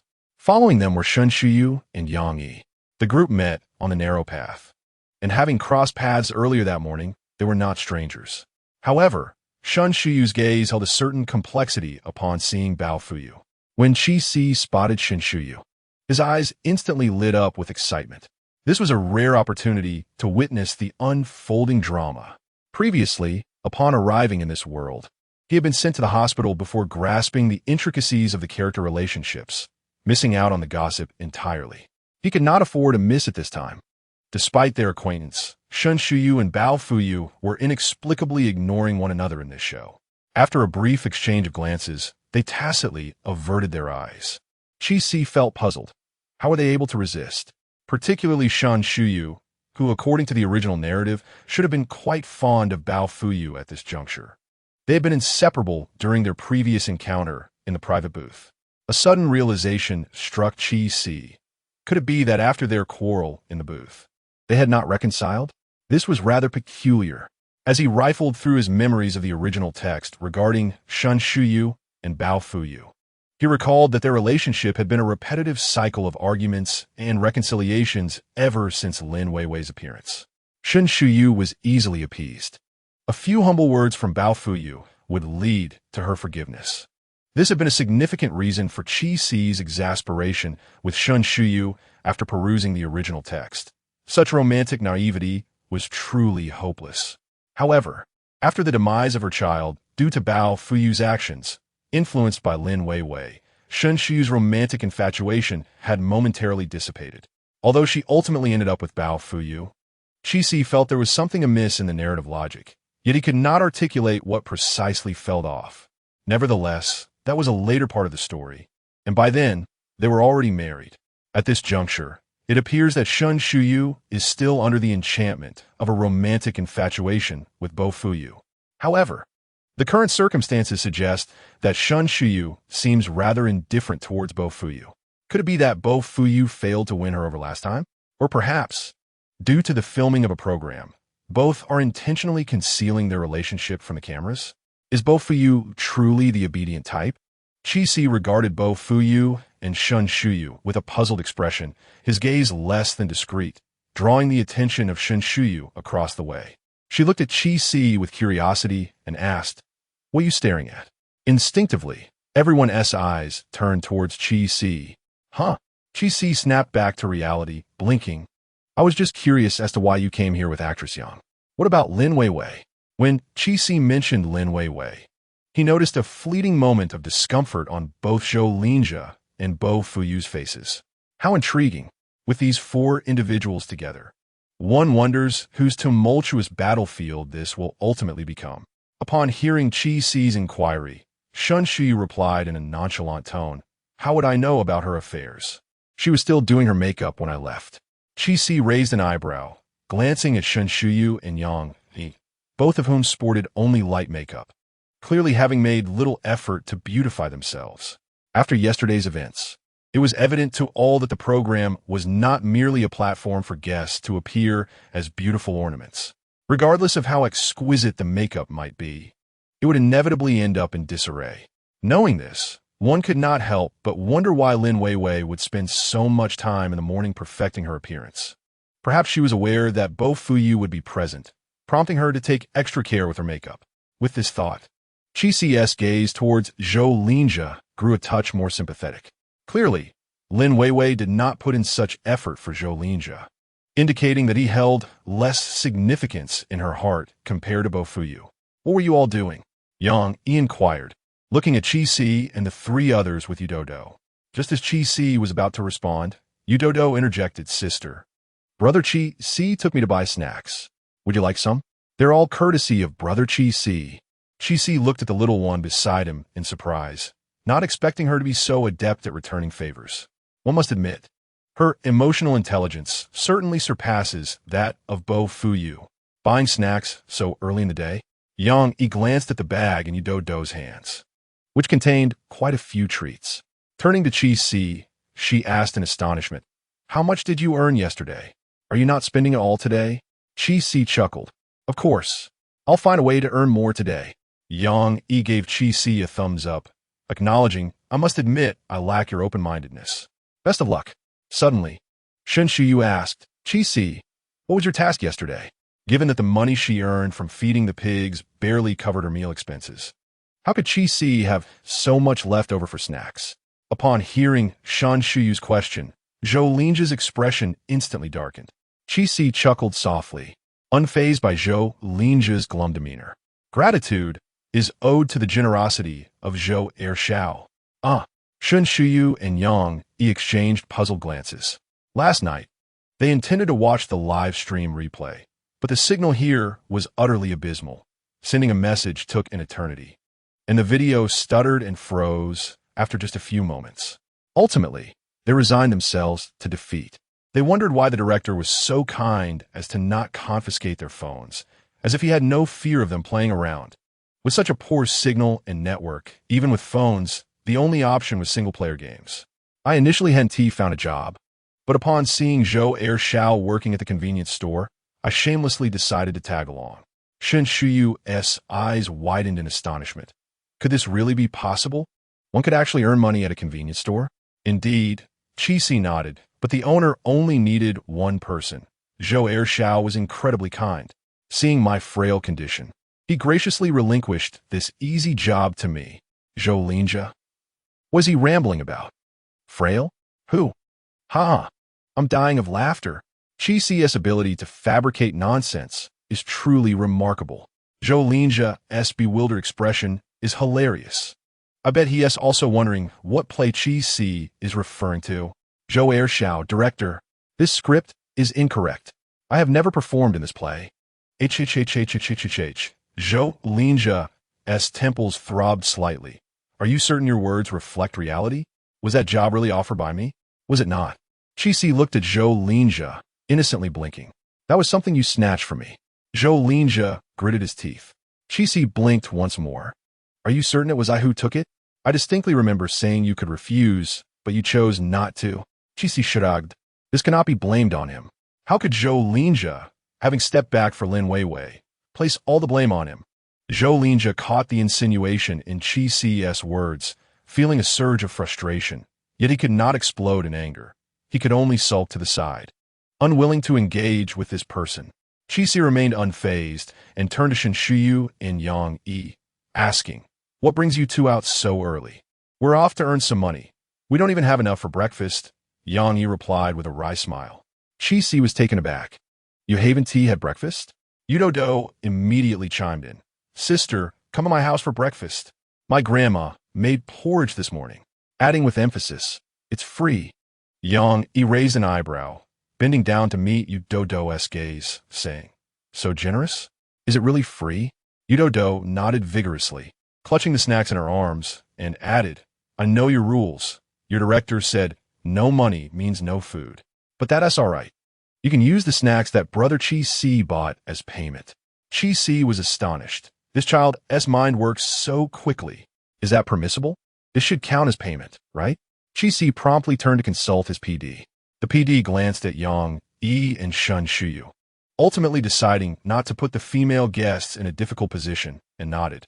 Seeing the PD's approval, Qixi immediately turned to Shen Shuyu and Yang Yi, exclaiming, "It's agreed.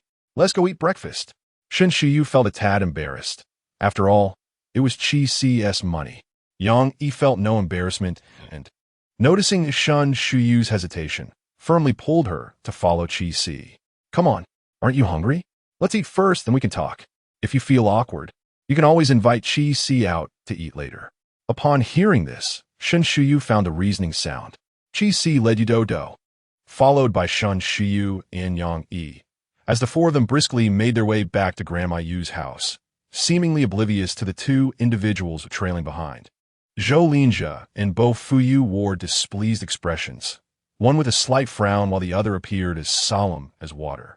Both their gazes subtly lingered on Shen Shuyu. Chapter 56. Why do I feel like Shen Shuyu doesn't quite favor Bo Xiao? I noticed that too. This morning, when Bo Xiao went to wake them, Shen Shuyu's face turned cold the moment she saw him at the door. Did these two know each other before? They probably don't know each other. Given Bo Xiao's status, how could he possibly know a small artist like Shen Shuyu without any connections? It's not just Shen Shuyu. I feel like Lin Weiwei is also acting strangely. She was still in bed, but as soon as she heard Bo Xiao's voice, she sat up immediately. It's quite natural for a girl to feel tense upon hearing a man's voice suddenly at the door while she's sleeping, isn't it? The issue is, Lin Weiwei wasn't just tense. She was clearly excited.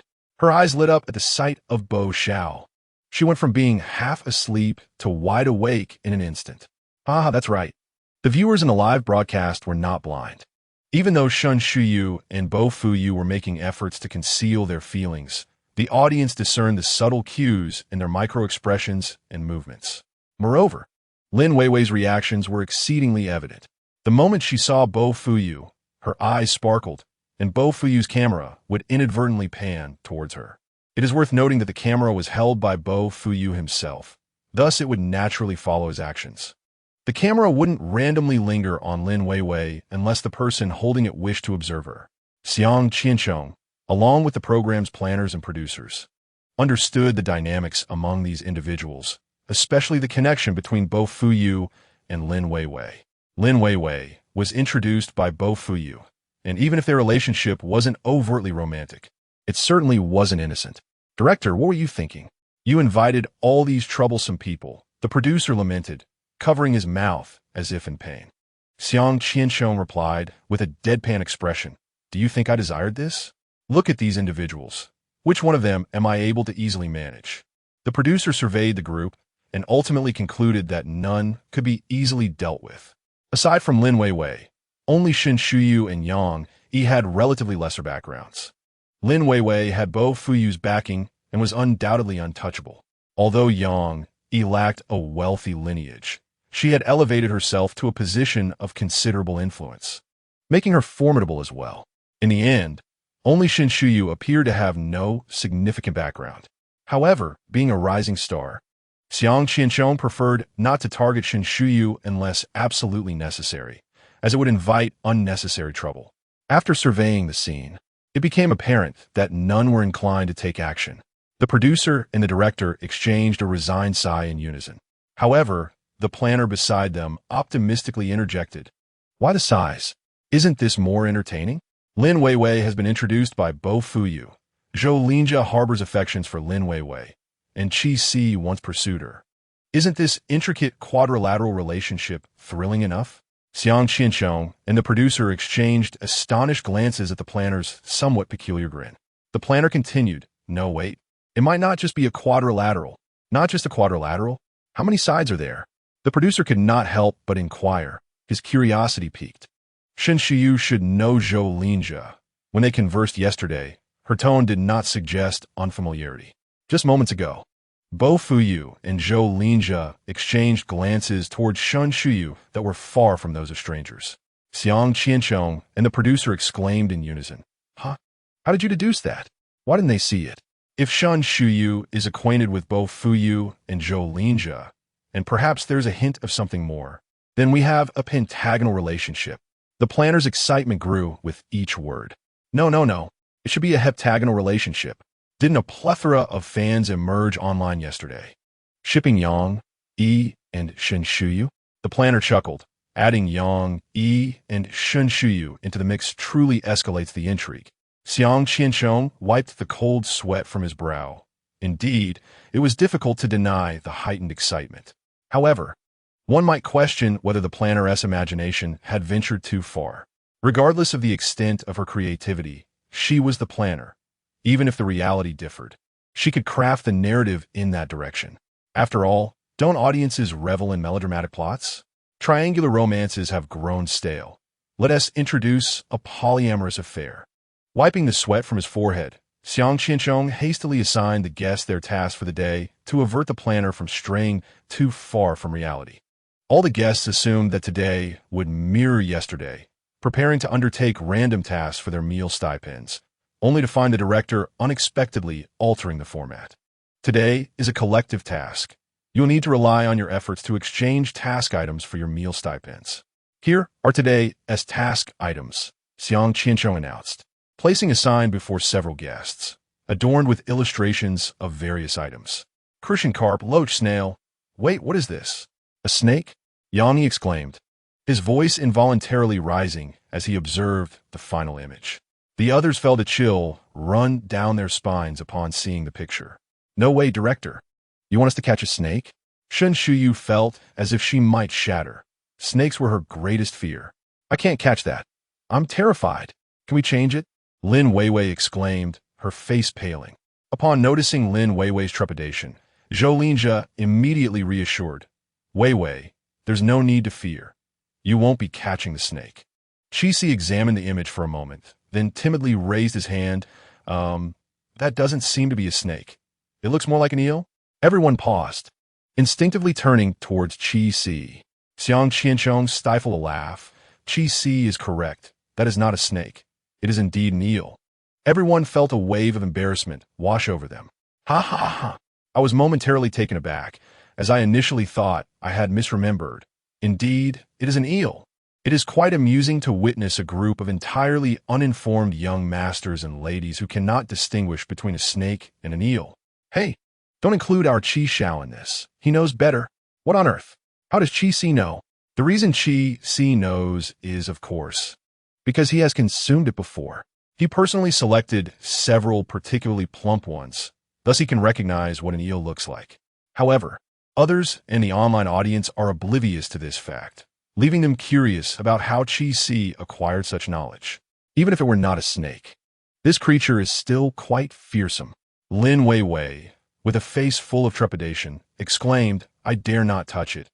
May I opt out of this task?" "Certainly. You may choose from these tasks. Simply bring the items later for exchange according to the rules." Xiang Qianchong prided himself on his amiable disposition. Upon hearing that they need not catch eels, the guests collectively sighed in relief. After a brief discussion, Bo Fuyu and Zhou Linjia undoubtedly opted against handling the slimy snails and loaches. Thus, the two chose to fish instead. Su Zhening and Jiang Han exchanged glances and reluctantly decided to handle the loaches. Yang Yi, unfamiliar with fishing, selected the snails. Without hesitation, Shen Shiyu chose to join Yang Yi. Lin Weiwei glanced around, hesitated, and said, "I shall also fish. I truly lack the skills to handle loaches and snails." Chi Si could hardly be bothered to engage with her, as if she were assuming everyone was born with such abilities.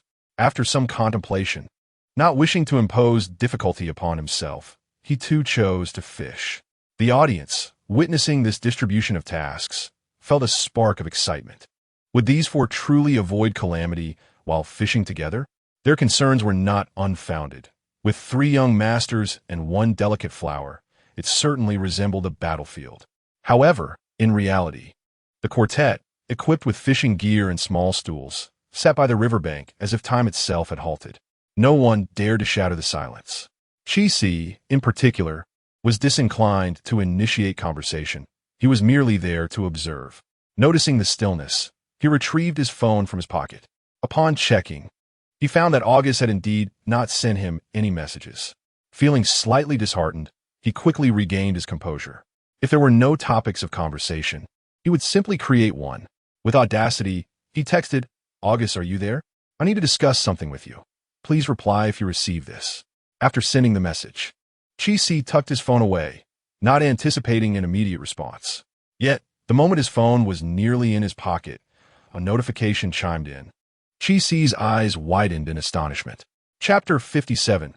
Catering to preferences. Chi Si opened the message to find August's reply indeed. Following the initial shock was a wave of delight. Could it be that he was watching his live stream? It is rather peculiar in this desolate location. The signal is so poor that even a phone call to his brother results in a choppy connection.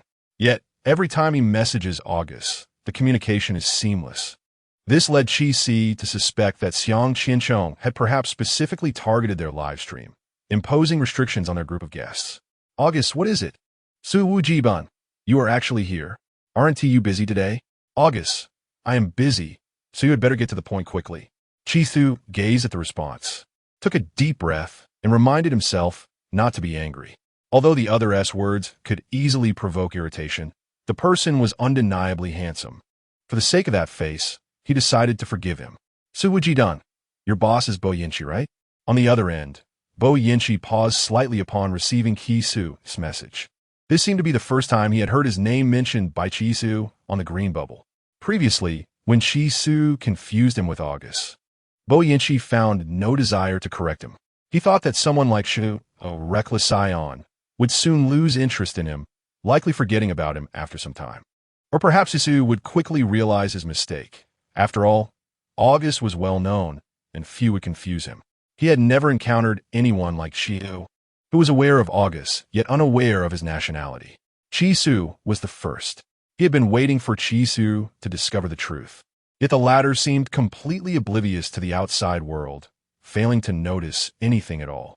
Not only had he not recognized the truth, but he was now preparing to discuss the subject in front of the very person himself. Bo Yinchi was also curious about what Chi Su intended to say, so he followed along with Chi's words. "August, are you looking for Bo Yinchi?" "Su Wujidan, Not right now. Bo Yanqi raised an eyebrow upon seeing Qisu's reply. Not right now. This implied that he intended to seek him out later. Bo Yanqi was curious about what Qi wanted from him. So Wujidan, I want to ask you, what is your boss's temper like? August, you're inquiring about Bo Yanqi's temper? So Wujidan, yes. Is he easy to get along with? Would he hit someone? Bo Yanqi looked at the question sent by Cho, his lips twitching slightly in exasperation. August, why would you think that? We live in a society governed by law. Bo Yanqi certainly wouldn't strike someone without cause.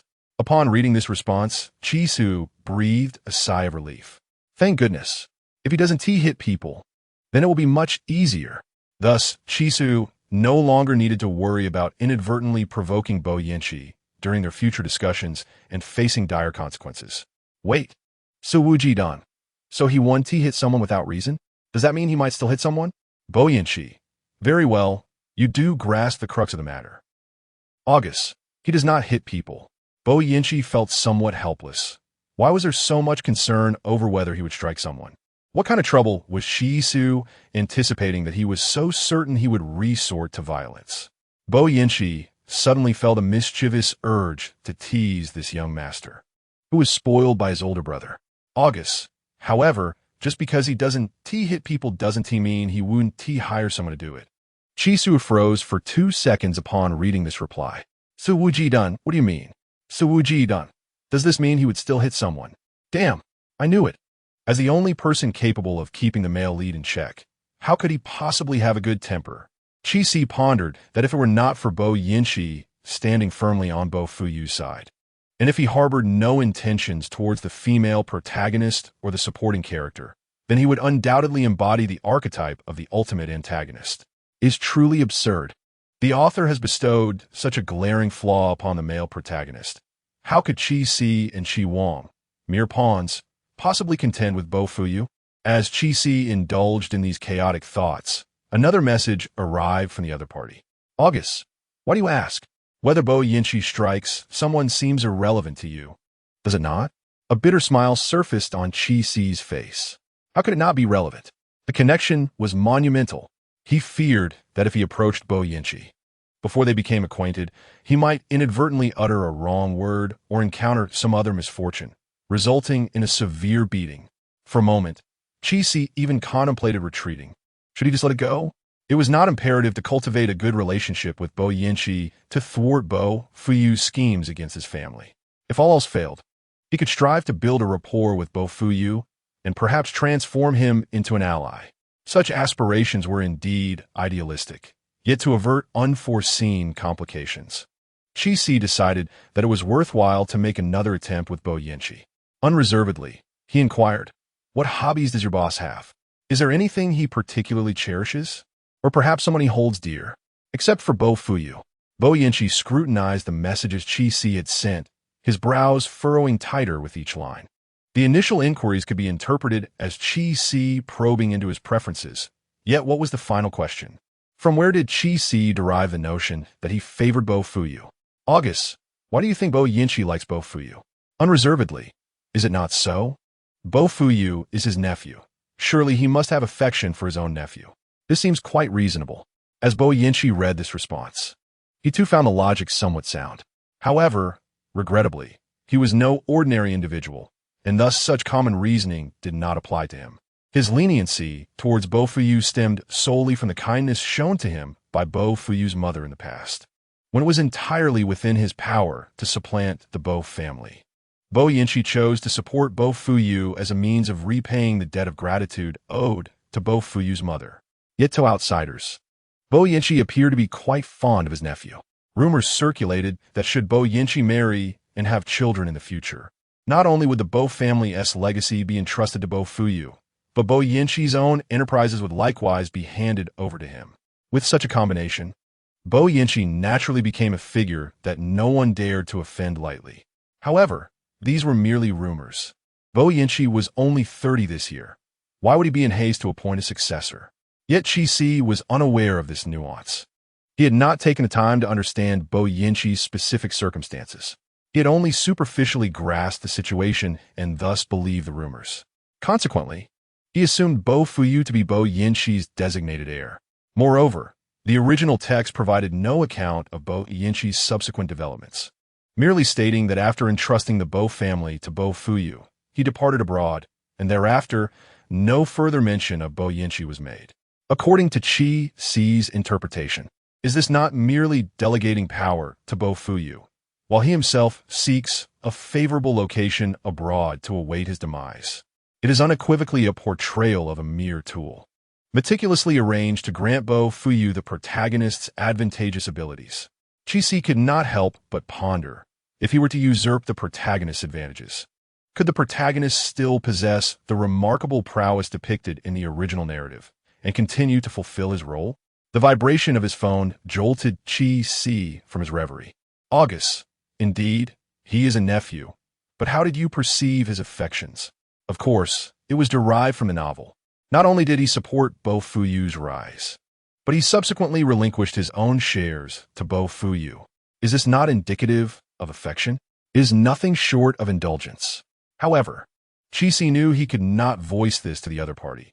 He had yet to win over the individual and did not wish to appear deranged, thereby jeopardizing any possibility of friendship. Qi Si, very well, this matter shall be discussed further. What does Bo Yinqi enjoy? August, what do you intend to do? Qi Si appealed to his preferences. August. Chapter 58. Is it merely flattery? August, are you planning to pursue him? Cough, cough, cough. Qi Si opened his phone and was startled by such a statement, nearly choking on his own saliva. The three individuals beside him immediately turned their attention. Qi Si covered his mouth, attempting to regain his composure, gesturing to the trio. It's nothing, please continue. You coughed so thunderously that the fish you were about to catch have surely fled, Zhou Linjia remarked coolly. Qi Si rolled his eyes, disinterested in engaging with him. All right, I shall take my leave. With that, he hoisted his small stool and fishing rod, moving a considerable distance away. Zhou Linjia suddenly felt as though he had struck a cotton ball. Nothing was quite right. Even his fishing rod appeared displeasing. Why were no fish biting? Could it be the rod's quality was lacking? Now even Bo Fuyu and Lin Weiwei found his behavior rather perplexing. Your skills are lacking. Don't blame the rod. Even if I provided you with $1 million rod, you would still fail to catch a fish, Bo Fuyu mocked. Zhou Linjia scoffed, his gaze towards Bo Fuyu betraying unabashed animosity. Bo Fuyu, I find it quite curious. Did you not join your family business to assist? When then do you find time to participate in variety shows? Could it be the board has finally realized you are an incapable burden and expelled you from the company? Bo Fuyu's expression darkened. Zhou Linjia, seemingly oblivious, continued, or perhaps your company is truly on the verge of collapse, necessitating your performance to raise funds? Zhou Linjia's words were audacious, causing viewers in the live stream to sweat in apprehension. Wow, is Zhou Ershao really this bold? He just said it outright. If I were Bo Xiao, I certainly could not tolerate this. Will a fight ensue? If it does, it will undoubtedly trend. Why am I somewhat looking forward to this? In the live broadcast room, a crowd of onlookers eagerly anticipated the unfolding drama as Zhou Linjia and Bo Fuyu engaged in a heated dispute. Rather than seeking to mediate, they were keen to witness a confrontation between the two, curious about whether their altercation would differ from that of ordinary individuals. Yet, their hopes were dashed. Although Zhou Linjia's words irked Bo Fuyu, the latter, having endured years of rivalry, was not provoked into a full-blown outburst by mere taunts. Zhou Linjia, are you not being a bit childish? Bo Fuyu merely furrowed his brows, casting a cold glare at Zhou Linjia, as if observing a petulant child throwing a tantrum. This expression only heightened Zhou Linjia's frustration. Brother Linjia, could you help me with the bait? I'm rather hesitant. Lin Weiwei's voice suddenly chimed in. Zhou Linjia's attention swiftly shifted to her. Sure. As he assisted Lin Weiwei with the bait, Bo Fuyu's countenance darkened considerably. It was evident to all that Bo Fuyu was genuinely displeased this time. Unlike his earlier feigned annoyance, this was a heartfelt discontent. Why does it seem like young Master Bo is truly angry? Wasn't he already upset? No, earlier it felt like a mild irritation, but now it's a serious matter. Is there even a distinction between casual and serious anger? Wait, could it be that young Master Bo has developed feelings for Lin Weiwei? I can't believe this. Can the fans of Lin Weiwei stop being so self-important? Do they presume every man must adore her? Are all other women in the world non-existent? The viewers in the live room noticed Bo Fuyu's emotional shift. Some fans of Lin Weiwei insinuated that Bo Fuyu's anger stemmed from the fact that Lin Weiwei sought Zhou Linzhi's assistance instead of his. Such comments naturally elicited disdain from a portion of the audience, particularly Bo Fuyu supporters. Zhou Linzhi was indifferent to the unfolding drama, and given his evident interest in Lin Weiwei, the fans had little to contest. Yet, Bo Fuyu had only just arrived and had minimal interaction with Lin Weiwei.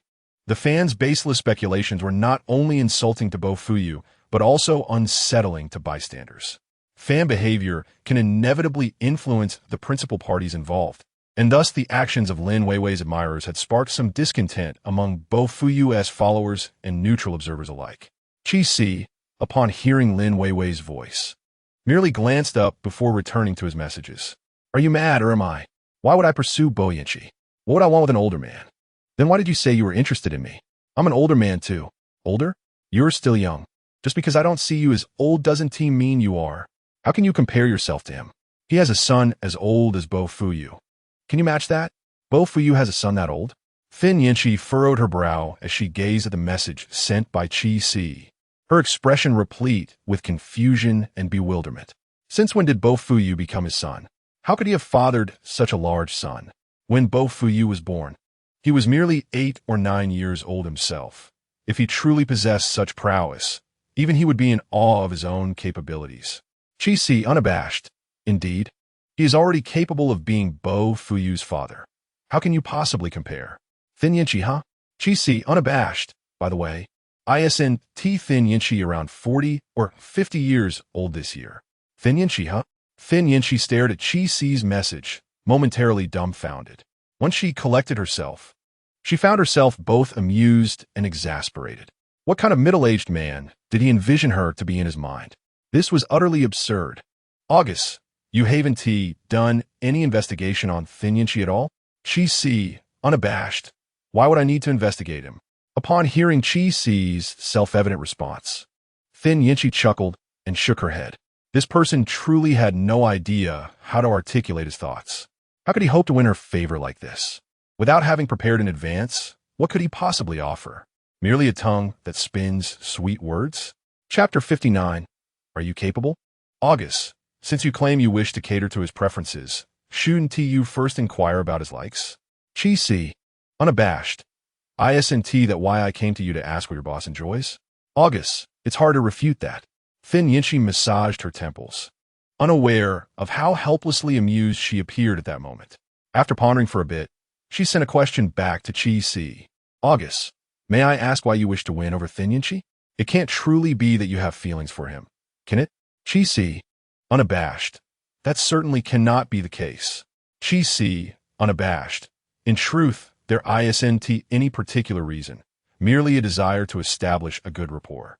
That way, if I were to clash with his nephew in the future, I hope he might, out of our slight camaraderie, refrain from joining forces to beat me. August. This was indeed a reason Fin Yanqi could never have fathomed. Her emotions were quite complex. August. So why do you intend to fight with Bo Fuyu? Fin Yanqi was curious about this. As for the concern Qi Si harbored, she deemed it highly unlikely to transpire. If Bo Fuyu truly were to engage Qi Si in a brawl, he would likely receive no assistance from her. If Bo Fuyu could not even prevail over Qi Si, he would need to reconsider whether to select another individual from the Bo family to support. After all, backing a useless person not only squandered time and money, but also disrupted his plans. It was indeed time to cut losses. Qi Si, unabashed. In summary, it's due to certain reasons I cannot yet disclose. August. All right, children often have their reasons for not sharing with adults. I understand. Upon reading this reply, Qi Si furrowed his brow tightly, his mind swirling with questions. What? Who is a child?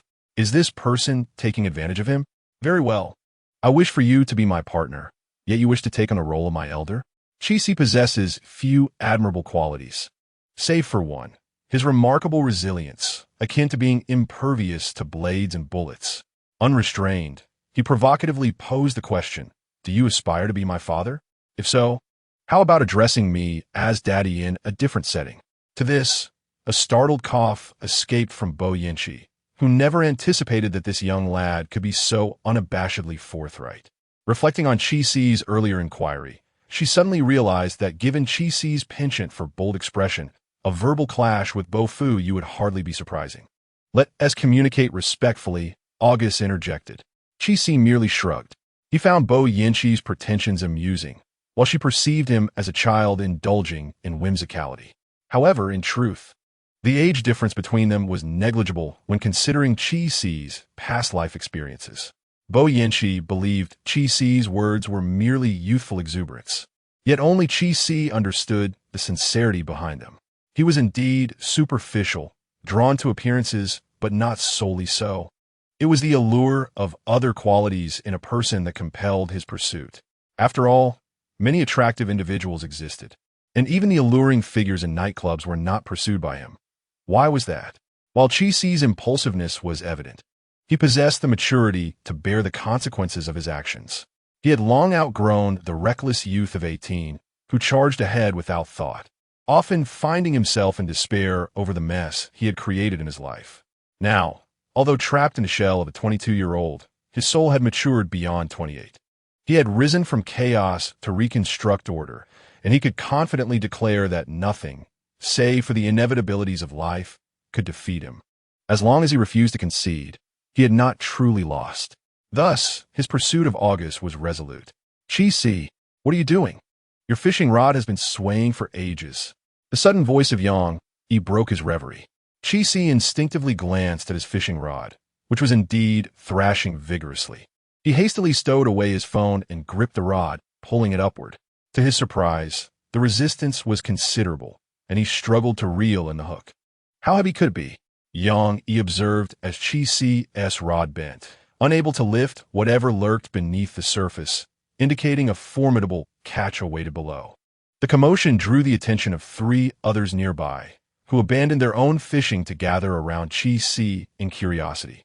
All could see the strain on Chi-Si's hand as he exerted effort to pull the rod, his veins visibly engorged. Has he truly hooked something substantial?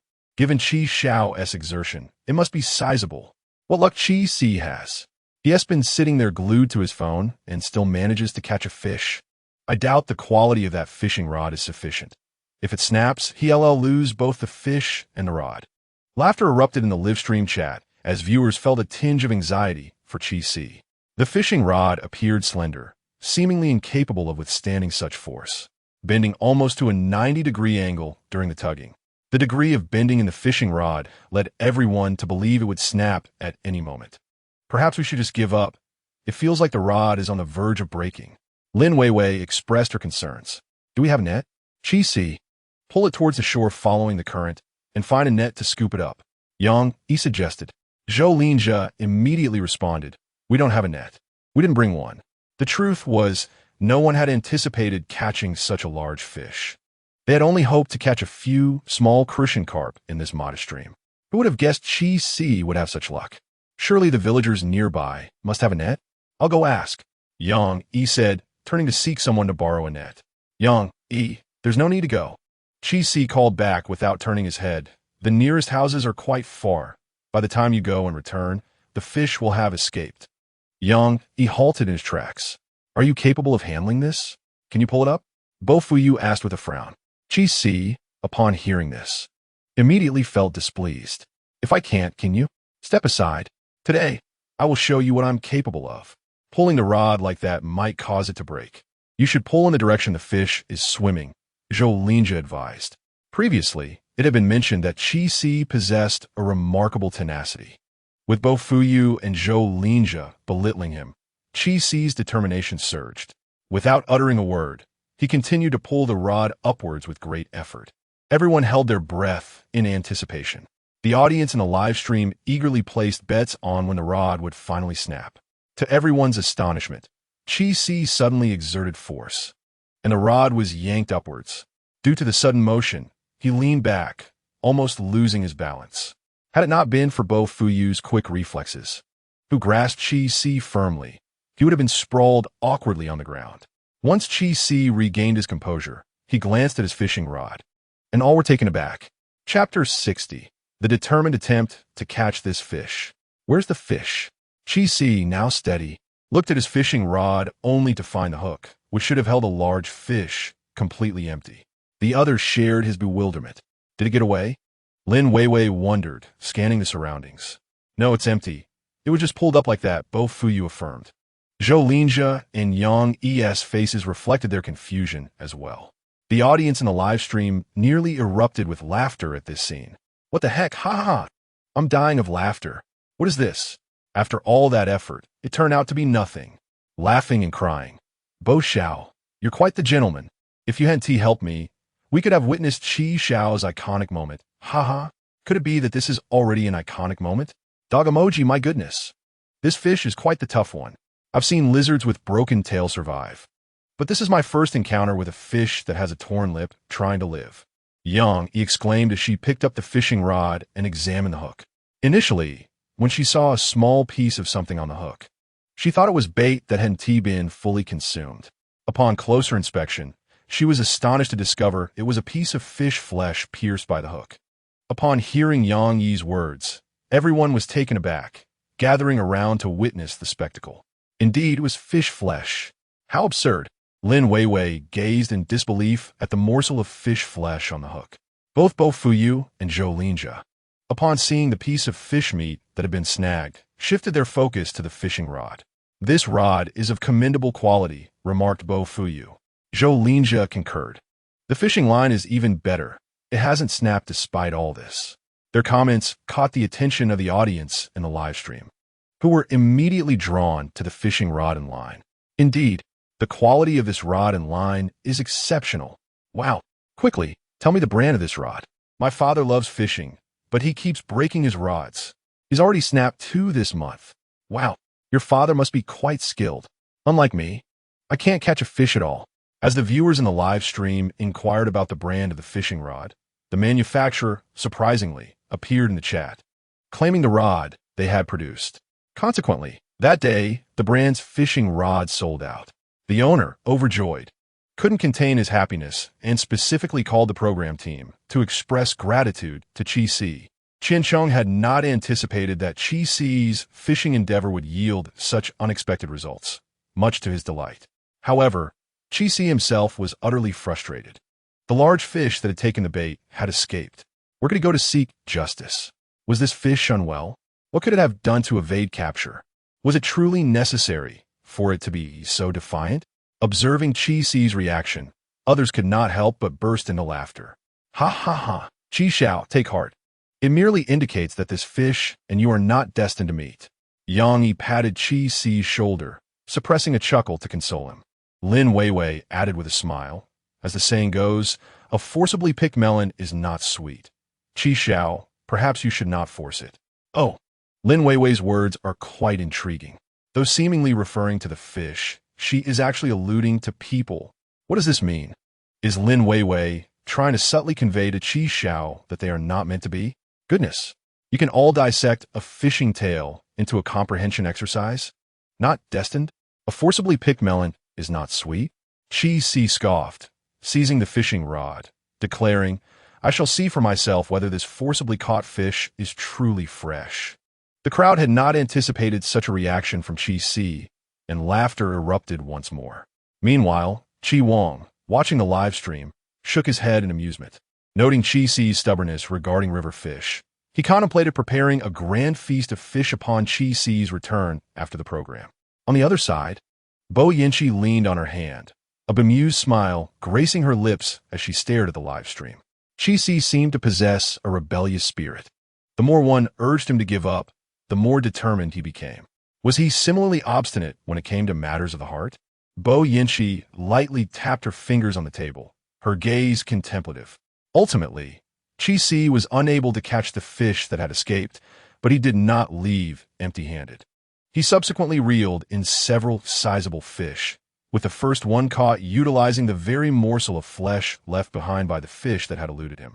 Aside from Chi-Si, Bo has managed to catch quite a few fish alongside Zhou Linjia. However, Lin Weiwei has not caught a single one. Moreover, during the fishing activity, She often feigned fear as an excuse to have Zhou Linjia assist her with baiting the hook. Except for the final retrieval of the rods. One might say that this entire fishing endeavor was almost entirely unrelated to her.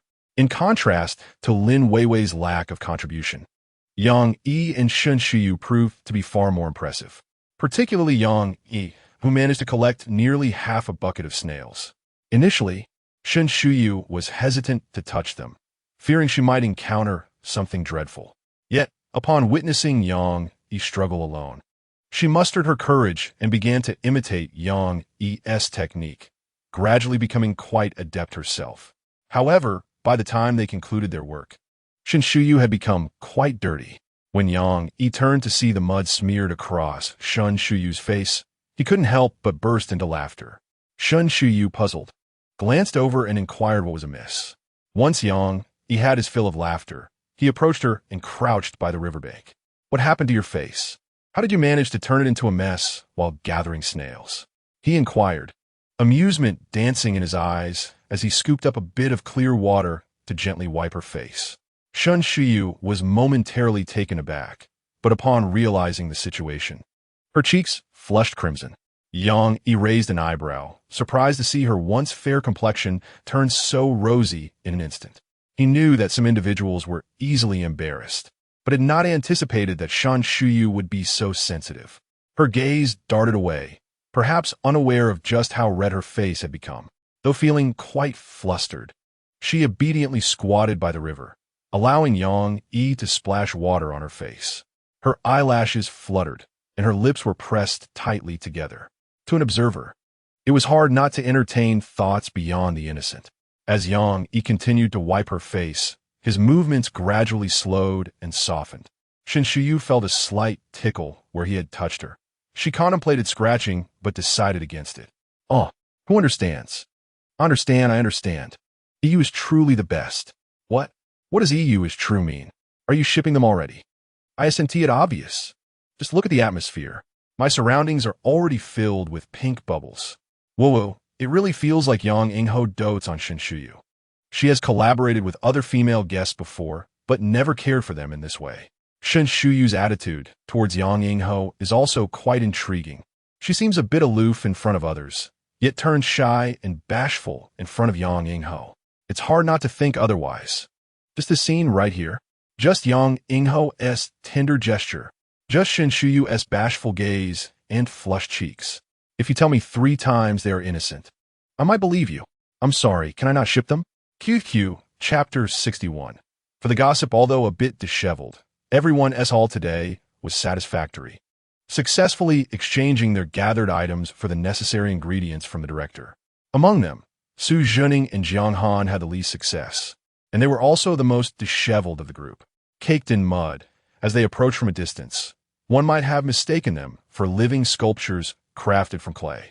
My heavens, have you both just rolled out a muddy ditch? Yang Yi couldn't contain her laughter upon seeing the two, their hair matted with black soil. Her amusement was infectious, prompting others who had initially refrained from laughing to join in the merriment.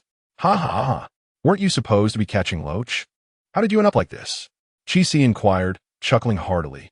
Su Zhening and Jiang Han stood there, their expressions blank, gazing at the raucous group.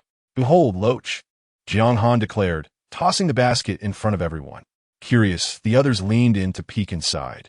Indeed, a few pitiful loaches lay within, barely visible through the murky water. Just these few? Both of you stared incredulously at the duo, seemingly unable to comprehend how 2 loaches could lead to such a disheveled state. Although Zhou Linjia's expression lacked the directness of Bo Fuyu's, it clearly conveyed a similar sentiment. Only Su Zhening and Jiang Han's fans in the live stream understood the true situation.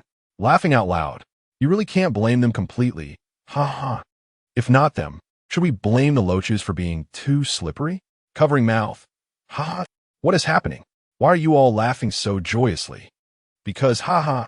Those 2 were outsmarted by the loaches, laughing and crying. A clip of this has already been posted on Weibo. You can check it out yourself. Ha ha. It's hilarious. Confused viewers, upon witnessing this, swiftly diverted their attention to Weibo. The devoted fans of Su Zhening and Jiang Han witnessing their idols rolling in the mud, instinctively grabbed their screens to record the messy spectacle. Not content with merely enjoying the moment, they sought to capture every highlight, editing the footage for sharing across various platforms, ensuring that everyone would see. To date, most of Su Zhuning and Jiang Han's embarrassing moments had not been unearthed by malicious haters, but rather by their true fans. On Weibo, the edited videos by Su Zhuning and Jiang Han's fans predictably went viral, sparking curiosity among more onlookers about the show's premise. Why were the guests appearing so wretched? Whether driven by curiosity or a desire to revel in their misfortune, the program's popularity surged once more. However, those arriving later to watch the videos missed the sight of Su Zhuning and Jiang Han in their muddy state, as they had already cleaned up and returned to their handsome selves. That evening, the guests prepared their meals using ingredients exchanged for their efforts with the production team. They cooked what they could, while the rest was left to the gracious hosts they were staying with. Thanks to the provision of ingredients, no meal fees were required for this occasion. Initially, Bo Fuyu had planned to stay overnight, but upon seeing the accommodation, he chose to leave by car once filming concluded. Of course, Qian Chong dare not stop him, nor could he. However, before departing, Bo Fuyu sought out Shen Shuyu. Qi Si was somewhat puzzled. Had Bo Fuyu not come here for Lin Weiwei? Why did he seek out Shen Shuai? These two had previously maintained an appearance of unfamiliarity in public, yet now they discreetly called each other outside. Once he departed, what would the other guests think of Shen Shuai? Qi Si leaned against the window, peering outside.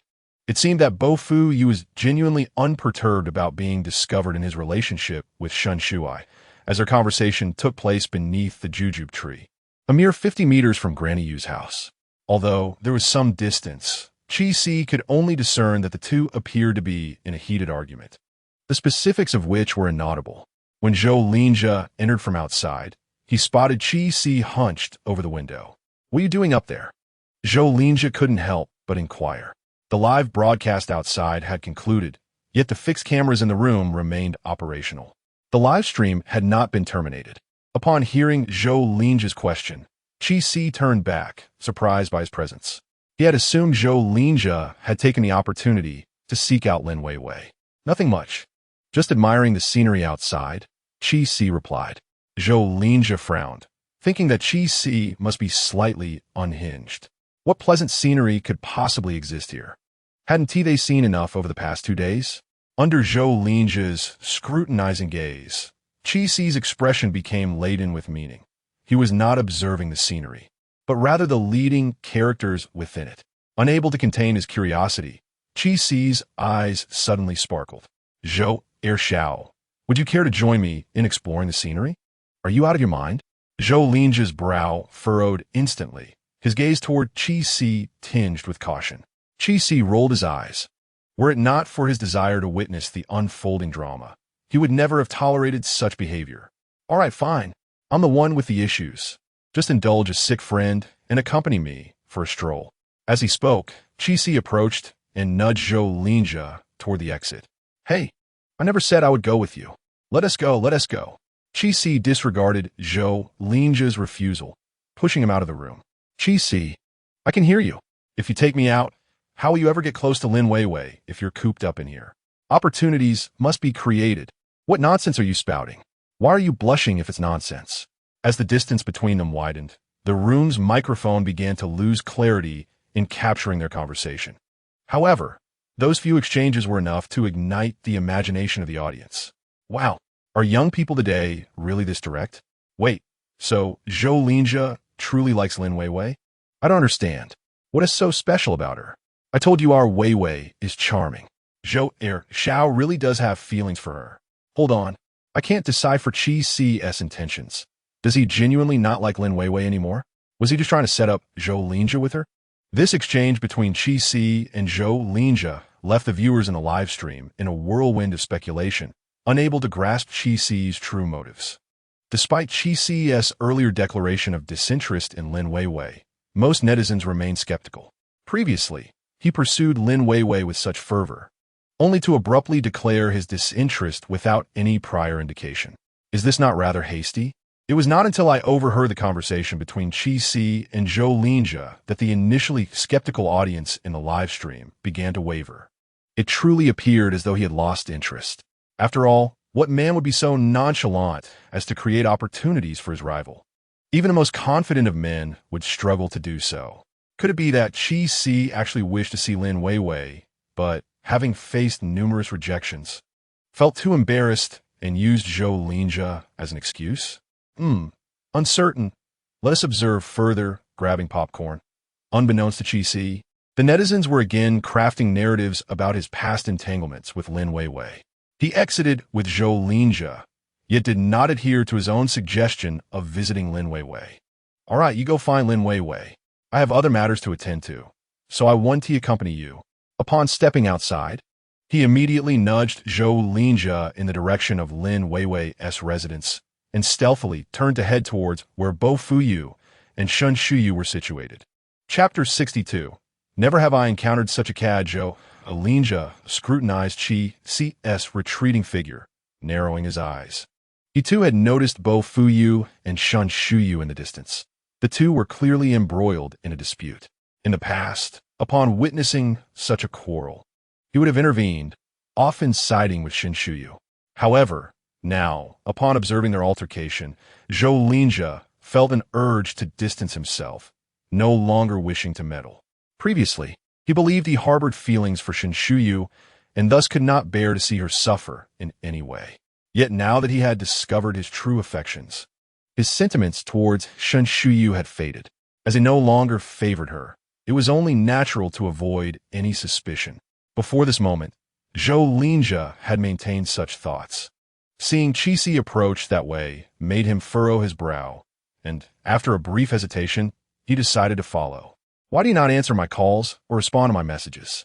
Bo Fuyu glared darkly at Shun Shuyu. She, too, wore a cold expression, unwilling to engage or reply. Shun Shuyu, while my mood is still tolerable, you should speak to me properly. Upon hearing Bo Fuyu's words, Shun Shuyu immediately lost all desire to converse, turning to leave. Bo Fuyu seized her, demanding, "Where do you think you're going? Did I permit you to leave?" Shun Shuyu attempted to shake him off, but could not escape the grip of such a physically imposing man. Bo Fuyu, let me go. Unfortunately, her strength was no match for his.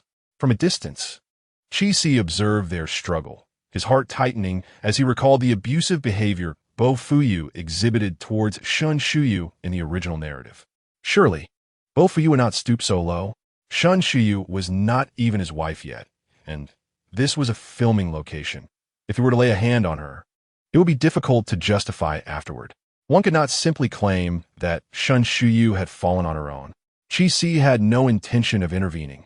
Typically, in such circumstances, it was the peacemaker who ended up in trouble. He advocates for cherishing life. Thus he respects the destinies of others. However, Zhou Linjia, who had come along with him, found it difficult to comprehend this. Observing Bo Fuyu's attitude toward Shun Shuyu, he could not help but furrow his brows. Zhou Linjia believed he had moved past his feelings for Shun Shuyu, yet witnessing her in a quarrel with Bo Fuyu still ignited his anger. Perhaps this was unrelated to affection. After all, even if he no longer harbored feelings for Shun Shuyu, they had grown up together as friends. He had every right to feel indignant. With this thought, Zhou Linjia bypassed Qi Si and strode towards the two. Hey, what the hell are you doing? Qi Si was startled when he saw Zhou Linjia pass by him, having thought he was alone. Faced with the sudden confrontation, Qi Si scratched his head. This was not his affair. He was merely a bystander enjoying the spectacle.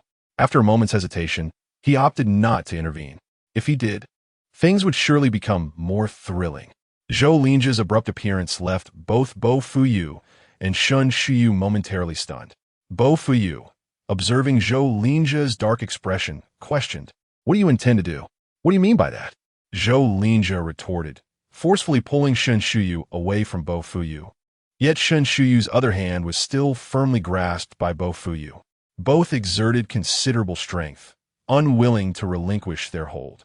Tugging at each other as if vying for possession of a coveted item, neither willing to concede. Neither considered whether Shun Shuyu might be hurt, nor did they notice her gradually paling complexion. Qi Si, lurking nearby, watched with an increasingly frosty demeanor. "Zhou Linjia, let go. You should be the one to let go." Bo Fuyu snapped back. "What are you doing here?" Are you not aware that Shuyu is filming a show? Oof. Zhou Linjia, what right do you have to question me? Why are you even here? Has the Zhou family fallen so low that the second young master must resort to performing?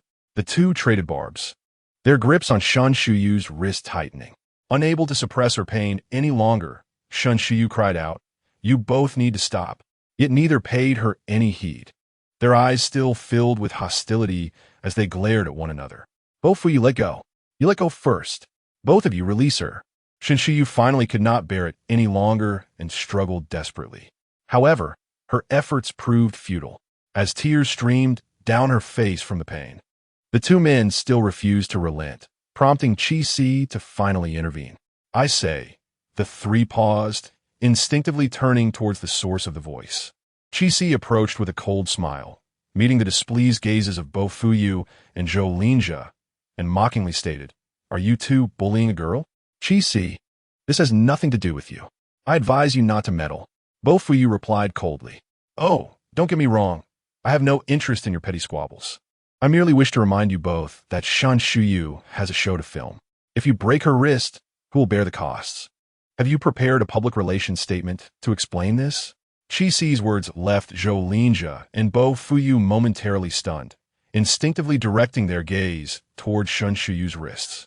Upon closer inspection, they noticed that both of her wrists bore the marks of their grip, now reddened.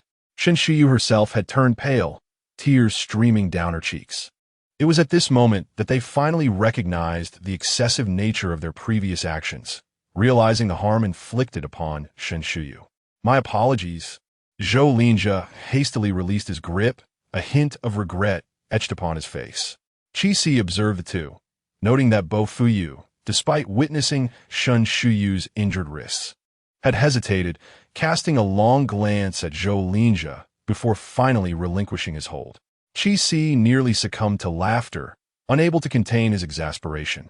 It was the first time he had encountered such a despicable male protagonist in his life. What circumstances had led the original author to pen such a narrative? In this era, could any trash truly be considered a leading man?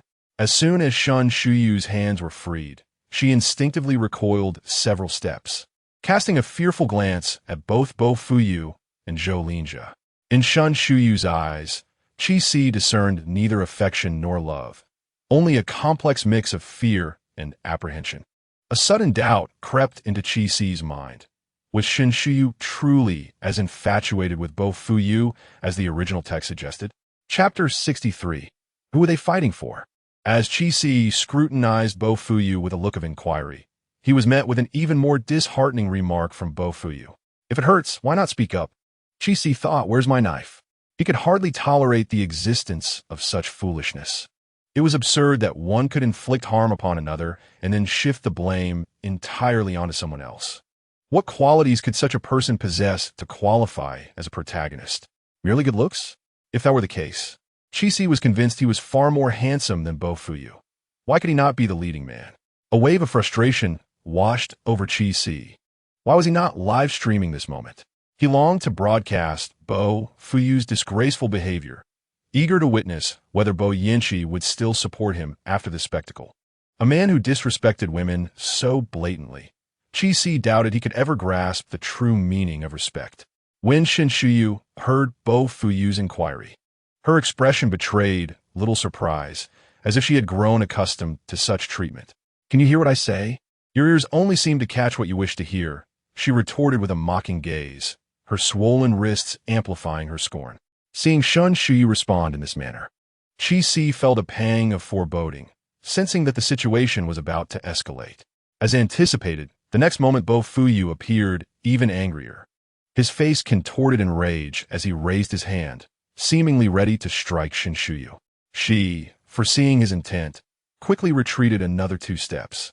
Zhou Linjia stepped in front of Shan Shuyu, his expression icy as he confronted Bo Fuyu. "What do you intend to do?" "Stay out of our business, Zhou Linjia." "Move aside." Bo Fuyu's earlier calmness unraveled once more, his rationality slipping as Zhou Linjia blocked his path. The tension among the three surged, palpable and charged. Qi Si, initially filled with indignation, found himself increasingly perplexed by the unfolding drama.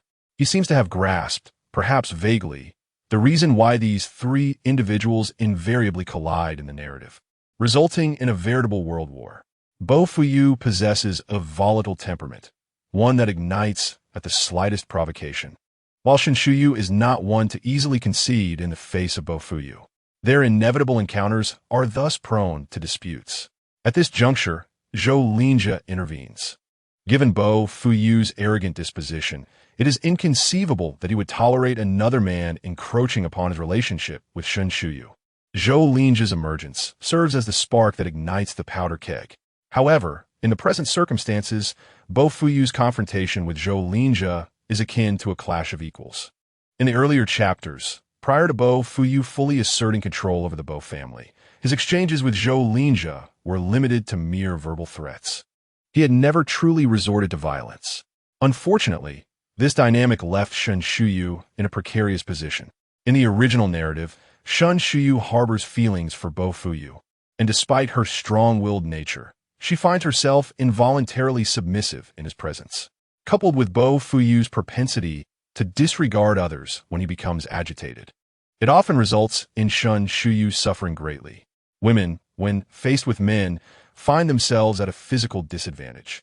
And Shin Shuyu is not of the ilk that knows how to yield gracefully, unlike Lin Weiwei. Consequently, she endures severe mistreatment at Bo Fuyu's hands, often to the point of hospitalization. Qi Si had previously struggled to comprehend why, despite enduring such torment, Shin Shuyu did not sever ties with Bo Fuyu. Before Lin Weiwei's arrival, Shin Shuyu's continued attachment to Bo Fuyu could be rationalized as mutual affection. Indeed, Bo Fuyu had genuinely cared for her and had never resorted to violence during that period, allowing for a semblance of mutual love. Furthermore, both families had long harbored intentions of union.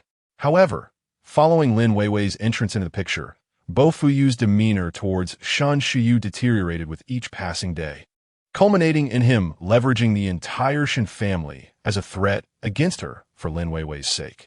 Under such circumstances, how could Shin Shuyu possibly maintain her love? Is it akin to Stockholm Syndrome? Observing the situation before him, Qi Si suddenly entertained a possibility. Perhaps it was not that Shin Shuyu chose to remain with Bo Fuyu, but rather that she had become unable to leave him. The distinction between choosing to stay and being incapable of leaving is profound. One implies a voluntary attachment, while the other suggests a constraining force preventing departure. If it is indeed the latter, Shin Shuyu's plight is truly tragic. In this light, Qi Si's gaze towards Shin Shuyu was laden with profound sympathy. He began to understand individuals who suffer domestic abuse. Having encountered numerous cases, he recognized that many victims, despite the violence inflicted by their partners, still hesitate to seek divorce. Aside from a minority who convince themselves that love can alleviate pain, the majority are paralyzed by fear of leaving. Abusers often threaten the loved ones of their victims, be it parents, friends, or even children, thereby instilling a sense of dread that renders escape unthinkable. In the past, Qi Si had presumed that Shin Shuyu was of the type who believed love could heal. Such individuals are often beyond the reach of external salvation. You extended your hand to save, yet risked incurring resentment and retaliation. However, at this moment, Qi Si suspects that Shin Shuyu may belong to the latter category. Not that she is unwilling to part ways with Bo Fuyu, but rather that she fears doing so. Qi Si suddenly recollects several details from the original text. Initially, when Shin Shuyu discovered the circumstances between Bo Fuyu and Lin Weiwei, she contemplated annulling their engagement. Yet, upon returning to the Shin household to discuss this with her parents, she inadvertently overheard their conversation, which revealed that the family business was in dire straits and required a substantial sum. At that time, the only source capable of providing such fund for the Shin family was the Bo family, with whom they had an engagement. Upon receiving this news, Shin Shuyu said nothing and quietly departed from the Shin home, pretending as if nothing had transpired. Shortly after her departure, she received an apologetic call from Bo Fuyu. Qi Si, not having paid close attention, initially thought that Shin Shuyu's swift forgiveness of Bo Fuyu was merely a reflection of a love-stricken mind deserving of its subsequent tribulations. However, upon further reflection, It seems that Shun Shuyu was merely acquiescing to the circumstances.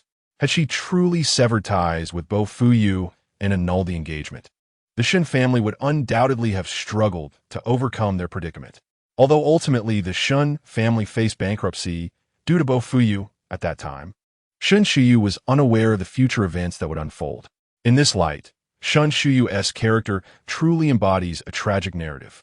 Chi-Si finds himself increasingly curious about the mindset of the original author in crafting Shun Shuyu's character. Was it a desire for social retribution?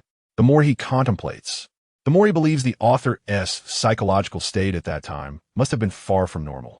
Upon deeper reflection, not only does Shun Shuyu's character present issues, but so do the personas of Bo Fuyu and Zhou Linjia, which lack the semblance of normalcy. He ponders aloud how one could envision a domestic abuser as a protagonist. What message does this convey, disregarding the law? As Chi-Si attempts to untangle the logic of the original narrative, he sees Bo Fuyu already throwing punches at Zhou Linjia. Shun Shuyu, witnessing this, anxiously attempts to intervene. Chi-Si strides forward and firmly grasps her arm. "What are you doing? Are you going to take a beating?" Shun Shuyu is taken aback, staring at Chi-Si in shock.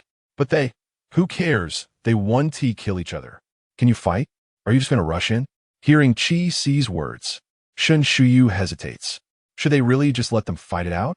What if something unexpected occurs? She intends to express that regardless of who gets injured, she would end up in trouble. Chi-Si calmly responds, "It's better to call for help than to rush in yourself." Shun Shuyu is momentarily stunned. That does seem to hold some merit. However, before she can go and summon assistance, Chi-Si suddenly shouts at the top of his lungs, "Help! There's a fight." Bo Fuyu and Zhou Linjia are brawling over Lin Weiwei. Huh? Shun Shuyu, still processing Chi-Si's unexpected outburst, is nearly startled into jumping. "You say they're fighting over whom?" Small theater. Lin Weiwei. Does this chapter concern me? Chi Xiao, how could it not? Chapter 64.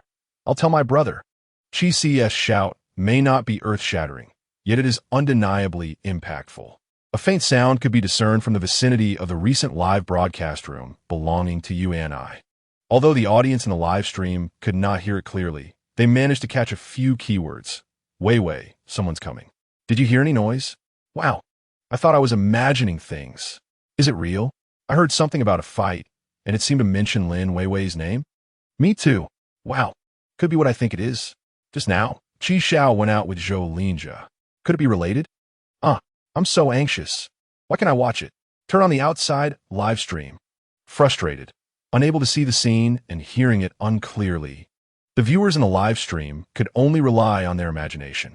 This imagination conjured up a melodramatic narrative, albeit with a significant misunderstanding of the main characters.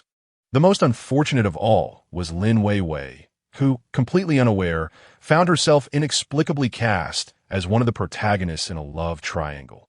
Specifically, the role of the femme fatale. When Xiang Qianxiong and the program staff arrived, they found that Bo Fuyu and Zhou Linjia were not actually fighting. Instead, each stood on opposite sides, glaring at Chi-Si with equal fury. Chi-Si appeared unfazed, standing beside Shun Shuyu, his hands in his pockets, casually chewing on a piece of grass he had found somewhere. He was clad in a blue and white athletic outfit that, from a distance, resembled a school uniform, giving off an air of school bully. What is happening? Chi-Si, what are you shouting about? Xiang Qianxiong observed the unfolding situation, his head throbbing. He had been nearby moments ago. Although he could not clearly comprehend the conversation among these young masters, he had grasped the essence of the situation. Unable to suppress his gaze, he glanced towards Shun Shuyu, whose complexion had turned pale beside Chi-Si. Initially, he believed that Lin Weiwei was the key connection in this program, but it now seemed that she was merely a smokescreen, while the true favored one was this young lady. Noticing the director's gaze, Shun Shuyu felt a sinking sensation. She had no desire to become entangled with Bo Fuyu and Zhou Linjia in this public setting. It was not her intention to shout. She merely feared that if the two young masters were to come to blows, it would lead to unforeseen consequences in the program, and the director would find it difficult to explain. Chi-Si wore a look that suggested he was considering the director's concerns while watching Xiang Qianxiong. Xiang Qianxiong felt a twitch at the corner of his eye, Should he be thanking you, young master? Shouting so loudly. Was he afraid others wouldn't hear? The director shot a glare at Chi-Si before turning to both Fuyu and Zhou Linjia, his head beginning to ache anew. Young Master Bo, young Master Zhou. We can discuss matters amicably. There is no need for violence. What do you both think? Upon hearing Xiang Qianchong's words, the others quickly realized that he had witnessed everything that had transpired, yet had refrained from intervening until Chi-Si's shouting forced him to do so. Chi-Si frowned, clearly displeased. Why was no one stepping in to help when he saw a girl being bullied? Wasn't he the director? Did he truly not fear the repercussions if a guest were to encounter trouble during the program? Is it truly so daunting to offend both Fuyu and Zhou Linjia? With this thought, Chi-Si felt a surge of indignation. Why is Xiang Qianchong fearful of displeasing both Fuyu and Zhou Linjia, yet untroubled about offending him? Is he not a young master in his own right? Very well. So, it is favoritism, is it? Just wait. I shall report this to my brother upon my return. Chi-Si mentally noted this misdeed of Xiang Qianchong, determined to make it clear that he, Chi-Si, was not to be trifled with. Indeed, what matters cannot be resolved through proper discussion. Must one resort to physical confrontation? Is it merely because you all fancy Lin Weiwei? Surely, fair competition would suffice? Chi-Si, relishing the spectacle, voiced his thoughts loudly. Shun Shuyu silently covered her face, retreating behind Chi-Si. This affair had nothing to do with her. It was Chi-Si who had spread the rumor. Yet, it might not be entirely unfounded. A smirk crept across Shun Shuyu's face. Chi-Si's words cast a shadow over both Fuyu and Zhou Linjia simultaneously. Chi-Si, what nonsense are you spouting? Bo Fuyu exclaimed angrily, his gaze subtly shifting towards Shun Shuyu. Zhou Linjia's countenance also bore signs of concealed fury. Chi-Si, enough. Chi-Si feigned innocence, looking at them both. What have I done wrong? Lin Weiwei is not even present. Why are you embarrassed? Chi-Si, Bo Fuyu and Zhou Linjia bellowed his name in unison. Chi-Si recoiled slightly, looking alarmed as he patted his chest. You scare me. I won't say another word, all right? You bully me, so I'll just tell my brother. The entire assembly couldn't help but smirk at Chi-Si's declaration of informing his brother. One couldn't help but wonder how old he was to still resort to parental intervention. Although this declaration held no weight against Bo Fuyu and Zhou Linjia, to Xiang Qianchong's ears, it was undoubtedly a warning. Chi-Si may lack prowess, but he had a capable brother.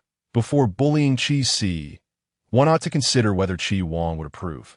Xiang Qianchong's expression shifted, instinctively tempering his grievances against Chi-Si. How old are you, Chi-Si? Still telling tales? Zhou Linjia looked at him incredulously. Chi-Si felt no embarrassment at all. What's wrong? Are you feeling guilty? If you do not bully me, how can my complaint possibly affect you? You are being unreasonable. Zhou Linjia, wishing to avoid further entanglement with Chi-Si, turned to Xiang Qianchong and said, It's nothing serious. We are merely jesting. Those with discernment would not be swayed by such words. And Xiang Qianchong could not solely heed Zhou Linjia's claim, instinctively glancing toward Bo Fuyu. Bo Fuyu frowned, clearly unconvinced by Zhou Linjia's statement. Chi-Si sneered inwardly, indeed. Scoundrels always exhibit a remarkable camaraderie when evading accountability. Xiang Qianchong then turned to Shun Shuyu, inquiring, Shuyu, are you all right? Shun Shuyu cast a cold glance at Bo Fuyu and Zhou Linjia, inhaled deeply, and shook her head. I am fine. I was merely passing by. After all, I am not the leading lady contended by the two young masters. Oh dear. Upon hearing Shun Shuyu's words, Chi-Si nearly succumbed to the urge to whistle. Especially witnessing the deepening scowls on both Fuyu and Zhou Linjia's faces, he struggled to suppress his laughter. Once Shun Shuyu finished speaking, Bo Fuyu and Zhou Linjia felt a simmering displeasure but could not voice their grievances. Is it necessary to publicly acknowledge that they are vying for Shun Shuyu?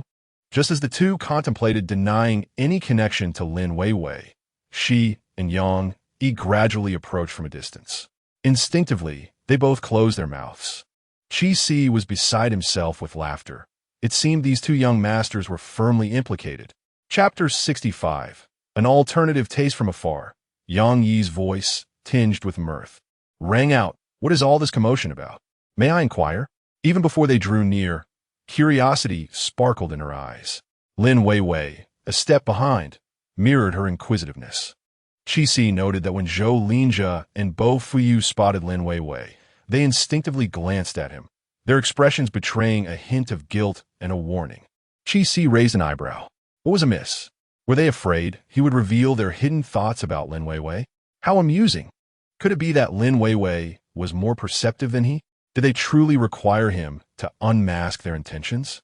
Qixi found it perplexing why the protagonists in this narrative appeared so dim-witted. Lin Weiwei's blatant act of feigned capture was unmistakable. How could they all fail to see through it? Ingho Yang, what brings you here? Upon spotting Yang Yi, Shun Shuyu's eyes sparkled with delight. Yang Yi replied with a smile.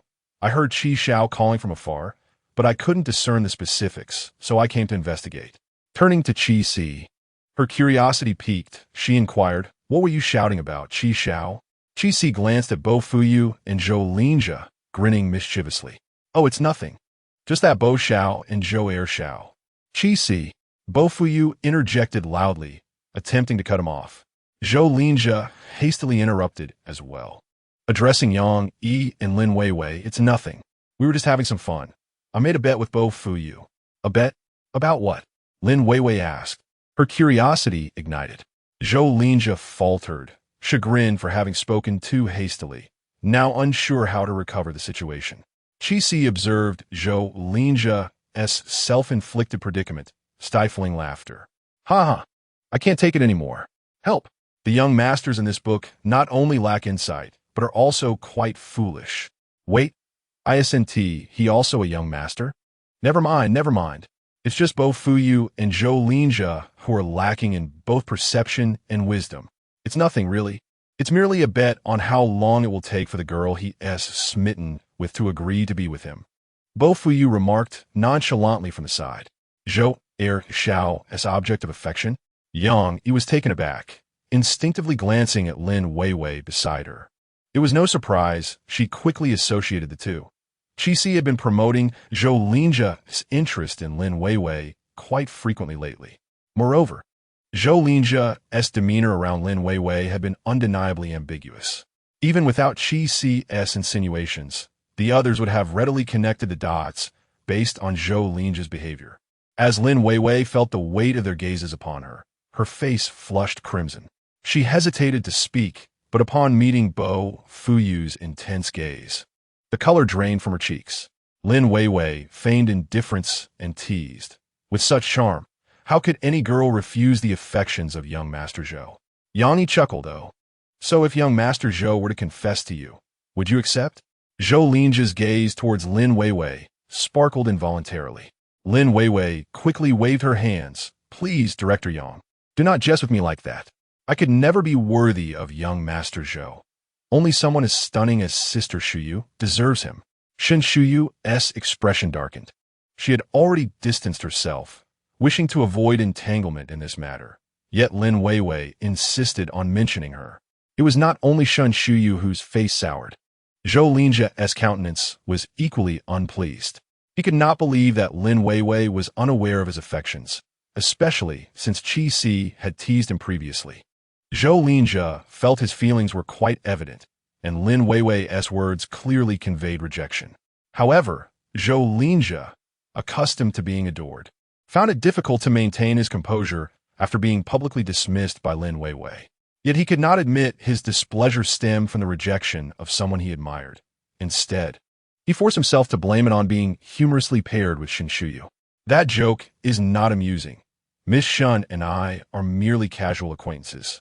Upon uttering this, Shin Shuyu could no longer suppress her derisive smile. Even Yang Yi, standing beside Lin Weiwei, lost his smile. Indeed, it is hardly amusing. How could I possibly be worthy of young Master Zhou? Shin Shuyu replied coldly. Yang Yi observed Shin Shuyu, noticing no hint of humiliation on her face, but rather a glimmer of disdain towards Zhou Linjia. Qixi could not help but laugh. Sister Shuyu, that statement is misguided. It is not that you are unworthy of young Master Zhou. It is more a matter of his unique taste. Perhaps he simply favors an unconventional style. Shin Shuyu, initially clouded by the turmoil caused by Zhou Linjia and Bo Fu, nearly burst into laughter upon hearing Chi C's words, though she managed to stifle it just in time. He also struggled to contain himself, his lips curling upward despite his best efforts. It was evident to anyone with keen perception that Zhou Linjia harbored feelings for Lin Weiwei. Chi C's remark regarding Zhou Linjia's unique preferences implied that Lin Weiwei was indeed unconventional, though it remained unclear in which respect. He discreetly assessed Lin Weiwei's appearance and figure. Though not unattractive, there were signs of alteration on her face, yet she could still be deemed lovely. As for whether her figure was natural, he could not ascertain, but it was certainly pleasing, with the right contours in all the appropriate places. However, based solely on her appearance, she did not truly embody the term unconventional. Thus, Chi Si likely referred to other aspects, such as character and temperament. He had no desire to delve deeper. He held no interest in Lin Weiwei. Notably, Lin Weiwei's composure remained intact. Chi Si observed that after his comment. Zhou Linjia's expression had grown increasingly grim, while Lin Weiwei, the other party involved, appeared unfazed, as if unaware that the conversation pertained to her. As Zhou Linjia appeared ready to erupt, He quickly interjected with a smile. Chi Si's description is indeed easily misinterpreted, isn't it? Could it be that young Master Zhou has a penchant for a princess from foreign land? Or perhaps an international superstar? Such discerning taste is truly beyond the reach of ordinary individuals. With this remark, Zhou Linjia found it difficult to unleash his frustration. How could he admit to disdaining even princess? Should such a sentiment escape his lips, he would surely become the subject of ridicule. How lofty of you! What prince do you think you are? Dismissing a princess as unworthy? Perhaps she would not even cast a glance in your direction. Observing Zhou Linjia's vexed demeanor, Chi Si felt that the extent of his suppressed amusement was surpassing his threshold. As Zhou Linjia was thrust into the spotlight, brimming with indignation, Bo Fuyu retreated to the background, adopting an air of disinterest. Chi Si rolled his eyes, refraining from provoking him further at this juncture. After all, as the protagonist, he intended to avoid stirring trouble until he had successfully swayed his uncle, lest he inadvertently create complications for his brother. However, today's incident instilled a sense of urgency within Chi Si. Given Bo Fuyu's petty nature, it was likely that he had already begun to harbor resentment toward him. Thus, he needed to expedite his plans. Following the conclusion of the first day's filming tomorrow, he would seek an audience with Bo Yinchi. As for why Bo Yinchi would agree to converse with a young scion of dubious reputation, Chi Si had not yet pondered that matter. For now, he simply aimed to corner him. Chapter 66. The little princess Dundu that afternoon. Before dusk settled, Bo Fuyu departed, opting not to stay overnight. Originally, according to the plan devised by Xiang Qianchong, Bo Fuyu was supposed to remain and share accommodations with the guests for the night. Departing together after the filming concluded the following day. Although the program was scheduled for a month of continuous shooting at a single location, they were not truly expected to reside there for the entire duration. The typical arrangement involved filming for 3 days, followed by a 3-day respite. Conveniently, tomorrow marked the final day of the inaugural filming session. In previous productions, the crew had often invited additional guest stars to join midway through the schedule. However, it was customary for new arrivals to join on the second day and depart alongside other guests on the third. Bo Fuyu's same-day arrival and departure were indeed unprecedented. Nonetheless, few seemed to mind. Chi Si was particularly eager for him to leave, hoping that Zhou Linjia and Lin Weiwei would follow suit. Their presence only served to irritate him without offering any semblance of joy. The initial 3 days of filming typically provided guests with an adjustment period, resulting in relatively straightforward tasks. Even so, after 3 days, all participants felt an undeniable fatigue. Perhaps the one in the best condition was Chi Si. Upon the conclusion of filming, still radiated vitality, appearing as though he had come for a holiday compared to the other guests. How enviable is young Master Chi, maintaining such a splendid state, Lin Weiwei remarked enviously as they boarded the return bus. Perhaps buoyed by the prospect of returning home, Chi Si, in a cheerful mood, chose to ignore Lin Weiwei's subtly laced comment. The others, equally exhausted, saw that Qi Si did not respond and opted to remain silent as well. Only Zhou Linjia scoffed. Of course he feels fine. He hasn't lifted a finger in 3 days. How could he not be in good spirits? Qi Si initially had no intention of engaging, yet he was unexpectedly provoked by Zhou Linjia. What is the matter? Are you envious of my popularity, Zhou Xiao? He taunted. If you had any skill, perhaps the elders in the village would voluntarily offer you meal allowances too, huh? Qi Si's first day's meal funds were acquired from the work Zhou Linjia had taken from him. On the second day, he exchanged the fish he had caught for his sustenance. By the third day, matters escalated. While others toiled in the fields to earn their keep, Qi Si was at the village in trance, playing chess with the elderly gentleman. My meal expenses are entirely won, he declared. Notably, although those gentlemen lost, they did so in good spirits, parting with lingering affection and inviting Qi Si to return for another game. Xiang Qianqiong was left dumbfounded. One could argue that Qi Si was exploiting loopholes, yet he indeed earned his rewards through his own labor. In Qi Si's words, this is not gambling. I provide companionship and emotional value to the elderly with my time. This is my rightful reward. Xiang Qianqiong found himself unable to refute this. Ultimately, it was deemed that Qi Si had prevailed. With Qi Si as a precedent, Zhou Linjia later sought to employ a similar strategy to earn money. However, after merely one game with the elderly, he was disdainfully dismissed. Qi Si laughed heartily from the sidelines, nearly driving Zhou Linjia to exasperation. Reporting to the director proved futile. The director did not prohibit Zhou Linjia from using this method to earn a living. It was merely Zhou Linjia's inability to succeed that was to blame. Reflecting on the 3 days of being overshadowed by Qi Si, Zhou Linjia viewed him with increasing disdain. Qi Si, uninterested, reclined against his chair and closed his eyes. Upon awakening, they had arrived at their destination. Alighting from the vehicle, Qi Si spotted Qi Wang awaiting him, and without a moment to spare for pleasantries, he hurried towards him, dragging his suitcase. Brother, Qi Wang, engrossed in replying to a message, lifted his gaze upon hearing Qi Si's voice, instantly breaking into a smile at the sight of his approaching brother. Slow down. Qi Si halted before Qi Wang, panting as he inquired, Brother, why are you here?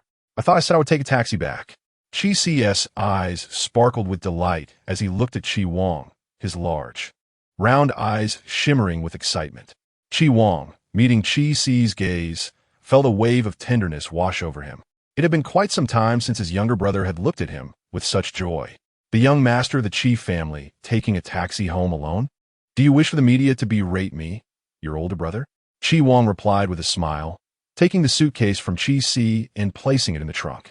He then proceeded to the passenger seat, opening the door to enter the car. Qi Si protested, Brother, it seems you're treating me like a little girl. Climbing into the passenger seat, he settled in. Oh, aren't you the little princess? Dun-dun. Qi Wang mischievously quipped, and in the moment Qi Si was taken aback. He swiftly shut the car door, successfully silencing Qi Si's objections. What? Brother, what nonsense are you spouting? Qi Si exclaimed, bewildered. What on earth was this little princess nonsense? How could such a grown man be labeled as a little princess? After Qi Wang entered the car, he was met with Qi Si's resentful gaze. Qi Wang's eyes sparkled with mirth, yet he refrained from expressing his amusement in front of Qi Si. After all, if the little princess truly became angry out of embarrassment, it would be difficult to console her. Is filming tiring? He inquired. Not really. Qi Si instinctively responded upon hearing Qi Wang's question. If it's not tiring, then accompany me to a banquet tonight. What kind of banquet? Just a regular soiree. I notice you have no pressing matters, so come along and make an appearance with me. Qi Si gazed at Qi Wang in astonishment. Was this sudden? In the memories of the former owner, Qi Wang had never before taken Qi Si to such events.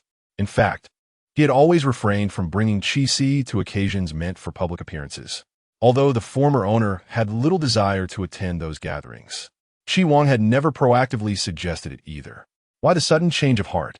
Sudden? You're not a child anymore. It's time to focus. When will you come to the company and lend your brother a hand? Upon hearing Qi Wang's words, Qi Si immediately felt overwhelmed. He quickly covered his forehead, feigning weakness. Oh dear, I have a bit of a headache. I must have overexerted myself these past few days.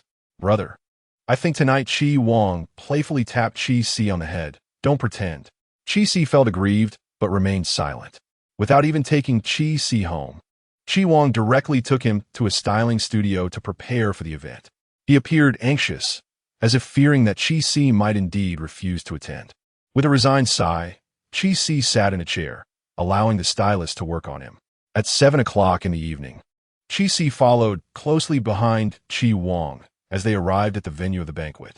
Even at that moment, he was still unaware of the nature of the event he was attending. Chapter 67. What are we talking about? Love? Only when standing at the entrance of the manor hosting the banquet did Chi Si belatedly realize that this seemed to be the territory of the Bo family. Brother, the banquet we're attending isn't hosted by the Bo family, is it? Chi Si asked hesitantly, though he had already formed a near certainty in his mind. Yes. Today is the 80th birthday of the Bo family's elder. Chi Si took a deep breath. Well, that is fortunate. So, does this mean that Bo Yinchi will also be present? Chi Si gazed at Chi Wang with eager anticipation. Before returning, he had been troubled about how to meet Bo Yinchi, and now fate had brought her right to him. However, in the next moment, he noticed Chi Wang's uncertain expression as he replied, "It's hard to say. Bo Yinchi isn't very close to the Bo family, and usually doesn't keep in touch. I can't guarantee that she will definitely come." After saying this, Chi Wang looked at Chi Si with curiosity and asked, "Why do you want to know about Bo Yinchi? Do you wish to meet her?" Huh? Chi Si's mind raced as he contemplated how to respond to this question. Indeed, I've heard that Bo Yinchi is quite remarkable. Whenever Bo Fu mentions his uncle, he does so with reverence. Naturally, I'm curious about what kind of person he is. This reasoning seems sound, regardless of whether Chi Wang believed it. Chi Si was convinced. After hearing Chi Si's explanation, Chi Wang did not express any doubt. With a hint of amusement, Chi Si looked at Chi Wang and remarked, "Don't be too curious about him. Bo Yinchi is not an easy person to deal with. He is quite formidable." Chi Si was fully aware of Bo Yinchi's reputation. If he were not a tough character, Chi Si would not be so eager to curry favor. Noticing Chi Si's silence, Chi Wang assumed his brother had dismissed his warning, and his expression grew more serious as he said, "Ah, Si, whatever trouble you may have caused before, I can help you sort it out. However, if you truly provoke Bo Yinchi, I will have no choice but to relinquish my role as your brother and leave you to his mercy." What? Chi Si paused for a moment, incredulous. Is that for real? I refuse to believe it. Seeing the clear skepticism in his brother's eyes, Chi Wang couldn't help but chuckle, gently patting Chi Si on the head. "Just kidding. How could I forsake our little princess, Dun? Chi Si retorted. "Then perhaps you should just hand me over. To hell with the little princess." In the next moment, Chi Wang delivered a sharp tap to the back of Chi Si's head. "You little rascal. You really intend to provoke Bo Yinchi, don't you? I might as well deal with you first." Ouch. Chi Si, feeling wronged, rubbed his head. Wasn't he merely following his brother's lead? Why did that warrant a beating? Chi Wang shot him a stern look. "Once we enter, behave yourself. Test me, and you'll see." "Okay," Chi Si replied. To avoid the fate of being chastised by his brother upon returning home, he dutifully followed Chi Wang into the banquet hall, obediently trailing behind him. Chi Wang introduced him to several distinguished individuals. Upon seeing Chi Si, each person was taken aback, their surprise evident. Without needing to inquire, Chi Si understood their astonishment. Chi Wang had never brought him out before, and Chi Si had never participated in the company's affairs. Thus, a rumor had circulated that Chi Wang was controlling Chi Si to prevent him from seizing power. Moreover, the previous actions of the original owner had indeed been rather foolish, making him an unsuitable candidate for a corporate figure. Yet now, Chi Wang brought Chi Si to the Bo family's banquet and made a point of introducing him to everyone. This action was laden with implications. Regardless of Chi Wang's intentions, one thing was clear. After today, the upper echelons would no longer view Chi Si merely as a reckless young master. After a few rounds of introductions alongside Chi Wang, Chi Si felt utterly exhausted and wished to retreat from further encounters. "Brother, I really can't go on. I need to rest over there." Without waiting for Chi Wang's response, he bolted away. Chi Wang, wanting to remind him not to wander off, was interrupted as a business partner approached him to greet him. With no other choice, he could only hope Chi-Si would behave and not create any trouble. However, Chi-Si didn't run far. He was still waiting to confront Bo Yinchi and had no intention of leaving early. Yet, after hearing his brother's earlier explanation, he felt uncertain about whether Bo Yinchi would indeed attend the banquet. Chi-Si evaded the crowd and retreated to a secluded balcony, gazing out at the garden beyond. Inhaling deeply, he retrieved his phone and sent a nonchalant message. "Your little darling has suddenly appeared." To his surprise, he received an instant reply. "August." Nonchalant. "You're not busy?" "August. Is that truly astonishing? I'm not a robot. I, too, require rest." Nonchalant. "I understand that, but if you're not busy, why not message me?" "August. Why should I message you? It seems we have no obligation to communicate." Chi-Si stared at the reply for a moment, realizing the truth in August's words. Their relationship was, by all accounts, one where Chi-Si was pursuing him. August had every right to ignore him. No one could argue otherwise. Just because Chi-Si harbored feelings did not morally oblige August to respond, did it? However, nonchalant. "How could there be no reason? I am pursuing you." The response from August came slowly, suggesting he was taken aback by Chi-Si's forthrightness. Chi-Si remained patient, allowing ample time for a reaction. After a brief moment, August replied, "August, even if you are pursuing me, I'm under no obligation to reply, am I?" Nonchalant. "That is true. So are you rejecting my advances?" August fell silent once more. Chi-Si raised an eyebrow. Neither accepting nor rejecting. Was he a cad? Well, Chi-Si decided to interpret it as August simply not having figured out how to accept him yet. He was adept at rationalizing for himself. With that notion, he graciously shifted the conversation. Nonchalant. "May I ask you a question? Are you aware that today is the birthday celebration for the elder of the Bo family?" August. "I am aware." Seeing August's swift reply, Chi-Si couldn't help but raise an eyebrow and smile playfully. Nonchalant. "Do you know if your boss will be attending?" August. "Bo Yinchi?" Nonchalant. "Yes, will he be coming?" August. "Do you wish to meet him?" Nonchalant. "Not exactly.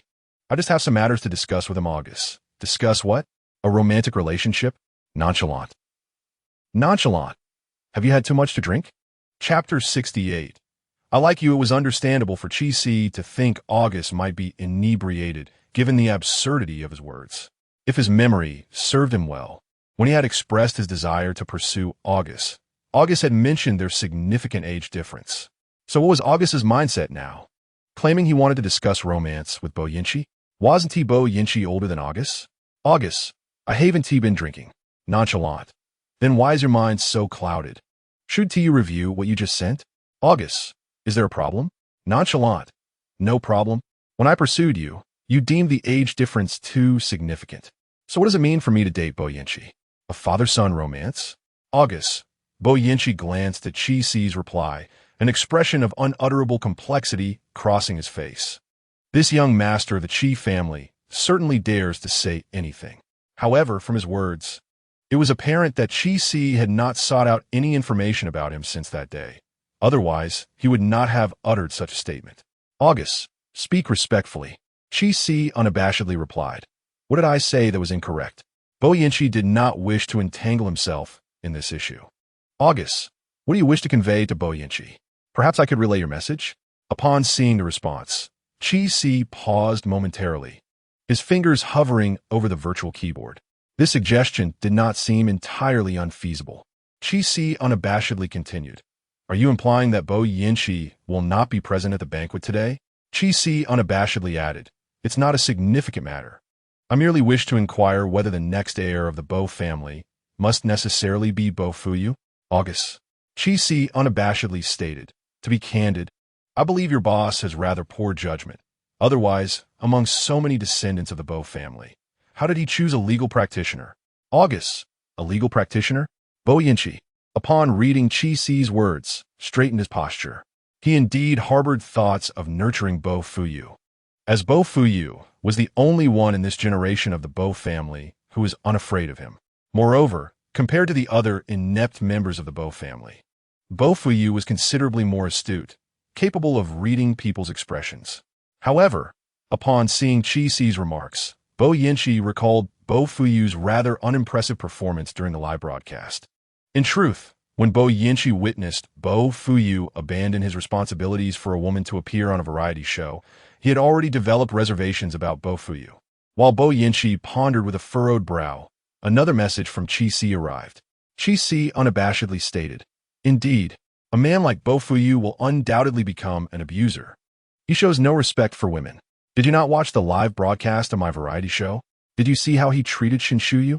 Chi Si unabashedly continued, "If I recall correctly, Bo Fuyu and Shinshuyu grew up together as childhood friends, right? We were even in the same class." Chi Si unabashedly added, "I also heard that the Bo family intends to form a marriage alliance with the Shin family.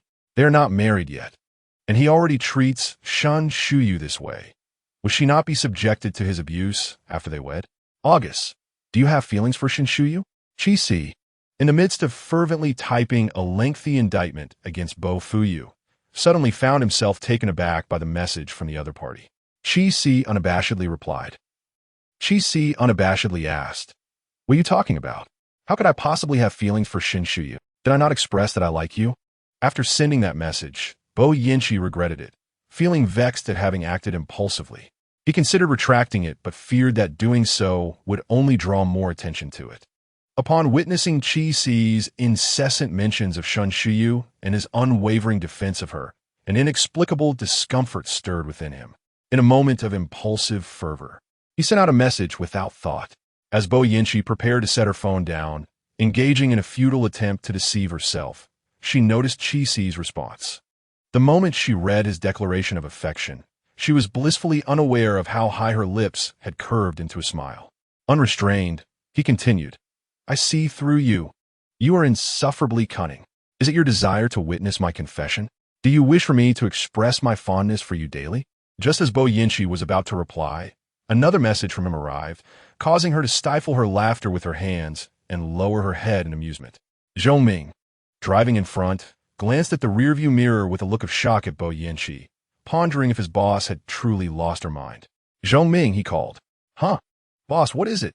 Zhou Ming quickly regained his focus. "To the birthday banquet." "What? To the birthday banquet?" Zhou Ming thought he had misheard. Earlier, when an invitation from the family had arrived, he had specifically inquired if Bo Yinchi wished to attend, to which she had barely glanced at the invitation before instructing him to discard it. Zhou Ming was not surprised. Bo Yinchi typically preferred to distance herself from familial ties, even refusing to attend the elder's birthday celebration. Yet now, she had unexpectedly altered her decision, expressing a desire to partake in the birthday festivities. Had the sun risen from the west? Zhou Ming instinctively glanced outside. Indeed, it was dark. The sun was nowhere to be found. Confirming that Bo Yinchi was not merely speaking in a daze, Zhou Ming promptly turned the vehicle around, hurrying towards the banquet. "August, I have delightful news for you." Unrestrained, "What is it? Are you finally agreeing to date me?" August, refrain from harboring such inappropriate thoughts. Bo Yinchi is attending the birthday banquet. Unrestrained, really? Upon receiving this news, Chi Si stood upright in excitement. Even the breeze from the balcony felt less chilly as he turned, his eyes gleaming with anticipation as he scanned the banquet hall for any sign of Bo Yinchi. He searched the crowd, but found no familiar figure. "Has she arrived yet?" he inquired. "August, soon." Chi Si furrowed his brows, perplexed by the ambiguous meaning of soon. Was she still en route? He sent another message, but it seemed August had become preoccupied and did not respond. The knowledge that Bo Yinchi would attend the banquet ignited a restless fervor in Chi Si's heart. Leaning against the balcony, he frequently glanced towards the entrance. Guests continued to arrive, each appearing as if they might be Bo Yinchi, yet none were. The anticipation was always agonizing. Chi Si was not typically a patient individual. Under normal circumstances, he despised being the one left waiting. Just as his impatience began to peak, a commotion erupted at the entrance. Instinctively, Chi Si turned to look and was met with a familiar face. "August." Chi Si stared in astonishment at the man who had appeared at the door, bewildered by how this individual could possibly be here at such a moment. What unsettled Chi Si even more was the fervent gaze of everyone present, all fixated on him. A flutter of anxiety gripped Chi Si as he sensed he might have misjudged the situation. Chapter 69. The unruly old man. The sudden arrival of Bo Yinchi propelled the gathering into a fervent climax. Chi-Si observed the swarm of business magnates encircling the man, causing him to halt in his tracks. Standing there with a high-stemmed glass in hand, he wore a complex expression as he regarded the man engulfed by the crowd. What was he doing? Lost in thought here. Chi-Si turned to his brother Chi Wang, who took a sip from his glass and gestured towards the man amidst the throng. Aren't you curious about Bo Yinchi? That is Bo Yinchi. Chi Wang's words struck Chi-Si like a hammer to his heart. With a resounding thud, a heavy stone that had been suspended in midair since earlier came crashing down. Chi-Si raised a hand to wipe his face and, unable to contain himself, chuckled softly. Chi Wang, noticing the sound, looked at Chi-Si with confusion. What is so amusing? Chi-Si shook his head. It's nothing, just suddenly found myself quite amusing. Chi Wang raised an eyebrow and couldn't help but laugh. Have you finally realized you're a bit of joker? Chi-Si twitched his mouth in exasperation, gazing at his brother with incredulity. Seriously, just tell me the truth. I must be adopted, right? Chi Wang playfully tapped Chi-Si's head, giving him a pointed glare. It wasn't harsh enough to inflict any real harm, but it was quite embarrassing. At his age, being tapped on the head by his brother in public was quite the disgrace. However, Chi Wang's demeanor suggested that he was indeed not adopted. With one hand in his pocket, Chi-Si gently swirled his glass and asked Chi Wang, "Aren't you going over there?" "Why would I?" Chi Wang retorted. "As far as I know, Master Bo seldom makes appearances at such events. Many wish to curry favor, but seldom get the chance. Such a rare opportunity. Brother, don't you want to forge some connections?" A server passed by with a tray, and Chi Wang waved, exchanging his glass for another drink, also swapping one for Chi-Si. "Let's go." Chi-Si looked at Chi Wang, perplexed. Chi Wang, wearing an expression that suggested he understood Chi-Si's intent, said, "You wanted to meet Bo Yinchi, right? Come on, brother will take you to meet him." Chi-Si thought to decline, yet seeing Chi Wang already moving towards Bo Yinchi, he could only sigh and follow reluctantly. Although Bo Yinchi was engaged in conversation, he quickly caught sight of the child who had been chattering away about a moment ago. Bo Yinchi lifted his gaze, locking eyes with Chi-Si. Chi-Si's body stiffened. Awkward indeed. Bo Yinchi regarded Chi-Si with a bemused smile before promptly adopting a serious demeanor to address Chi Wang. "Master San, I did not expect to encounter you here. What a pleasure." "Director Chi, the pleasure is mine." It is indeed quite astonishing, Chi-Si mused, that despite the overlapping interests of Bo Yinchi's endeavors and the Chi family's enterprises, collaboration had never transpired between the two. In the original text, Bo Fuyu's strategic utilization of the Bo family's resources against the Chi clan was a direct confrontation. Had it not been for Bo Fuyu's connection to Bo Yinchi, it is unlikely that he would have posed a formidable challenge to Chi Wang. However, in a curious turn of events, Bo Yinchi inexplicably delegated her unrelated ventures to Bo Fuyu, thus enabling him to gain the upper hand over Chi Wang. Otherwise, the outcome could have been uncertain. Chi-Si could not help but wonder, adhering to the tropes of melodrama, whether Bo Yinchi was afflicted with a terminal illness, prompting her to bestow all her amassed resources and connections upon Bo Fuyu. Otherwise, such a decision would seem utterly irrational. Chi-Si found it difficult to fathom the rationale behind her actions. As for his previous assumption that Bo Fuyu might be Bo Yinchi's son, that notion was promptly extinguished upon realizing that Bo Yinchi was, in fact, August. Not to mention, Bo Yinchi was only about a decade his senior. While Bo Fuyu was of the same age, even with exceptional talent, it seemed implausible for Bo Yinchi to have borne a child at such a tender age. Moreover, he certainly did not wish for an additional son named Bo Fuyu in the future. While Chi Wang conversed with Bo Yinchi, Chi-Si remained quietly aloof, resembling an emotionless automaton. Bo Yinchi, oblivious to Chi-Si's presence, offered him not a single glance after their initial fleeting exchange. This left Chi-Si feeling rather unsettled. Mistaking someone's identity and then inadvertently disparaging them in front of the actual person was undeniably awkward. Yet after such an extended conversation, it felt rather cruel to feign complete unfamiliarity. Observing Bo Yinchi conclude her discussion with Chi Wang and turn away to engage with others, Without bestowing him even a cursory glance, Chi-Si took a deep breath, suppressing his frustration. Once Bo Yinchi had distanced herself, Chi Wang turned to Chi-Si, who had been trailing beside him. Didn't you want to meet Bo Yinchi? Why did you remain silent just now? Chi-Si offered a nonchalant smile. I was merely concerned about saying something amiss and causing you trouble. Chi Wang raised an eyebrow, intrigued. You actually think that way? It seems you have genuinely matured. The former Chi-Si would never have contemplated such matters. He was always guided by his own whims, indifferent to how his actions might impact others. A rather self-centered individual, indeed. When Chi-Si glanced back to where Bo Yinchi had stood, he discovered she had vanished. Just as he was about to search for her, he felt his phone vibrate in his pocket. Pulling out, he saw a message from Green Bubble. Upon opening it, he found a message from the very person he had just been seeking. August, come to the second floor. Chi-Si instinctively furrowed his brow at the message, puzzled by Bo Yinchi's intentions.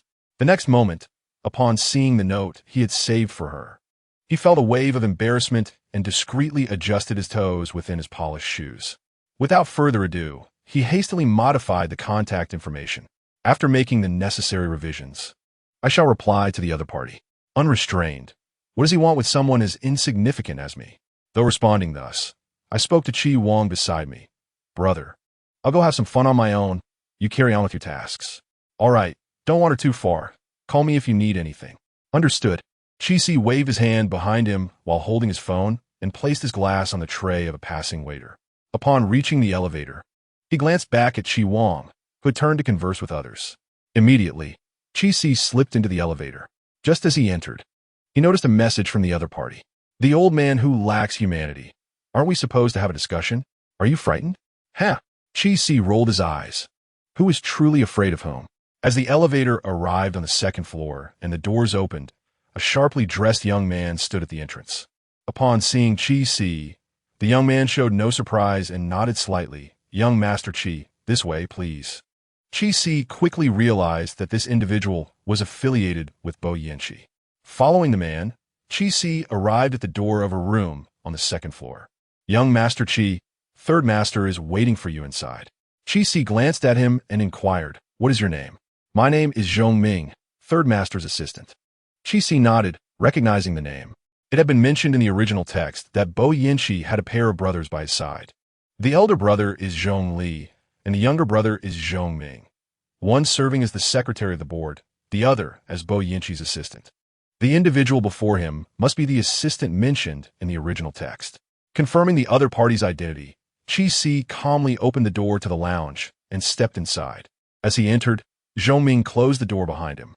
Instinctively, Chi-Si turned back and heard a light laugh emanating from the room.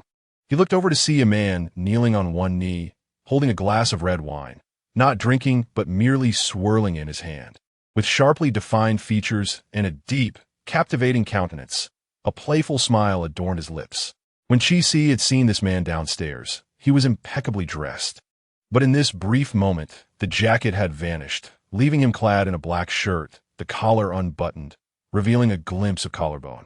Chi-Si found himself involuntarily swallowing. Damn, he is certainly trying to seduce me. Chapter 70. Are you going to push me away? The sound of Chi-Si swallowing was somewhat loud, with only the two of them in the room and the surrounding silence allowing them to hear each other's breathing. That sound of swallowing became particularly pronounced. Chi-Si could hear it all too clearly, and he felt a wave of embarrassment wash over him. Ever since he discovered that the person he had been flirting with all along was Bo Yinchi himself, he had been engulfed in a state of awkwardness. Bo Yinchi raised an eyebrow, set down his wine glass, and gazed at Chi-Si, saying, Aren't you supposed to discuss something with me, young Master Chi? Why have you fallen silent? Chi-Si blinked, fixated on Bo Yinchi's exquisitely chiseled face, unable to suppress another swallow. All right, he admitted it. He was shallow. He was indeed swayed by appearances. Cough, what shall we talk about? About romance, perhaps? He returned the words that Bo Yinchi had hurled at him in the green bubble. Bo Yinchi's smile faltered as he looked at Chi-Si in surprise. Upon meeting Bo Yinchi's gaze, Chi-Si seemed to grasp his meaning, perhaps not expecting such directness. Indeed, Bo Yinchi had not anticipated this. He thought the young man merely engaged in idle banter on his phone, but to his astonishment, he dared to confront him face to face. However, upon reflection, it seemed quite reasonable. The last time at the Shishan racetrack, Bo Yinchi had discerned that this young master of the Qi family was not only a dandy, but also extraordinarily candid. His bluntness surpassed that of anyone he had encountered in M country. August, a native of M country, would at least employ a modicum of subtlety when initiating conversation with his crush, weaving in unrelated topics as a segue. Such finesse was entirely absent in Qi Si. This young master was genuinely spoiled by his brother, recklessly pursuing anyone who caught his eye. He resembled a newly matured lion. One could call it gallantry, or, less charitably, rashness.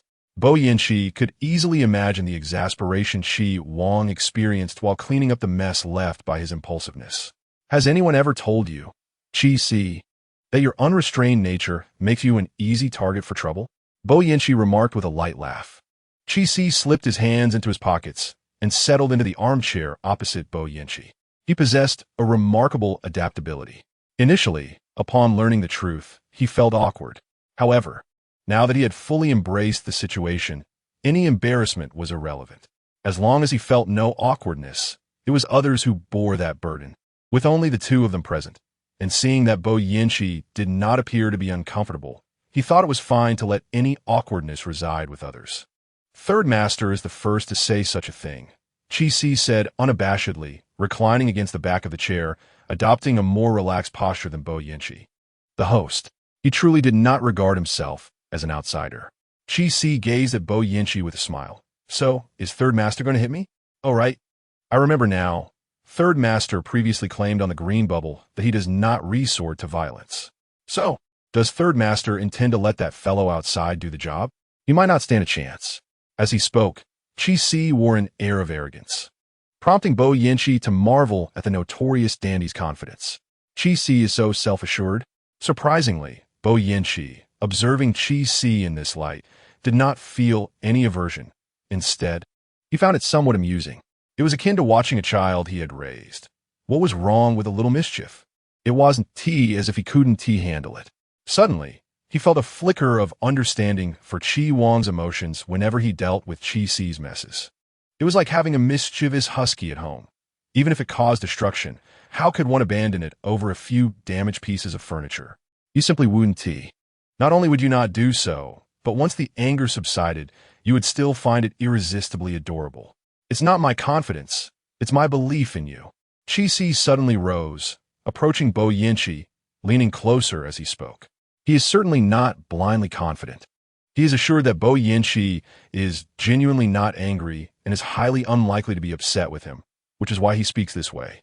After a lifetime of experience, he possesses a certain skill in reading people's expressions.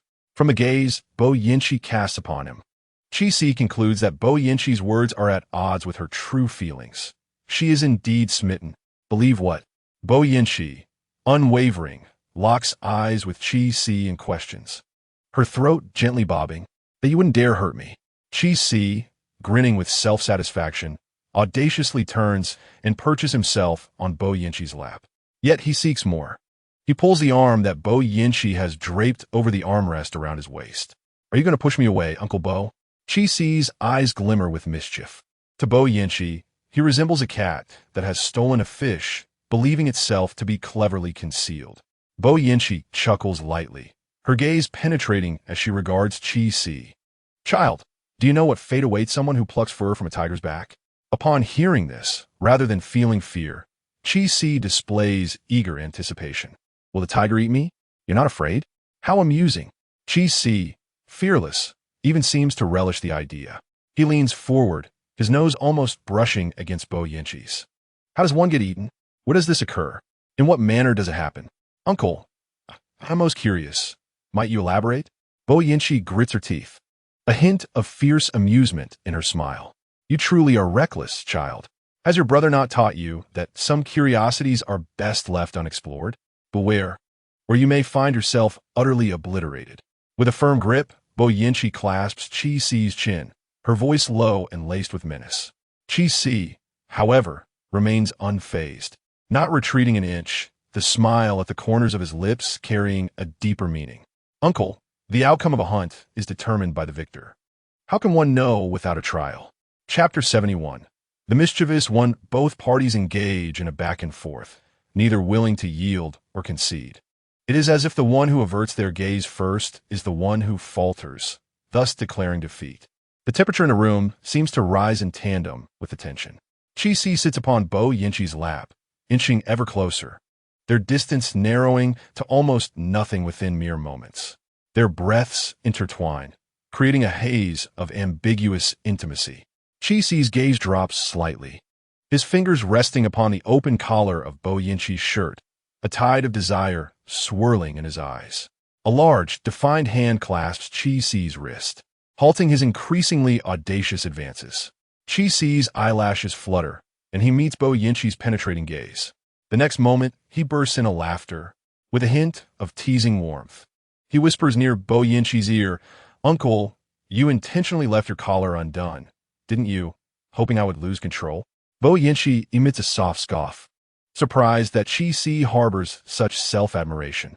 Unfazed by any potential embarrassment, Chi-Si continues to smile alluringly, his tones softening, reminiscent of a lover's gentle whispers.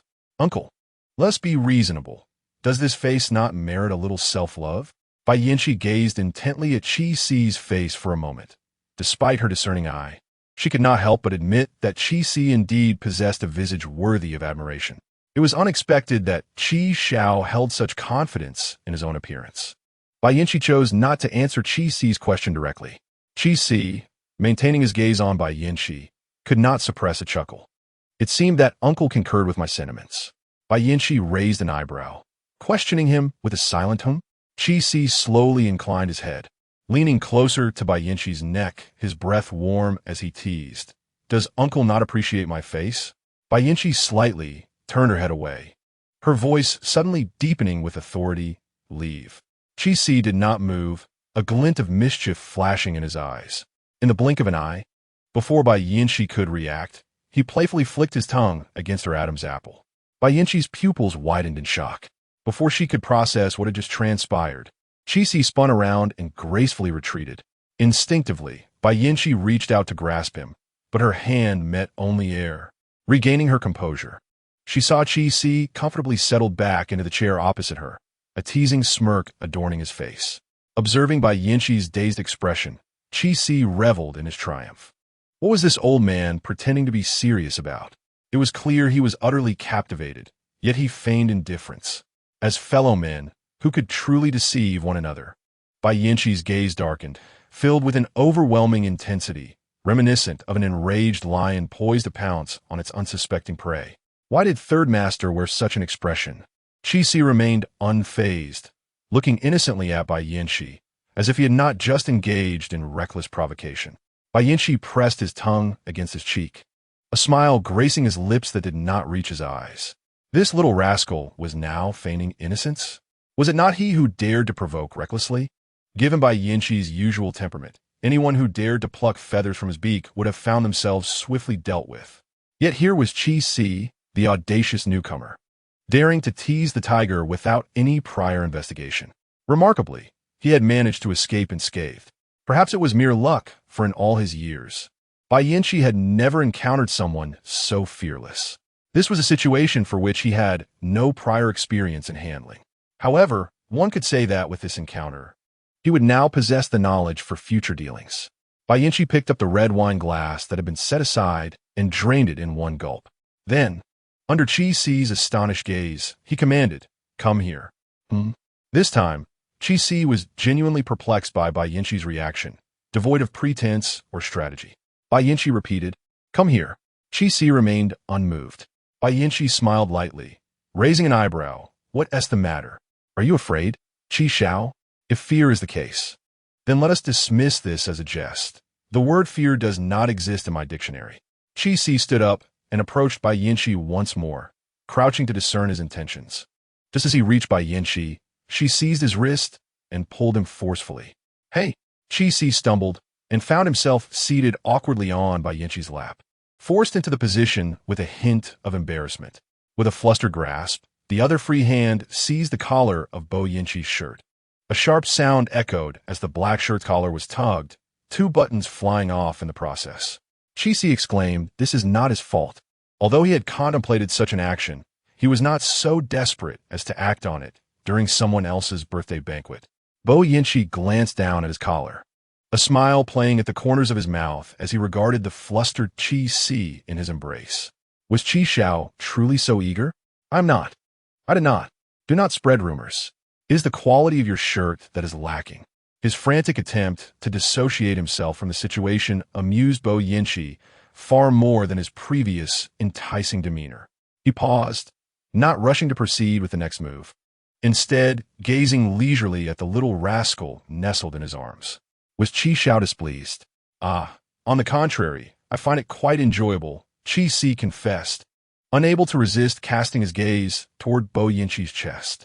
Upon doing so, he could not help but marvel inwardly. Indeed, black is slimming. He had not realized the extent of Bo Yinchi's well-defined chest muscles when he wore a black shirt. A little lower, and he could even glimpse abdominal muscles. Chi-Si, feeling a bit sheepish, touched the corner of his mouth, ensuring he had not genuinely drooled, before letting out a relieved sigh. As he lifted his eyes, he met Bo Yinchi's teasing gaze. Is it appealing? Is Chi Xiao satisfied? Chi-Si awkwardly diverted his gaze, tried to assert it's acceptable, I suppose, nothing extraordinary. Is that so? Then it seems Chi Xiao's physique is even more impressive. Why not let me admire it? Bo Yinchi suggested, reaching out to remove Chi-Si's shirt. Chi-Si was taken aback, quickly raising his hands in protest. Hey, are you out of your mind? Why am I the one who is mad? Is this not what Chi Xiao desires? No, wait. Bo Yinchi, have you forgotten that today is your father's birthday banquet? Chi-Si panicked, attempting to halt Bo Yinchi's advance. While he had indeed flirted with Bo Yinchi, that was merely playful banter. The thought of actually doing something was beyond his courage. His earlier boldness was simply a test of Bo Yinchi's boundaries. He never intended for anything to truly unfold here. Firstly, the time and place were all wrong. Secondly, he lacked experience. At the very least, he needed to return and research how to proceed, to mentally prepare himself.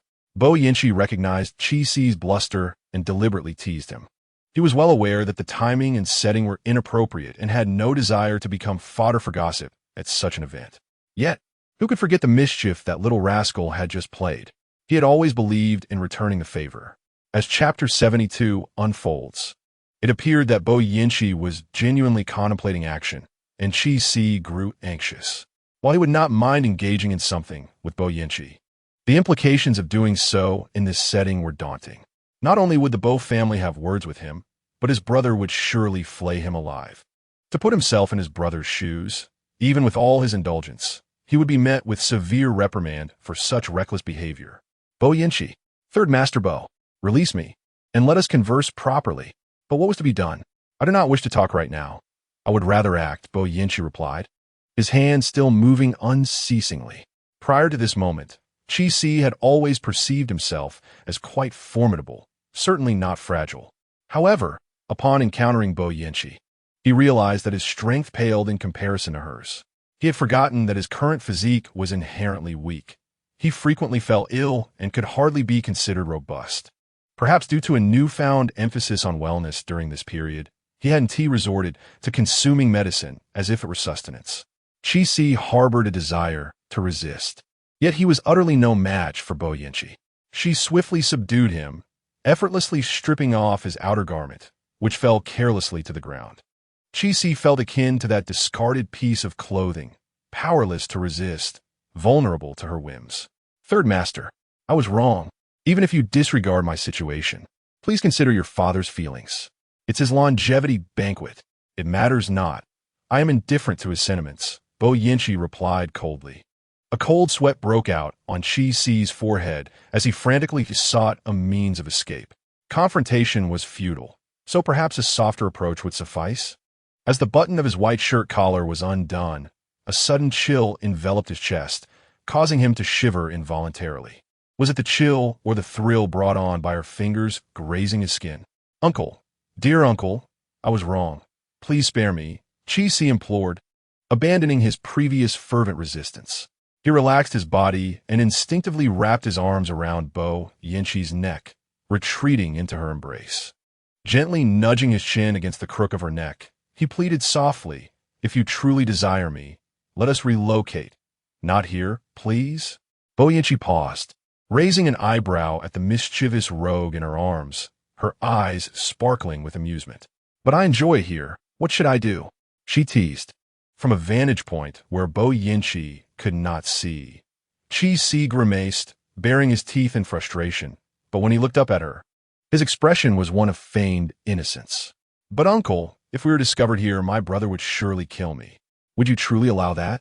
With his naturally striking appearance, he understood how to leverage his looks to his advantage. At that moment, he exaggeratedly widened his bright, round eyes, a glimmer of innocence sparkling within them, appearing even more pitiable than a child. Unbeknownst to him, in that fleeting moment, he inadvertently struck a chord in Boyinchi's heart. Yet, she was Boyinchi. A flutter of emotion did not equate to unrestrained indulgence. Thus, she replied to Chi-Si's incredulous gaze, "With me here, your brother will not harm you. Rest assured." Chi-Si was genuinely taken aback by her words. "But you can't possibly be here forever. I will still be beaten when I return home.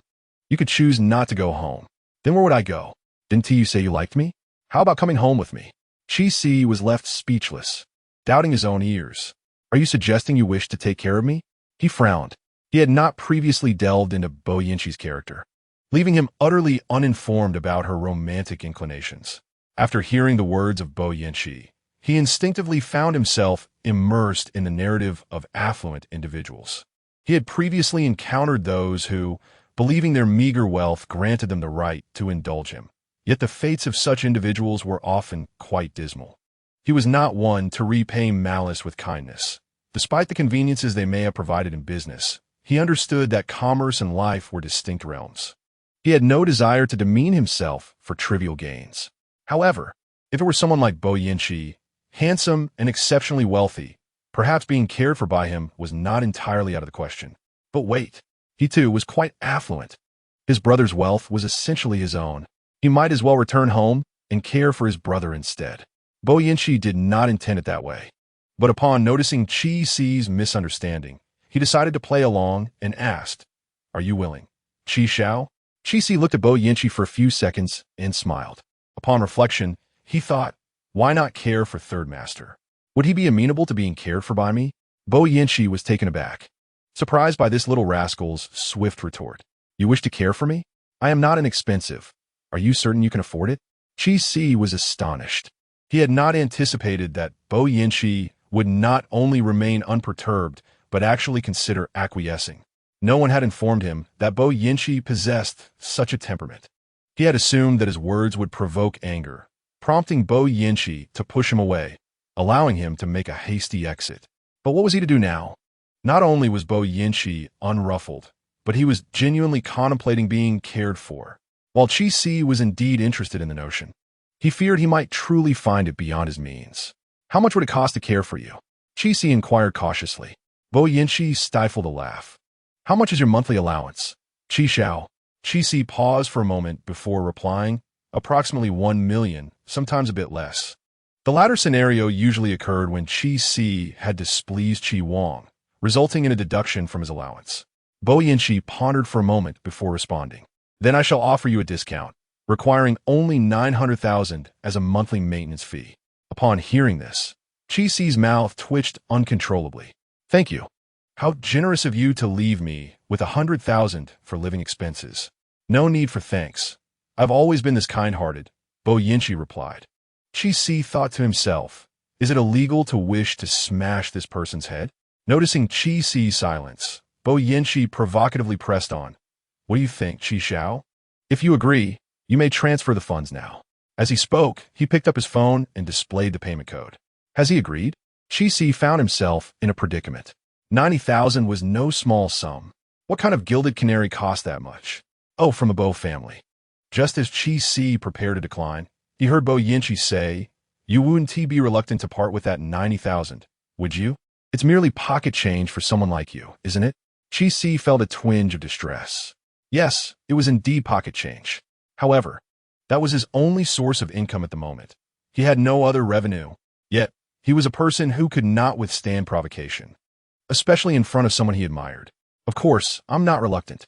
I was merely contemplating a question. What question? Chi furrowed his brow and inquired. If I care for you, does that mean you will have to heed my wishes henceforth? Biao Yinchi pondered for a moment and nodded. Theoretically, this was indeed the case. Chi eyes sparkled with delight. Does this mean that from now on, whenever I message you, you must reply instantly?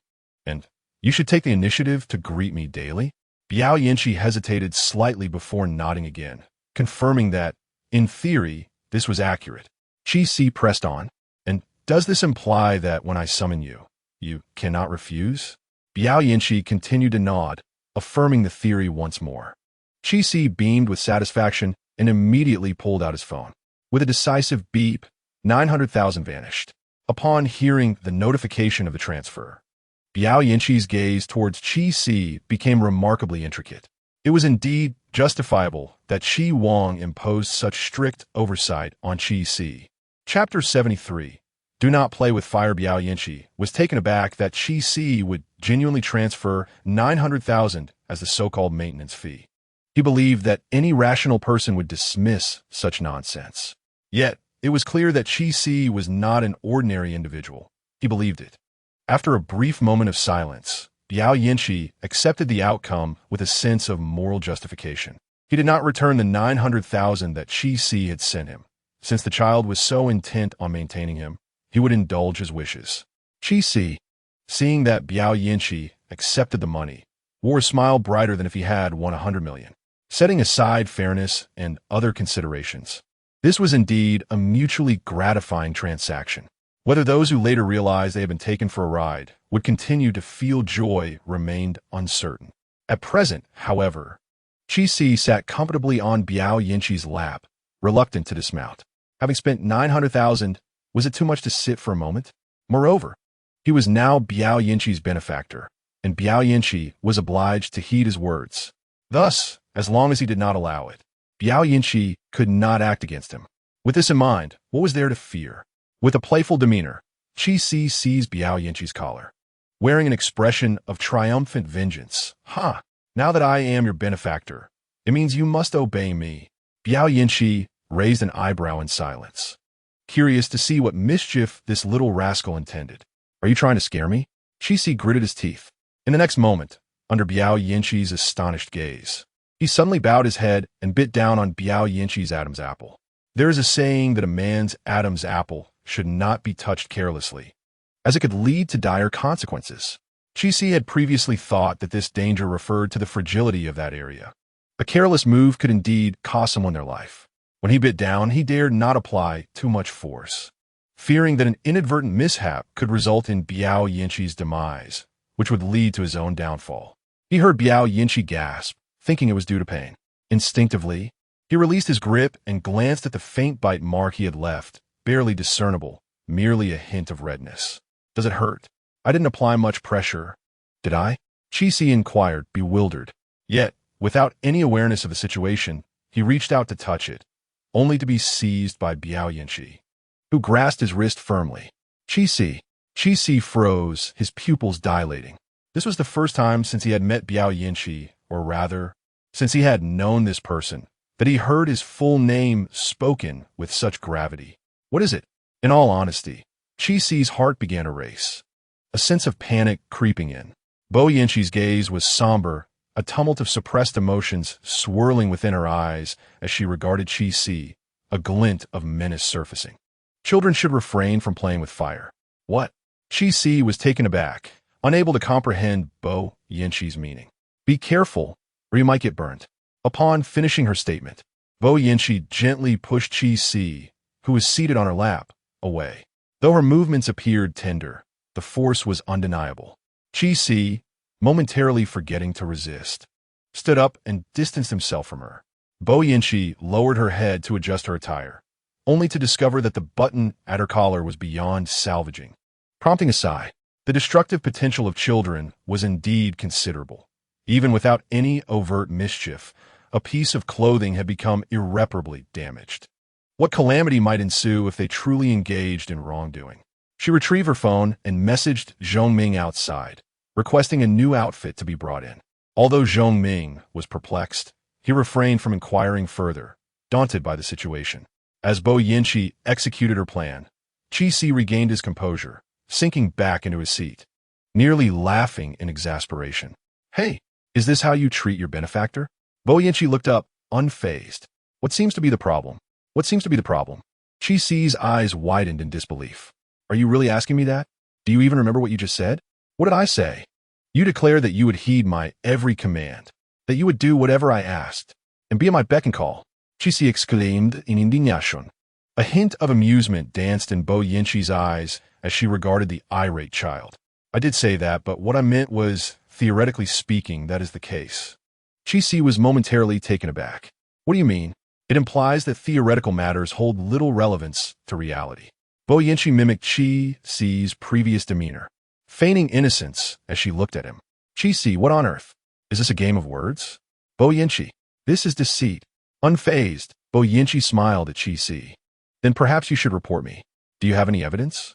Qi Si's eyes widened, his first encounter with Bo Yinchi's audacity dawning upon him. "You." Qi Si seemed genuinely flustered, words failing him.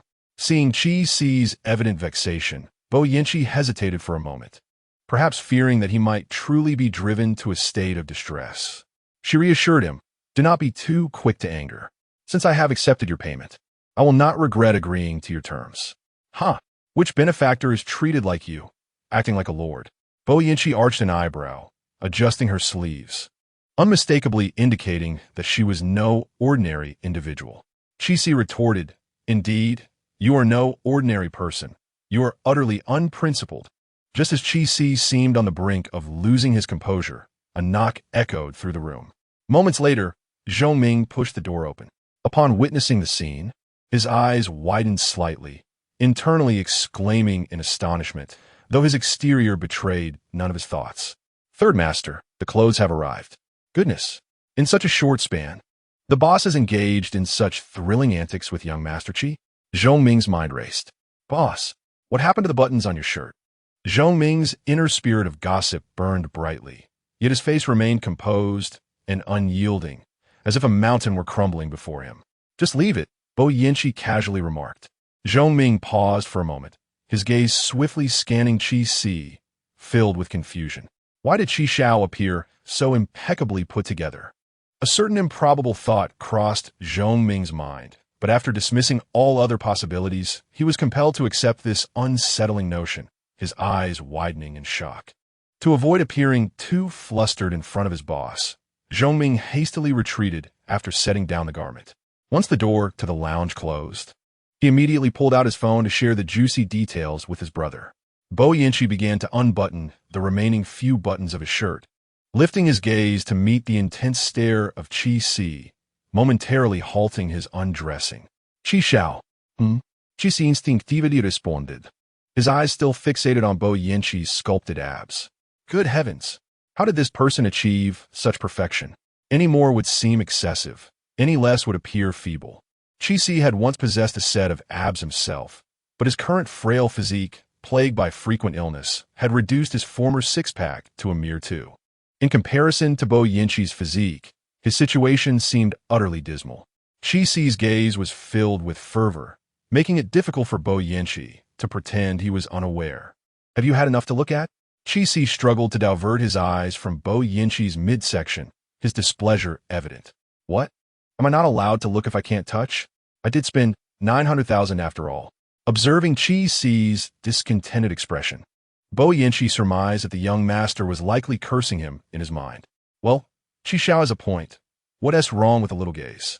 After stating this, Bo Yinchi deliberately began to remove his own clothing in Qi Si's presence, the motions intentionally slow and enticing. During this display, Qi Si swallowed hard several times. As Bo Yinchi's hand rested on his belt, the sound of it being unlatched resonated through the air. Bo Yinchi had expected Qi Si to display greater boldness. However, merely unfastening his belt without even lowering his zipper caused Qi Si's face to flush crimson as he turned away. A low chuckle escaped Bo Yinchi, prompting Qi Si to instinctively rub his ears. From Bo Yinchi's perspective, he could see Qi Si's ears redden, as if they might bleed at any moment. Chapter 74. Will you not look back? The sound of clothing rustling reached Chi Si's ears as he closed his eyes. Unfortunately, without the visual, he could only rely on his imagination, which ran wild. The vivid scenarios conjured in his mind left Chi Si breathless, nearly causing him to embarrass himself in front of Bo Yinchi. To stave off further humiliation, he began silently reciting calming mantras, though with little effect. Chi Xiao, will you not look back? Bo Yinchi's voice suddenly whispered in Chi Si's ear, deliberately lowered, the warmth of his breath brushing against Chi Si's neck, causing him to shudder uncontrollably. In a panic, Chi Si turned around and collided into Bo Yinchi's embrace. Instinctively retreating, his footing faltered amidst the chaos. Bai Yinchi raised his hand to grip Chi Si's waist, steadying his body. It was then that Chi Si realized he had been toyed with by this older man once again.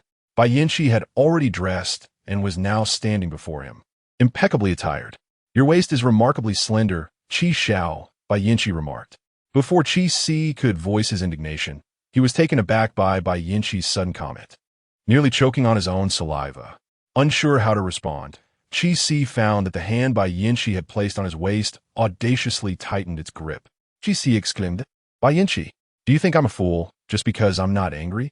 Bai Yinchi looked at him with a hint of confusion. When have I ever thought you were a fool? Normally, such a statement wouldn't provoke Chi Si to this extent.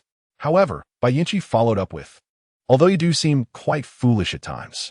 Chi Si felt a lump in his throat, caught between anger and amusement. He pushed Bai Yinchi away and declared, return my money. I'm done with this. Bai Yinchi, observing the furious Chi Si, withdrew his hand and adjusted his sleeves and collar, meeting Chi Si's gaze with an unruffled demeanor. Chi Xiao, hasn't anyone informed you? Once money enters my pocket, it seldom finds its way back out. Chi Si frowned. What is this? Is Master Bai fond of coercive dealings? Bai Yinchi chuckled. Not coercive per se, but are you aware under what circumstances my money might leave my pocket? What circumstances? Chi Si inquired. When it is destined to return double, Bai Yinchi replied, his gaze laden with meaning. Chi Si furrowed his brow, grasping Bai Yinchi's implication. Should he insist on reclaiming the 900,000 today, he would inevitably have to return something of greater value in exchange. You are utterly unreasonable. That money rightfully belongs to me. If my previous anger was mostly feigned, I am genuinely upset now. Since you refuse my support, how can you still take my money? Are you shameless enough to deceive a child?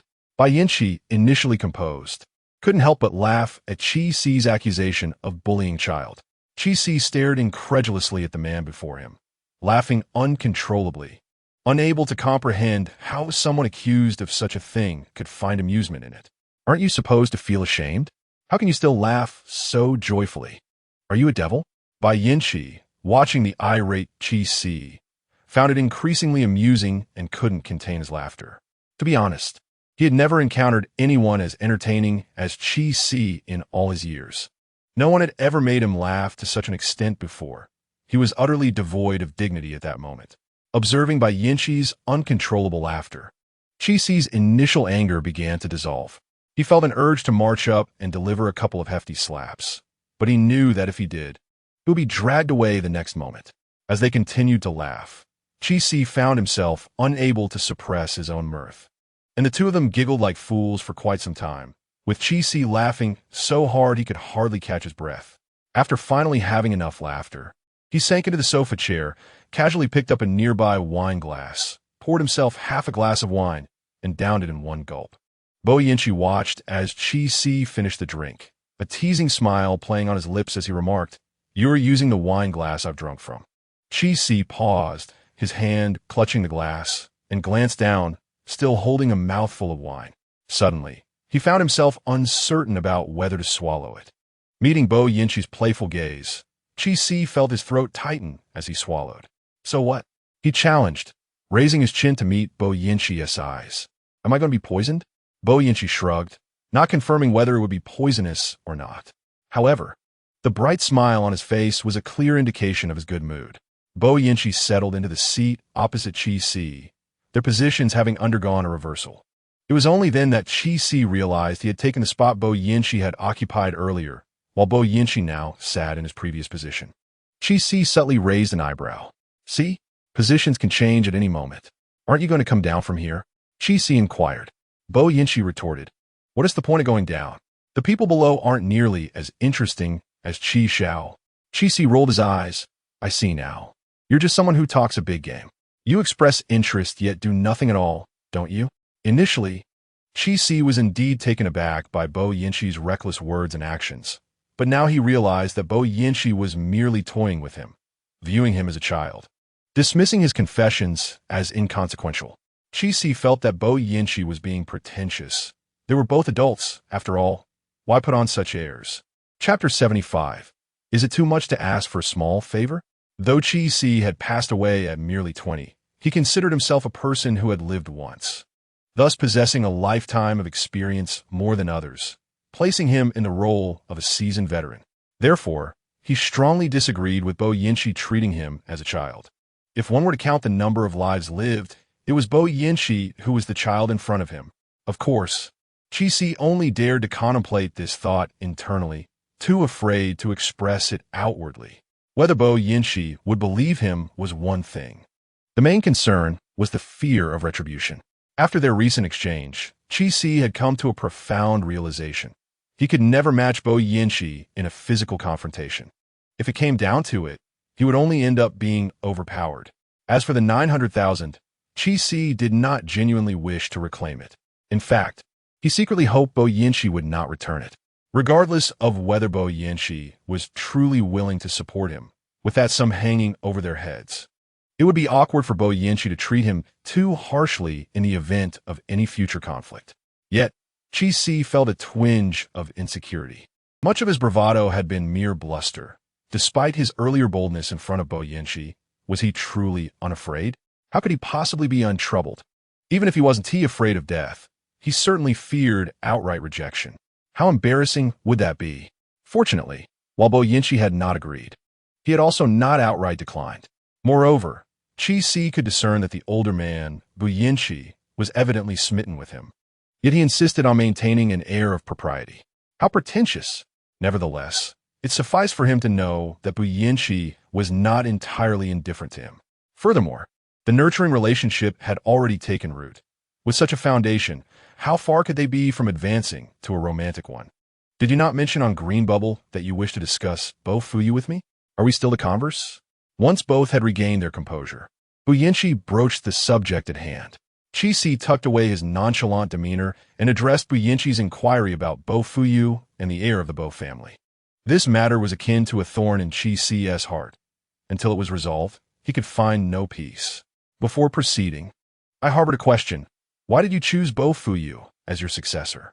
Chi-Si gazed at Bo Yinshi, perplexed. Had he merely been perusing a novel, he would not have posed such a question. What other reason could there be? It was simply a plot contrived by the author, as a character within the narrative. Bo Yinshi's motives for selecting Bo Fuyu were inconsequential. It was the author who dictated such choices. In the realm of fiction, the author serves as the creator of that universe, almost akin to a deity. Yet, now that Chi-Si found himself within this miniature world, he could no longer regard the characters as mere figments of imagination. Each individual possessed their own thoughts and emotions. Even the minor characters, who appeared only fleetingly in the narrative, had their own complete story arcs in this reality, especially after experiencing the brotherly bond that Chi Wang shared with him. Chi-Si could neither dismiss nor wish to disregard the authenticity of this world. It was indeed a genuine realm, a parallel existence, framed by the narrative, yet liberated from its constraints. In response to Chi-Si's inquiry, Bo Yinshi pondered briefly before replying. There isn't any particular reason. It simply happened that I needed someone, and he seemed reasonably suitable. Chi-Si likely anticipated such a response, momentarily taken aback. What do you mean by needing someone? Have you reached an age where you must urgently find a successor? Chi-Si gazed at Bo Yinshi, bewildered. The corners of Bo Yinshi's mouth twitched.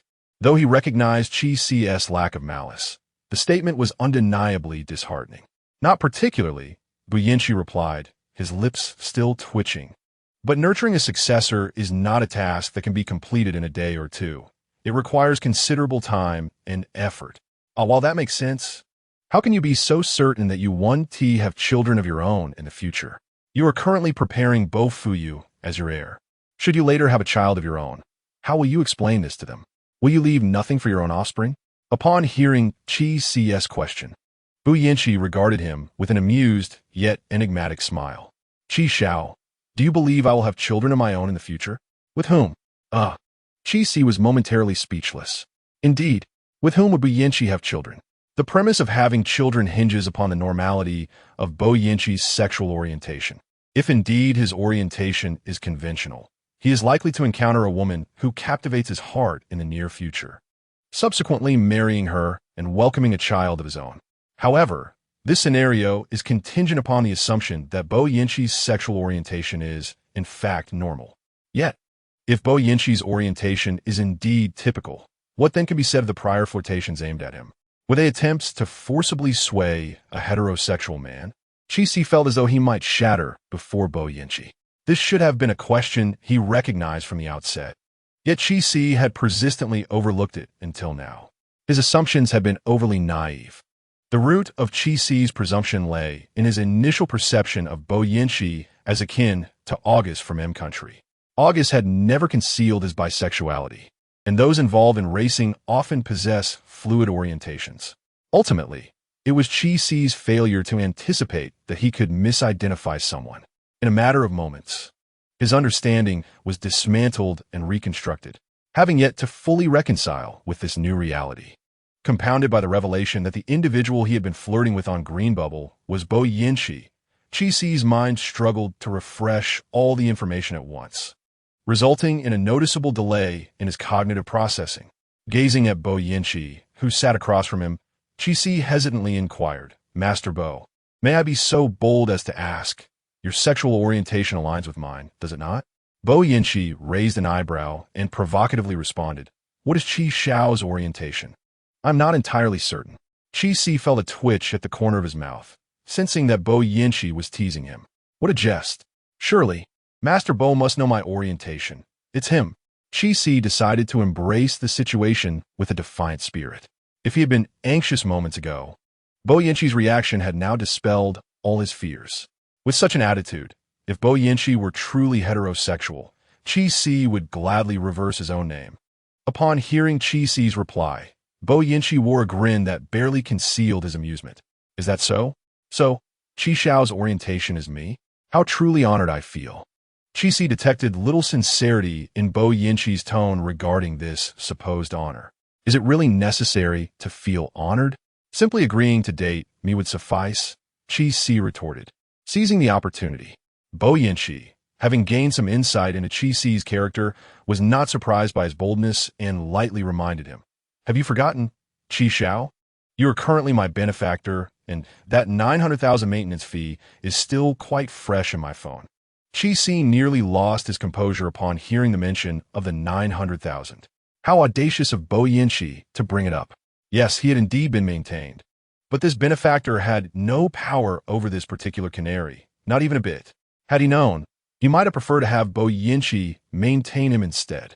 If that is the case, as your benefactor, is it unreasonable to make a modest request? Chi Si's eyes glinted as he shifted the conversation. Do tell, Bo Yinchi replied.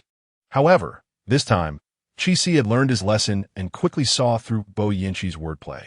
Don't just talk about it, just agree already, Chi Si said, staring incredulously at the now clever child before him.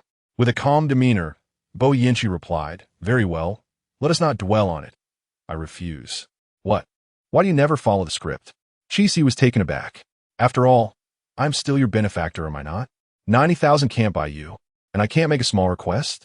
Uncle Bo, do not go too far. The words Uncle Bo were nearly spat out through gritted teeth by Chi Si. Chapter 76. Matters of the Bo family. Bo Yinchi observed Chi Si, whose frustration was palpable, wishing to pounce and bite him in exasperation, and couldn't help but chuckle. He realized that teasing Chi Si was indeed a delightful pastime. Bo Yinchi was not one to bully children, whether dealing with Bo Fuyu or younger kids. He always maintained succinctness, occasionally veering towards acerbic indifference.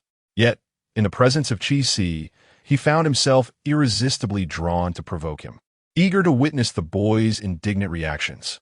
Truly endearing. Noticing that Chi-Si was on the verge of another outburst, Bo Yinchi decided to retreat. I asked you to share your thoughts, yet you refused to do so, insisting I comply instead. Has Chi-Wan not taught you that one should not concede easily at the negotiation table? How am I to know that your demands won't lead to substantial losses for me? Bo Yinchi clasped his hands together before him, regarding Chi-Si with a gaze that was rational to the point of indifference. Chi-Si felt a pang in his chest. He recognized that Bo Yinchi was not the kind of hopelessly naive man, especially given the fervor he had displayed previously when flirting with him. Thus, the man's emotional intelligence and responsiveness in matters of the heart hinged upon his desire to please rather than mere capability. Ah, this old man is quite cunning. Chi-Si inhaled deeply, striving for composure. He needed to shift from the flirtatious banter to the seriousness of the negotiation. You think ill of me, but though I may not be a saint, I would not betray you in this situation. Chi-Si's demeanor shifted to earnestness as he regarded Bo Yinchi with sincerity. Moreover, considering your prowess, if I truly dared to deceive you, I doubt I would leave this room unscathed. What do you think, sir? With his sudden seriousness, Chi-Si exuded an aura that rivaled Bo Yinchi's, prompting the latter to regard him with an even deeper, more inquisitive gaze. Young Master Chi is quite perceptive. However, I was merely teasing you earlier, Bo Yinchi replied with a smile. Chi-Si felt a twitch at his temple, suppressing the urge to strike back, and retorted with a smile, You are indeed quite humorous. So does this mean you are acquiescing to my request? Please, young Master Chi, do elaborate. Bo Yinchi maintained his ambiguous stance regarding his agreement. Observing Bo Yinchi's ambivalence, Chi-Si gritted his teeth, realizing that pressing further would render his request moot. My request is rather simple. I merely hope that you will reconsider the candidate for succession. Oh, and who does young Master Chi wish for me to select? Bo Yinchi appeared unfazed by Chi-Si's proposition, as if he had anticipated it all along. Chi-Si replied, The choice is yours, as long as the individual is not Bo Fuyu. Chi-Si had little understanding of the other members of the Bo family, as the original text did not provide a detailed portrayal. It merely stated that the Bo family harbored numerous illegitimate children, and the relationships among the direct line were exceedingly convoluted. It was mentioned that Bo Yinchi's father, in his youth, led a life of extravagance. Already married, yet continuously engaging with mistresses. He had married thrice, and Bo Yinchi was the offspring of his final wife. The exact number of illegitimate children outside the marriage was likely unknown even to Bo Yinchi's father. As a result, Bo Yinchi's relationship with his family was quite strained, and he was at odds with his elder siblings. Born of a different mother and raised in such an affluent family, the notion of brotherly love was overshadowed by their obsession with inheritance. Their rivalry was not solely directed at Bo Yinchi. All relatives bearing the Bo surname with inheritance rights were embroiled in ceaseless conflict. Chi-Si contemplated this and likened it to the practice of raising poison insects, where all participants engaged in mutual strife, with the victor claiming the ultimate inheritance, becoming the king of the insects. However, among them emerged an anomaly, Bo Yinchi, who was utterly disinterested in contending with the Bo family. Upon reflecting on the original text, Chi-Si noted that it did not elaborate on the reasons behind Bo Yinchi's aversion to the Bo family, but he speculated it might relate to the death of his mother. Bo Yinchi's mother had taken her own life when he was merely 10 years old. Following her demise, he was sent abroad by the then-adult eldest son of the Bo family. Chi-Si believed that this elder brother's intention was for Bo Yinchi to quietly perish overseas, thereby eliminating a rival for inheritance. To his surprise, the 10-year-old Bo Yinchi not only survived abroad, but returned as a formidable force in adulthood, establishing his own power that rivaled the Bo family. Upon witnessing Bo Yinchi's return as a formidable presence, the eldest brother was both astonished and enraged, leading to his own stroke from stress. This incident became a source of derision within elite circles, especially since their father remained vigorous and youthful, surrounded by a succession of young models, while his eldest son lay incapacitated. Consequently, The main branch of the family lost its competitiveness in the struggle for inheritance. Many doubted that the eldest brother truly suffered a stroke from anger, suspecting that Bo Yinshi's return had precipitated his condition, a belief even held by those from the main branch. After perusing the original text, Chi-Si felt a sense of sympathy for Bo Yinshi, who had yet to take action before being unjustly burdened with blame. Bo Yinshi undoubtedly harbored a profound disdain for the Bo family. Yet he regarded Bo Fuyu with a unique perspective, repeatedly compromising his own boundaries for Bo Fuyu in the original text. Chi-Si found this perplexing. Chapter 77. Let us choose a successor. Bo Yinshi inquired of Chi-Si with curiosity. Why are you so opposed to my selecting Bo Fuyu? Do you harbor a dislike for him? Chi-Si countered with intrigue. I am equally curious as to why Third Master insists on choosing Bo Fuyu. Do you hold a particular fondness for him? The two individuals gazed at each other for an extended period, seemingly compelled to elicit a satisfactory response from one another. As moments ticked by, just when Chi-Si presumed that Bo Yinshi would remain silent, he heard her voice, stating, I can't say I like him much. He merely appears somewhat pleasing to the eye. In Bo Yinshi's perspective, it mattered little who ultimately inherited the Bo family estate, as long as that individual remained under her influence. She had simply chosen someone who seemed relatively agreeable. However, she had recently noticed that Bo Fuyu presented himself differently in her presence compared to how he behaved around others. It was evident that he was concealing his true self from her. Bo Yinshi was not particularly surprised by this. Everyone tends to wear a mask. Bo Fuyu, wishing to gain more favor from her, needed to find ways to earn her approval. One of the means to achieve this was to become a successor that met her expectations. Thus, Bo Fuyu's facade in her presence was not a matter of chance, but rather an inevitability. The distinction lay in the extent of his pretense. She could tolerate his masquerade, but she could not accept any concealment or deception regarding significant matters. Even without Chi-Si's reminder, Bo Yinshi had already perceived issues with Bo Fuyu through previous live broadcasts.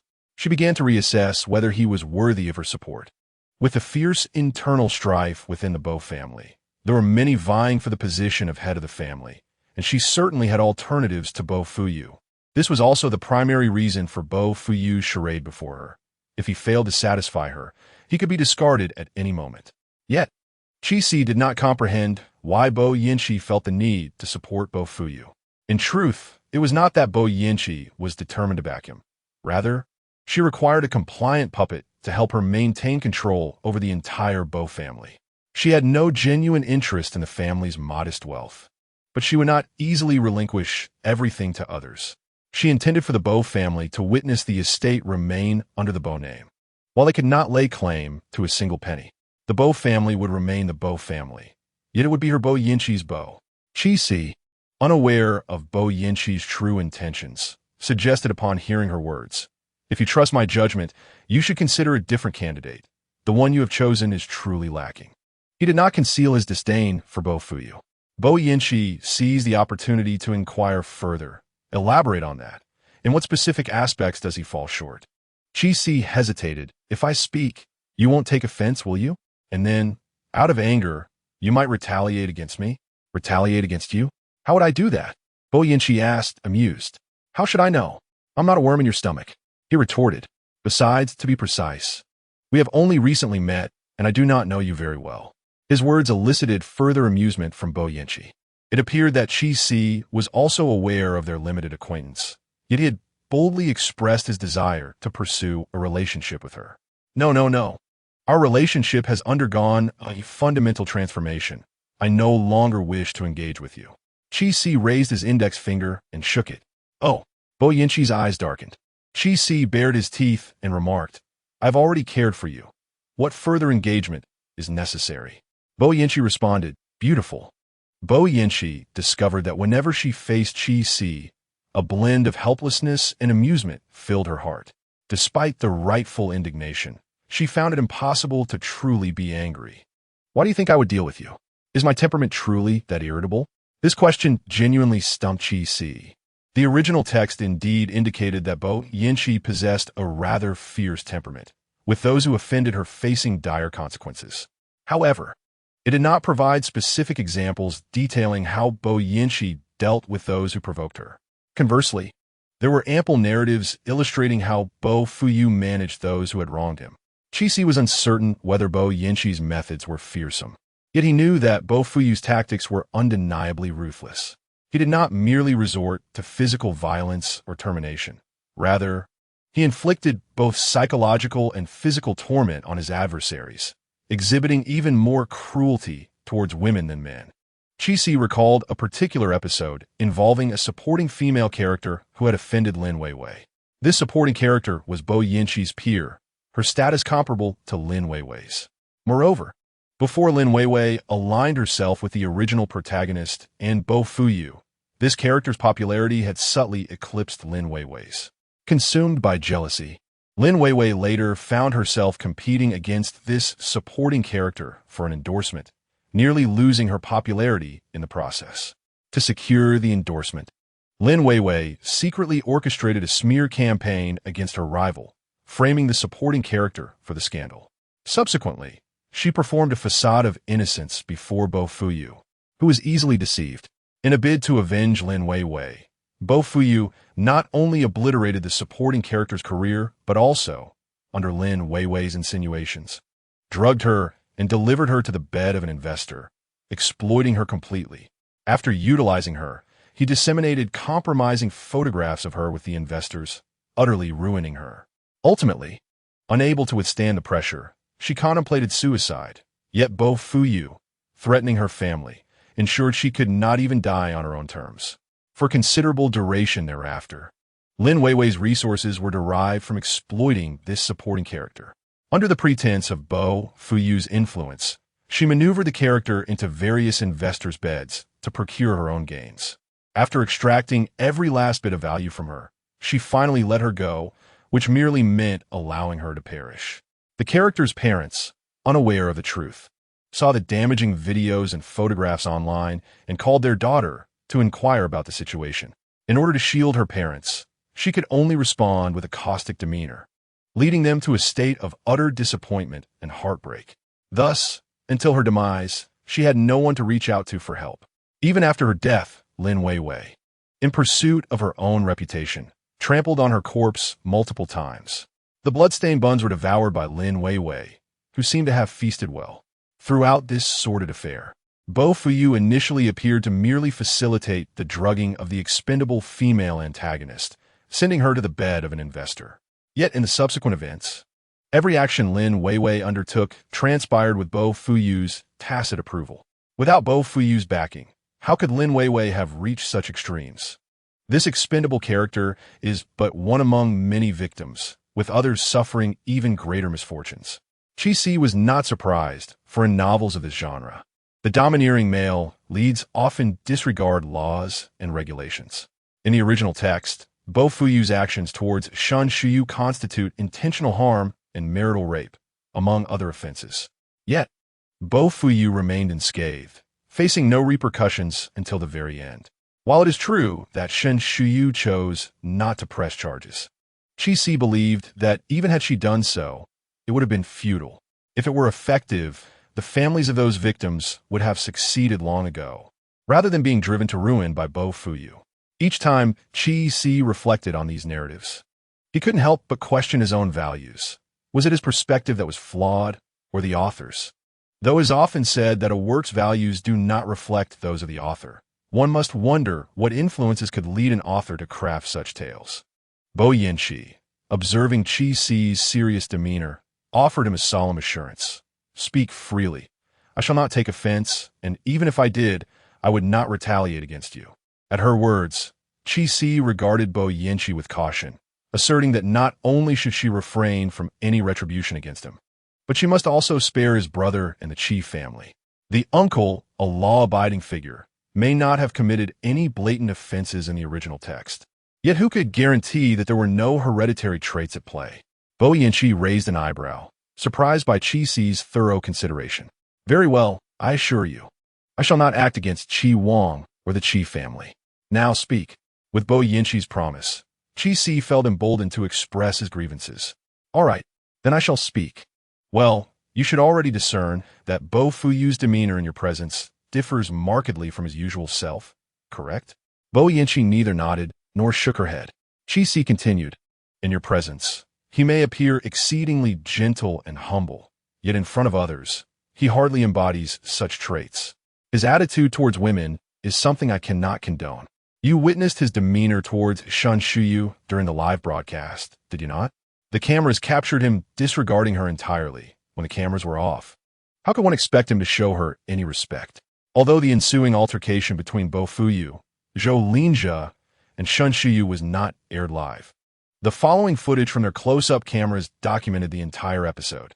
Upon returning, Qi specifically sought out Qianchong to obtain that original video segment. Initially reluctant, Qianchong eventually succumbed to Qi's pressure by invoking his brother's name. Xiang Qianchong, who already owed Qi Wang a favor, was apprehensive about the situation, especially since the entertainment industry can be rather unscrupulous. He feared that Qi Wang might genuinely become upset. Thus, he ultimately decided to hand over the video to Qi, albeit with a firm admonition to refrain from sharing it indiscriminately. Qi swiftly acquiesced, only to promptly forget Xiang Qianchong's caution. Whether this matter would become public hinged on the attitudes of Bo Fuyu and the Bo family. At that moment, Qi unhesitatingly retrieved the video and played it in front of Bo Yanqi. After viewing it, Bo Yanqi gazed at Qi with an inscrutable expression and inquired, "Third Master, having watched this segment, what are your thoughts?" Bo Yanqi's attention was fixated on the screen of Qi's phone, his eyes darkening. Qi could not discern if he was angry or simply indifferent. Nonetheless, it mattered little. Bo Yanqi had assured him that any ire would not be directed towards him or his brother. Thus, Qi felt free to disregard Bo Yanqi's feelings. "Third Master, I have another question. I've heard that the Bo family and the Shun family are contemplating a marriage alliance. This union is presumably intended to solidify the Bo family's position for the next heir, correct? What is the causal relationship here? Must the union necessarily involve Bo Fuyu?"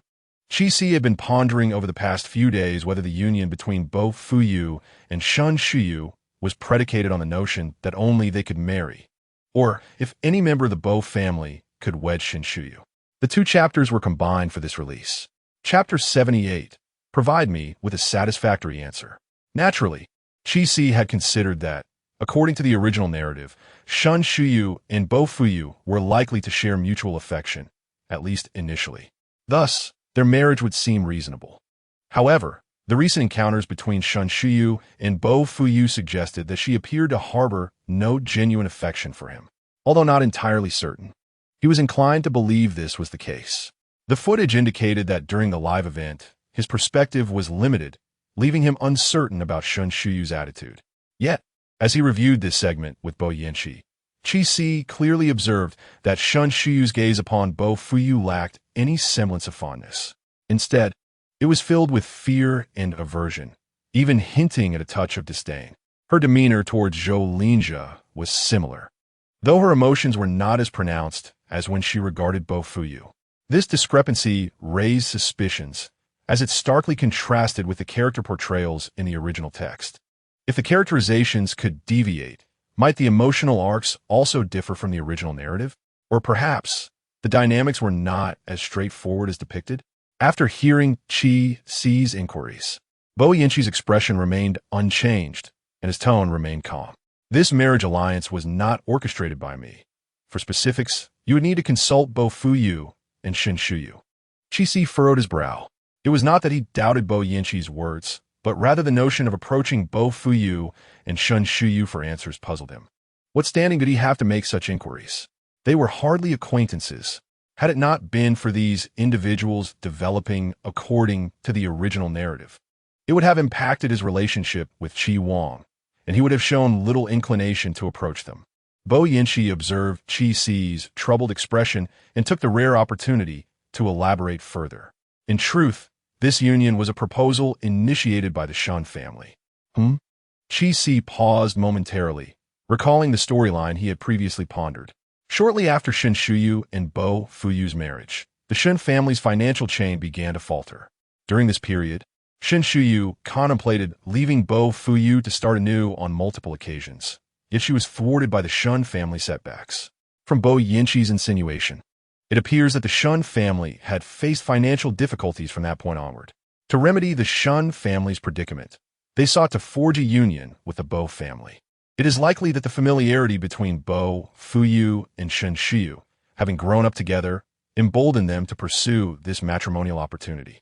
Given the current strength of the Bo family, they truly do not require such a union to solidify their status. Thus, Chi-Si's suspicions were further confirmed. It seems Shun Shiyu was not particularly keen on marrying Bo Fuyu.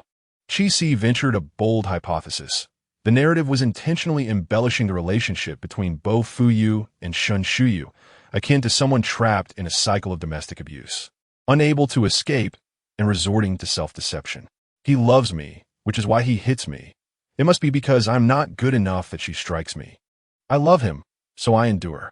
The author appeared to be glorifying such a relationship, subtly altering the perceptions of some female readers.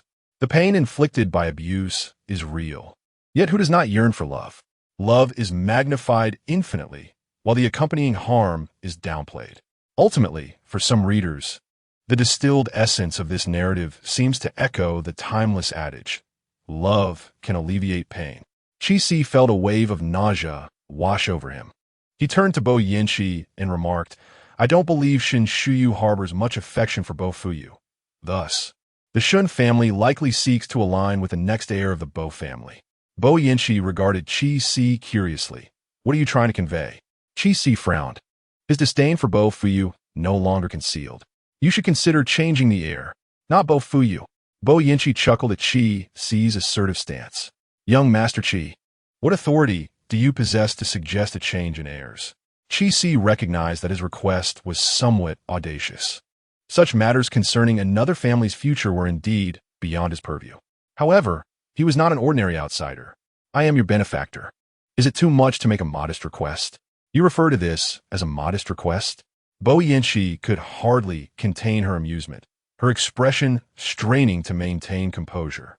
Chi-Si scratched his nose, feeling a twinge of guilt. Well, it's not that unreasonable, is it? I genuinely believe Bo Fuyu is not a suitable successor. Are you not concerned he might ruin the hard-earned enterprises you've built? Bo Yanxi gazed at Chi-Si with profound intent and replied, How can you be so certain that I will entrust my enterprises to Bo Fuyu in the future? You mentioned earlier that I might marry and have children.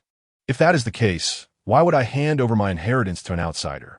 Chi-Si found himself momentarily speechless by Bo Yanxi's retort. Indeed, should Bo Yanxi eventually marry and bear children, her current inheritance would be entirely unrelated to Bo Fuyu. Consequently, the affairs between the Bo family and the Shun family would no longer concern Bo Yanxi.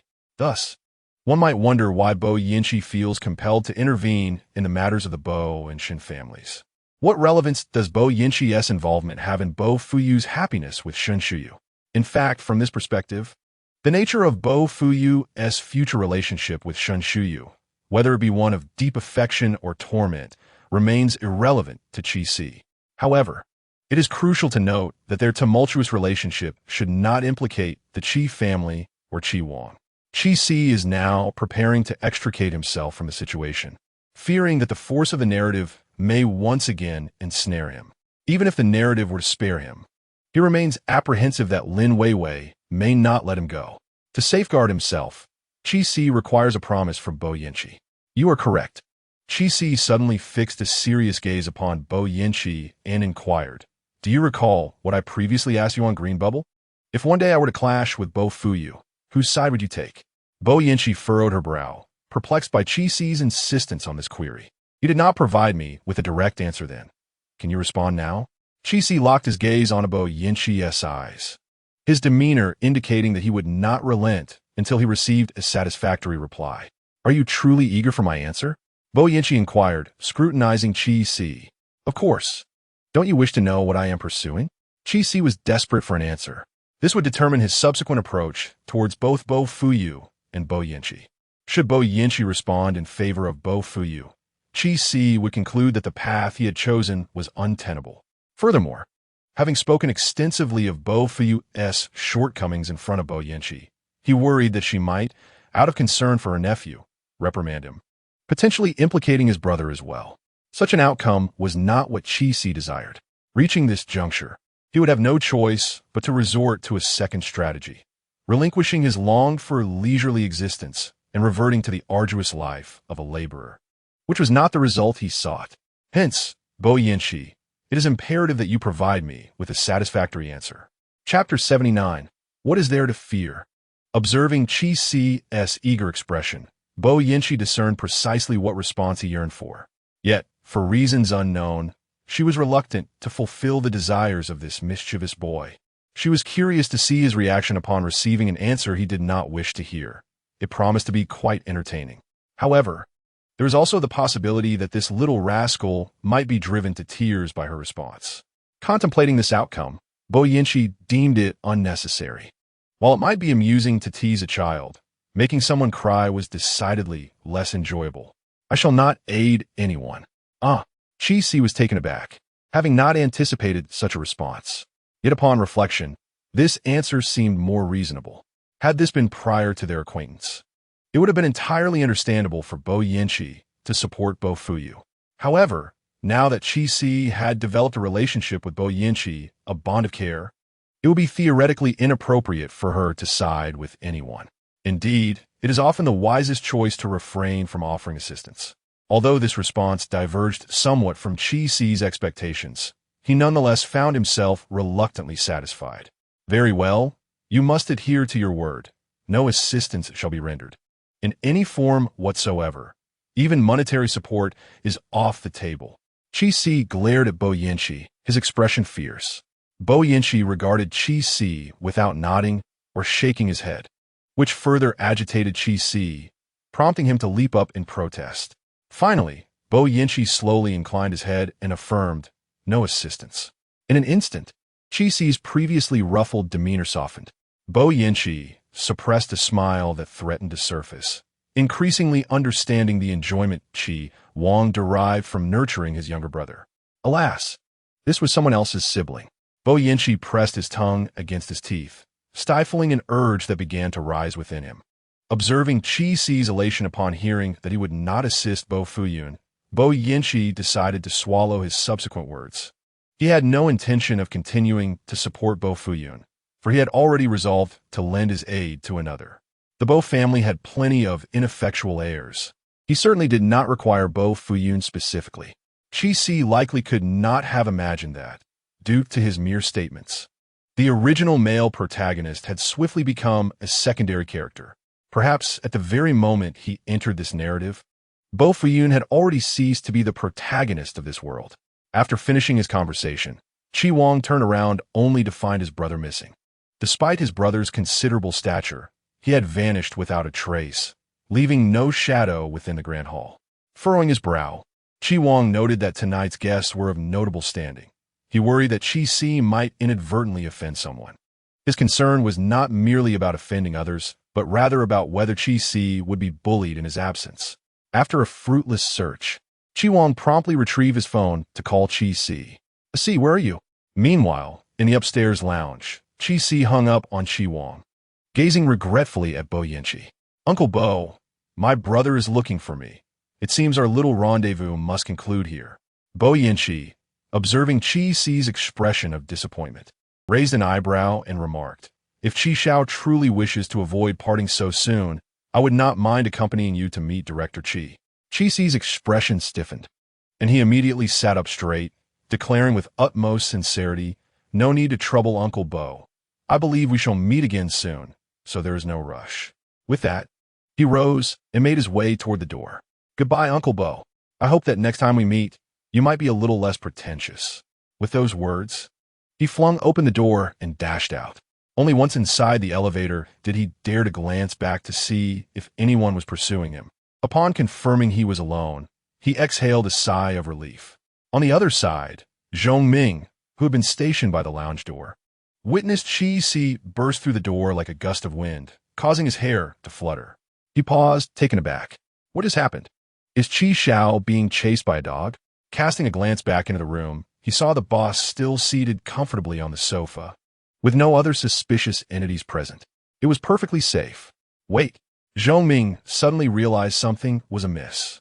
The position of the boss has shifted. If memory serves me right, that spot should belong to Chi Xiao. Zhong Ming's imagination began to stir once more. What are you daydreaming about?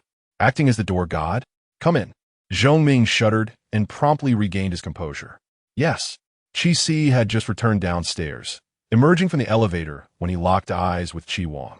A pang of unease struck Qi Si's heart inexplicably. Brother. Qi Wang frowned at Qi Si. Did you go upstairs? Qi Si rapidly concocted a reason in his mind. I was curious, so I went up to take a look. This is the territory of the Bo family. You shouldn't wander around aimlessly. Did you encounter anyone upstairs? No, Qi Si said, scratching his nose, avoiding Qi Wang's gaze. Who said you didn't meet anyone? Not only did you meet someone, but you also took care of them. However, he dared not share this with Qi Wang. If Qi Wang were to become furious and withhold his allowance next month, how would he afford to take care of Bo Yanqi? That exquisite canary would require him to toil for years to gather enough for her upkeep. Hearing Qi Si's response, Qi Wang harbored no suspicion. Stay close to me and don't wander. Oh, Qi Si obediently followed behind Qi Wang, serving as a good luck charm.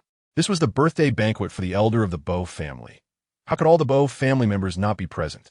Naturally, Bo Fuyu, the most scrutinized child of the Bo family, would not be absent, as Qi Si trailed closely behind Qi Wang.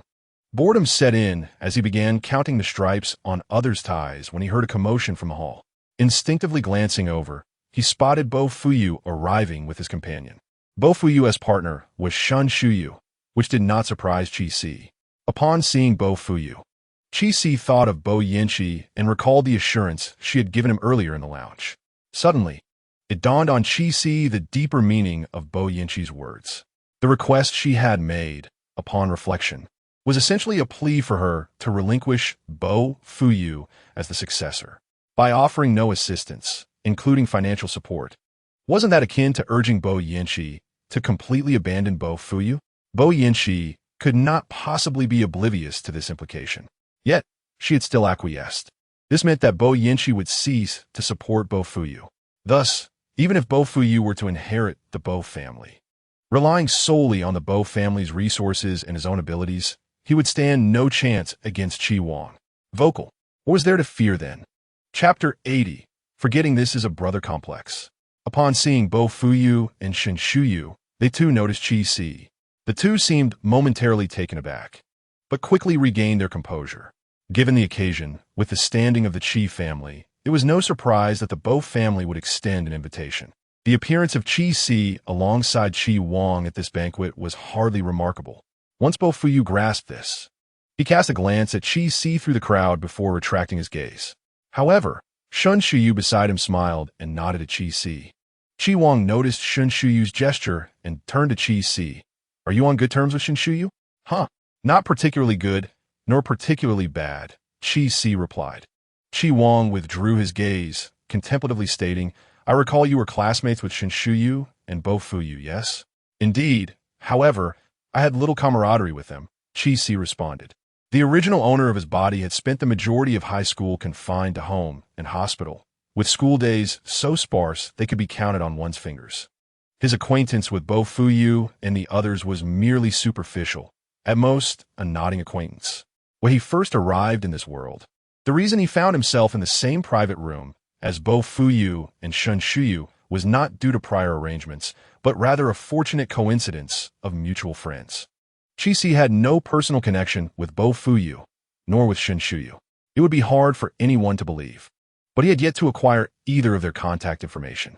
After listening to Qi Si's response, Qi Wang refrained from further inquiries, merely observing the two individuals, who appear to be together, yet emotionally distant. Since you are not well acquainted, there seems to be no need to greet them, does there? Qi Si looked at Qi Wang in surprise. Brother, you aren't going to say hello either? Qi Wang cast a glance at Bo Fuyu, one that clearly indicated his disregard. Not necessary. Seeing Qi Wang's arrogant demeanor, Qi Si found it difficult not to admire him.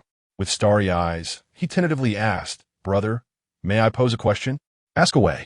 If, hypothetically speaking, I were to get into a fight with Bo Fuyu one day, would you be upset with me? Qi Si inquired cautiously. Qi Wang immediately furrowed his brow, causing Qi Si's heart to sink, fearing a reprimand. To his surprise, Qi Wang asked, Has Bo Fuyu been bullying you? Huh. Chi Si was momentarily taken aback, feeling a mix of amusement and exasperation. He had indeed overthought the situation. How could he forget that Chi Wang was fiercely protective of him? Not yet, but I can't be sure about the future, Chi Si replied candidly. Chi Wang looked at Chi Si with confusion, not comprehending the implication. What do you mean by uncertain in the future? Chi Si, are you hiding something from me? Chi Wang's eyes narrowed dangerously as he stared at Chi Si. Feeling a tightening in his chest, Chi Si laughed nervously. Brother, what are you talking about? How could I hide anything from you? After all, there had been some conflict between him and Bo Fuyu on the previous show. He couldn't predict whether Bo Fuyu would hold a grudge against him. Really? Chi Wang's eyes remained narrowed, clearly unconvinced by this explanation. Brother, you don't trust me? Chi Si's eyes widened in disbelief as he gazed at Chi Wang. What a masterful reversal of blame. Chi Wang was well aware that Chi Si was deliberately trying to divert attention. Had it been anyone else, he would have kicked them out without a second thought. I do not distrust you. I am merely concerned for your safety and wish to clarify matters. Chi Wang softened his tone, relieved by his brother's change in demeanor. Chi Si sighed inwardly. His brother was exceedingly perceptive, which was somewhat intimidating. It's nothing serious, just a disagreement I had with him during the show. I shall return to show you the video, and you will comprehend the situation. Currently, the video in Chi Si's possession has only been shown to Bo Yinchi, and Chi Wang is only aware of the events that transpired during the live broadcast. He has yet to inquire with Qian Chong about matters that occurred off camera. Upon hearing this, Chi Wang's gaze darkened slightly. Very well, he replied, his tone deceptively calm, though there was a hint of hostility in his eyes directed towards Bo Fuyu. His brother was Chi Wang's sole Achilles heel. Anyone who dared to harm him would face dire consequences. While Chi Si conversed with Chi Wang, a throng of people had already gathered around Bo Fuyu. Unable to contain himself, Chi Si remarked to Chi Wang, "These individuals are currently preoccupied with ingratiating themselves to Bo Fuyu. Are they not afraid that he may ultimately prove to be no heir at all?" Chi Wang, upon hearing Chi Si's words, cast a profound glance in his direction. "How can you be so certain he will not be the next successor?" Chi Si candidly responded, "I cannot say for certain. My conclusion is merely based on my understanding of Bo Fuyu. If he truly inherits the Bo family, then, brother, I would not be surprised if he were to annex the Bo family." Chi Si looked at Chi Wang, exuding confidence that even surpassed Chi Wang's own. This unwavering faith from his younger brother instilled within Chi Wang an unparalleled sense of self-assurance. Nevertheless, it was undeniable that Bo Fuyu was indeed the most exceptional among the Bo family. Entrusting the family to other descendants would likely lead to its swift decline. Chi Wang remained grounded, not allowing Chi Si's flattery to cloud his judgment. Esteemed gentlemen, speaking ill of others on their own turf is rather ill-advised. Wouldn't you agree? Suddenly, a somewhat familiar voice interrupted the brothers' conversation. Chi Si and Chi Wang exchanged startled glances and turned in unison to see who had spoken. "What brings you here?" Chi Si inquired, astonished upon recognizing the visitor. Xiao Chou grinned at Chi Si. "Ah, Chi Xiao, it has been quite some time. I have my own means of gaining entry." Chi Si was not particularly shocked to see Xiao Chou at the Bo family's patriarch's birthday celebration. Although Xiao Chou was not well regarded within the Xiao family, he managed to navigate the circles of affluent heirs with relative ease.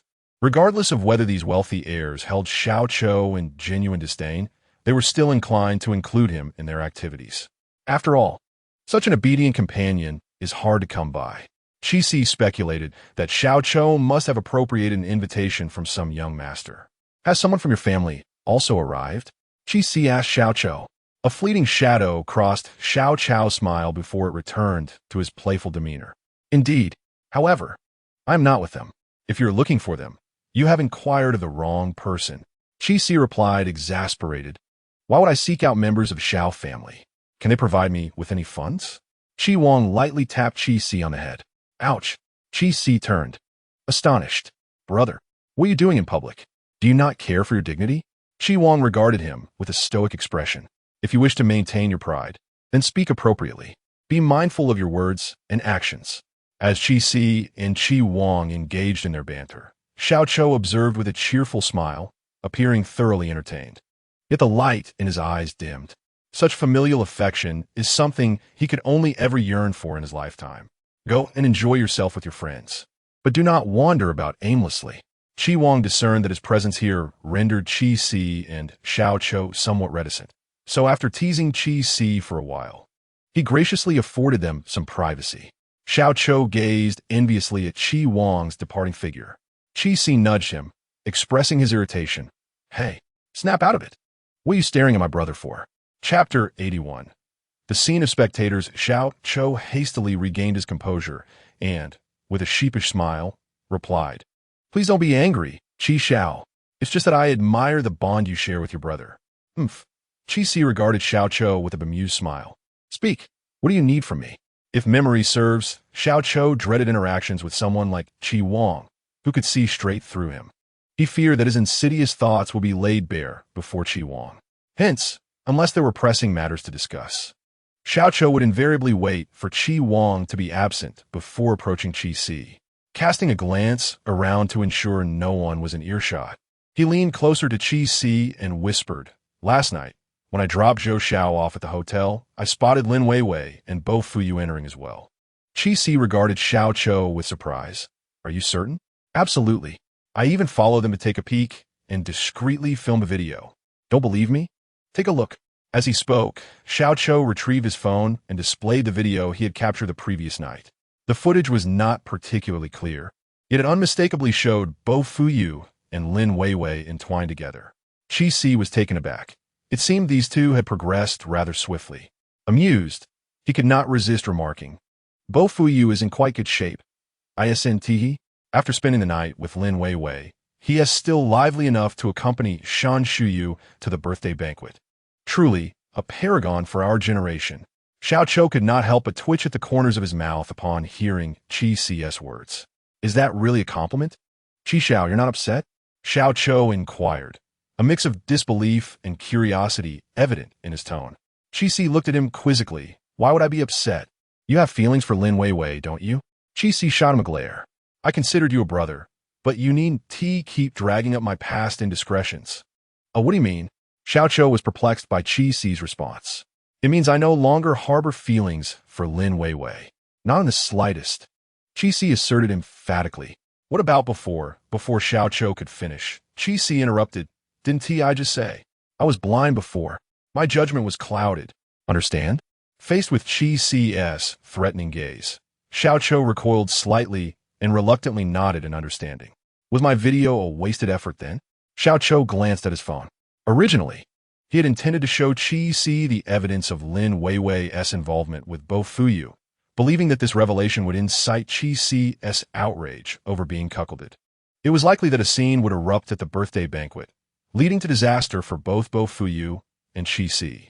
Yes, Qi Si's demeanor towards him had improved significantly, but what did that truly signify? Could it possibly erase the insults and injuries he had previously endured from these individuals? He had nothing to lose, so he thought he might as well eliminate someone. However, he never anticipated that Qi Si would truly have given up on Lin Weiwei. Qi Si intervened to prevent Xiao Chou from deleting the video. What use is it? Xiao Chou questioned, perplexed. Qi Si did not respond, but simply instructed. Send me a copy of the video. It may prove useful. Xiao Chou hesitated to ask about its purpose, ultimately deciding against it. Given Qi Si's temperament, he knew that any inquiry would likely elicit annoyance, perhaps even anger directed at him.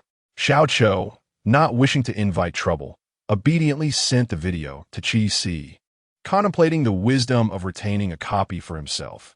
After all, it might be needed in the future. Qi Si paid no mind to whether Xiao Chou had deleted the video. He kept it as a precaution. He feared that Lin Weiwei might later seize an opportunity to confront him, and having the video would serve to vindicate him. Just as Qi Si stowed his phone away, he noticed Zhou Linjia entering with his companion, who, coincidentally, was none other than Lin Weiwei, the leading lady of the video. Amusingly, Qi Si couldn't suppress a chuckle. Following Qi Si's gaze, Xiao Chou also began to laugh. What a surprise! How had Zhou Linjia brought Lin Weiwei along? Did Bo Fuyu know about this? Qi Si glanced at Bo Fuyu's darkening expression and, with a sense of schadenfreude, remarked, just look at that scowl. clearly. He asks in the dark. Cool, me. Let's watch the show. Wait, Chi Xiao, what we watching? Xiao Chou inquired, still somewhat confused, but he hurried to catch up. Bo Fuyu had not anticipated that Zhou Linjia would attend his grandfather's birthday banquet with Lin Weiwei. Even more shocking was that Lin Weiwei had the audacity to be another man's companion. In that instant, a flicker of betrayal ignited within Bo Fuyu. In his fury, he gripped Shun Shuyu's hand with excessive force, oblivious to her discomfort. Initially, she bore it, but ultimately, she could no longer withstand the pain and cried out, wrenching her hand free from his grasp. Ouch! Shun Shuyu's exclamation finally snapped Bo Fuyu back to reality. He turned to her, his expression dark, and gritted his teeth as he asked in a low, seething voice, What? Even you dare to defy me, to betray me? Shun Shuyu looked at him, fear etched across her face. Bo Fuyu, are you out of your mind? You suddenly act out and hurt me. Am I expected to stand still and allow you to harm me? It was only then that Bo Fuyu noticed the red marks on her wrist, stark against her fair skin. A flicker of regret crossed his eyes, but was quickly overshadowed by other emotions. Shin Shiyu had no expectation that Bo Fuyu would acknowledge his wrongdoing. Bo Fuyu, today is your grandfather's birthday celebration. If you wish to lose your composure, I won't stop you, but I refuse to indulge in your madness. With that, she turned to leave. Bo Fuyu grasped her arm firmly. Where do you think you're going? The banquet isn't over yet. As my fiancé, you cannot leave early. Let go. Shin Shuyu retorted. I'm not you. I know the decorum required for such occasions. I will not leave prematurely. I'm going upstairs to see Grandpa Bo. You can have your meltdown here. With that, she freed herself from his hold and headed towards the elevator. Not far away, Chi Si and Xiao Chou stealthily approached to eavesdrop, carefully concealing their presence. Upon witnessing the unfolding scene, their eyes widened in astonishment, reflecting a shared thrill of excitement. The exhilaration of witnessing the drama was undeniably captivating. As Shun Shuyu ascended the stairs, Bo Fuyu refrained from following her, instead turning his attention toward Zhou Linjia and Lin Weiwei. Chi Si's breath quickened in anticipation. Hurry, let us follow. But Chi Xiao, isn't this inappropriate? What if we get discovered? Xiao Chou questioned hesitantly. What's there to fear? This is a birthday celebration. If we are noticed, it is merely their own quarrel in an unsuitable venue. How can they fault us, the innocent onlookers? Xiao Chou observed Chi Si's brazen demeanor, his eyelids twitching. Yet, she could not deny that he had a point. Chapter 82. Witnessing the gossip regarding his nephew, Xiao Chou watched as Chi Si dashed after Bo Fuyu, her resolve wavering against the allure of the unfolding drama, prompting her to hastily follow suit. Bo Fuyu approached Zhou Linjia and Lin Weiwei with an imposing presence. Chi Si, maintaining a distance, observed the interactions, eager for the narrative to unfold. He assumed that Lin Weiwei might exhibit a hint of guilt upon encountering Bo Fuyu. However, to his surprise, Lin Weiwei's expression revealed an unmistakable air of grievance, as though Bo Fuyu had wronged her. Chi Si couldn't help but click his tongue in admiration. Lin Weiwei's manipulation was undeniably skillful. It was no wonder the original owner had fallen prey to her charms. Reflecting on the scene before him, Chi Si mused that had he not been privy to Lin Weiwei's true nature, he might have unconsciously leaned in her favor. If even a man as discerning as he was nearly ensnared, how could a group of straight men possibly resist her allure? At least 99% would succumb. Indeed, Bo Fuyu, initially seething with anger, visibly softened upon encountering Lin Weiwei's woeful gaze. Bo Xiao, Zhou Linjia greeted as he noticed Bo Fuyu's presence. Bo Fuyu's attention remained fixated on Lin Weiwei, only turning to Zhou Linjia upon hearing his voice. Zhou Xiao, where are your father and elder brother? Chi Si stifled a laugh from his hidden vantage point, unable to contain his amusement. What is so funny? Xiao Chou inquired, perplexed. Don't you see that Bo Fuyu understands the art of emotional manipulation? Chi Si replied, looking at Xiao Chou. Xiao Chou remained puzzled, her brow furrowed in confusion. Chi Si sighed and elaborated. Zhou Linjia has always lived in the shadow of his elder brother, as their parents favor the latter. Even in social circles, he is often referred to as the second young master. Bo Fuyu's question about his father and brother subtly implies that Zhou Linjia's presence here is superfluous. Is it really that complicated? Xiao Chou exclaimed, astonished by Qi Si's analysis. Her amazement stemmed not from the complexity of the statement, but from the fact that Qi Si could discern such nuanced implications. Complicated? Is this not an essential comprehension for the offspring of affluent families? Qi Si replied with a wry smile, observing Xiao Chou. Had it not been for the original text, Qi Si might have genuinely been deceived by Xiao Chou's seemingly innocent demeanor. However, having read the original, Qi Si was acutely aware that while Xiao Chou's circumstances were indeed dire, she was far from being an ignorant little lamb. Had she truly been so naive, she would have long since fallen victim to the machinations of the affluent. When Xiao Chou met Qi Si's gaze, she instinctively averted her eyes, a heaviness settling in her heart. It appeared that Qi Si had indeed grown more astute, making it increasingly difficult to mislead him. Qi Si chose not to press Xiao Chou further, redirecting his attention back to the melodramatic love triangle unfolding nearby. Zhou Linjia smiled as he remarked, "If young Master Bo is here to seek my father and elder brother, you might be disappointed. Both are occupied today and cannot attend, which is why you find me here." He seemed entirely unfazed by the veiled sarcasm directed at him by Bo Fuyu, which only served to deepen the latter's sense of frustration, akin to striking a fist against cotton. Lin Weiwei clung to Zhou Linjia's arm, captivated by their verbal sparring, scarcely daring to breathe. She gazed at both Bo Fuyu and Zhou Linjia with a look that sparked the imagination, her expression suggesting unspoken words, which, in the eyes of the two innocent young men, conveyed a sense of profound misunderstanding. Qi Si grew increasingly invested, his desire to share reaching a crescendo. He promptly retrieved his phone to message Bo Yinqi. As for why he didn't team message Qi Wang, it was primarily due to a fear of becoming overly excited and inadvertently revealing his true self in front of Qi Wang. Bo Yinqi was previously unfamiliar with the original owner, so any out-of-character behavior from Qi Si would likely go unnoticed by him. Uninhibited. Are you still on the second floor? Unfeeling old man, what do you want? Uninhibited. Hurry. Come down and witness the spectacle. Unfeeling old man. What spectacle? Uninhibited. Your nephew's spectacle. You'll regret it if you don't come down. Unfeeling old man. Are you certain that after I come down, you'll still get to enjoy the spectacle? Qi Si paused upon reading Bo Yinqi's response. Indeed, considering Bo Yinqi's status, if he were to appear here, there would be no spectacle left for anyone else. Everyone would gravitate around Bo Yinqi, and Bo Fuyu would dare not act out of line in his presence, even if it meant suppressing his own feelings. Bo Fuyu would likely endure it. In the original text, whether out of respect or to achieve his own ends, Bo Fuyu was quite compliant and proper in front of Bo Yinqi. Uninhibited, well then never mind. You lack the fortune to partake in this delightful spectacle. Unfeeling old man. There's another way. Just as Qi Si was about to put away his phone, he noticed a new message from Bo Yinqi. He halted his motion to stow the device. Uninhibited. What is it? Unfeeling old man. Video call. Goodness. Qi Si couldn't help but widen his eyes. This person was quite determined to witness his nephew's spectacle.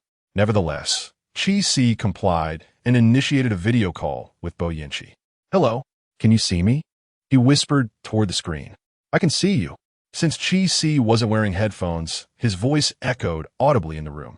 Beside him, Xiao Chou was momentarily taken aback by the familiar voice of Bo Yinqi. He felt compelled to listen more intently. When Qi Si interjected, "Please refrain from speaking. I am not wearing headphones." Immediately, the figure nearby began to type in compliance. The old man, devoid of civility, remarked, "Silence, please." Upon seeing the meme sent by Bo Yinqi, Qi Si couldn't suppress a chuckle. He had assumed the old man was unfamiliar with the nuances of memes. Yet it appeared his preconceptions were misguided. "All right, let me take you to the gossip." Qi Si, with phone in hand, trailed closely behind the waiter, inadvertently edging nearer to Bo Fuyu and his companions. Lowering his voice, he leaned closer to the phone's receiver to provide Bo Yinqi with a summary of events. Your nephew attended the banquet with Shun Shuyu, while Zhou Linjia accompanied Lin Weiwei. Upon spotting Zhou Linjia with Lin Weiwei, Your nephew went into a frenzy, injuring Shun Shuyu in the process, after which she sent him upstairs to visit the old man. By the way, weren't you upstairs? Did you see Shun Shuyu? Chi-Si inquired.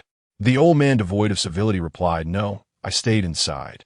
Bo Yinchi, equipped with headphones, noticed that Chi-Si's voice was particularly muted, perhaps out of concern for being overheard by those nearby.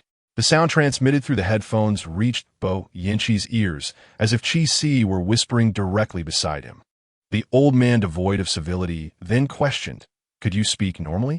Chi-Si, puzzled by Bo Yinchi's message, was left with a flurry of questions. What do you mean I'm not speaking normally? Are you implying my voice is too soft? If you wear headphones, my voice will be louder and others will hear it, he explained. Bo Yinchi was at a loss on how to convey to Chi-Si that he was indeed wearing headphones. Yet, Chi-Si's clarification brought Bo Yinchi to a realization. While Chi-Si's volume was an issue, his own misunderstanding was far more significant. Taking a deep breath, Bo Yinchi removed his headphones and switched to speaker mode. The old man, devoid of civility, reassured, it's fine now. Please continue. Chi-Si scratched his head, bewildered by the old man's peculiar behavior. Chapter 83. A touch of enchantment. Bo Fuyu and his companions appear to be aware that arguing at the banquet would be in poor taste. Thus they sought out a relatively secluded corner. The expressions of the other attendees, upon noticing the trio conversing, were decidedly unwelcoming, prompting them to tactfully refrain from approaching and making themselves uncomfortable. Chi-Si glanced around, attempting to locate a suitable hiding spot. The old man, devoid of civility, remarked, there's a blind spot to your left. Following Bo Yinchi's suggestion with skepticism, Chi-Si moved cautiously towards his left. After skillfully avoiding the gaze of the three individuals, he indeed discovered a concealed nook as indicated by Bo Yinchi. The space was modest, yet a solitary pillar effectively obstructed the line of sight from that direction. Chi-Si concealed himself behind the pillar, cautiously extending his phone's camera outward. Can you see clearly? He whispered to Bo Yinchi on the other end of the line. The old man, devoid of civility, replied, yes. Bo Yinchi rested his chin on one hand, leaning against the armrest, disinterestedly watching the melodrama unfolding on the screen. He was indifferent to the saga involving Bai Fuyu in some way or you, but Chi-Si was eagerly urging him to partake in the gossip, and he did not wish to dampen the child's enthusiasm. How could Miss Lin attend my grandfather's birthday banquet with young Master Zhou? Bai Fuyu cast a displeased glance at Lin Weiwei. For a fleeting moment, Lin Weiwei felt flustered, ready to explain, when Zhou Linjia, beside her, interjected. Whom Miss Wei attends the banquet with seems to have no bearing on young Master Bai, does it? Bai Fuyu's countenance darkened as he regarded Lin Weiwei. His tone laced with danger. What young Master Zhou stated is indeed correct. It is beyond my concern. Lin Weiwei's complexion paled as she stammered. That's not it. Young Master Zhou said he couldn't find a partner, and I merely came to assist him at the last moment. Her words did little to alleviate Bai Fuyu's stern expression, yet they undeniably made Zhou Linjia's demeanor rather uncomfortable. Chi-Si stifled laughter, covering his mouth, fearing that his voice might betray him, and thus began to type, emulating Bai Yinchi's earlier behavior. Recklessly, he wrote, I'm about to burst. The unyielding old man replied, the restroom isn't far from you. Chi-Si, puzzled, retorted, what are you talking about? I mean, I can't hold in my laughter. The old man responded, I know. I'm suggesting you laugh to your heart's content in the restroom. Chi-Si frowned, reasonably suspecting that Bai Yinchi's comment did not convey that sentiment. However, he lacked any proof. Just as he intended to clarify the matter with Bai Yinchi, another message arrived from him. The old man inquired, there's a more enticing gossip upstairs. Care to join? Chi-Si's eyes instantly sparkled with anticipation. What gossip? As he prepared to ask for a glimpse, he received another reply from Bai Yinchi. Come up and see for yourself. Aye. Chi-Si nearly cursed, but quickly covered his mouth. It was not out of fear of Bai Yinchi's ire, but rather concerned that the three individuals enacting the melodrama might overhear. Although Bai Yinchi did not catch the sound of Chi-Si's expletive, he could easily imagine the myriad of expressions on the mischievous boy's face, which involuntarily brought a smile to his lips. Are you coming up or not? If not, this ends here. Chi-Si glanced at the trio, who were still engaged in trivial chatter, lacking any thrilling scenes. Gritting his teeth, he succumbed to curiosity about what gossip awaited above. Just wait. The young master is on his way. As Chi Si turned to leave, he suddenly remembered that Xiao Chou had followed him to partake in the gossip. In his excitement, he had forgotten the person. You stay here and keep an eye on things. I have urgent matters to attend to. Do recount any exciting developments to me later. With that, Chi Si dashed away. Hey! Xiao Chou called out hurriedly, attempting to keep pace, but Chi Si ran too swiftly. He dared not shout too loudly, fearing the trio might hear him.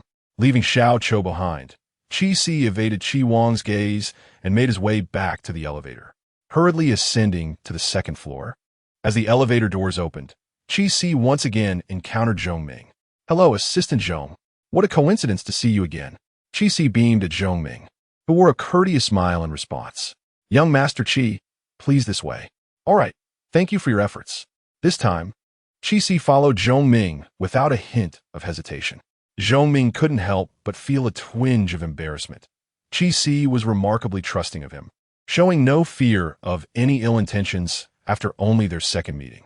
No wonder Chi Wang kept such a close watch over this younger brother.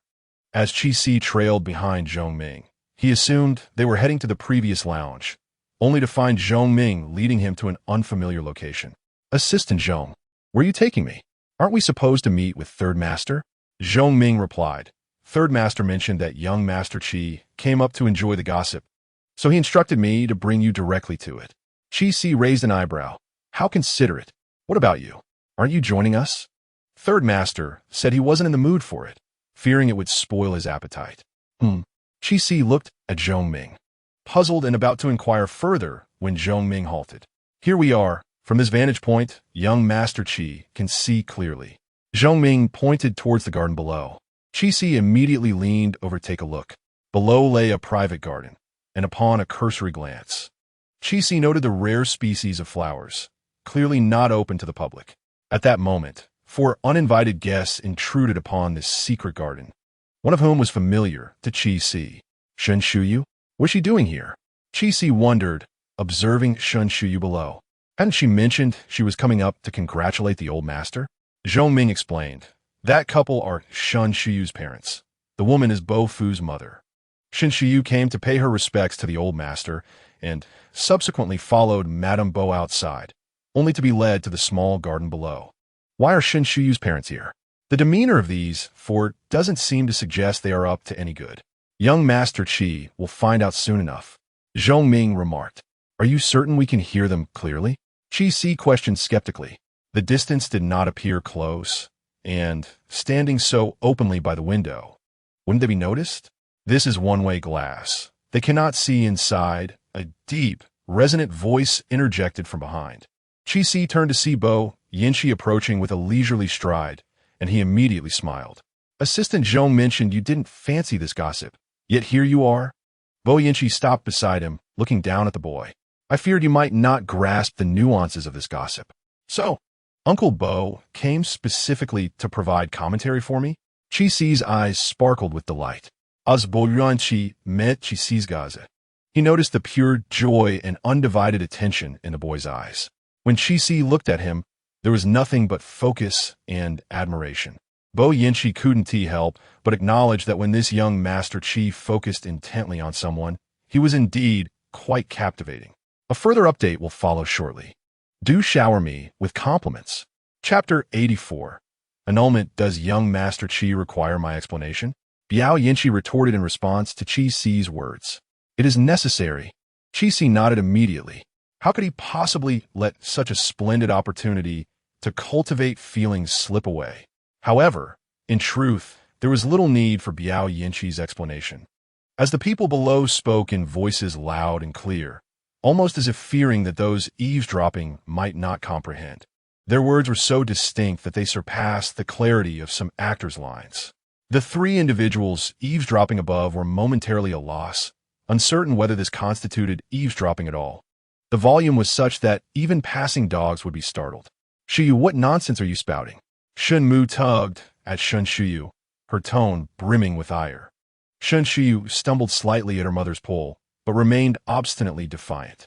Chi Si, having missed the preceding content, was unaware of the quarrel among the four. He gently tugged at Biao Yinqi's sleeve, who cast her gaze downwards in response. Qixi inquired of Biao Yinqi, "What are they arguing about?" "Shen Shiyu wants to annul the engagement, but the Shun family parents do not agree," Biao Yinqi succinctly explained. Qixi looked astonished at Shen Shiyu in the small garden. He had not anticipated that she would genuinely propose an annulment. This detail had not been mentioned in the original text. In the original narrative, Shen Shiyu was depicted as eagerly anticipating marrying Biao Fuyu. According to the plot and character development, Shen Shiyu genuinely cherished Biao Fuyu. Is Shen Shiyu truly seeking to annul the engagement? Does she not like Biao Fuyu anymore? Qixi exclaimed in surprise. Biao Yinqi was taken aback and asked, "What made you think Shen Shiyu liked Biao Fuyu?" Qixi furrowed his brow, perplexed. Wasn't this common knowledge? Shen Shiyu had liked Biao Fuyu since their school days, only to finally lose hope after Biao Fuyu caused her to suffer the loss of a child. Biao Yinqi looked at Qixi with a strange expression. "Everyone knows?" Qixi, keenly sensing something amiss in Biao Yinqi's demeanor, questioned, "What do you mean? Is it not true?" Biao Yinqi offered no answer, but turned her gaze towards Zhongming. Zhongming immediately understood and began to elucidate. "Mr. Qi, you may have received erroneous information. According to my investigations, Shen Shiyu does not harbor feelings for Biao Xiao.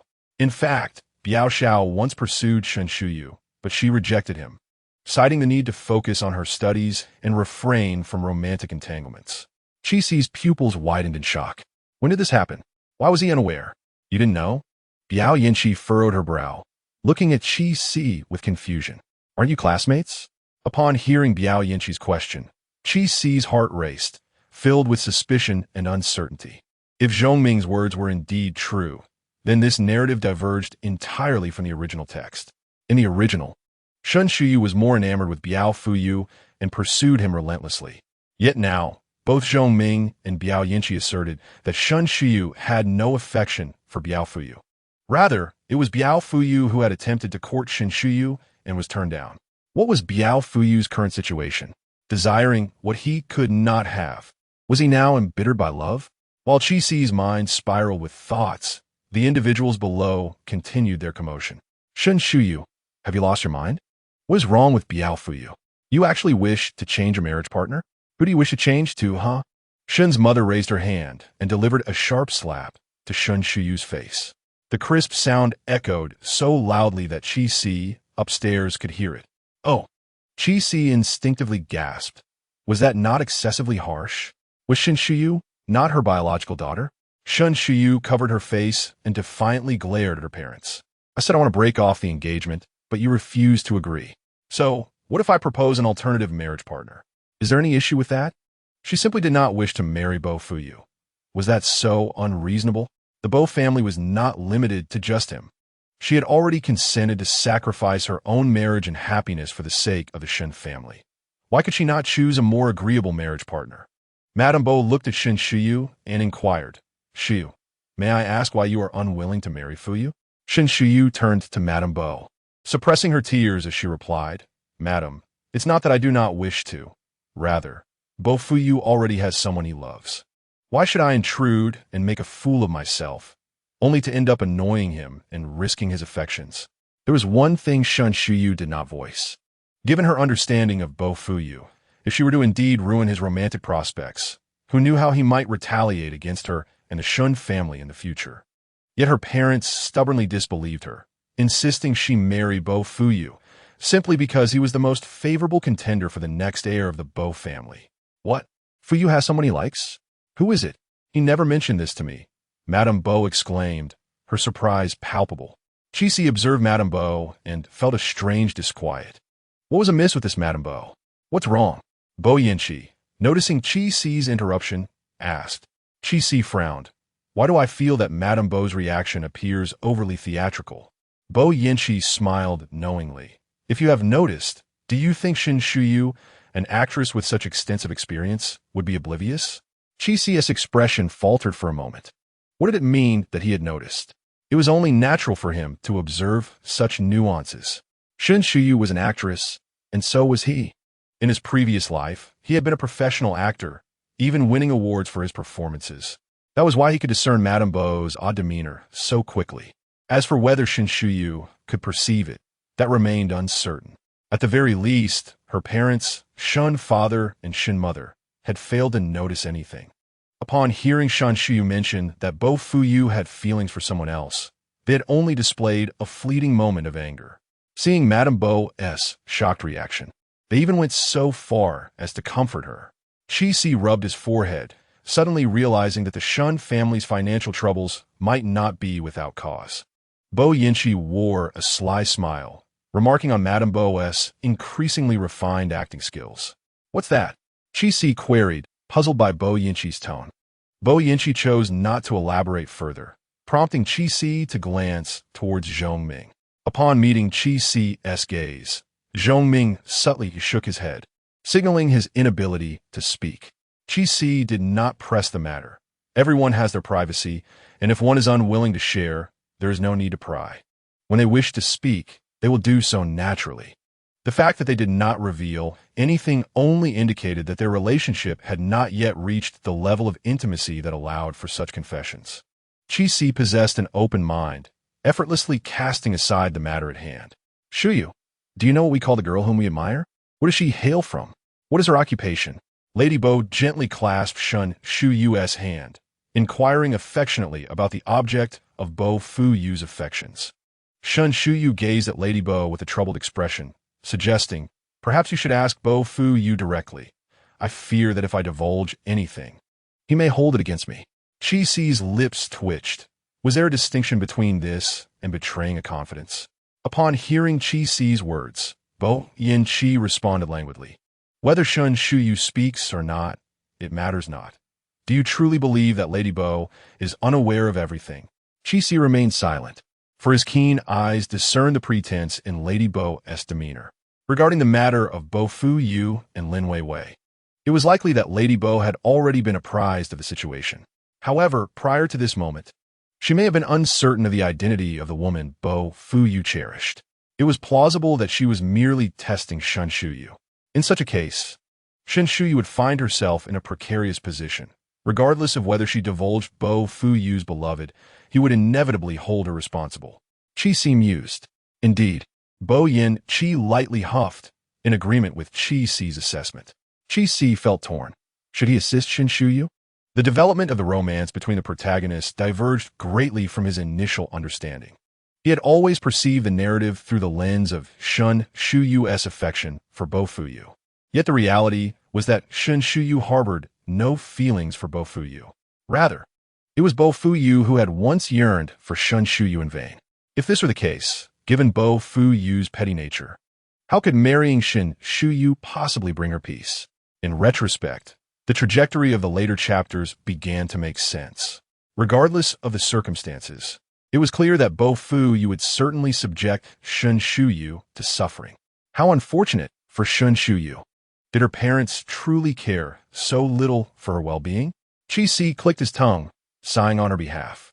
He found it unsurprising that such parents existed. Not every pair of parents loves their children, especially within affluent families where a child's birth often carries a specific intent, primarily driven by self-interest. Currently, Shun Shuyu's value to the Shun family lay in her potential marriage, intended to mend the family's financial woes. Although Chi-Si had not experienced such parental indifference, he had encountered numerous unsavory relatives in his past life. Growing up in solitude, he had long believed his kin had perished. Otherwise, why had none sought him out over the years? He accepted his status as an orphan with grace, striving relentlessly to ascend the social ladder. Fortune favored the diligent, and he ultimately succeeded. However, as he stood amidst the brilliance of success, those relatives he had thought extinct began to reemerge, claiming kinship and, with an air of entitlement, encroaching upon his wealth. Alas, Chi-Si himself was no paragon of virtue. In his youth, he had harbored dreams of a relative appearing like a divine savior to rescue him from his plight. As the anticipation repeatedly fell short, Chi-Si gradually lost his fervor for finding his relatives. He even began to feel that those who abandoned him were unworthy of being called family. He decisively severed ties with those so-called relatives who sought to exploit him, leaving no stone unturned. Subsequently, those individuals dared not approach him again. Qi Si was not a person prone to indecision. Therefore, witnessing Shen Shuyu's readiness to sacrifice her own life for the sake of her parents and family left him perplexed. Why did Shen Shuyu not simply leave the Shen family? She was certainly capable of sustaining herself without them, he pondered. Upon hearing Qi Si's inquiry, Bo Yinchi regarded him with mild astonishment. He had assumed that Qi Si, having grown up in a sheltered environment, would hold familial bonds in higher esteem. She must have her reasons, Bo Yinchi remarked with a nonchalant tone. What reasons? Qi Si pressed further. Amused, Bo Yinchi observed Qi Si. Are you genuinely curious about this? Perhaps you should descend and inquire directly with Shen Shuyu. That might not be appropriate, Qi Si replied, torn between temptation and a sense of decorum. Bo Yinchi noted Qi Si's expression, surprised that he seriously contemplated such a possibility. Are you still watching? Bo Yinchi inquired, redirecting the conversation. Qi Si instantly responded, Of course I am. The atmosphere below had escalated to a tense standoff. Madame Bo desired to extract the identity of Bo Fu's beloved from Shen Shuyu. Yet Shen Shuyu remained resolutely tight-lipped, impervious to all of Madame Bo's coaxing and enticements. As time passed, impatience began to manifest in Madame Bo Xiaoyu. If you are unwilling to disclose whom Fu has taken a liking to, how am I to ascertain the truth of your words? Or is this merely an excuse to refuse the marriage? I can vouch for my integrity. I speak the truth. Shen Shuyu exclaimed, growing agitated. That remains solely your word. Xiaoyu, you must provide evidence. Without compelling proof, even if I relay this to Fu's father, he will not believe it. Shen Shuyu frowned. Madame Bo gazed at her earnestly. Xiaoyu, whether you marry Fu is a minor matter, but if this affects the collaboration between our families and, consequently, the future development of the Shen family, that is a grave concern. While this seemed like a counsel to Shen Shuyu, it was, in reality, a warning to her parents. The alliance was initiated by the Shen family, and now Shen Shuyu's intention to withdraw from the engagement was an overt affront to the Bo family. I doubt even if Shen Shuyu presents evidence, Madame Bo would agree to the annulment, Qi Si remarked quietly. Bo Yinchi looked at him with surprise. What leads you to that conclusion? Qi Si elaborated. This union was sought by the Shen family, and the Bo family acquiesced. Should there be a withdrawal? It can only be initiated by the Bo family. If the Shen family proposes it, it would be a direct slap to the Bo family's face. Madame Bo, as one can see, is quite astute. It would be remarkable if she agreed. Upon hearing this, a flicker of intrigue crossed Bo Yinchi's eyes. If you were Shen Shuyu, what would you do? Bo Yinchi inquired, probing subtly. As Qi Si busily indulged in gossip, he replied without a moment's hesitation, Me? Is there any need to ask? This union was never my desire. Whoever sought it should simply go through with it. Zhong Ming's lips twitched, if memories serve him correctly. It was indeed Shen Shuyu's father who had personally sought this alliance. According to Qi's assertion, did that mean Shen would be wed to young Master Bo? How utterly distasteful. Could young Master Bo even tolerate such a notion? Zhong Ming found himself nauseated by his own overactive imagination. But fortunately, the two individuals engrossed in their gossip did not notice his discomfort. Upon hearing Qi Si's response, Bo Yinchi could hardly conceal his surprise. He had not anticipated such a reply from Qi Si, prompting him to inquire further. But those are your parents. What if they insist on your marriage? Qi Si frowned. Do parents have the right to arbitrarily dictate my fate? Such a debt of gratitude for bringing me into this world should not be repaid in that manner. Would you truly remain indifferent if your family faced bankruptcy should you refuse to marry into the Bo family? Bo Yinchi pressed on. Qi Si stroked his chin thoughtfully. I believe, if it were me, I would not allow matters to escalate to that extent. Oh, there are alternative methods to save a family business beyond mere marriage. I could compete on merit. If all else fails, I could seek to cultivate more partnerships. There's always a viable path forward. He was not boasting. He possessed a commendable acumen for business. After all, the allure of being a carefree individual without burdens was undeniably enticing. If these methods proved ineffective, marrying into the Bo family might resolve the immediate crisis. But what of future predicaments? Should every crisis necessitate a marriage alliance? Are there truly enough heirs to facilitate such unions? After listening to Chi-Si, Bo Yin-chi remarked with a knowing tone, "Indeed, Chi-Si is quite remarkable." It suddenly dawned on Chi-Si that the original persona he had assumed was merely a frivolous individual, lacking any business acumen. How careless of him! In Chapter 86, he realized he had unwittingly let down his guard in front of Bo Yin-chi. With a single slip, he had revealed his true self. Cold sweat began to bead on Chi-Si's forehead, and he thought, what is so remarkable about this? It's merely a matter of speaking. Speaking freely? Indeed, Chi-Si, emboldened by his own reasoning, felt a surge of cleverness. He thought to himself, what is more natural than boasting? Regardless of the time or place, one can always speak their mind. After all, words carry no weight of responsibility. Boasting? Bo Yin-chi raised an eyebrow. Chi-Si nodded emphatically, yes. It's not as if I am the one being coerced into a marriage. I can say whatever I wish. Moreover, my brother would never pressure me into doing something against my will like Shinshuyu-'s parents would. When Chi-Si mentioned Chi Wong, a confident expression adorned his face. Despite having spent little time with Chi Wong since arriving in this world, he felt an inexplicable trust in him. He was not afraid that Chi Wong would force him into actions contrary to his desires, for Chi Wong would simply never do so. At this moment, Chi-Si overlooked a crucial point. He was not the original owner of this identity. The affection Chi Wong had was meant for his biological brother. What if Chi Wong were to discover that he was not his true brother? However, Chi-Si was oblivious to this notion, and he adeptly embraced his new persona. Upon hearing Chi-Si's statement, Bo Yin-chi smirked, remarking, indeed, your brother would not treat you that way. Chi-Si sighed in relief at Bo Yin-chi's response. Regardless of whether Bo Yin-chi genuinely believed his words, he had successfully navigated this perilous moment, at least on the surface. It seemed he would need to exercise greater caution when speaking in Bo Yin-chi's presence. Indeed, after all, not everyone is blessed with such a wonderful brother, Chi-Si declared proudly, tilting his head slightly in a display of boastful delight, resembling a cat pampered by its master, exuding an air of regal arrogance. Bo Yin-chi observed him for a while, a smile curling at the corners of his lips, choosing not to pursue the previous topic. Downstairs, Shinshuyu still had not divulged to Madame Bo who Bo Fuyu's affections lay with, yet there was no resolution regarding the annulment of the engagement. After a series of apologies from Shun's parents to Madame Bo, they forcefully led Shinshuyu away from the small garden.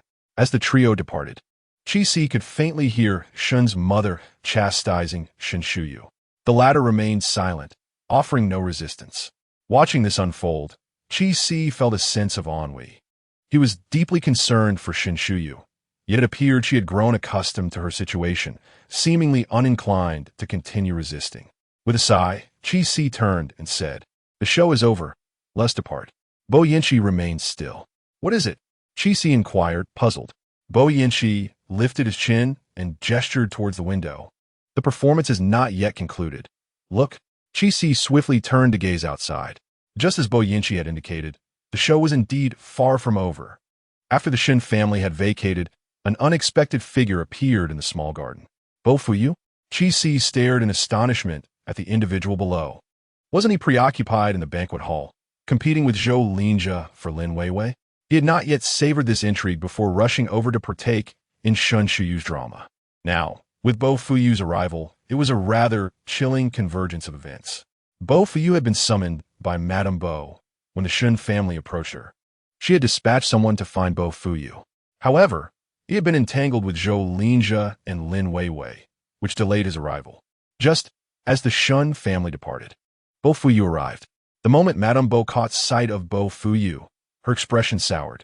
In the astonished gaze of Chi-Si, she raised her hand and struck Bo Fuyu with a resounding slap.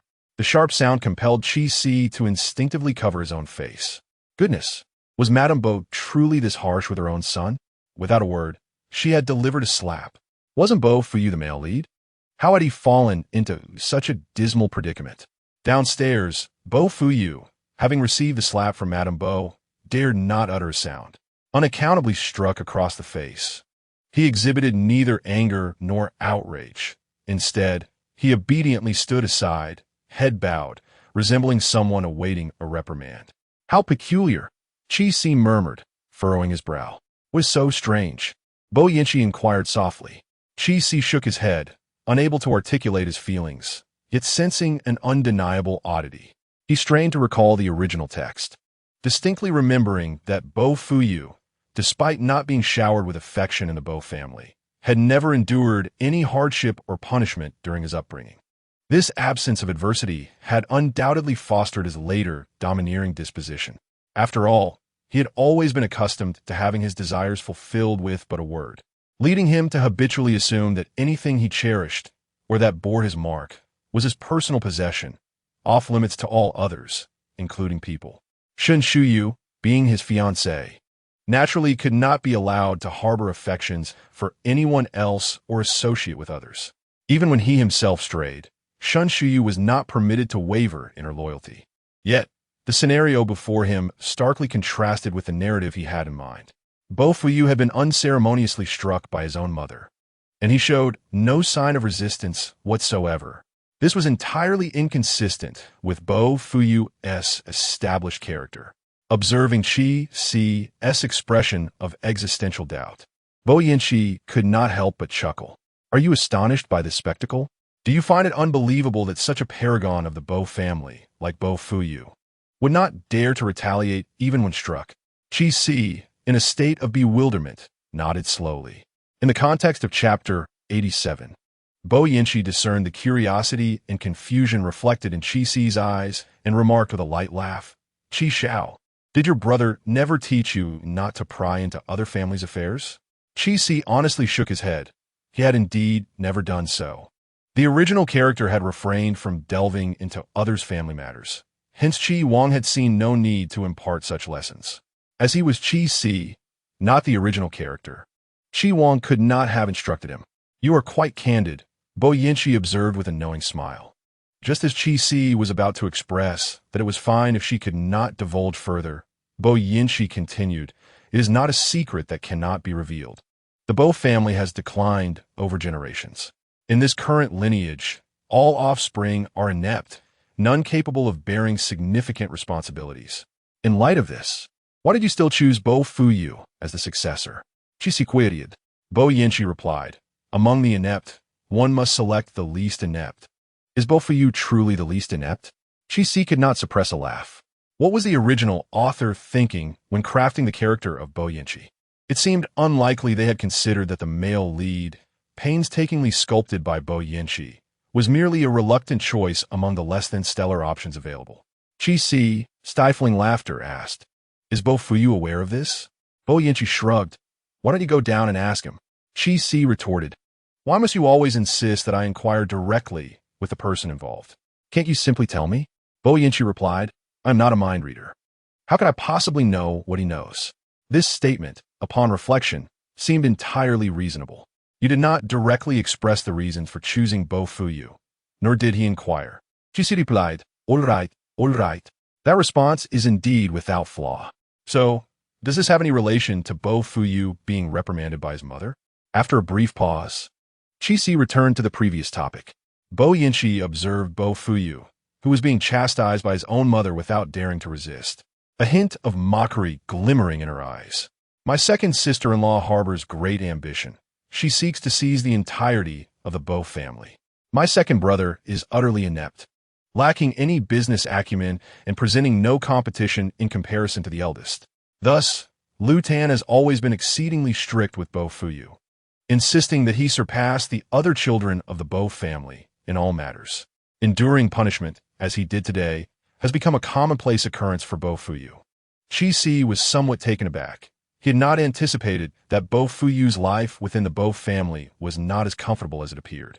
While he seemed to shine brightly in public, regarded as the favored one by all at home, he was merely a grandson who could not even dare to resist his mother's scolding. Why did he not stand up for himself? In his youth, it could be said that he was powerless to resist, but now, having grown, and with your support, he should be able to assert himself confidently. Chi-Si mused aloud. If he were in such a position, with such a background and strength, He would never tolerate subservience. Bo Yinchi glanced at Qi Si, finding no surprise in his remarks. This child clearly does not possess the capacity to endure discomfort. Bo Fuyu is willing to humble himself and even forsake his dignity to achieve his goals, a feat beyond Qi Si's capabilities. Though this child appears adaptable, he is, in fact, quite fierce. Bo Yinchi lowered her gaze, concealing the complexity in her eyes. He dares not. The Bo family is not yet within his grasp, and he lacks the audacity. I can comprehend his reluctance to resist before others in the Bo family. But surely he should not fear defying his own mother? Could this Lady Bo truly regard her son as an adversary simply for a moment of disobedience? Noticing Qi Si's confusion, Bo Yinchi scoffed. The Bo family is not solely represented by Lu Tan. Do you understand why she alone is referred to as Lady Bo? Qi Si was momentarily speechless. Indeed, according to conventional customs, Bo Fuyu's mother should hold the title of the second wife, thus being addressed as Lady Bo heir. Yet, until now, Qi Si had consistently heard her referred to simply as Lady Bo, bypassing the first family's designation entirely. Is that reasonable? Perhaps it was only Qi Si who initially failed to perceive the anomaly. However, he could not be blamed. He himself did not hail from an aristocratic lineage, and thus remained oblivious to the intricacies of such prominent families. He had even assumed that the Bo family had divided, each branch leading its own life, making it seem reasonable for others to refer to Lu Tan as Lady Bo within the context of the second branch. Lu Tan is the youngest daughter of the Lu family, with an elder sister and brother, yet none among the Lu family dare provoke her. Can you guess why? Bo Yinchi inquired of Qi Si. Qi Si shook his head, replying, "How would I know? What sort of family is the Lu family? I've never even heard of them." His words were not meant as mockery. He genuinely remained unaware of the Lu family. The novel does not mention the Lu family, nor does it elaborate on the character of the mother bestowed upon Bo Fuyu. Her role primarily surfaces when she acts as an antagonist, attempting to thwart Bo Fuyu's relationship with Lin Weiwei. Such melodramatic tropes are commonplace. Initially, she despises Lin Weiwei, but as the narrative unfolds, she gradually accepts her, influenced by Lin Weiwei's presence, which also leads her to harbor a certain disdain for Shinshuyu. Consequently, every appearance of Lu Tan in the original text serves solely to advance the protagonist storyline, with no development of her personal narrative. What could Qi Si possibly know about Lu Tan and the Lu family's background? It is not uncommon to be unaware of the Lu family. They were once a prominent clan, but have since fallen into decline. Lu Tan's marriage to Bo Zhaoan barely maintains their connection to high society. Thus, it can be inferred that the current status of the Lu family relies heavily on Lu Tan, rendering them cautious not to offend her. Bo Yinchi turned away, losing interest in witnessing the scene of reprimanding her son, and leaned against the wall, addressing Qi Si. Without Lu Tan's support, the Lu family would have long since faltered. As long as the old man is alive, even if Bo Zhaoan is inept, he will not neglect his well-being. Once the old man passes, it is uncertain whose hands the Bo family's power will fall into, which is why Lu Tan is understandably anxious. She is aware that she is merely a daughter-in-law of the Bo family, and with Bo Zhaoan being unreliable, her hopes are solely pinned on her son, Bo Fuyu. He is her only glimmer of hope. How could she not be stern? Qi Si inquired with confusion. But your elder brother has already suffered a stroke and lost his claim to inheritance. In that case, the only rival to Bo Zhaoan is Bo Yinchi.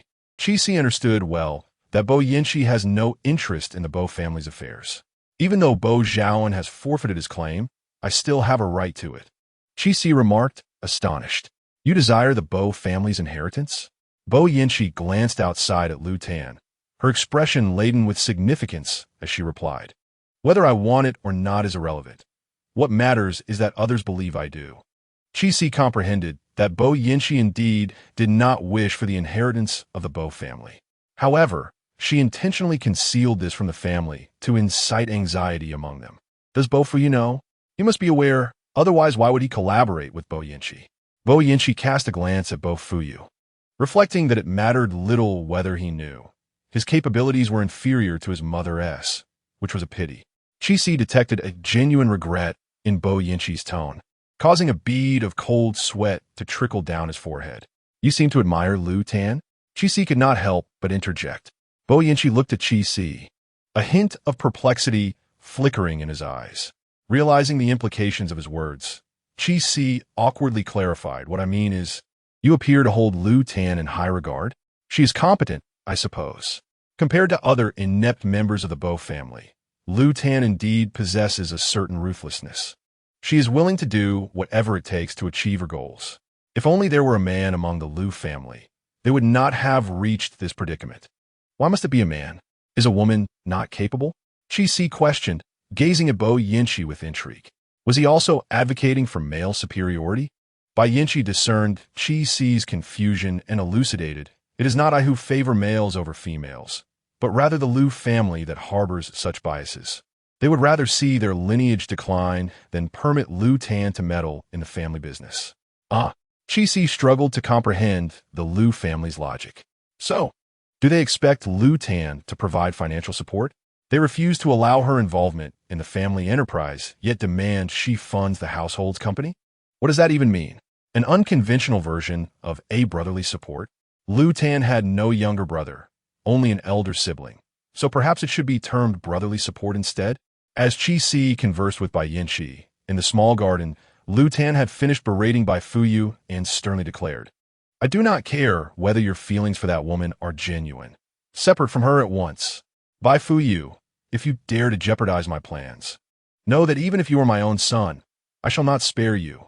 "Mother," Bai Fuyu attempted to reason, but was swiftly interrupted by Lu Tan. "Bai Fuyu, you surely do not wish to witness my wrath upon that woman, do you? Once I take action, do not blame me for disregarding our familial bond. I am affording you the opportunity to end things amicably. Do not be so ungrateful." With the stakes laid bare, Bai Fuyu dared not utter another word. He meekly acquiesced, promising to sever ties with Lin Weiwei immediately. Lu Tan's expression softened slightly as she continued. "Shun Shuyu is currently insisting on calling off the engagement due to this matter. I care not what methods you employ. Ensure you placate her. Our alliance with the Shun family must not falter. Once you are wed to Shun Shuyu and secure their backing, you may pursue your heart's desire with impunity. However, should you dare to misstep..." Lu Tan's unfinished threat hung heavily in the air, leaving Bai Fuyu with no room for rebuttal. After the mother and son departed the garden, Chi-Si, who had been eavesdropping upstairs, found his mouth agape in astonishment. "I think I understand your words now. Lu Tan is indeed ruthless. She threatens her own son without a hint of compassion. I cannot help but question whether Bai Fuyu is truly her biological child. Could he have been adopted from the hospital?" Bai Yinchi chuckled softly. "Regrettably, he is her biological son.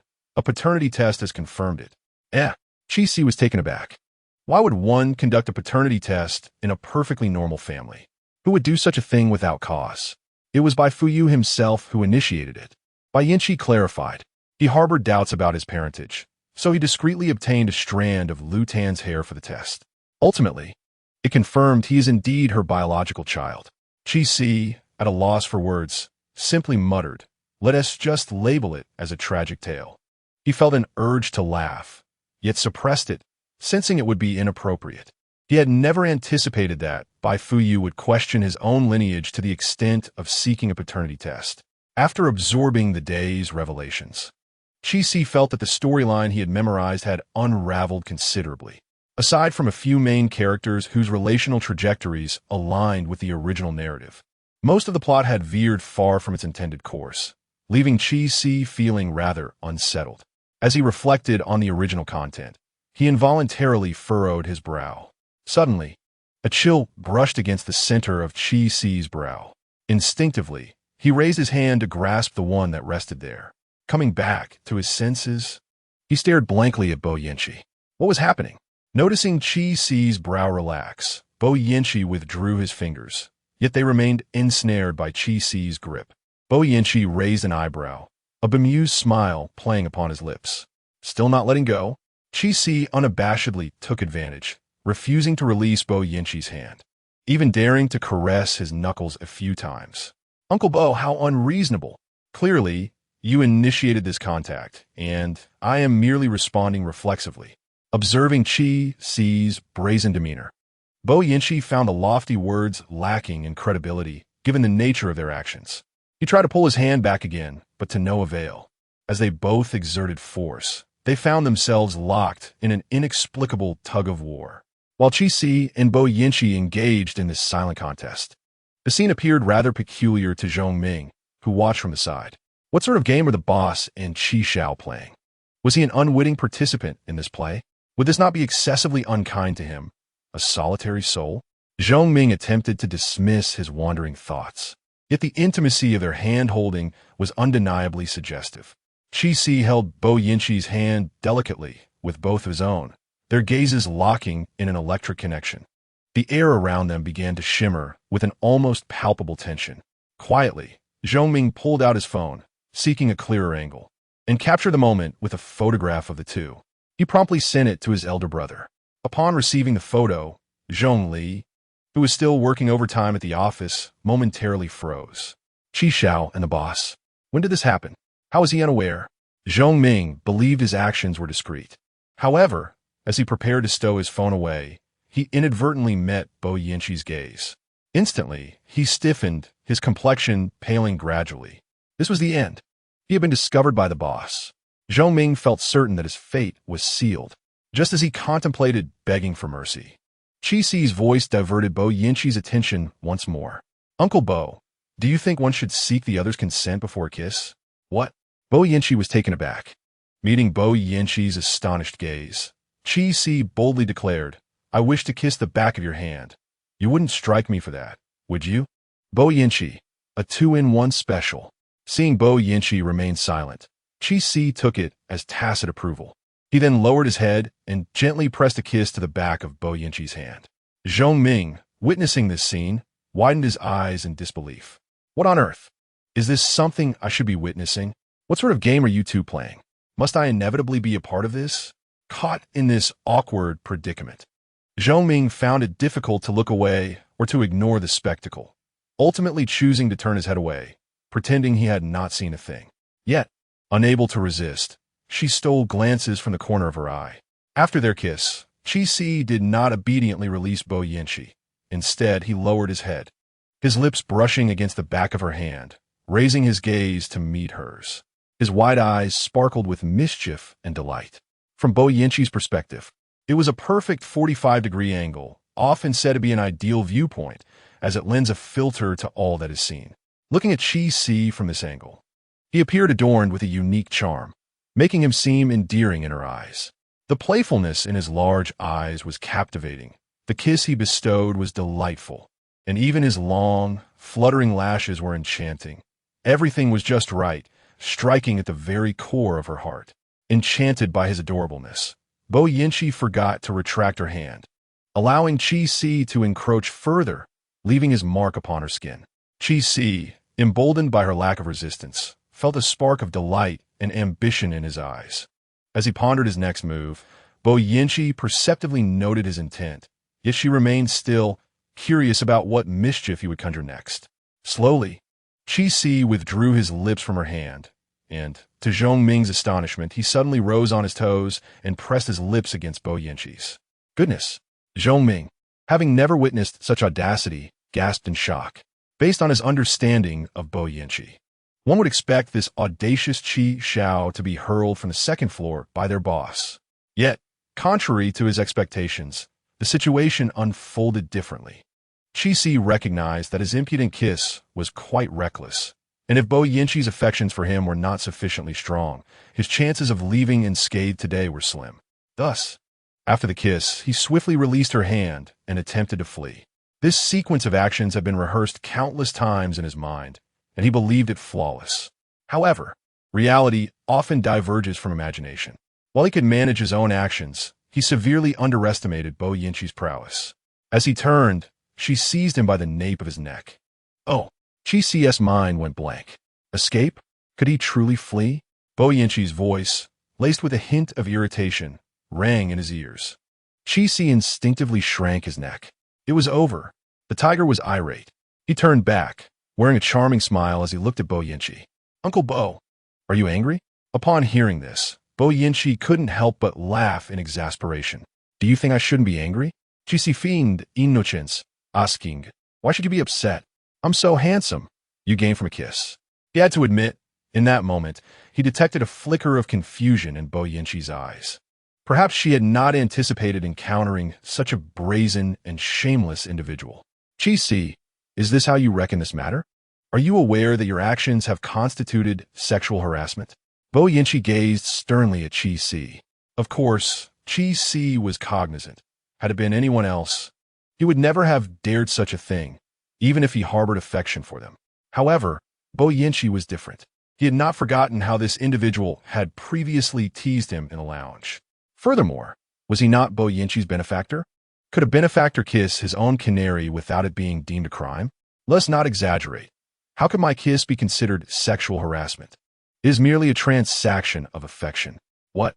Bo Yinchi was taken aback. Chi elucidated, a transaction of affection. You are my cherished canary, receiving my financial support. Is it so excessive for me to kiss you? Even if you were to report me, this would still be a transaction of money for pleasure. And you too would find yourself in a place of correction. After uttering these words with a somewhat menacing tone, Chi regarded Bo Yinchi with an accusatory gaze. Spending 90,000 had been truly vexing. Chi hesitated. Was it necessary to continue the payments next month? At that moment, Bo Yinchi seemed to perceive the uncertainty in Chi eyes, narrowing his own. You present a valid point. After all, Chi has invested 90,000. It cannot be in vain. Huh? Chi looked at Bo Yinchi in astonishment. What did this imply? Had Bo Yinchi acquiesced? Was he free to act as he wished? Standing nearby, Zhong Ming, who had been an unwilling witness to the entire exchange, felt as though he had been struck by lightning, nearly fracturing on the spot. He could not have misheard, could he? Chi was maintaining the boss, and for only 90,000. Goodness. First and foremost, he had to admire Chi's audacity. He truly had the audacity to maintain Bo Yinchi. Secondly, he could hardly believe that their boss had actually consented to Chi's outrageous proposal. Was the apocalypse upon them? Why else would such a bizarre situation arise? Zhong Ming thought this was the most absurd thing he had ever witnessed, only to be met with an even more incredulous scene. He had anticipated that Bo Yinchi would, in a fit of rage, hurl Chi out of the window. In reality, Bo Yinchi seized Chi's waist, drawing him into an embrace, then lowered his head to fiercely kiss Chi's lips. Zhong Ming. Zhong Ming. Goodness gracious. Ah, is this something I can actually witness? Zhong Ming was utterly flabbergasted. Yet it must be said, this young man possessed some potential. Despite his shock, his hand did not falter in capturing the moment on camera. It was as if his brain and hand were two distinct entities, each with their own thoughts. He even sent the captured images to his elder brother. Thus, Zhongli, who was diligently working overtime at the company, was unwittingly drawn into the shocking scene, experiencing his own moment of disbelief. Anyone who beheld such an astonishing spectacle would likely be left in a state of shock. If Chi Wang were to witness this, Chi shuddered at the thought. He feared the original narrative would unfold for entirely different reasons. How terrifying! Yet Chi, being audacious, merely entertained this thought fleetingly. The next moment, he chose to embrace the chaos. He wrapped his arms around Bo Yinchi's neck, willingly surrendering himself. Sensing the initiative from her beloved, the color in by Yan's eyes suddenly deepened. She raised her hand to grasp Chi's nape. You little rascal, you have delivered yourself right to my doorstep.